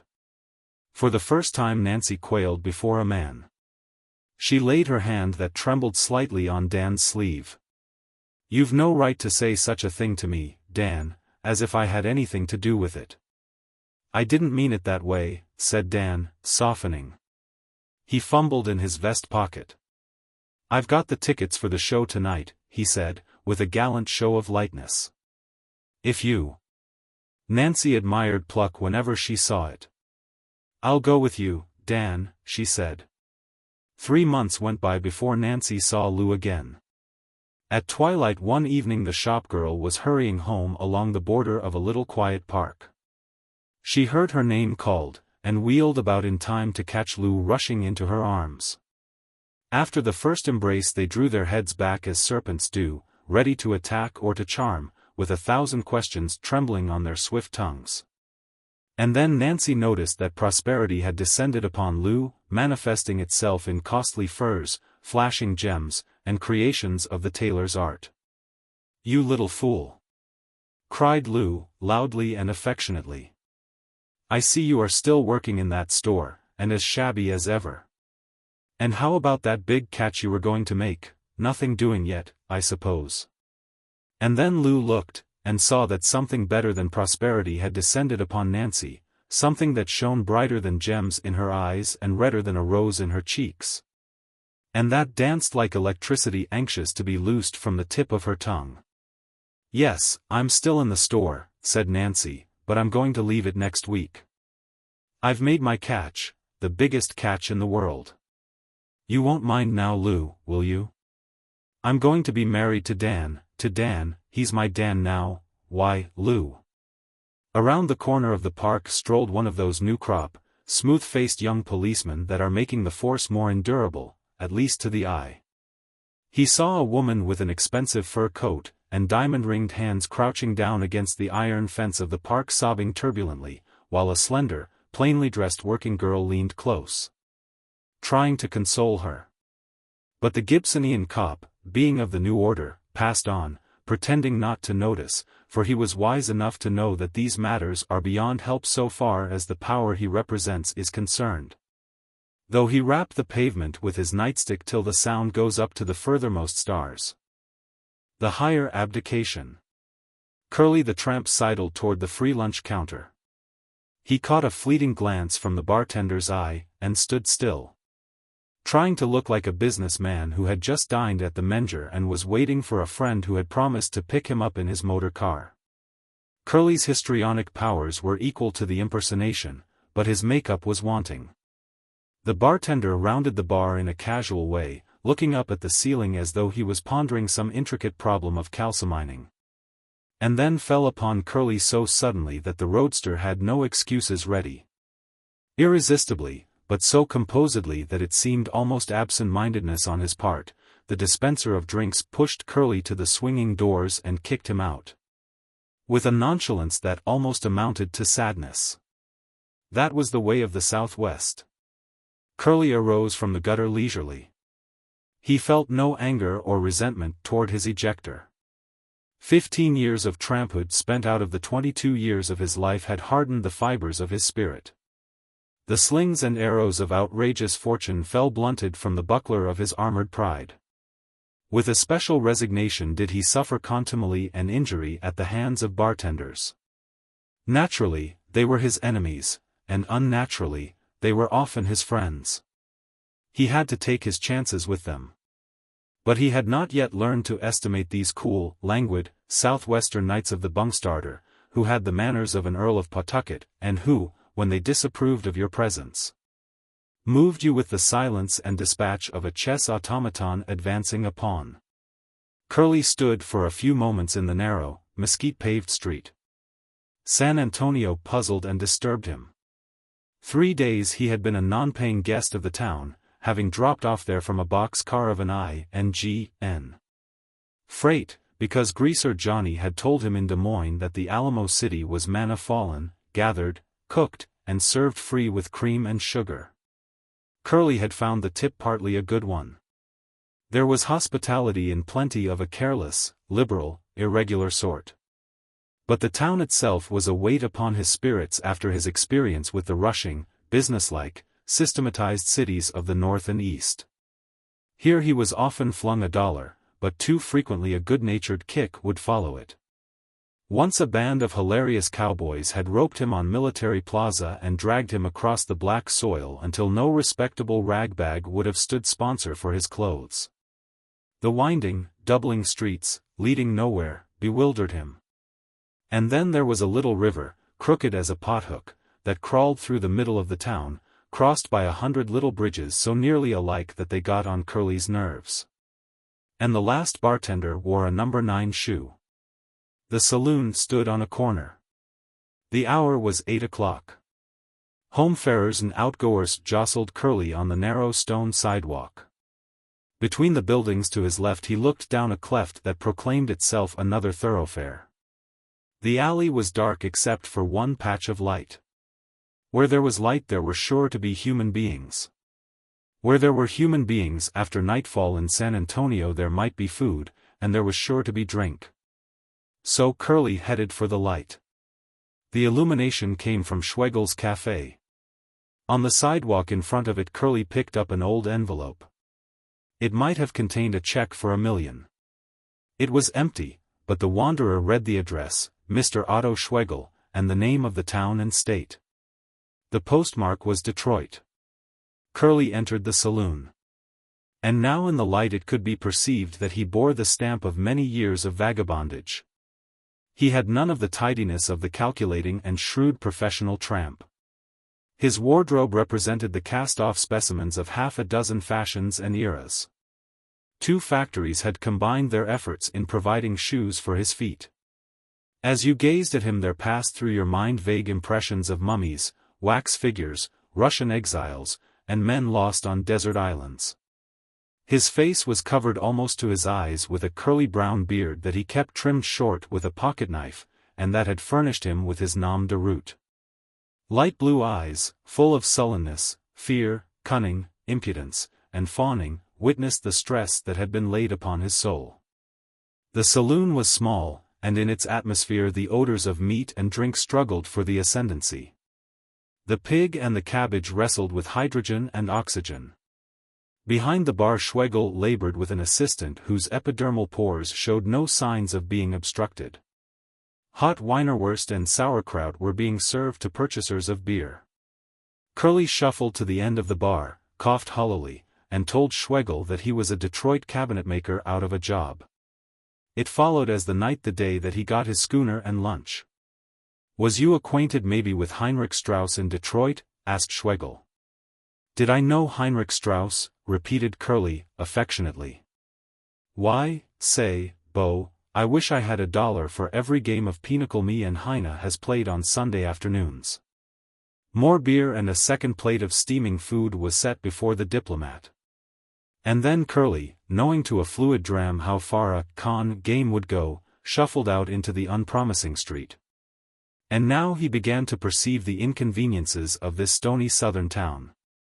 There was none of the outdoor gaiety and brilliancy and music that provided distraction even to the poorest in the cities of the north.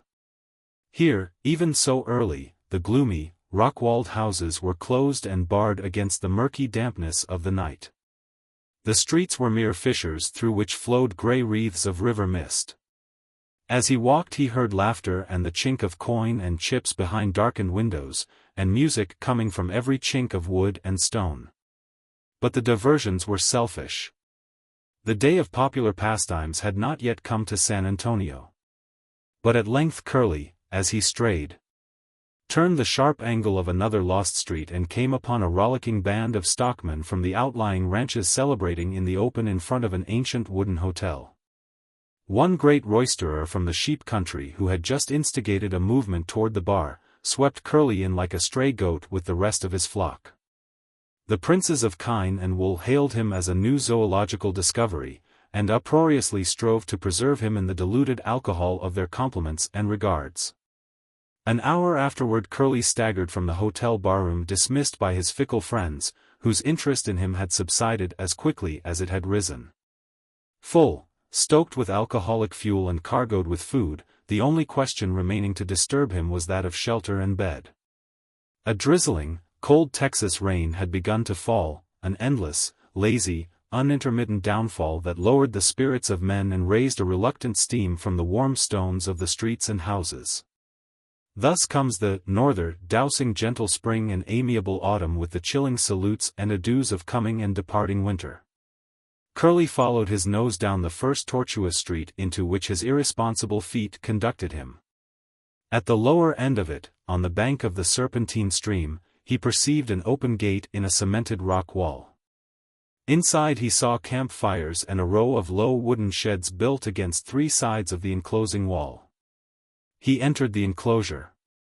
Under the sheds many horses were champing at their oats and corn. Many wagons and buckboards stood about with their teams' harness thrown carelessly upon the shafts and doubletrees.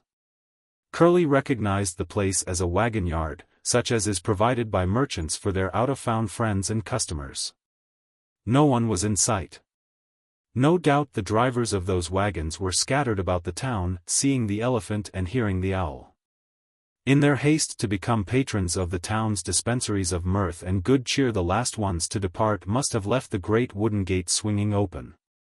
Curly had satisfied the hunger of an anaconda and the thirst of a camel, so he was neither in the mood or the condition of an explorer. He zigzagged his way to the first wagon that his eyesight distinguished in the semi-darkness under the shed. It was a 2-horse wagon with a top of white canvas. The wagon was half filled with loose piles of wool sacks, 2 or 3 great bundles of grey blankets, and a number of bales, bundles, and boxes. A reasoning I would have estimated the load at once as ranch supplies, bound on the morrow for some outlying hacienda. But to the drowsy intelligence of Curly they represented only warmth and softness and protection against the cold humidity of the night. After several unlucky efforts, at last he conquered gravity so far as to climb over a wheel and pitch forward upon the best and warmest bed he had fallen upon in many a day. Then he became instinctively a burrowing animal, and dug his way like a prairie dog down among the sacks and blankets, hiding himself from the cold air as snug and safe as a bear in his den. For 3 nights sleep had visited Curly only in broken and shivering dozes. So now, when Morpheus condescended to pay him a call, Curly got such a stranglehold on the mythological old gentleman that it was a wonder that anyone else in the whole world got a wink of sleep that night. 6 cowpunchers of the Cibolo Ranch were waiting around the door of the ranch store. Their ponies cropped grass nearby, tied in the Texas fashion, which is not tied at all. Their bridle reins had been dropped to the earth, which is a more effectual way of securing them, such is the power of habit and imagination, than you could devise out of a half-inch rope and a live-oak tree. These guardians of the cow lounged about, each with a brown cigarette paper in his hand, and gently but unceasingly cursed Sam Revell, the storekeeper. Sam stood in the door, snapping the red elastic bands on his pink madras shirt sleeves and looking down affectionately at the only pair of tan shoes within a 40-mile radius. His offense had been serious, and he was divided between humble apology and admiration for the beauty of his raiment. He had allowed the ranch stock of smoking to become exhausted. "I thought sure there was another case of it under the counter, boys," he explained. "But it happened to be Catterge's." "You've sure got a case of appendicitis," said Pokey Rogers, fancy rider of the Largo Verde Potrero. "Somebody ought to happen to give you a knock on the head with the butt end of a quirt. I've rode in 9 miles for some tobacco, and it don't appear natural and seemly that you ought to be allowed to live. The boys was smokin' cut plug and dried mesquite leaves mixed when I left," sighed Mustang Taylor, horse wrangler of the 3 Elm Camp. "They'll be lookin' for me back by 9. They'll be set tin up, with their papers ready to roll a whiff of the real thing before bedtime. And I've got to tell 'em that this pink-eyed, sheep-headed, sulphur-rooted, shirt-waisted son of a calico bronco, Sam Revell, hasn't got no tobacco on hand." Gregorio Falcon, Mexican vaquero and best thrower of the rope on the Cibolo, pushed his heavy, silver-embroidered straw sombrero back upon his thicket of jet-black curls, and scraped the bottoms of his pockets for a few crumbs of the precious weed. "Ah, Don Samuel," he said, reproachfully, but with his touch of Castilian manners, "excuse me. They say deeth jackrabbit and deeth sheep have deeth most leetle seesos, how you called them, brainy s. Ah, don't believe that, Don Samuel, excuse me. I'd think people Wuat don't keep esmakin tobacco, but you will excuse me, Don Samuel. Now, what's the use of Che-Win, the rag, boys," said the untroubled Sam, stooping over to rub the toes of his shoes with a red and yellow handkerchief. "Rance took the order for some more smokin' to San Antone with him Tuesday. Pancho rode Rance's hoss back yesterday, and Rance is goin' to drive the wagon back himself. There wa'n't much of a load, just some woolsacks and blankets and nails and canned peaches and a few things we was out of. I look for Rance to roll in today sure. He's an early starter and a hell-to-split driver, and he ought to be here not far from sundown." "What plugs is he drivin'?" asked Mustang Taylor, with a smack of hope in his tones. "The buckboard grays," said Sam. "I'll wait a spell, then," said the wrangler. "Them plugs eat up a trail like a roadrunner swallowin' a whip snake. And you may bust me open a can of greengage plums, Sam, while I'm waitin' for somethin' better." "Open me some yellow clings," ordered Pokey Rogers. "I'll wait, too." The tobaccoless punchers arranged themselves comfortably on the steps of the store. Inside, Sam chopped open with a hatchet the tops of the cans of fruit. The store, a big, white wooden building like a barn, stood 50 yards from the ranch house. Beyond it were the horse corrals. And still farther the wool sheds and the brush-topped shearing pens, for the Rancho Cibolo raised both cattle and sheep. Behind the store, at a little distance, were the grass-thatched jackals of the Mexicans who bestowed their allegiance upon the Cibolo. The ranch house was composed of 4 large rooms, with plastered adobe walls, and a 2-room wooden L. A 20-feet-wide gallery circumvented the structure. It was set in a grove of immense live oaks and water elms near a lake, a long, not very wide, and tremendously deep lake in which at nightfall great gars leaped to the surface and plunged with the noise of hippopotamuses frolicking at their bath. From the trees hung garlands and massive pendants of the melancholy gray moss of the south. Indeed, the Cibolo ranch house seemed more of the south than of the west. It looked as if old Kiowa Truesdell might have brought it with him from the lowlands of Mississippi when he came to Texas with his rifle in the hollow of his arm in '55. But, though he did not bring the family mansion, Truesdell did bring something in the way of a family inheritance that was more lasting than brick or stone.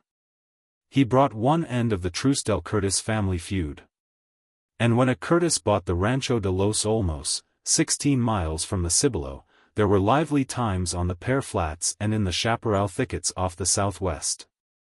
In those days Truesdell cleaned the brush of many a wolf and tiger cat and Mexican lion, and 1 or 2 Curtises fell heirs to notches on his rifle stock. Also he buried a brother with a Curtis bullet in him on the bank of the lake at Cibolo.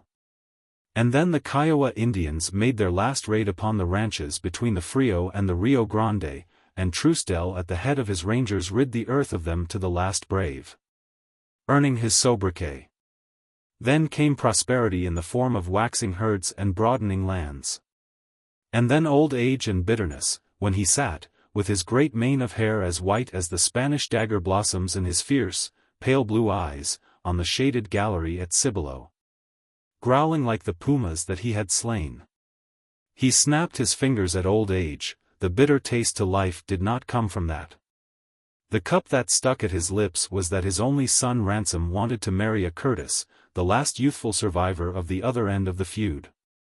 For a while the only sounds to be heard at the store were the rattling of the tin spoons and the gurgling intake of the juicy fruits by the cowpunchers, the stamping of the grazing ponies, and the singing of a doleful song by Sam as he contentedly brushed his stiff auburn hair for the 20th time that day before a crinkly mirror.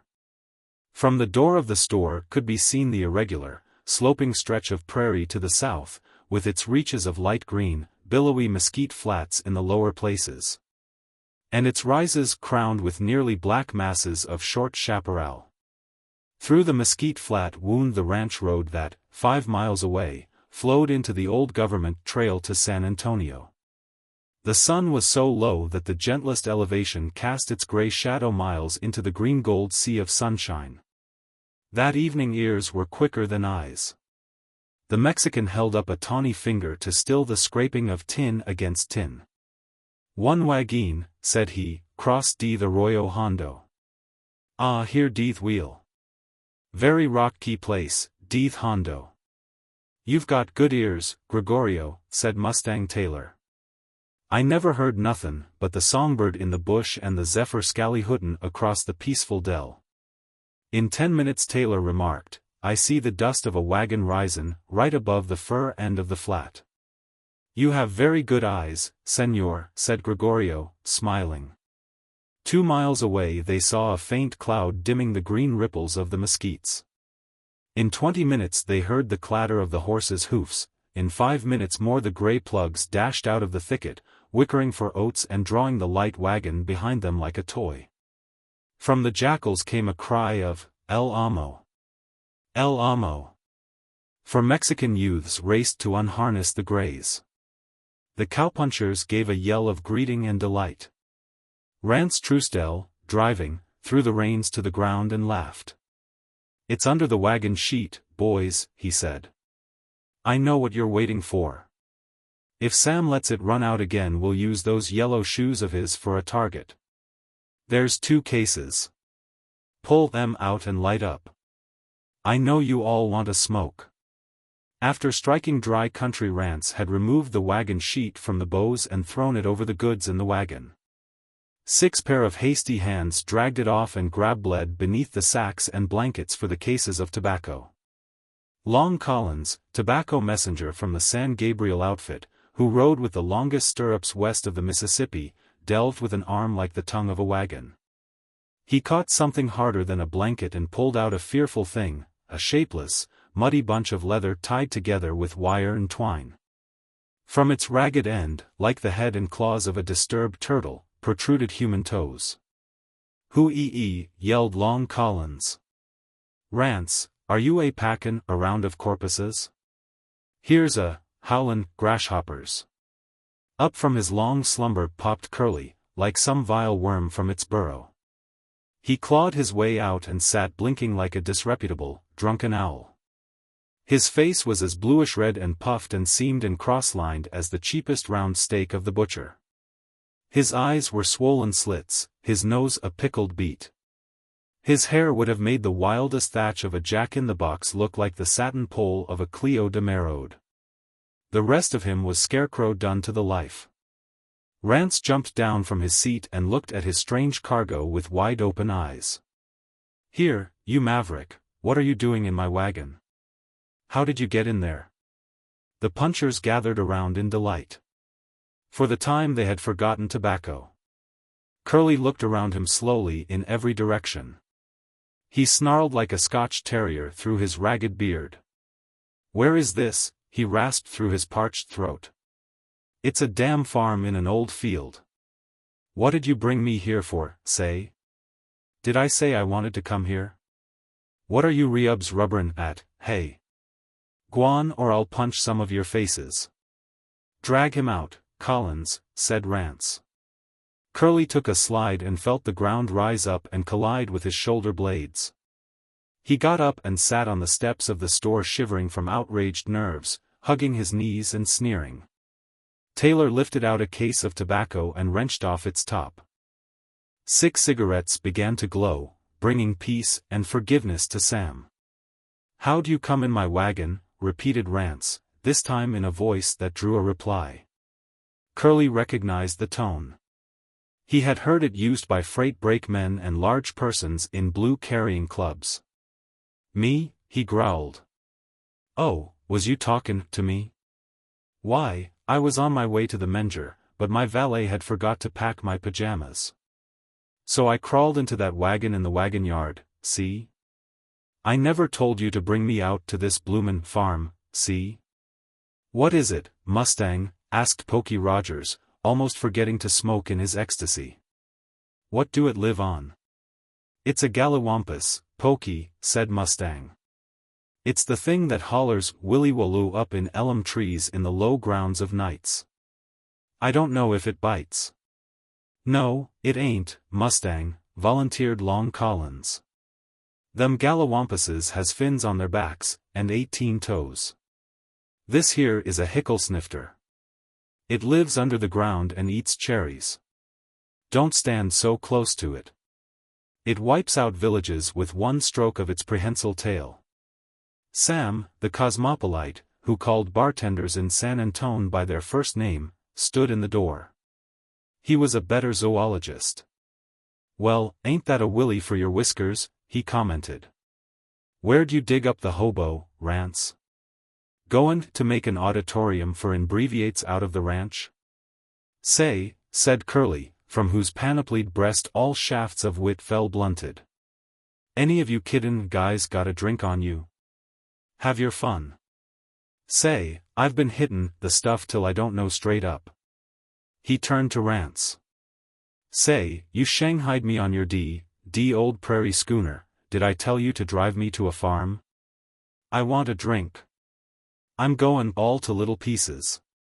What's doin'?" Rance saw that the tramp's nerves were racking him. He dispatched one of the Mexican boys to the ranch house for a glass of whiskey. Curly gulped it down, and into his eyes came a brief, grateful glow, as human as the expression in the eye of a faithful setter dog.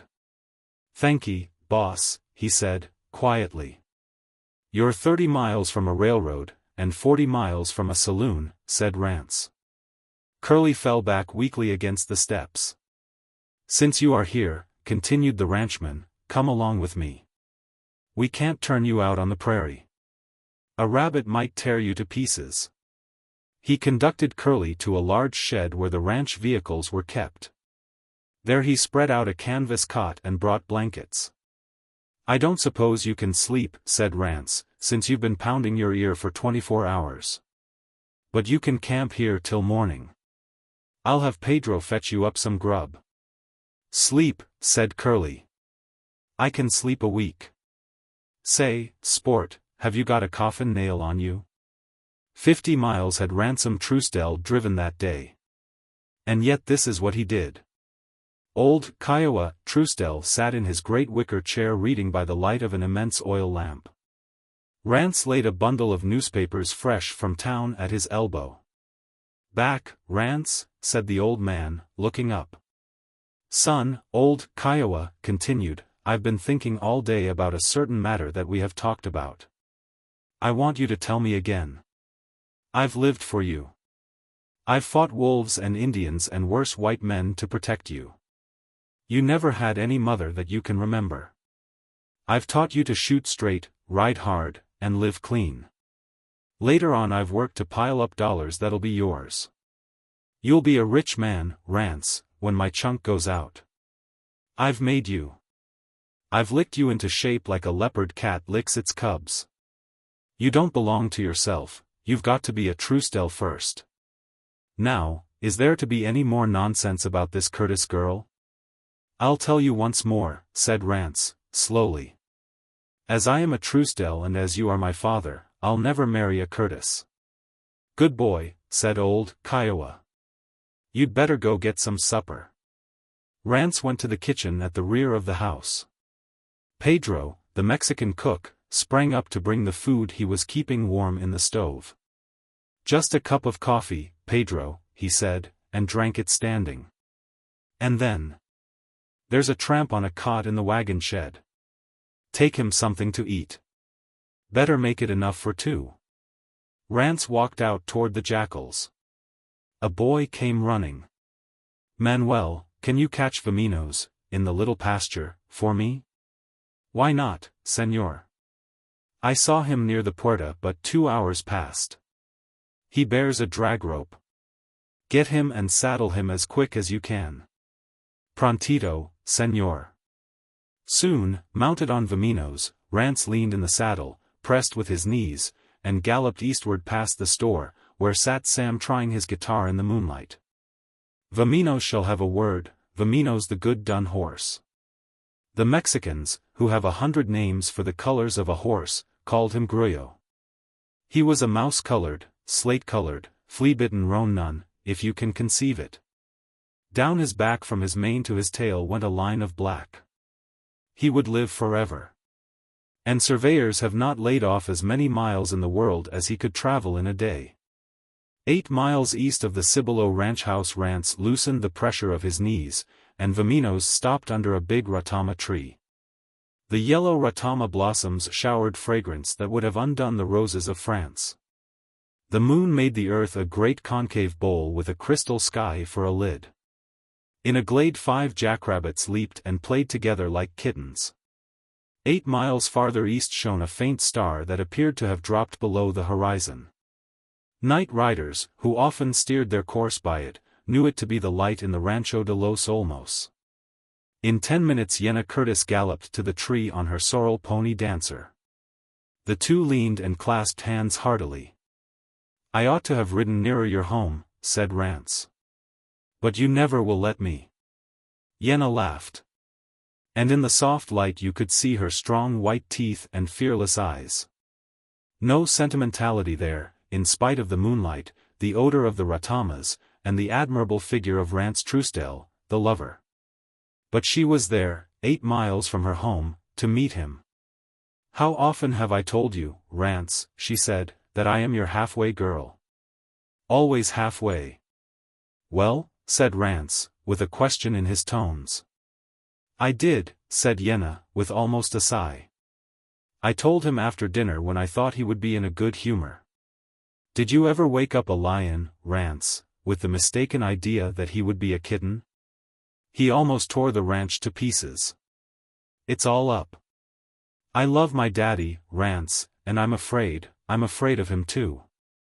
He ordered me to promise that I'd never marry a Truesdell. I promised. That's all. What luck did you have? The same, said Rance, slowly. I promised him that his son would never marry a Curtis. Somehow I couldn't go against him. He's mighty old. I'm sorry, Yenna. The girl leaned in her saddle and laid one hand on Rance's, on the horn of his saddle. I never thought I'd like you better for giving me up, she said ardently, but I do. I must ride back now, Rance. I slipped out of the house and saddled Dancer myself. Good night, neighbor.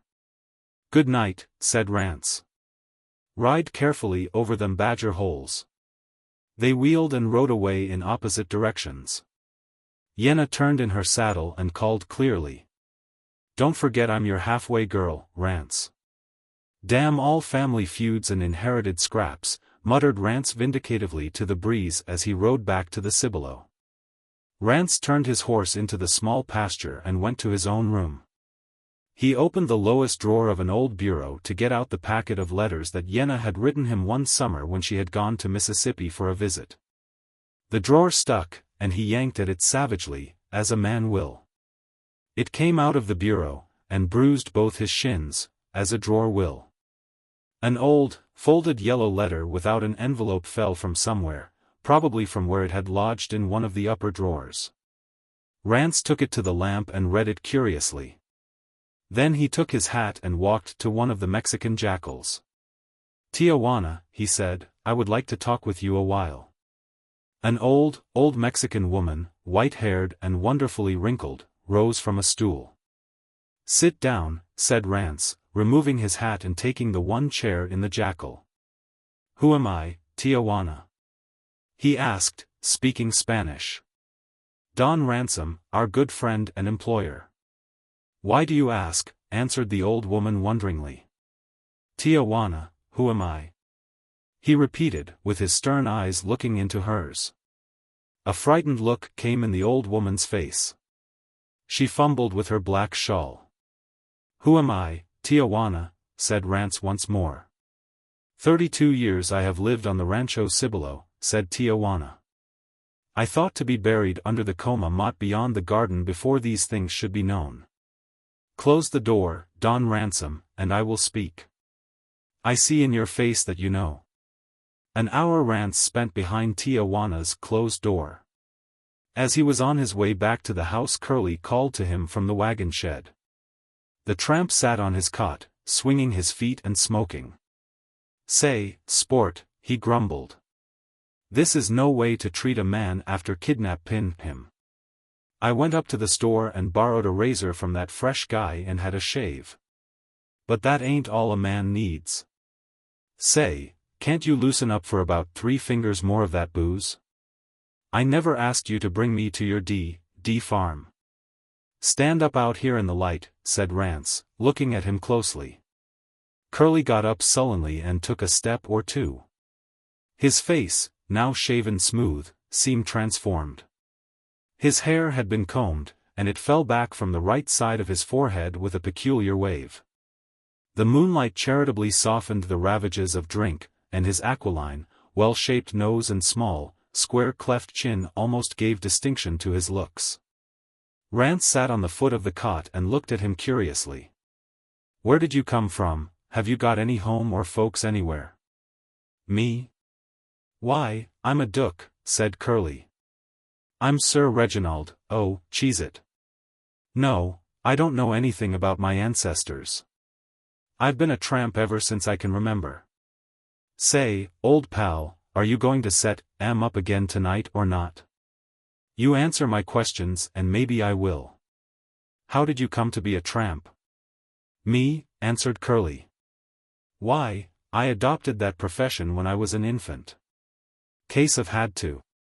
First thing I can remember, I belonged to a big, lazy hobo called Beefsteak Charlie. He sent me around to houses to beg. I wasn't hardly big enough to reach the latch of a gate. Did he ever tell you how he got you? Asked Rance. Once when he was sober he said he bought me for an old 6-shooter and 6 bits from a band of drunken Mexican sheep shearers. But what's the diff? That's all I know. All right, said Rance. I reckon you're a maverick for certain. I'm going to put the Rancho Cibolo brand on you. I'll start you to work in one of the camps tomorrow.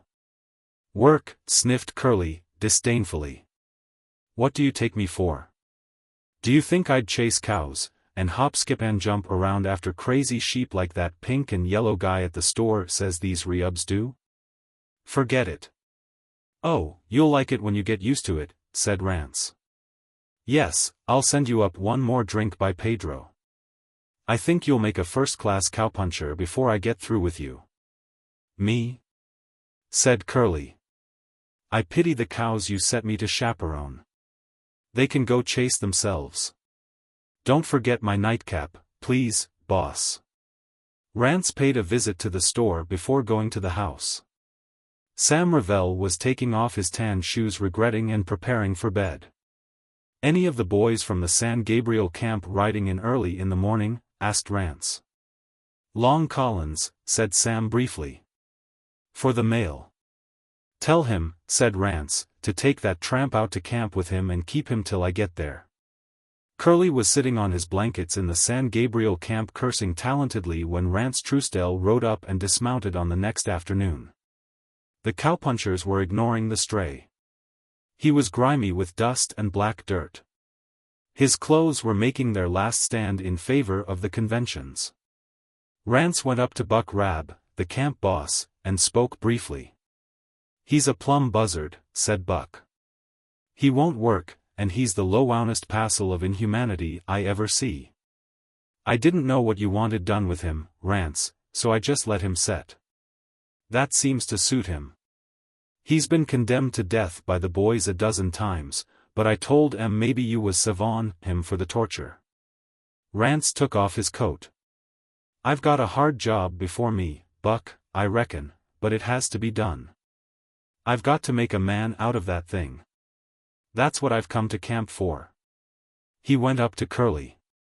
Brother, he said, don't you think if you had a bath it would allow you to take a seat in the company of your fellow man with less injustice to the atmosphere?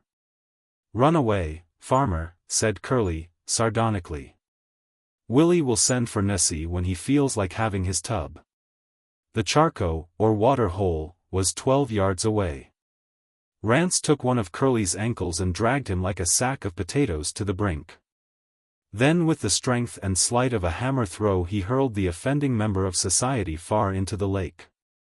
Curly crawled out and up the bank spluttering like a porpoise. Rance met him with a piece of soap and a coarse towel in his hands. Go to the other end of the lake and use this, he said. Buck will give you some dry clothes at the wagon. The tramp obeyed without protest. By the time supper was ready he had returned to camp. He was hardly to be recognized in his new shirt and brown duck clothes. Rance observed him out of the corner of his eye. Lordy, I hope he ain't a coward, he was saying to himself. I hope he won't turn out to be a coward. His doubts were soon allayed. Curly walked straight to where he stood. His light blue eyes were blazing. Now I'm clean, he said meaningly, maybe you'll talk to me. Think you've got a picnic here, do you? You clodhoppers think you can run over a man because you know he can't get away. All right. Now, what do you think of that? Curly planted a stinging slap against Rance's left cheek. The print of his hand stood out a dull red against the tan. Rance smiled happily. The cowpunchers talked to this day of the battle that followed. Somewhere in his restless tour of the cities Curly had acquired the art of self-defense. The ranchman was equipped only with the splendid strength and equilibrium of perfect health and the endurance conferred by decent living. The two attributes nearly matched. There were no formal rounds. At last the fiber of the clean liver prevailed. The last time Curly went down from one of the ranchman's awkward but powerful blows he remained on the grass, but looking up with an unquenched eye. Rance went to the water barrel and washed the red from a cut on his chin in the stream from the faucet. On his face was a grin of satisfaction. Much benefit might accrue to educators and moralists if they could know the details of the curriculum of reclamation through which Rance put his waif during the month that he spent in the San Gabriel camp. The ranchman had no fine theories to work out. Perhaps his whole stock of pedagogy embraced only a knowledge of horsebreaking and a belief in heredity. The cowpunchers saw that their boss was trying to make a man out of the strange animal that he had sent among them, and they tacitly organized themselves into a faculty of assistants. But their system was their own. Curly's first lesson stuck.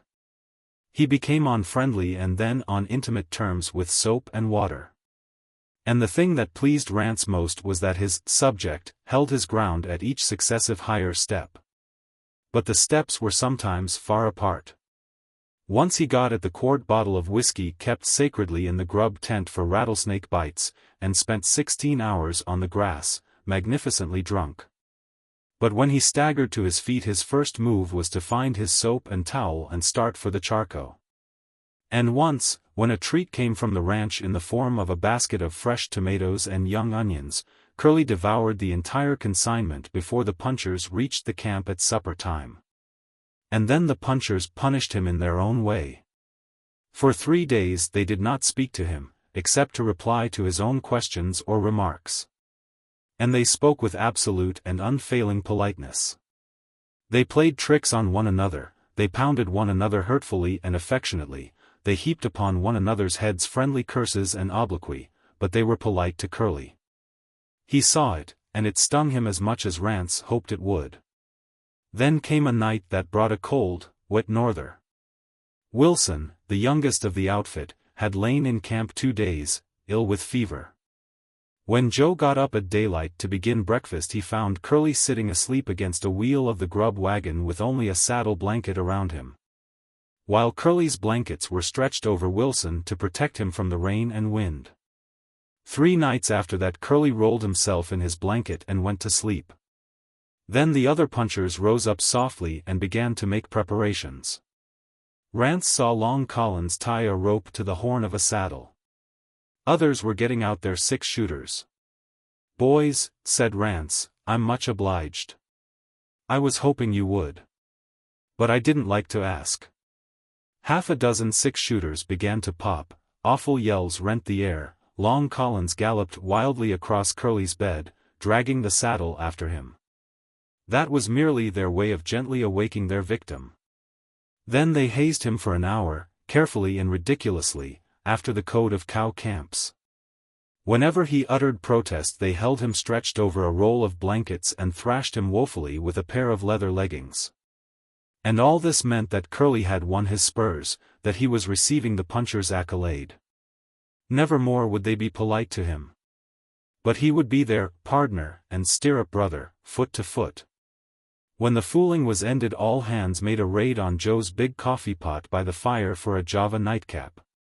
Rance watched the new knight carefully to see if he understood and was worthy. Curly limped with his cup of coffee to a log and sat upon it. Long Collins followed and sat by his side. Buck Rab went and sat at the other. Curly grinned. And then Rance furnished Curly with mounts and saddle and equipment, and turned him over to Buck Rab, instructing him to finish the job. 3 weeks later Rance rode from the ranch into Rab's camp, which was then in Snake Valley. The boys were saddling for the day's ride. He sought out Long Collins among them. "How about that bronco?" he asked. Long Collins grinned. "Reach out your hand, Rance Truesdell," he said, "and you'll touch him. And you can shake his en, too, if you like, for he's plumb white and there's none better in no camp." Rance looked again at the clear-faced, bronzed, smiling cowpuncher who stood at Collins's side. Could that be Curly? He held out his hand, and Curly grasped it with the muscles of a bronco-buster. "I want you at the ranch," said Rance. "All right, sport," said Curly, heartily. "But I want to come back again. Say, pal, this is a dandy farm. And I don't want any better fun than hustlin' cows with this bunch of guys." They're all to the Mary. At the Cibolo ranch house they dismounted. Rance bade Curly wait at the door of the living room. He walked inside. Old Kiowa Truesdell was reading at a table. "Good morning, Mr. Truesdell," said Rance. The old man turned his white head quickly. "How is this?" he began. "Why do you call me Mr.?" When he looked at Rance's face he stopped, and the hand that held his newspaper shook slightly. "Boy," he said slowly, "how did you find it out?" "It's all right," said Rance, with a smile. "I made Tia wanna tell me. It was kind of by accident, but it's all right." "You've been like a son to me," said old Kiowa, trembling. "Tijuana told me all about it," said Rance. "She told me how you adopted me when I was knee-high to a puddle duck out of a wagon train of prospectors that was bound west. And she told me how the kid, your own kid, you know, got lost or was run away with. And she said it was the same day that the sheep shearers got on a bender and left the ranch. Our boy strayed from the house when he was 2 years old," said the old man. "And then along came those emigrant wagons with a youngster they didn't want, and we took you. I never intended you to know, Rance. We never heard of our boy again." "He's right outside, unless I'm mighty mistaken," said Rance, opening the door and beckoning. Curly walked in. No one could have doubted. The old man and the young had the same sweep of hair, the same nose, chin, line of face, and prominent light blue eyes. Old Kiowa rose eagerly. Curly looked about the room curiously. A puzzled expression came over his face. He pointed to the wall opposite. "Where's the tick-tock?" he asked, absent-mindedly. "The clock," cried old Kiowa loudly. "The 8-day clock used to stand there." "Why?" He turned to Rance, but Rance was not there. Already 100 yards away, Vaminos, the good flea-bitten dun, was bearing him eastward like a racer through dust and chaparral towards the Rancho de los Olmos. Callaway's Code. The New York Enterprise sent H.B. Callaway as special correspondent to the Russo-Japanese Portsmouth War. For 2 months Callaway hung about Yokohama and Tokyo, shaking dice with the other correspondents for drinks of rickshaws. Oh, no, that's something to ride in. Anyhow, he wasn't earning the salary that his paper was paying him. But that was not Callaway's fault. The little brown men who held the strings of fate between their fingers were not ready for the readers of the Enterprise to season their breakfast bacon and eggs with the battles of the descendants of the gods. But soon the column of correspondents that were to go out with the First Army tightened their field-glass belts and went down to the Yalu with Kuroki. Callaway was one of these. Now, this is no history of the Battle of the Yalu River. That has been told in detail by the correspondents who gazed at the shrapnel smoke rings from a distance of 3 miles. But, for justice's sake, let it be understood that the Japanese commander prohibited a nearer view. Callaway's feat was accomplished before the battle. What he did was to furnish the Enterprise with the biggest beat of the war. That paper published exclusively and in detail the news of the attack on the lines of the Russian general on the same day that it was made. No other paper printed a word about it for 2 days afterward, except a London paper, whose account was absolutely incorrect and untrue. Callaway did this in face of the fact that General Kuroki was making his moves and laying his plans with the profoundest secrecy as far as the world outside his camps was concerned. The correspondents were forbidden to send out any news whatever of his plans, and every message that was allowed on the wires was censored with rigid severity. The correspondent for the London paper handed in a cablegram describing Kuroki's plans, but as it was wrong from beginning to end the censor grinned and let it go through.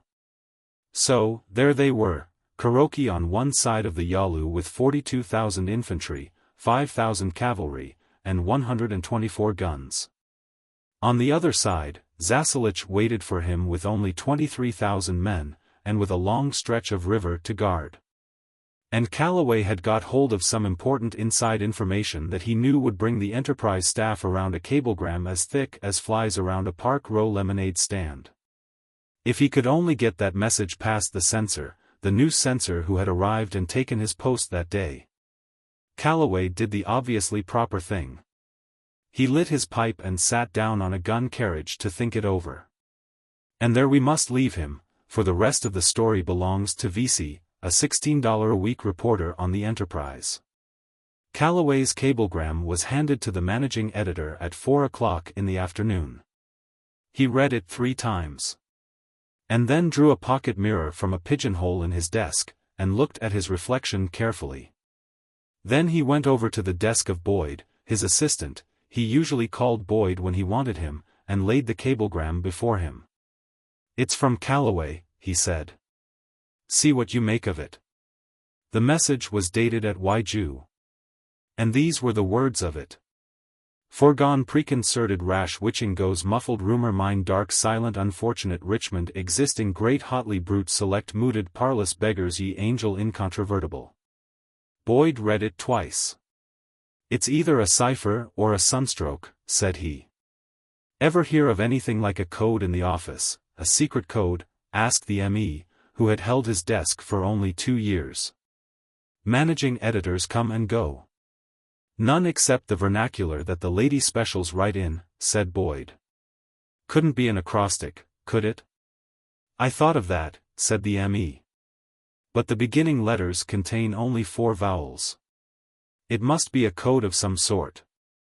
"Try M in groups," suggested Boyd. "Let's see, rash witching goes, not with me it doesn't. Muffled rumor mine, must have an underground wire. Dark silent unfortunate Richmond, no reason why he should knock that town so hard. Existing great hotly, no it doesn't pan out. I'll call Scott." The city editor came in a hurry, and tried his luck. A city editor must know something about everything, so Scott knew a little about cipher writing. "It may be what is called an inverted alphabet cipher," said he. "I'll try that. Art seems to be the oftenest used initial letter, with the exception of M.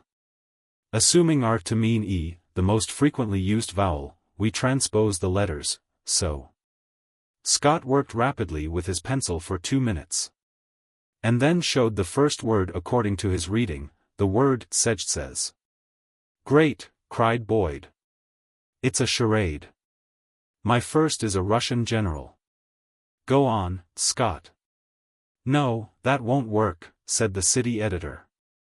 "It's undoubtedly a code. It's impossible to read it without the key. Has the office ever used a cipher code?" "Just what I was asking," said the ME. "Hustle everybody up that ought to know. We must get at it some way. Calloway has evidently got hold of something big, and the censor has put the screws on, or he wouldn't have cabled in a lot of chop suey like this." Throughout the office of the Enterprise a dragnet was sent, hauling in such members of the staff as would be likely to know of a code, past or present, by reason of their wisdom, information, natural intelligence, or length of servitude. They got together in a group in the city room, with the ME in the center. No one had heard of a code. All began to explain to the head investigator that newspapers never use a code, anyhow, that is, a cipher code. Of course the Associated Press stuff is a sort of code, an abbreviation, rather, but the ME knew all that, and said so. He asked each man how long he had worked on the paper. Not one of them had drawn pay from an Enterprise envelope for longer than 6 years. Calloway had been on the paper 12 years. "Try old Heffelbauer," said the ME. "He was here when Park Row was a potato patch." Heffelbauer was an institution. He was half janitor, half handyman about the office, and half watchman, thus becoming the peer of 13 1/2 tailors. Sent for, he came, radiating his nationality. "Heffelbauer," said the ME, "did you ever hear of a code belonging to the office a long time ago, a private code? You know what a code is, don't you?"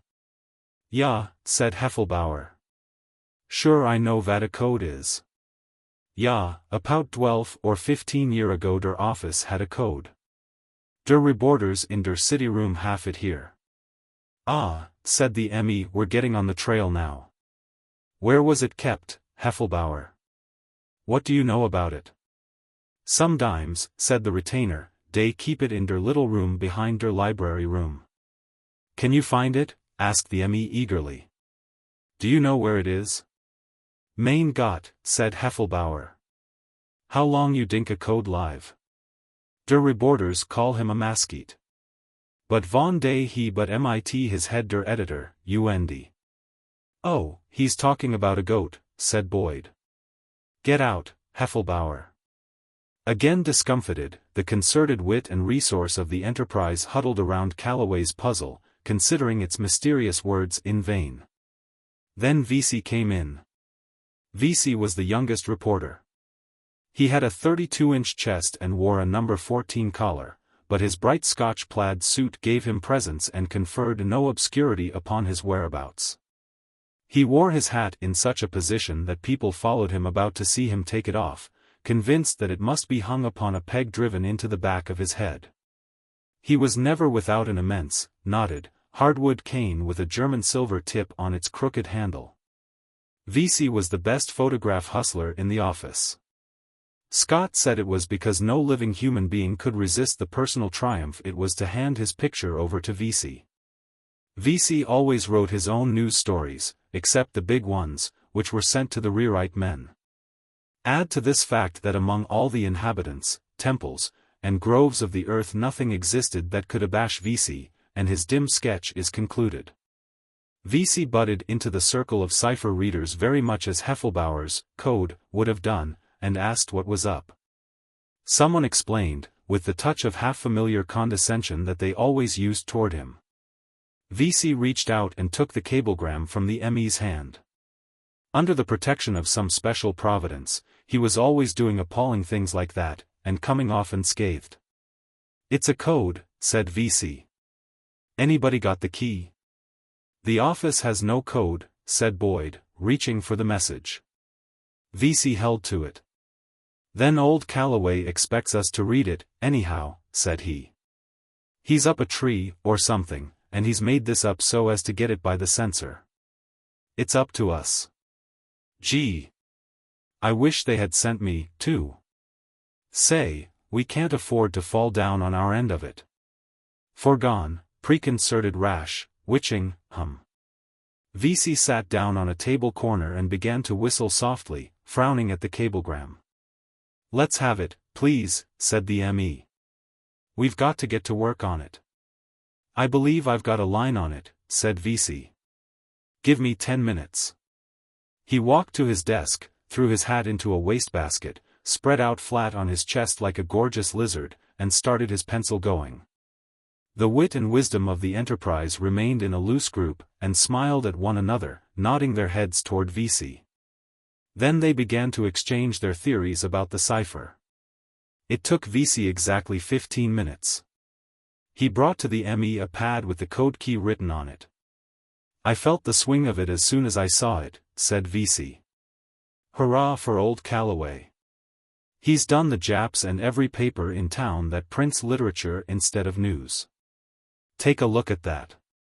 Thus had VC set forth the reading of the code. Foregone, conclusion. Preconcerted, arrangement. Rash, act. Witching, hour of midnight. Goes, without saying. Muffled, report. Rumor, hath it. Mine, host. Dark, horse.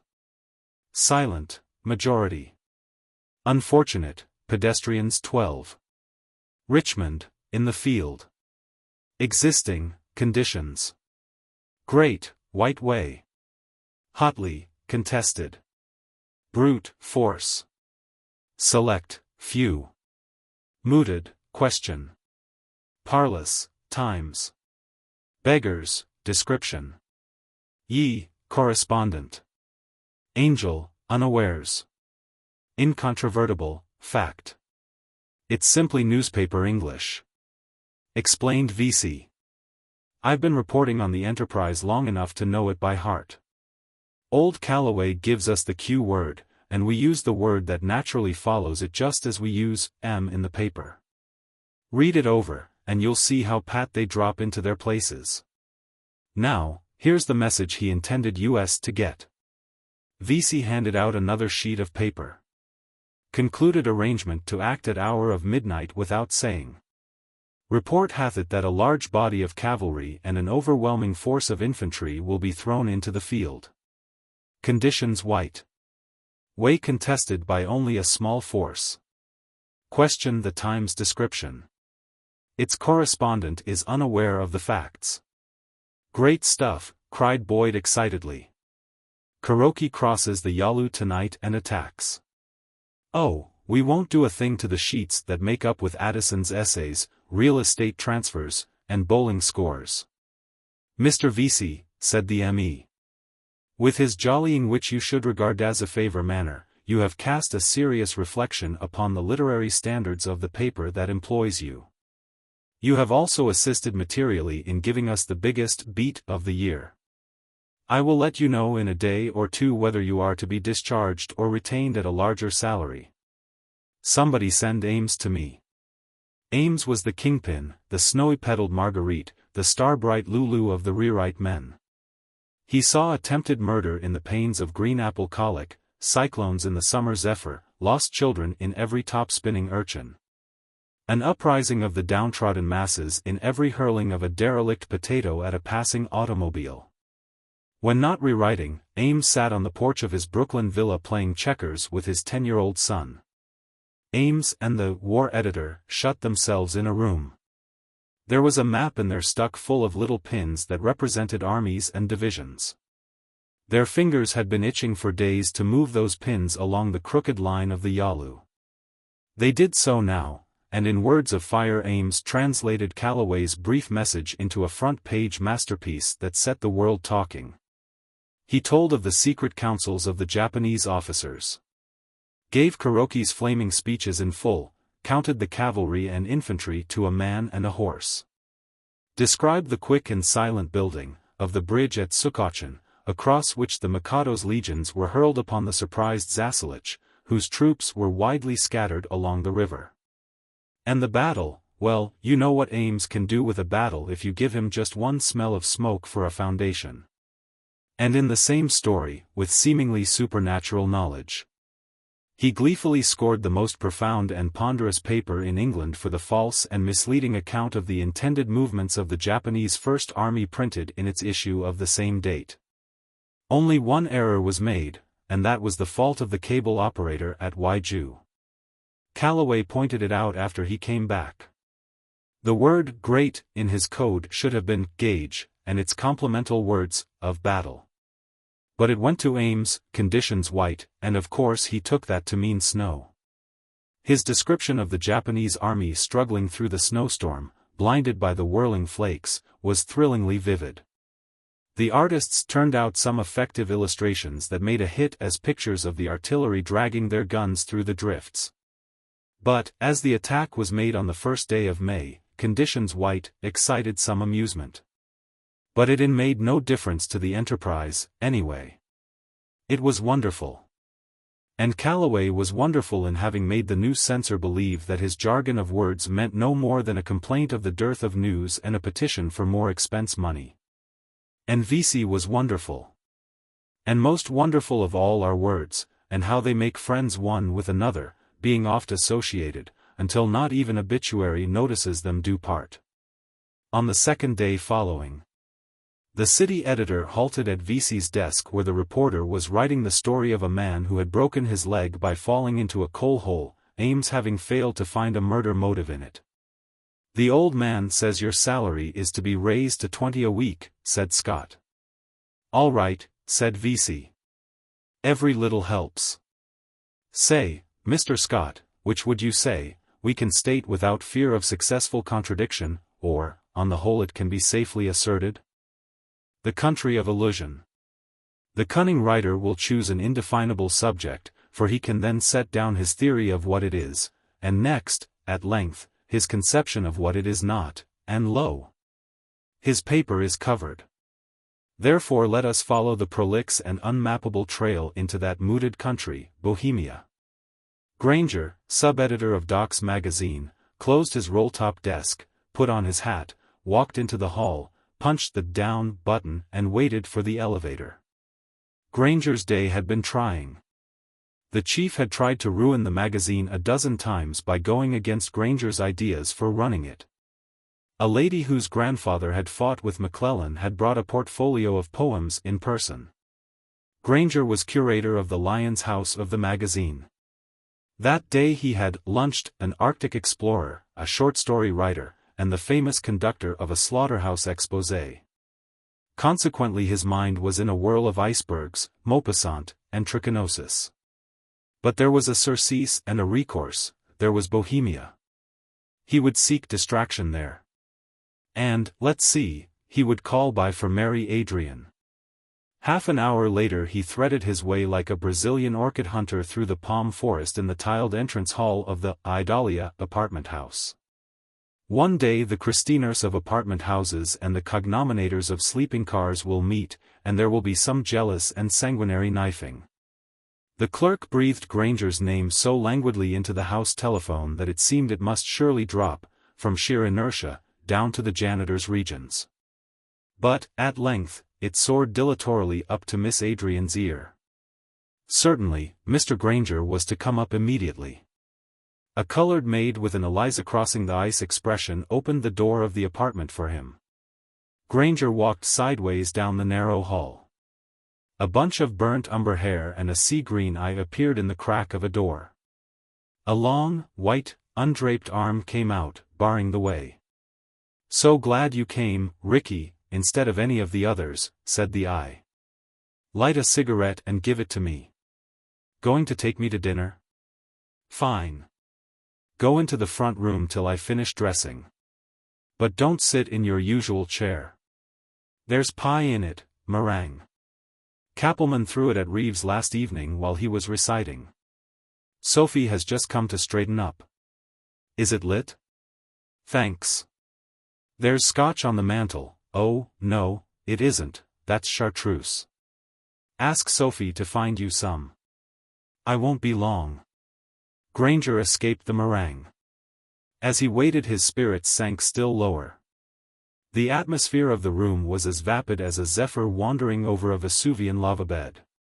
Relics of some feast lay about the room, scattered in places where even a prowling cat would have been surprised to find them. A straggling cluster of deep red roses in a marmalade jar bowed their heads over tobacco ashes and unwashed goblets. A chafing dish stood on the piano. A leaf of sheet music supported a stack of sandwiches in a chair. Mary came in, dressed and radiant. Her gown was of that thin, black fabric whose name through the change of a single vowel seems to summon visions ranging between the extremes of man's experience. Spelled with an E, it belongs to Gallic witchery and diaphanous dreams, with an A, it drapes lamentation and woe. That evening they went to the Café André. And, as people would confide to you in a whisper that André's was the only truly bohemian restaurant in town, it may be well to follow them. André began his professional career as a waiter in a Bowery 10-cent eating house. Had you seen him there you would have called him tough, to yourself. Not aloud, for he would have soaked you as quickly as he would have soaked his thumb in your coffee. He saved money and started a basement table d'hôte in 8th or 9th Street. One afternoon André drank too much absinthe. He announced to his startled family that he was the Grand Lama of Tibet, therefore requiring an empty audience hall in which to be worshipped. He moved all the tables and chairs from the restaurant into the backyard, wrapped a red tablecloth around himself, and sat on a stepladder for a throne. When the diners began to arrive, Madame, in a flurry of despair, laid cloths and ushered them, trembling, outside. Between the tables clotheslines were stretched, bearing the family wash. A party of Bohemia hunters greeted the artistic innovation with shrieks and acclamations of delight. That week's washing was not taken in for 2 years. When André came to his senses he had the menu printed on stiffly starched cuffs, and served the ices in little wooden tubs. Next he took down his sign and darkened the front of the house. When you went there to dine you fumbled for an electric button and pressed it. A lookout slid open a panel in the door, looked at you suspiciously, and asked if you were acquainted with Senator Herodotus Q. McMilligan, of the Chickasaw Nation. If you were admitted and allowed to dine. If you were not, you were admitted and allowed to dine. There you have one of the abiding principles of Bohemia. When André had accumulated $20,000 he moved uptown, near Broadway, in the fierce light that beats upon the throne down. There we find him and leave him, with customers in pearls and automobile veils, striving to catch his excellently graduated nod of recognition. There is a large round table in the northeast corner of André's at which 6 can sit. To this table Granger and Mary Adrian made their way. Kappelman and Reeves were already there. And Miss Tooker, who designed the May cover for the Ladies' Notathome magazine. And Mrs. Pothunter, who never drank anything but black and white highballs, being in mourning for her husband, who, oh, I've forgotten what he did, died, like as not. Spaghetti-weary reader, wouldst take 1 penny in the slot peep into the fair land of Bohemia? Then look, and when you think you have seen it you have not. And it is neither thimble-riggery nor astigmatism. The walls of the Café André were covered with original sketches by the artists who furnished much of the color and sound of the place. Fair woman furnished the theme for the bulk of the drawings. When you say sirens and siphons, you come near to estimating the alliterative atmosphere of André's. First, I want you to meet my friend, Miss Adrian. Miss Tooker and Mrs. Pothunter you already know. While she tucks in the fingers of her elbow gloves you shall have her daguerreotype. So faint and uncertain shall the portrait be. Age, somewhere between 27 and high-neck evening dresses. Camaraderie in large bunches, whatever the fearful word may mean. Habitat, anywhere from Seattle to Terra del Fuego. Temperament uncharted, she let Reeves squeeze her hand after he recited one of his poems. But she counted the change after sending him out with $1 to buy some pickled pig's feet. Deportment 75 out of a possible 100. Morals 100. Mary was one of the princesses of Bohemia. In the first place, it was a royal and a daring thing to have been named Mary. There are 20 Fifines and Heloisas to 1 Mary in the Country of Elusion. Now her gloves are tucked in. Miss Tooker has assumed a June poster pose, Mrs. Pothunter has bitten her lips to make the red show, Reeves has several times felt his coat to make sure that his latest poem is in the pocket. It had been neatly typewritten, but he has copied it on the backs of letters with a pencil. Kappelman is underhandedly watching the clock. It is 10 minutes to 9. When the hour comes it is to remind him of a story. Synopsis: a French girl says to her suitor, "Did you ask my father for my hand at 9 o'clock this morning, as you said you would?" "I did not," he replies. "At 9 o'clock I was fighting a duel with swords in the Bois de Boulogne."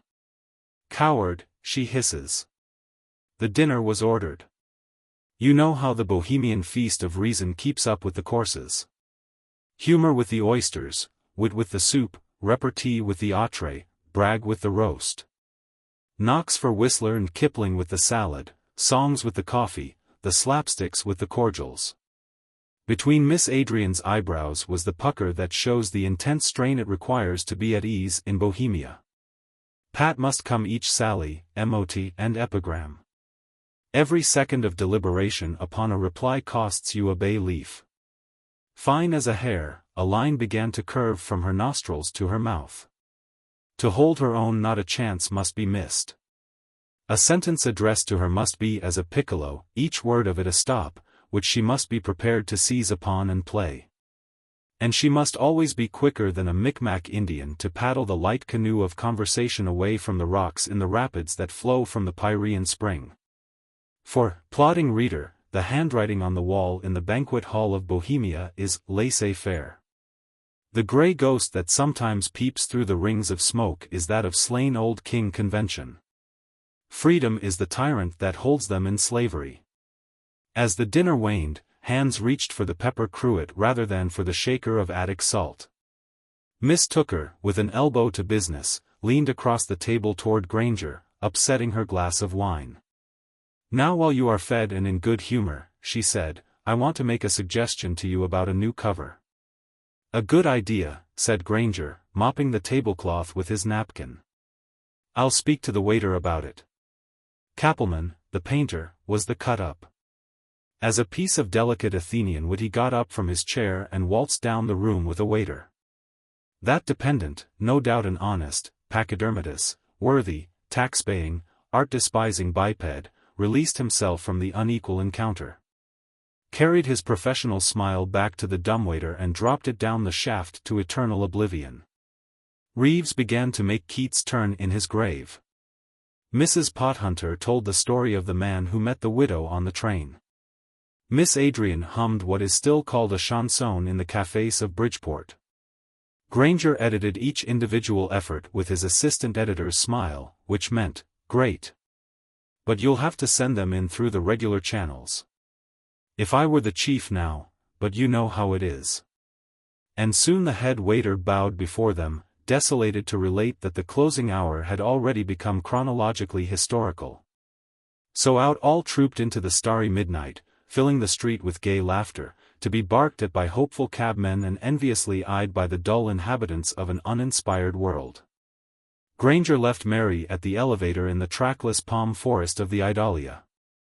After he had gone she came down again carrying a small handbag, phoned for a cab, drove to the Grand Central Station, boarded a 12:55 commuter's train.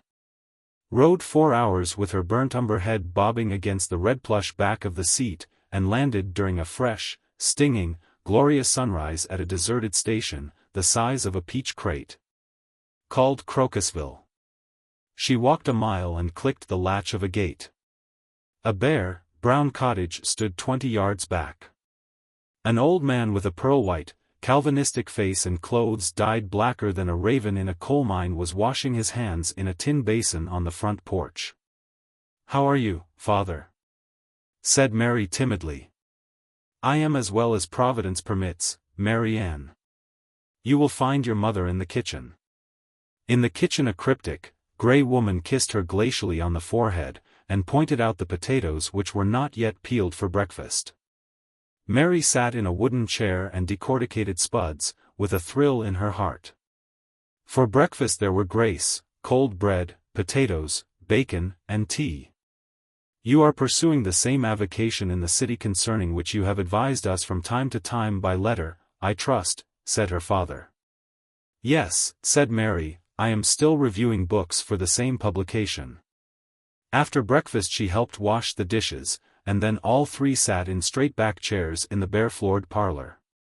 "It is my custom," said the old man, "on the Sabbath day to read aloud from the great work entitled The Apology for Authorized and Set Forms of Liturgy, by the ecclesiastical philosopher and revered theologian, Jeremy Taylor." "I know it," said Mary blissfully, folding her hands. For 2 hours the numbers of the great Jeremy rolled forth like the notes of an oratorio played on the violoncello.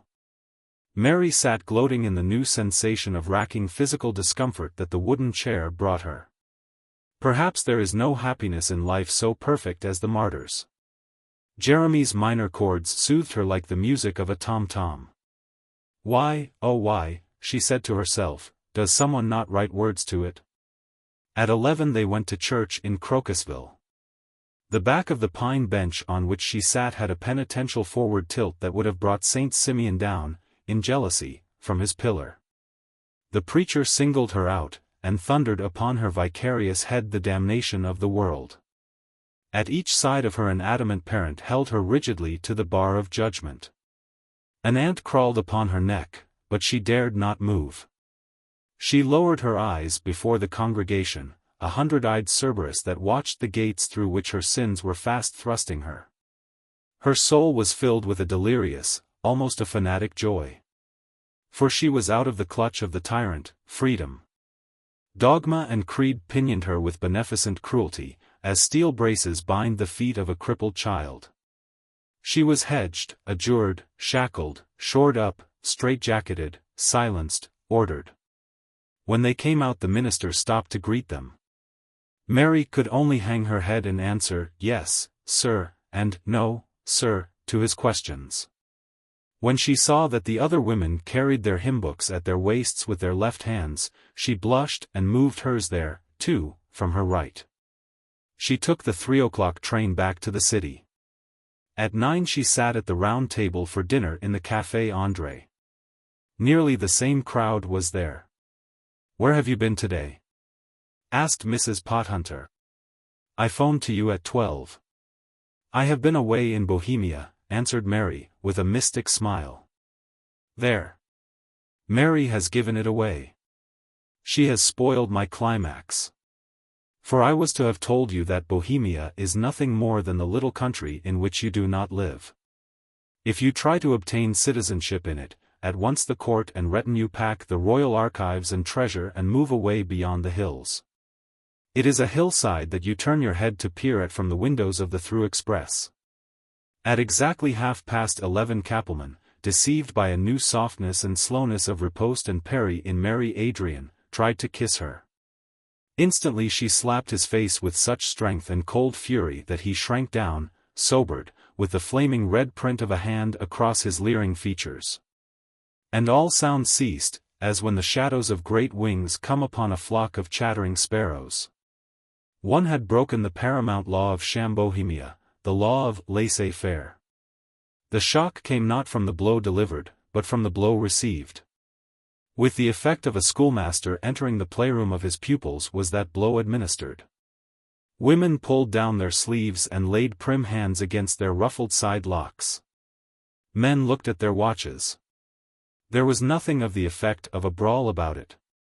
It was purely the still panic produced by the sound of the axe of the fly cop, conscience hammering at the gambling-house doors of the heart.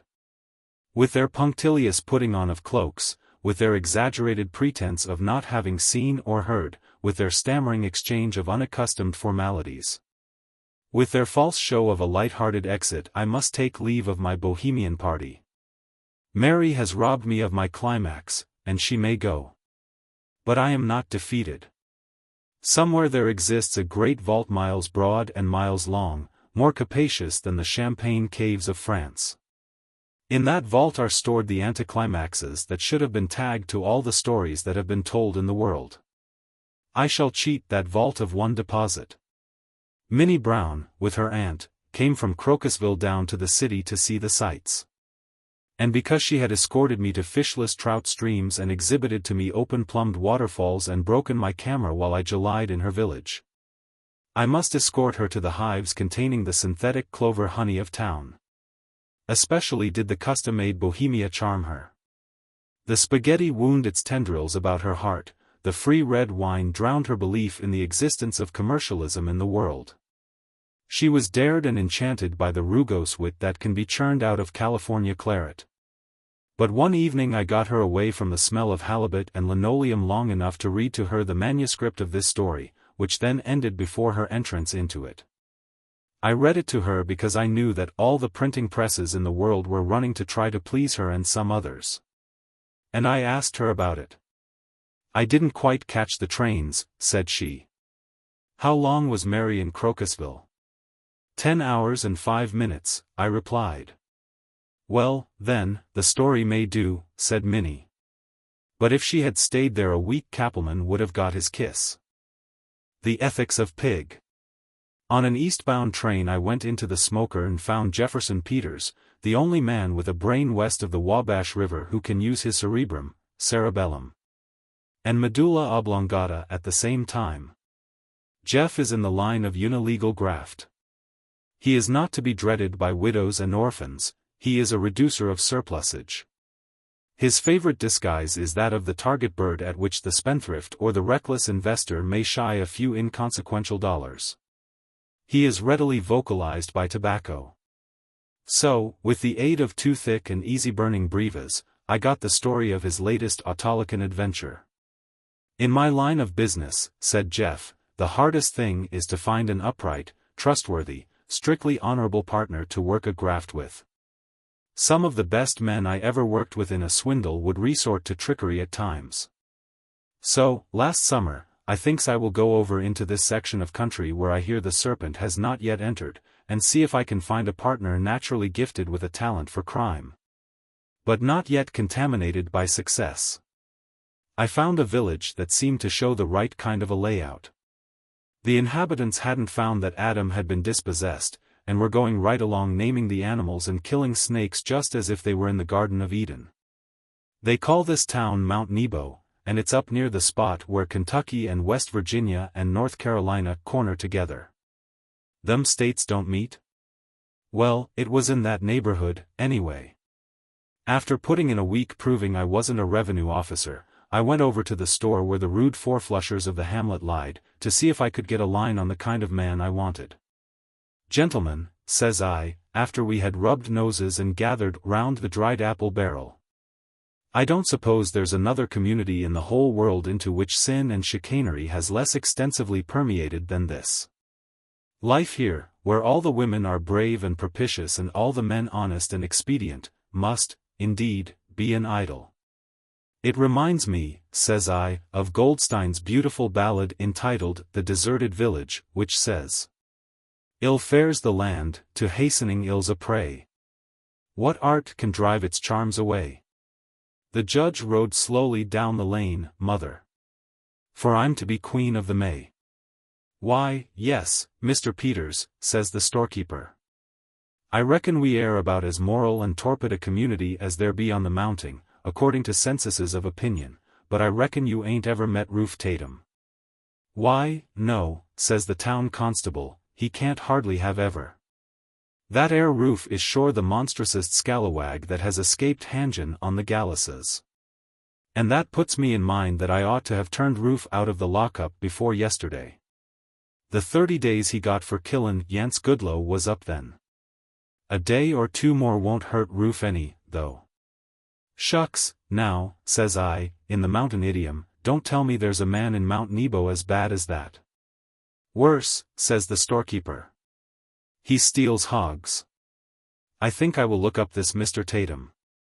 So a day or two after the constable turned him out I got acquainted with him and invited him out on the edge of town to sit on a log and talk business.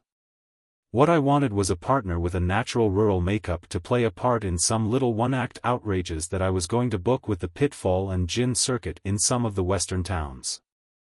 And this Tatum was born for the role as sure as nature cast Fairbanks for the stuff that kept Eliza from sinking into the river. He was about the size of a first baseman.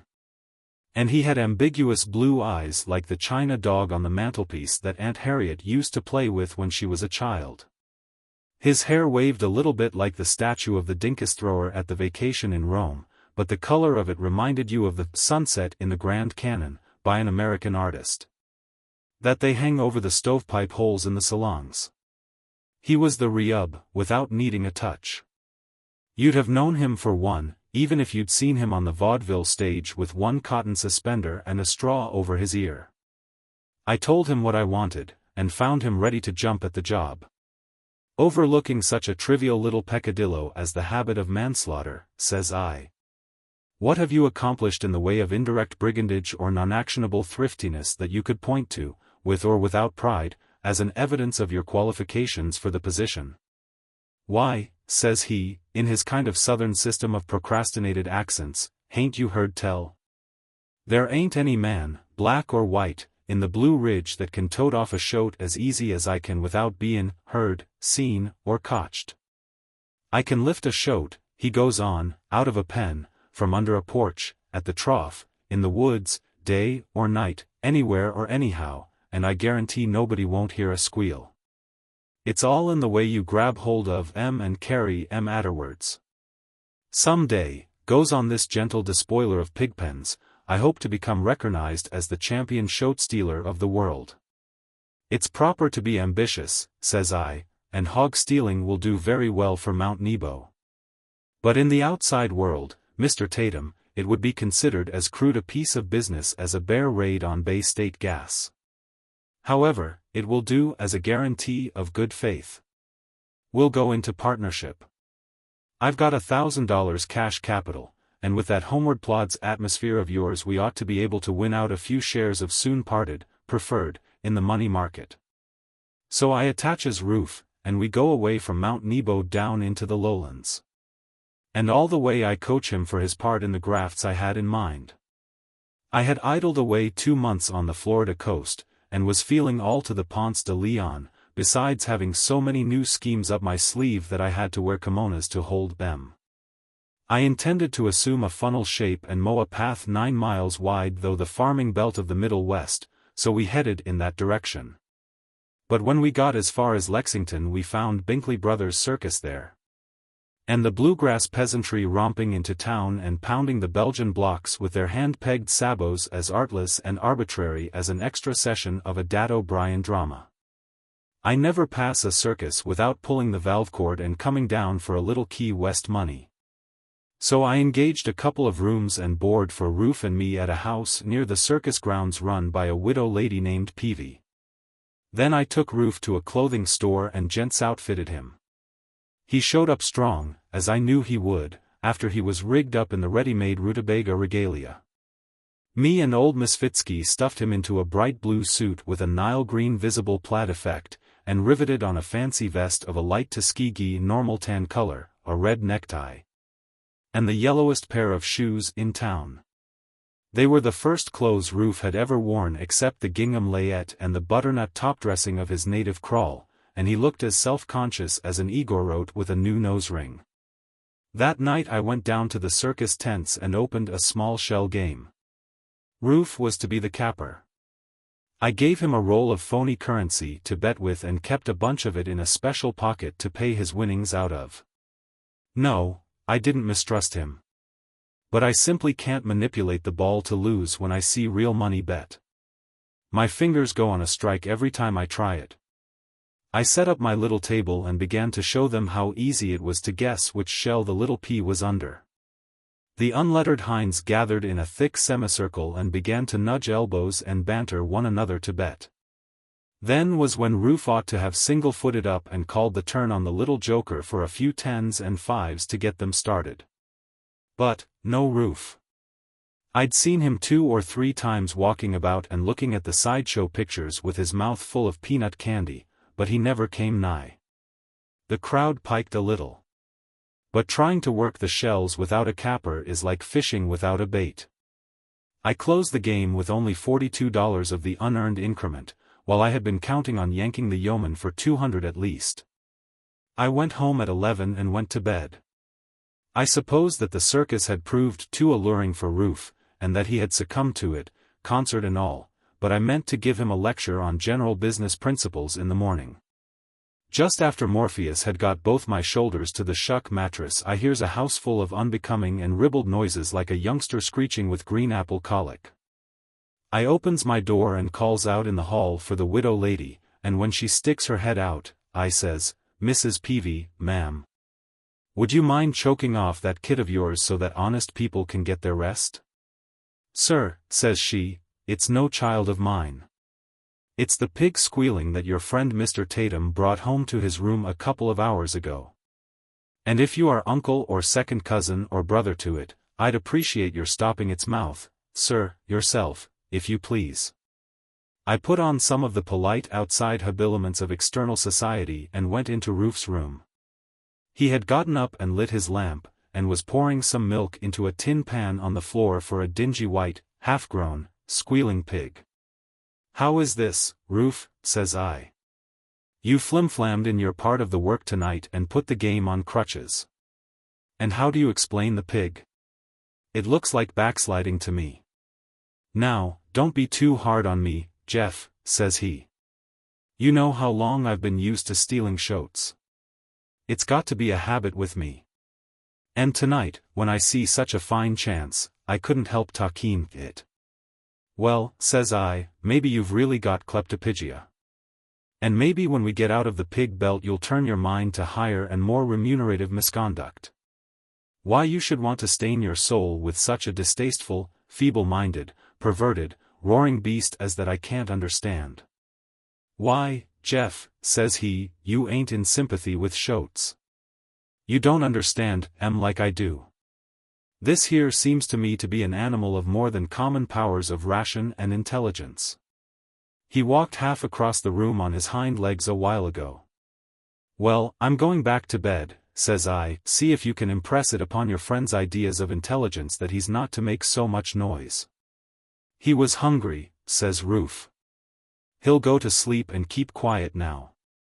I always get up before breakfast and read the morning paper whenever I happen to be within the radius of a hose cylinder or a Washington hand press.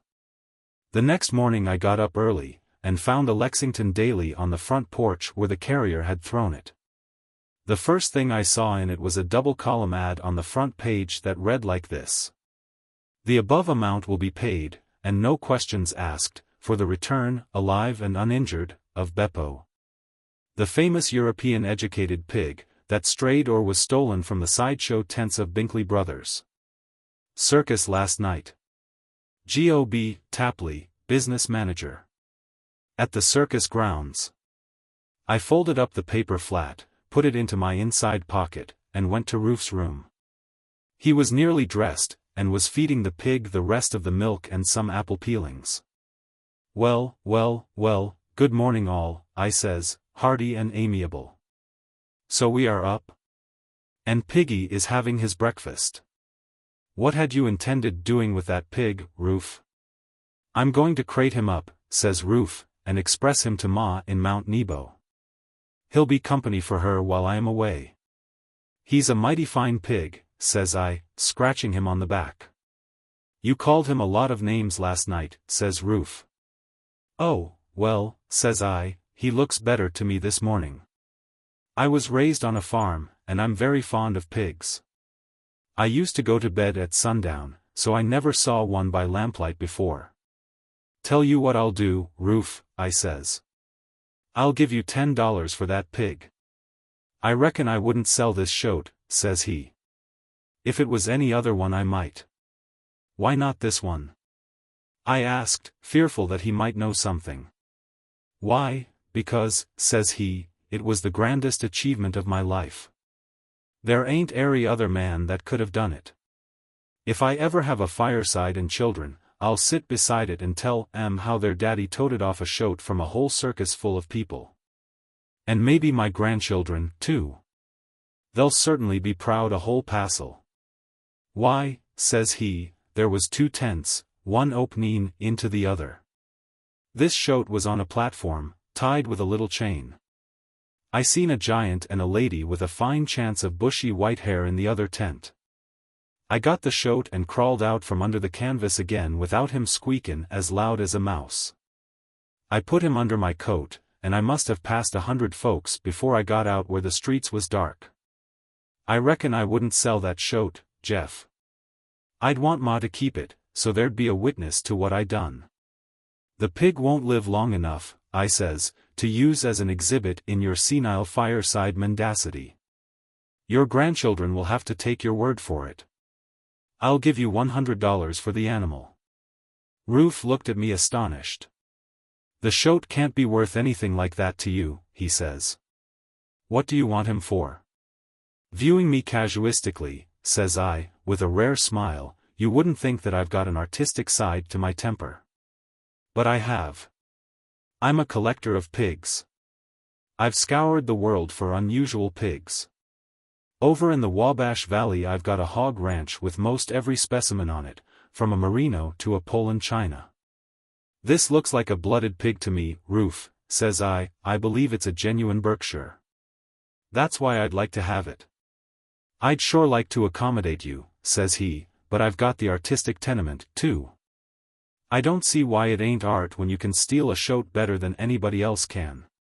Shoats is a kind of inspiration and genius with me. Specially this one. I wouldn't take $250 for that animal. Now, listen, says I, wiping off my forehead.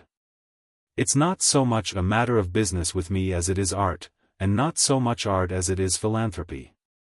Being a connoisseur and disseminator of pigs, I wouldn't feel like I'd done my duty to the world unless I added that Berkshire to my collection. Not intrinsically, but according to the ethics of pigs as friends and coadjutors of mankind, I offer you $500 for the animal. Jeff, says this pork aesthete, it ain't money. It's sentiment with me. 700, says I. Make it 800, says Roof, and I'll crush the sentiment out of my heart. I went under my clothes for my money belt, and counted him out 40 $20 gold certificates. I'll just take him into my own room, says I, and lock him up till after breakfast. I took the pig by the hind leg. He turned on a squeal like the steam calliope at the circus. Let me tote him in for you, says Roof. And he picks up the beast under one arm, holding his snout with the other hand, and packs him into my room like a sleeping baby. After breakfast Roof, who had a chronic case of haberdashery ever since I got his trousseau, says he believes he will amble down to Miss Fitzky's and look over some royal purple socks. And then I got as busy as a one-armed man with the nettle rash pasting on wallpaper. I found an old Negro man with an express wagon to hire. And we tied the pig in a sack and drove down to the circus grounds. I found George B. Tapley in a little tent with a window flap open. He was a fattish man with an immediate eye, in a black skullcap, with a 4-ounce diamond screwed into the bosom of his red sweater. Are you George B. Tapley? I asks. I swear it, says he. Well, I've got it, says I. Designate, says he. Are you the guinea pigs for the Asiatic python or the alfalfa for the sacred buffalo? Neither, says I. I've got Beppo, the educated hog, in a sack in that wagon. I found him rooting up the flowers in my front yard this morning. I'll take the $5,000 in large bills, if it's handy. George B. hustles out of his tent, and asks me to follow. We went into one of the sideshows. In there was a jet-black pig with a pink ribbon around his neck lying on some hay and eating carrots that a man was feeding to him. Hey, Mac, calls G.B. Nothing wrong with the worldwide this morning, is there? Him? No, says the man. He's got an appetite like a chorus girl at 1 a.m. How'd you get this pipe, says Tapley to me. Eating too many pork chops last night? I pulls out the paper and shows him the ad. Fake, says he. Don't know anything about it. You've beheld with your own eyes the marvelous, worldwide porcine wonder of the four-footed kingdom eating with preternatural sagacity his matutinal meal, unstrayed and unstole. Good morning. I was beginning to see. I got in the wagon and told Uncle Ned to drive to the most adjacent orifice of the nearest alley. There I took out my pig, got the range carefully for the other opening, set his sights, and gave him such a kick that he went out the other end of the alley 20 feet ahead of his squeal. Then I paid Uncle Ned his 50 cents, and walked down to the newspaper office. I wanted to hear it in cold syllables. I got the advertising man to his window. To decide a bet, says I, wasn't the man who had this ad put in last night short and fat, with long black whiskers and a clubfoot? He was not, says the man. He would measure about 6 feet by 4.5 inches, with corn silk hair, and dressed like the pansies of the conservatory. At dinner time I went back to Mrs. Peavy's. Shall I keep some soup hot for Mr. Tatum till he comes back? She asks. If you do, ma'am, says I, you'll more than exhaust for firewood all the coal in the bosom of the earth and all the forests on the outside of it. So there, you see, said Jefferson Peters, in conclusion, how hard it is ever to find a fair-minded and honest business partner. But, I began, with the freedom of long acquaintance, the rule should work both ways. If you had offered to divide the reward you would not have lost. Jeff's look of dignified reproach stopped me. That don't involve the same principles at all, said he.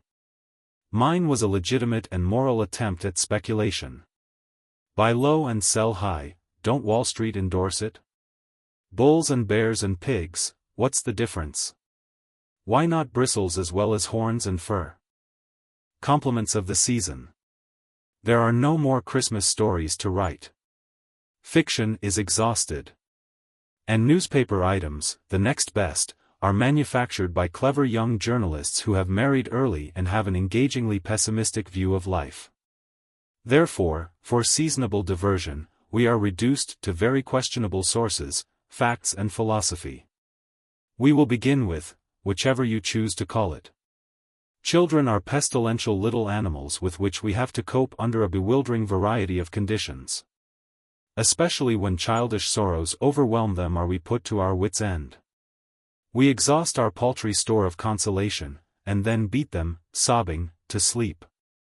Then we grovel in the dust of a million years, and ask God why. Thus we call out of the rat trap.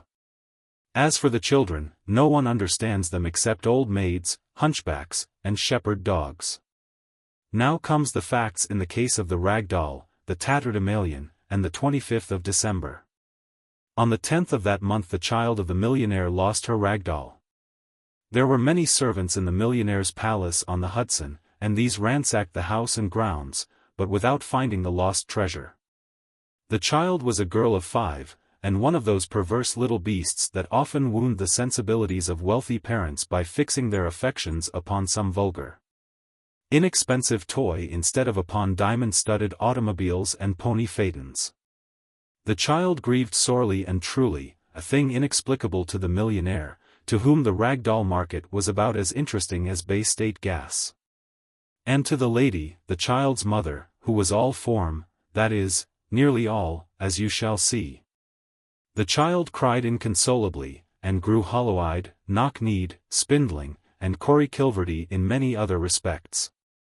The millionaire smiled and tapped his coffers confidently. The pick of the output of the French and German toymakers was rushed by special delivery to the mansion, but Rachel refused to be comforted. She was weeping for her rag child, and was for a high protective tariff against all foreign foolishness. Then doctors with the finest bedside manners and stopwatches were called in. One by one they chattered futilely about peptomanganate of iron and sea voyages and hypophosphites until their stopwatches showed that bill rendered was under the wire for show or place. Then, as men, they advised that the rag doll be found as soon as possible and restored to its mourning parent. The child sniffed at therapeutics, chewed a thumb, and wailed for her Betsy. And all this time cablegrams were coming from Santa Claus saying that he would soon be here and enjoining us to show a true Christian spirit and let up on the poolrooms and tontine policies and platoon systems long enough to give him a welcome. Everywhere the spirit of Christmas was diffusing itself. The banks were refusing loans, the pawnbrokers had doubled their gang of helpers, people bumped your shins on the streets with red sleds. Thomas and Jeremiah bubbled before you on the bars while you waited on one foot, holly wreaths of hospitality were hung in windows of the stores, they who had them were getting their furs. You hardly knew which was the best bed in balls, 3, high, moth, or snow. It was no time at which to lose the rag doll or your heart. If Dr. Watson's investigating friend had been called in to solve this mysterious disappearance he might have observed on the millionaire's wall a copy of The Vampire. That would have quickly suggested, by induction, a rag and a bone and a hank of hair. Flip, a Scotch terrier, next to the rag doll in the child's heart, frisked through the halls. The hank of hair. Aha! X, the unfound quantity, represented the rag doll. But, the bone? Well, when dogs find bones they, done. It were an easy and a fruitful task to examine Flip's 4 feet. Look, Watson. Earth, dried earth between the toes. Of course, the dog, but Sherlock was not there. Therefore it devolves. But topography and architecture must intervene. The millionaire's palace occupied a lordly space. In front of it was a lawn close-mowed as a South Ireland man's face 2 days after a shave. At one side of it, and fronting on another street was a pleasaunce trimmed to a leaf, and the garage and stables. The Scotch pup had ravished the rag doll from the nursery, dragged it to a corner of the lawn, dug a hole, and buried it after the manner of careless undertakers. There you have the mystery solved, and no checks to write for the hypodermical wizard or Phipon notes to toss to the sergeant. Then let's get down to the heart of the thing, tiresome readers, the Christmas heart of the thing. Fuzzy was drunk, not riotously or helplessly or loquaciously, as you or I might get, but decently, appropriately, and inoffensively, as becomes a gentleman down on his luck. Fuzzy was a soldier of misfortune. The road, the haystack, the park bench, the kitchen door, the bitter round of eleemosynary beds with shower bath attachment. The petty pickings and ignobly garnered largesse of great cities, these formed the chapters of his history. Fuzzy walked toward the river, down the street that bounded one side of the millionaire's house and grounds. He saw a leg of Betsy, the lost rag doll, protruding, like the clue to a Lilliputian murder mystery, from its untimely grave in a corner of the fence. He dragged forth the maltreated infant, tucked it under his arm, and went on his way crooning a road song of his brethren that no doll that has been brought up to the sheltered life should hear. Well for Betsy that she had no ears. And well that she had no eyes save unseeing circles of black. For the faces of Fuzzy and the Scotch terrier were those of brothers, and the heart of no ragdoll could withstand twice to become the prey of such fearsome monsters. Though you may not know it, Grogan's saloon stands near the river and near the foot of the street down which Fuzzy traveled. In Grogan's, Christmas cheer was already rampant. Fuzzy entered with his doll. He fancied that as a mummer at the feast of Saturn he might earn a few drops from the wassail cup. He set Betsy on the bar and addressed her loudly and humorously, seasoning his speech with exaggerated compliments and endearments, as one entertaining his lady friend. The loafers and bibbers around caught the farce of it, and roared. The bartender gave Fuzzy a drink. "Oh, many of us carry rag dolls. One for the lady?" suggested Fuzzy impudently, and tucked another contribution to art beneath his waistcoat. He began to see possibilities in Betsy. His first night had been a success. Visions of a vaudeville circuit about town dawned upon him. In a group near the stove sat Pigeon McCarthy, Black Riley, and One Ear Mike, well and unfavorably known in the tough shoestring district that blackened the left bank of the river. They passed a newspaper back and forth among themselves. The item that each solid and blunt forefinger pointed out was an advertisement headed, $100 reward. To earn it one must return the ragdoll lost, strayed, or stolen from the millionaire's mansion. It seemed that grief still ravaged, unchecked, in the bosom of the too faithful child. Flip, the terrier, capered and shook his absurd whisker before her, powerless to distract. She wailed for her Betsy in the faces of walking, talking, Mama ing, and eye-closing French Maybelles and Violets. The advertisement was a last resort. Black Riley came from behind the stove and approached Fuzzy in his one-sided parabolic way. The Christmas mummer, flushed with success, had tucked Betsy under his arm, and was about to depart to the filling of impromptu dates elsewhere. "Say, Bo," said Black Riley to him, "where did you cop out dat doll?" "This doll?" asked Fuzzy, touching Betsy with his forefinger to be sure that she was the one referred to. "Why, this doll was presented to me by the Emperor of Belukistan. I have 700 others in my country home in Newport. This doll." "Cheese the funny business," said Riley. "You swiped it or picked it up at de house on de hill where, but never mind dat. You want to take 50 cents for de rags, and take it quick. Me brother's kid at home might be wantin' to play wid it." "Hey, what?" He produced the coin. Fuzzy laughed a gurgling, insolent, alcoholic laugh in his face. "Go to the office of Sarah Benhart's manager and propose to him that she be released from a night's performance to entertain the Tackytown Lyceum and Literary Coterie. You will hear the duplicate of Fuzzy's laugh." Black Riley gauged Fuzzy quickly with his blueberry eye as a wrestler does. His hand was itching to play the Roman and wrest the rag Sabine from the extemporaneous Mary Andrew who was entertaining an angel unaware. But he refrained. Fuzzy was fat and solid and big. 3 inches of well-nourished corporeity, defended from the winter winds by dingy linen, intervened between his vest and trousers. Countless small, circular wrinkles running around his coat sleeves and knees guaranteed the quality of his bone and muscle. His small, blue eyes, bathed in the moisture of altruism and wooziness, looked upon you kindly, yet without abashment. He was whiskerly, whiskily, fleshily formidable. "So," Black Riley temporized. "What'll you take for it, Den?" he asked.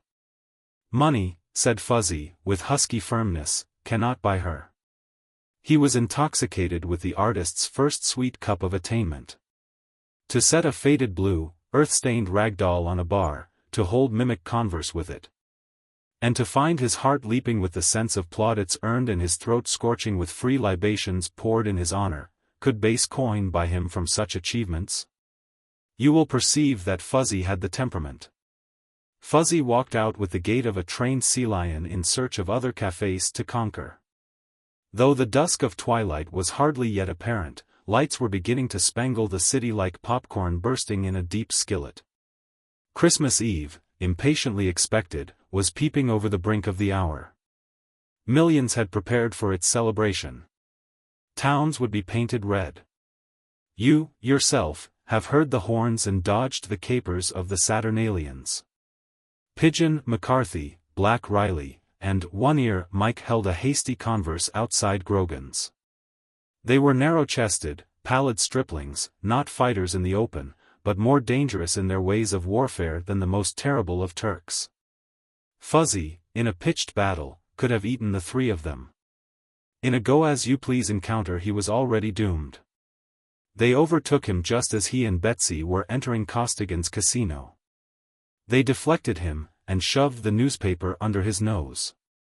Fuzzy could read, and more. "Boys," said he, "you are certainly damn true friends. Give me a week to think it over. The soul of a real artist is quenched with difficulty." The boys carefully pointed out to him that advertisements were soulless, and that the deficiencies of the day might not be supplied by the morrow.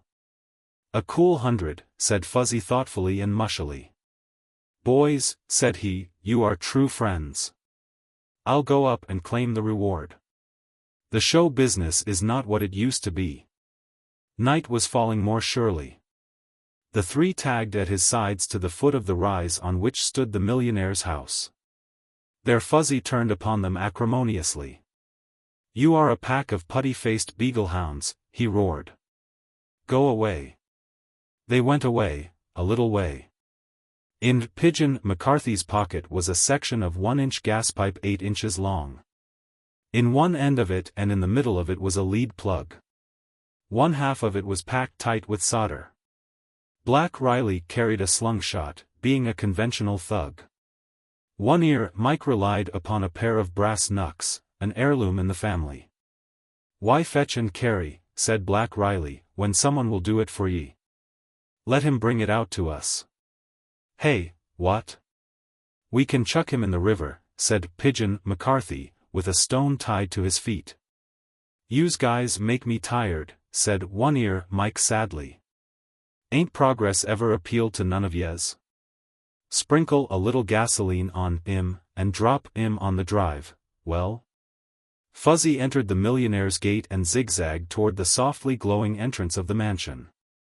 The three goblins came up to the gate and lingered, one on each side of it, one beyond the roadway. They fingered their cold metal and leather, confident.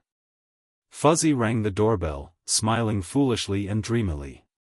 An atavistic instinct prompted him to reach for the button of his right glove. But he wore no gloves, so his left hand dropped, embarrassed.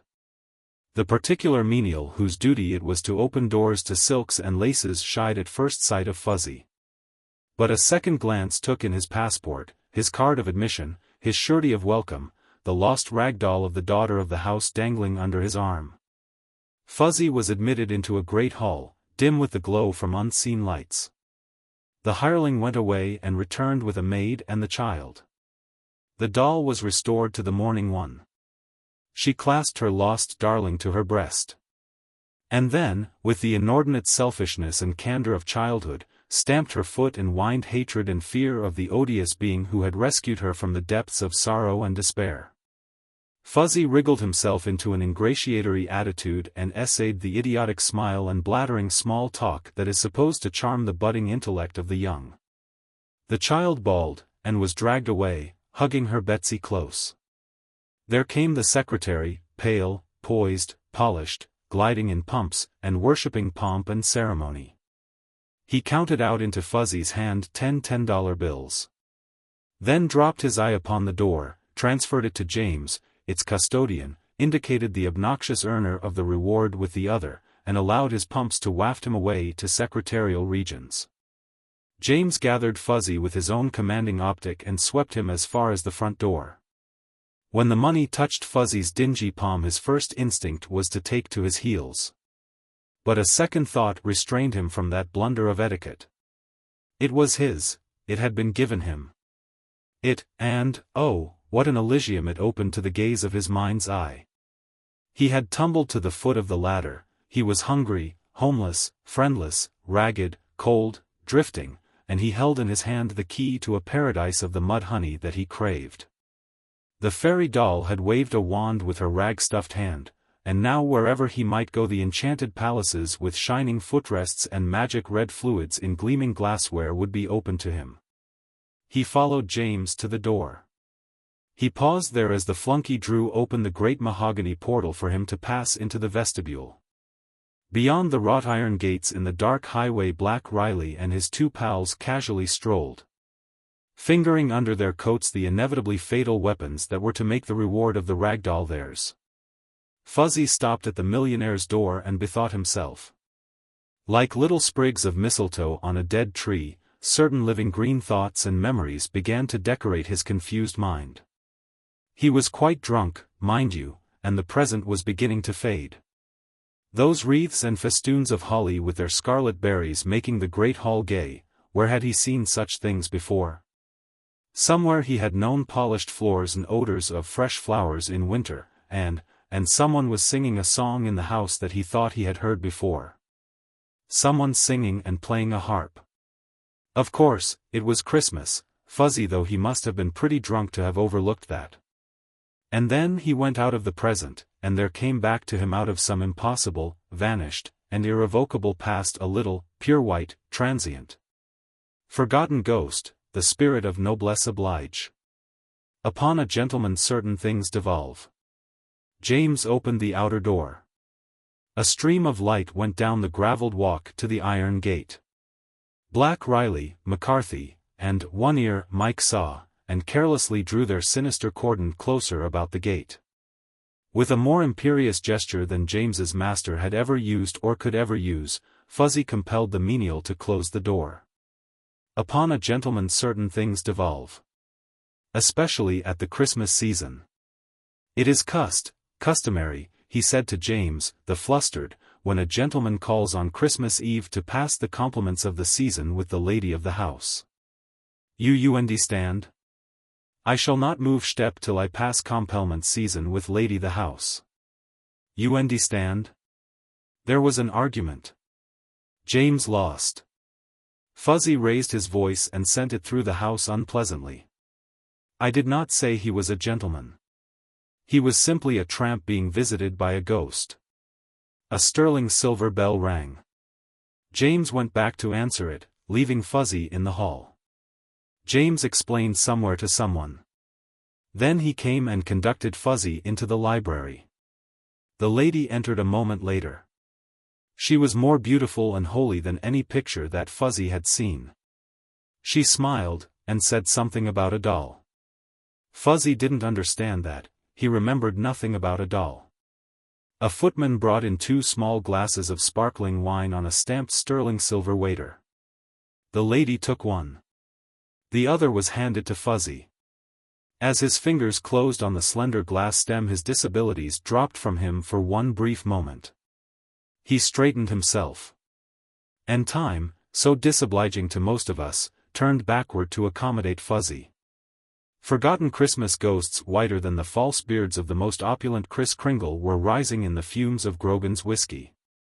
What had the millionaire's mansion to do with a long, wainscoted Virginia hall, where the riders were grouped around a silver punch bowl, drinking the ancient toast of the house? And why should the patter of the cab horses' hoofs on the frozen street be in any wise related to the sound of the saddled hunters stamping under the shelter of the west veranda? And what had Fuzzy to do with any of it? The lady, looking at him over her glass, let her condescending smile fade away like a false dawn. Her eyes turned serious. She saw something beneath the rags and Scotch terrier whiskers that she did not understand. But it did not matter. Fuzzy lifted his glass and smiled vacantly. Pardon, lady, he said, but couldn't leave without exchangin' compliments chez son with Lady Th. House. Gainst pring please gentlemen do show. And then he began the ancient salutation that was a tradition in the house when men wore lace ruffles and powder. The blessings of another year. Fuzzy's memory failed him. The lady prompted. Be upon this hearth. The guest, stammered Fuzzy. And upon her who, continued the lady, with a leading smile. Oh, cut it out, said Fuzzy, ill-manneredly. I can't remember. Drink hearty. Fuzzy had shot his arrow. They drank. The lady smiled again, the smile of her caste.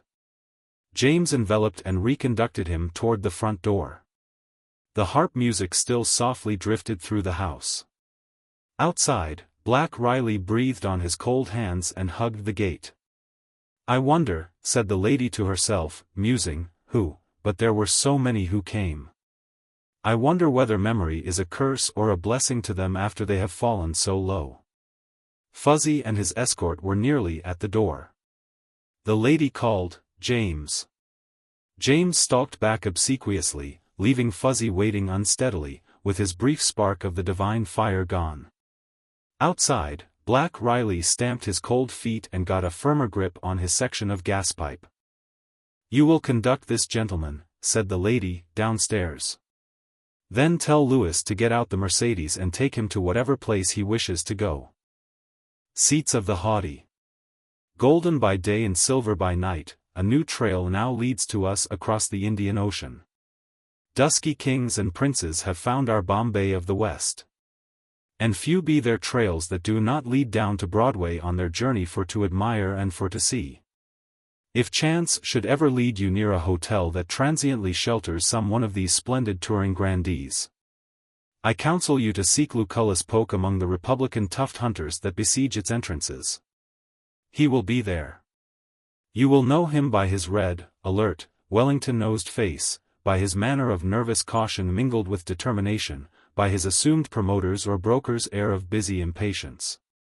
And by his bright red necktie, gallantly redressing the wrongs of his maltreated blue serge suit, like a battle standard still waving above a lost cause.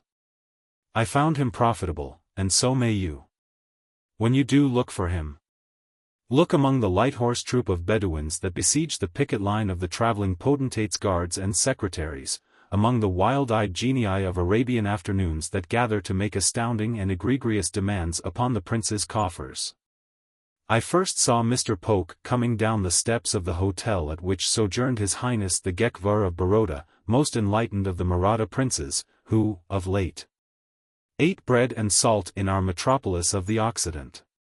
Lucullus moved rapidly, as though propelled by some potent moral force that imminently threatened to become physical. Behind him closely followed the impetus, a hotel detective, if ever white alpine hat, hawk's nose, implacable watch chain, and loud refinement of manner spoke the truth. A brace of uniformed porters at his heels preserved the smooth decorum of the hotel, repudiating by their air of disengagement any suspicion that they formed a reserve squad of ejectment. Safe on the sidewalk, Lucullus Polk turned and shook a freckled fist at the caravansary. And, to my joy, he began to breathe deep invective in strange words. Rides in howdays, does he? He cried loudly and sneeringly. Rides on elephants in howdahs and calls himself a prince. Kings, yah. Comes over here and talks horse till you would think he was a president. And then goes home and rides in a private dining room strapped onto an elephant. Well, well, well. The ejecting committee quietly retired. The scorner of princes turned to me and snapped his fingers. What do you think of that? He shouted derisively. The Gekvar of Baroda rides in an elephant in a howdah. And there's old Bikram Shams her Jang scorching up and down the pig paths of Kathmandu on a motorcycle. Wouldn't that Maharaja you? And the Shah of Persia, that ought to have been muley on the spot for at least 3, he's got the palanquin habit.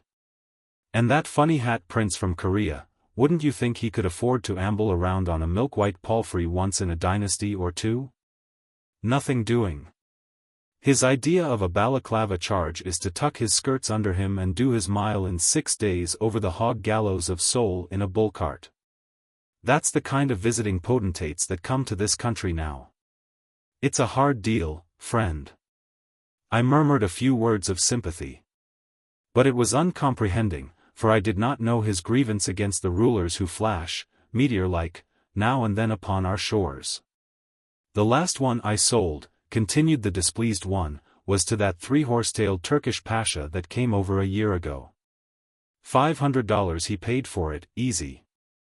I says to his executioner or secretary, he was a kind of a Jew or a Chinaman, his turkey gibbets is fond of horses, then? Him, says the secretary. Well, no. He's got a big, fat wife in the harem named Bad Dora that he don't like. I believe he intends to saddle her up and ride her up and down the boardwalk in the Bulbul Gardens a few times every day. You haven't got a pair of extra long spurs you could throw in on the deal, have you? Yes, sir, there's mighty few real roughriders among the royal sports these days. As soon as Lucullus Polk got cool enough I picked him up, and with no greater effort than you would employ in persuading a drowning man to clutch a straw. I inveigled him into accompanying me to a cool corner in a dim café. And it came to pass that manservant set before us brewage, and Lucullus Polk spake unto me, relating the wherefores of his beleaguering the antechambers of the princes of the earth. Did you ever hear of the S.A.&A.P. Railroad in Texas? Well, that don't stand for Samaritan Actors Aid Philanthropy. I was down that way managing a summer bunch of the gum and syntax chewers that play the Idlewild parks in the western hamlets. Of course, we went to pieces when the soubrette ran away with a prominent barber of Beeville. I don't know what became of the rest of the company. I believe there were some salaries due. And the last I saw of the troupe was when I told them that 43 cents was all the treasury contained. I say I never saw any of them after that, but I heard them for about 20 minutes. I didn't have time to look back. But after dark I came out of the woods and struck the S.A.&A.P. agent for means of transportation. He at once extended to me the courtesies of the entire railroad, kindly warning me, however, not to get aboard any of the rolling stock. About 10 the next morning I steps off the ties into a village that calls itself Atascosa City. I bought a 30-cent breakfast and a 10-cent cigar, and stood on the main street jingling the 3 pennies in my pocket, dead broke. A man in Texas with only 3 cents in his pocket is no better off than a man that has no money and owes 2 cents. One of luck's favorite tricks is to soak a man for his last dollar so quick that he don't have time to look it. There I was in a swell St. Louis tailor-made, blue and green plaid suit, and an 18-karat sulfate of copper scarf pin, with no hope in sight except the 2 great Texas industries: the cotton fields and grading new railroads. I never picked cotton, and I never catoned to a pick, so the outlook had ultramarine edges. All of a sudden, while I was standing on the edge of the wooden sidewalk, down out of the sky falls 2 fine gold watches in the middle of the street. One hits a chunk of mud and sticks. The other falls hard and flies open, making a fine drizzle of little springs and screws and wheels. I looks up for a balloon or an airship. But not seeing any, I steps off the sidewalk to investigate. But I hear a couple of yells and see 2 men running up the street in leather overalls and high-heeled boots and cartwheel hats. One man is 6 or 8 feet high, with open plum joints and a heartbroken cast of countenance. He picks up the watch that has stuck in the mud. The other man, who is little, with pink hair and white eyes, goes for the empty case, and says, "I win." Then the elevated pessimist goes down under his leather leg holsters and hands a handful of $20 gold pieces to his albino friend. I don't know how much money it was. It looked as big as an earthquake relief fund to me. "I'll have this here case filled up with works," says Shorty, "and throw you again for 500. "I'm your company," says the high man. "I'll meet you at the Smoked Dog Saloon an hour from now." The little man hustles away with a kind of Swiss movement toward a jewelry store. The heartbroken person stoops over and takes a telescopic view of my haberdashery. "Them's a mighty slick outfit of habiliments you have got on, Mr. Man," says he. "I'll bet a hoss you never acquired the right, title, and interest in and to them clothes in Atascosa City." "Why, no," says I, being ready enough to exchange personalities with this moneyed monument of melancholy. "I had this suit tailored from a special line of coterics, vestures, and pantings in St. Louis. Would you mind putting me sane," says I, "on this watch-throwing contest? I've been used to seeing timepieces treated with more politeness and esteem, except women's watches, of course. Which by nature they abuse by cracking walnuts with M and having M taken showing in tintype pictures. Me and George," he explains, "are up from the ranch, having a spell of fun. Up to last month we owned 4 sections of watered grazing down on the San Miguel. But along comes one of these oil prospectors and begins to bore. He strikes a gusher that flows out 20,000, or maybe it was 20 million, barrels of oil a day. And me and George gets $150,000, $75,000 apiece, for the land. So now and then we saddles up and hits the breeze for Atascosa City for a few days of excitement and damage. Here's a little bunch of the dinero that I drawed out of the bank this morning," says he, and shows a roll of 20s and 50s as big around as a sleeping car pillow. The yellowbacks glowed like a sunset on the gable end of John D.'s barn. My knees got weak, and I sat down on the edge of the board sidewalk. "You must have knocked around a right smart," goes on this oil grease us. "I shouldn't be surprised if you have saw towns more livelier than what Atascosa City is. Sometimes it seems to me that there ought to be some more ways of having a good time than there is here, specially when you've got plenty of money and don't mind spending it." Then this Mother Carey's chick of the desert sits down by me and we hold a conversation fest. It seems that he was money poor. He'd lived in ranch camps all his life. And he confessed to me that his supreme idea of luxury was to ride into camp, tired out from a roundup, eat a peck of Mexican beans, hobble his brains with a pint of raw whiskey, and go to sleep with his boots for a pillow. When this barge-load of unexpected money came to him and his pink but perky partner, George, and they hied themselves to this clump of outhouses called Atascosa City, you know what happened to them.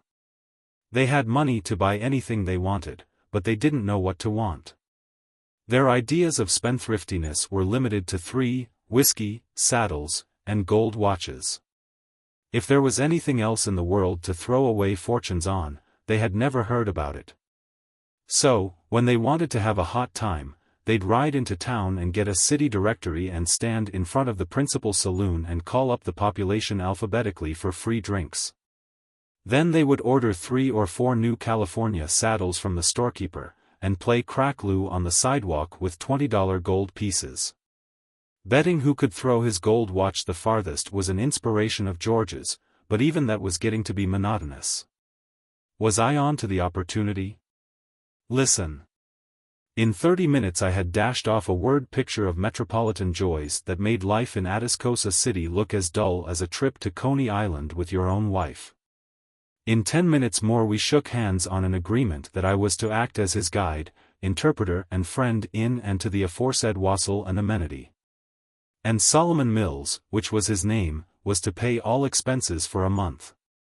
At the end of that time, if I had made good as Director General of the Rowdy Life, he was to pay me $1,000.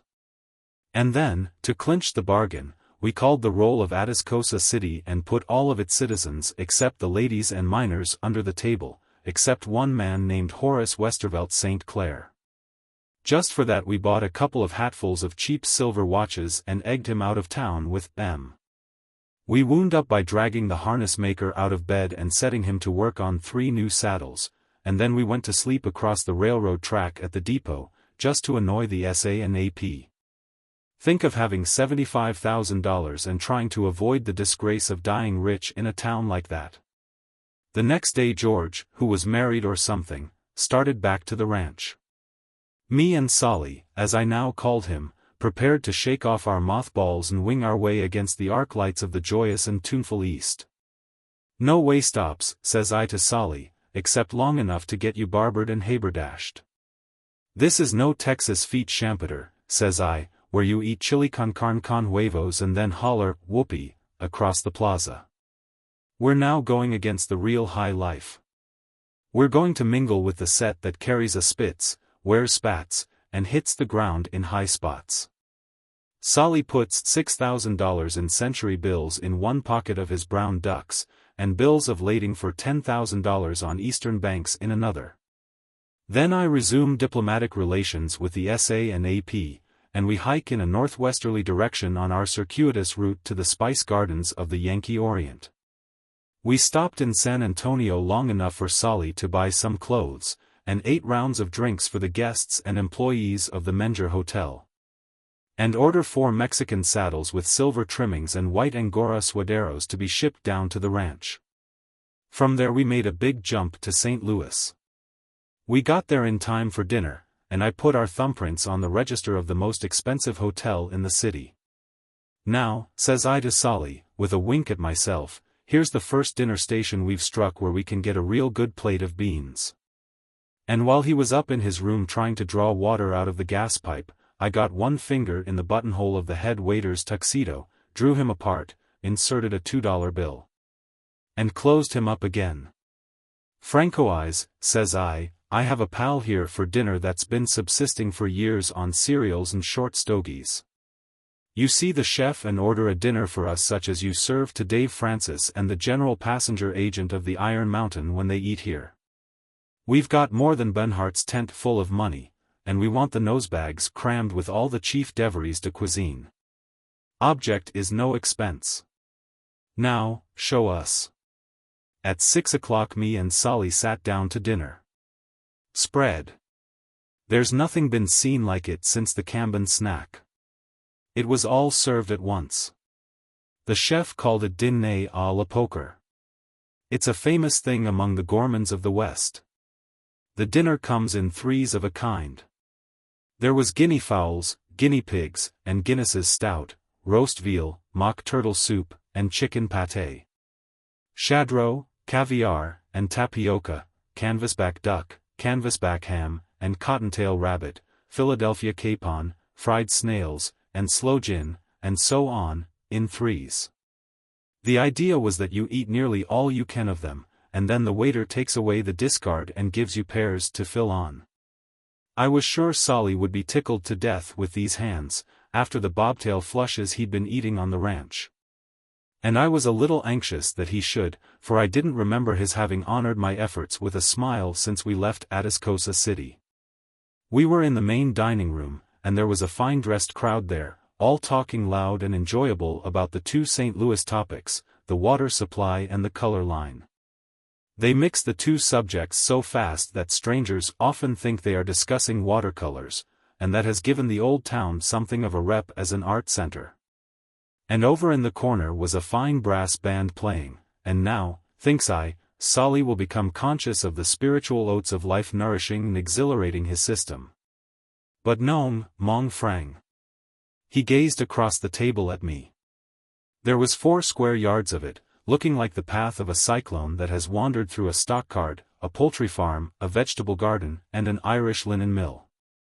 Solly gets up and comes around to me. Luke, says he, I'm pretty hungry after our ride. I thought you said they had some beans here. I'm going out and get something I can eat. You can stay and monkey with this artificial layout of grub if you want to. Wait a minute, says I. I called the waiter, and slapped S. Mills on the back of the check for $13.50. What do you mean, says I, by serving gentlemen with a lot of truck only suitable for deckhands on a Mississippi steamboat? We're going out to get something decent to eat. I walked up the street with the unhappy plainsman. He saw a saddle chop open, and some of the sadness faded from his eyes. We went in, and he ordered and paid for 2 more saddles, one with a solid silver horn and nails and ornaments and a 6-inch border of rhinestones and imitation rubies around the flaps. The other one had to have a gold-mounted horn, quadruple-plated stirrups, and the leather inlaid with silver beadwork wherever it would stand it. $1,100 the two cost him. Then he goes out and heads toward the river, following his nose. In a little side street, where there was no street and no sidewalks and no houses, he finds what he is looking for. We go into a shanty and sit on high stools among stevedores and boatmen, and eat beans with tin spoons. Yes, sir, beans boiled with salt pork. I kind of thought we'd strike some over this way, says Solly. Delightful, says I, that stylish hotel grub may appeal to some, but for me, give me the husky table d'goat. When we had succumbed to the beans, I leads him out of the tarpaulin steam under a lamp post and pulls out a daily paper with the amusement column folded out. But now, what ho for a merry round of pleasure, says I. Here's one of Hall Caine's shows, and a stockyard company in Hamlet, and skating at the Hollowhorn Rink, and Sarah Bernhard, and the Shapely Sirens Burlesque Company. I should think, now, that the Shapely. But what does this healthy, wealthy, and wise man do but reach his arms up to the second-story windows and gape noisily. Reckon I'll be going to bed, says he, it's about my time. St. Louis is a kind of quiet place, ain't it? Oh, yes, says I. Ever since the railroads ran in here the town's been practically ruined. And the building and loan associations and the fair have about killed it. Guess we might as well go to bed. Wait till you see Chicago, though. Shall we get tickets for the big breeze tomorrow? Mought as well, says Solly. I reckon all these towns are about alike. Well, maybe the wise cicerone and personal conductor didn't fall hard in Chicago. Louisville on the Lake is supposed to have one or two things in it calculated to keep the rural visitor awake after the curfew rings. But not for the grass-fed man of the Pampas. I tried him with theaters, rides in automobiles, sails on the lake, champagne suppers, and all those little inventions that hold the simple life in check, but in vain. Solly grew sadder day by day. And I got fearful about my salary, and knew I must play my trump card. So I mentioned New York to him, and informed him that these western towns were no more than gateways to the great walled city of the whirling dervishes. After I bought the tickets I missed Solly. I knew his habits by then, so in a couple of hours I found him in a saddle shop. They had some new ideas there in the way of trees and girths that had strayed down from the Canadian Mounted Police. And Solly was so interested that he almost looked reconciled to live. He invested about $900 in there.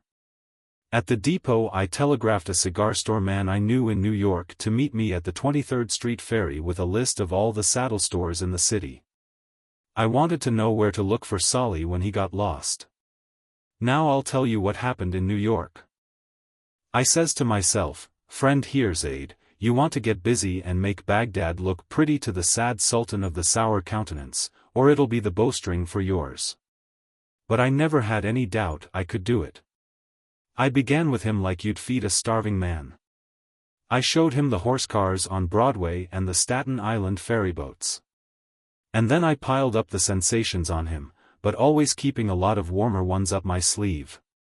At the end of the third day he looked like a composite picture of 5,000 orphans too late to catch a picnic steamboat. And I was wilting down a collar every 2 hours wondering how I could please him and whether I was going to get my thou. He went to sleep looking at the Brooklyn Bridge, he disregarded the skyscrapers above the third story, it took 3 ushers to wake him up at the liveliest vaudeville in town. Once I thought I had him. I nailed a pair of cuffs on him one morning before he was awake. And I dragged him that evening to the palm cage of one of the biggest hotels in the city, to see the Johnnies and the Alice sit by the hours. They were out in numerous quantities, with the fat of the land showing in their clothes. While we were looking them over, Solly divested himself of a fearful, rusty kind of laugh, like moving a folding bed with one roller broken. It was his first in 2 weeks, and it gave me hope. Right you are, says I, they're a funny lot of postcards, aren't they? Oh, I wasn't thinking of them dudes and culls on the hoof, says he. I was thinking of the time me and George put sheep dip in Horsehead Johnson's whiskey. I wish I was back in Atascosa City, says he. I felt a cold chill run down my back. Me to play and mate in one move, says I to myself. I made Solly promise to stay in the cafe for half an hour and I hiked out in a cab to Lolabelle Delatour's flat on 43rd Street. I knew her well. She was a chorus girl in a Broadway musical comedy. Jane, says I when I found her, I've got a friend from Texas here. He's all right, but, well, he carries weight. I'd like to give him a little whirl after the show this evening, bubbles, you know, and a buzz out to a casino for the whitebait and pickled walnuts. Is it a go? Can he sing? Asks Lolabelle. You know, says I, that I wouldn't take him away from home unless his notes were good. He's got pots of money, bean pots full of it. Bring him around after the second act, says Lolabelle, and I'll examine his credentials and securities. So about 10 o'clock that evening I led Solly to Miss Delatour's dressing room, and her maid let us in. In 10 minutes in comes Lolabelle, fresh from the stage, looking stunning in the costume she wears when she steps from the ranks of the Lady Grenadiers and says to the king, "Welcome to our May Day revels." And you can bet it wasn't the way she spoke the lines that got her the part. As soon as Solly saw her he got up and walked straight out through the stage entrance into the street. I followed him. Lolabelle wasn't paying my salary. I wondered whether anybody was. "Luke," says Solly, outside, "that was an awful mistake. We must have got into the lady's private room. I hope I'm gentleman enough to do anything possible in the way of apologies. Do you reckon she'd ever forgive us?" "She may forget it," says I, "of course it was a mistake. Let's go find some beans." That's the way it went. But pretty soon afterward Solly failed to show up at dinner time for several days. I cornered him. He confessed that he had found a restaurant on 3rd Avenue where they cooked beans in Texas style. I made him take me there. The minute I set foot inside the door I threw up my hands. There was a young woman at the desk, and Solly introduced me to her. And then we sat down and had beans. Yes, sir, sitting at the desk was the kind of a young woman that can catch any man in the world as easy as lifting a finger. There's a way of doing it. She knew. I saw her working it. She was healthy looking and plain dressed. She had her hair drawn back from her forehead and face, no curls or frizzes, that's the way she looked. Now I'll tell you the way they work the game. It's simple. When she wants a man, she manages it so that every time he looks at her he finds her looking at him. That's all. The next evening Solly was to go to Coney Island with me at 7. At 8 o'clock he hadn't showed up. I went out and found a cab. I felt sure there was something wrong. "Drive to the back home restaurant on 3rd Avenue, says I. "And if I don't find what I want there, take in these saddle shops." I handed him the list. "Boss," says the cabbie, "I eat a steak in that restaurant once. If you're real hungry, I advise you to try the saddle shops first." "I'm a detective," says I, "and I don't eat." "Hurry up." As soon as I got to the restaurant I felt in the lines of my palms that I should beware of a tall, red, damn fool man, and I was going to lose a sum of money. Solly wasn't there. Neither was the smooth-haired lady. I waited, and in an hour they came in a cab and got out, hand in hand. I asked Solly to step around the corner for a few words. He was grinning clear across his face, but I had not administered the grin. "She's the greatest that ever sniffed the breeze," says he. "Congrats," says I. "I'd like to have my 1,000 now, if you please."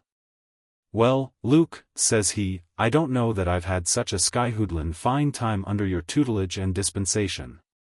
But I'll do the best I can for you, I'll do the best I can," he repeats. "Me and Miss Skinner was married an hour ago. We're leaving for Texas in the morning." "Great," says I. "Consider yourself covered with rice and Congress gators. But don't let's tie so many satin bows on our business relations that we lose sight of them. How about my honorarium?" "Mrs. Mills," says he, has taken possession of my money and papers except 6 bits. I told her what I'd agreed to give you. But she says it's an irreligious and illegal contract, and she won't pay a cent of it. But I ain't going to see you treated unfair, says he. I've got 87 saddles on the ranch what I've bought on this trip, and when I get back I'm going to pick out the best 6 in the lot and send 'em to you. And did he? I asked, when Lucullus ceased talking. He did. And they are fit for kings to ride on. The 6 he sent me must have cost him $3,000. But where is the market for 'em? Who would buy one except one of these Rajas and princes of Asia and Africa? I've got 'em all on the list. I know every tan royal dub and smoked princerino from Mindanao to the Caspian Sea. It's a long time between customers, I ventured. They're coming faster, said Poke. Nowadays, when one of the murdering mutts gets civilized enough to abolish sati and quit using his whiskers for a napkin, he calls himself the Roosevelt of the East. And comes over to investigate our chautauquas and cocktails. I'll place 'em all yet. Now look here. From an inside pocket he drew a tightly folded newspaper with much worn edges, and indicated a paragraph. Read that, said the saddler to royalty. The paragraph ran thus. His Highness Syed Faisal bin Turki, Imam of Muscat, is one of the most progressive and enlightened rulers of the old world. His stables contain more than 1,000 horses of the purest Persian breeds. It is said that this powerful prince contemplates a visit to the United States at an early date. There, said Mr. Poke triumphantly. My best saddle is as good as sold, the one with turquoises set in the rim of the cantle.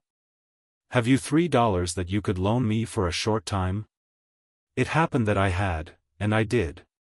If this should meet the eye of the Imam of Muscat, may it quicken his whim to visit the land of the free. Otherwise I fear that I shall be longer than a short time separated from my $3.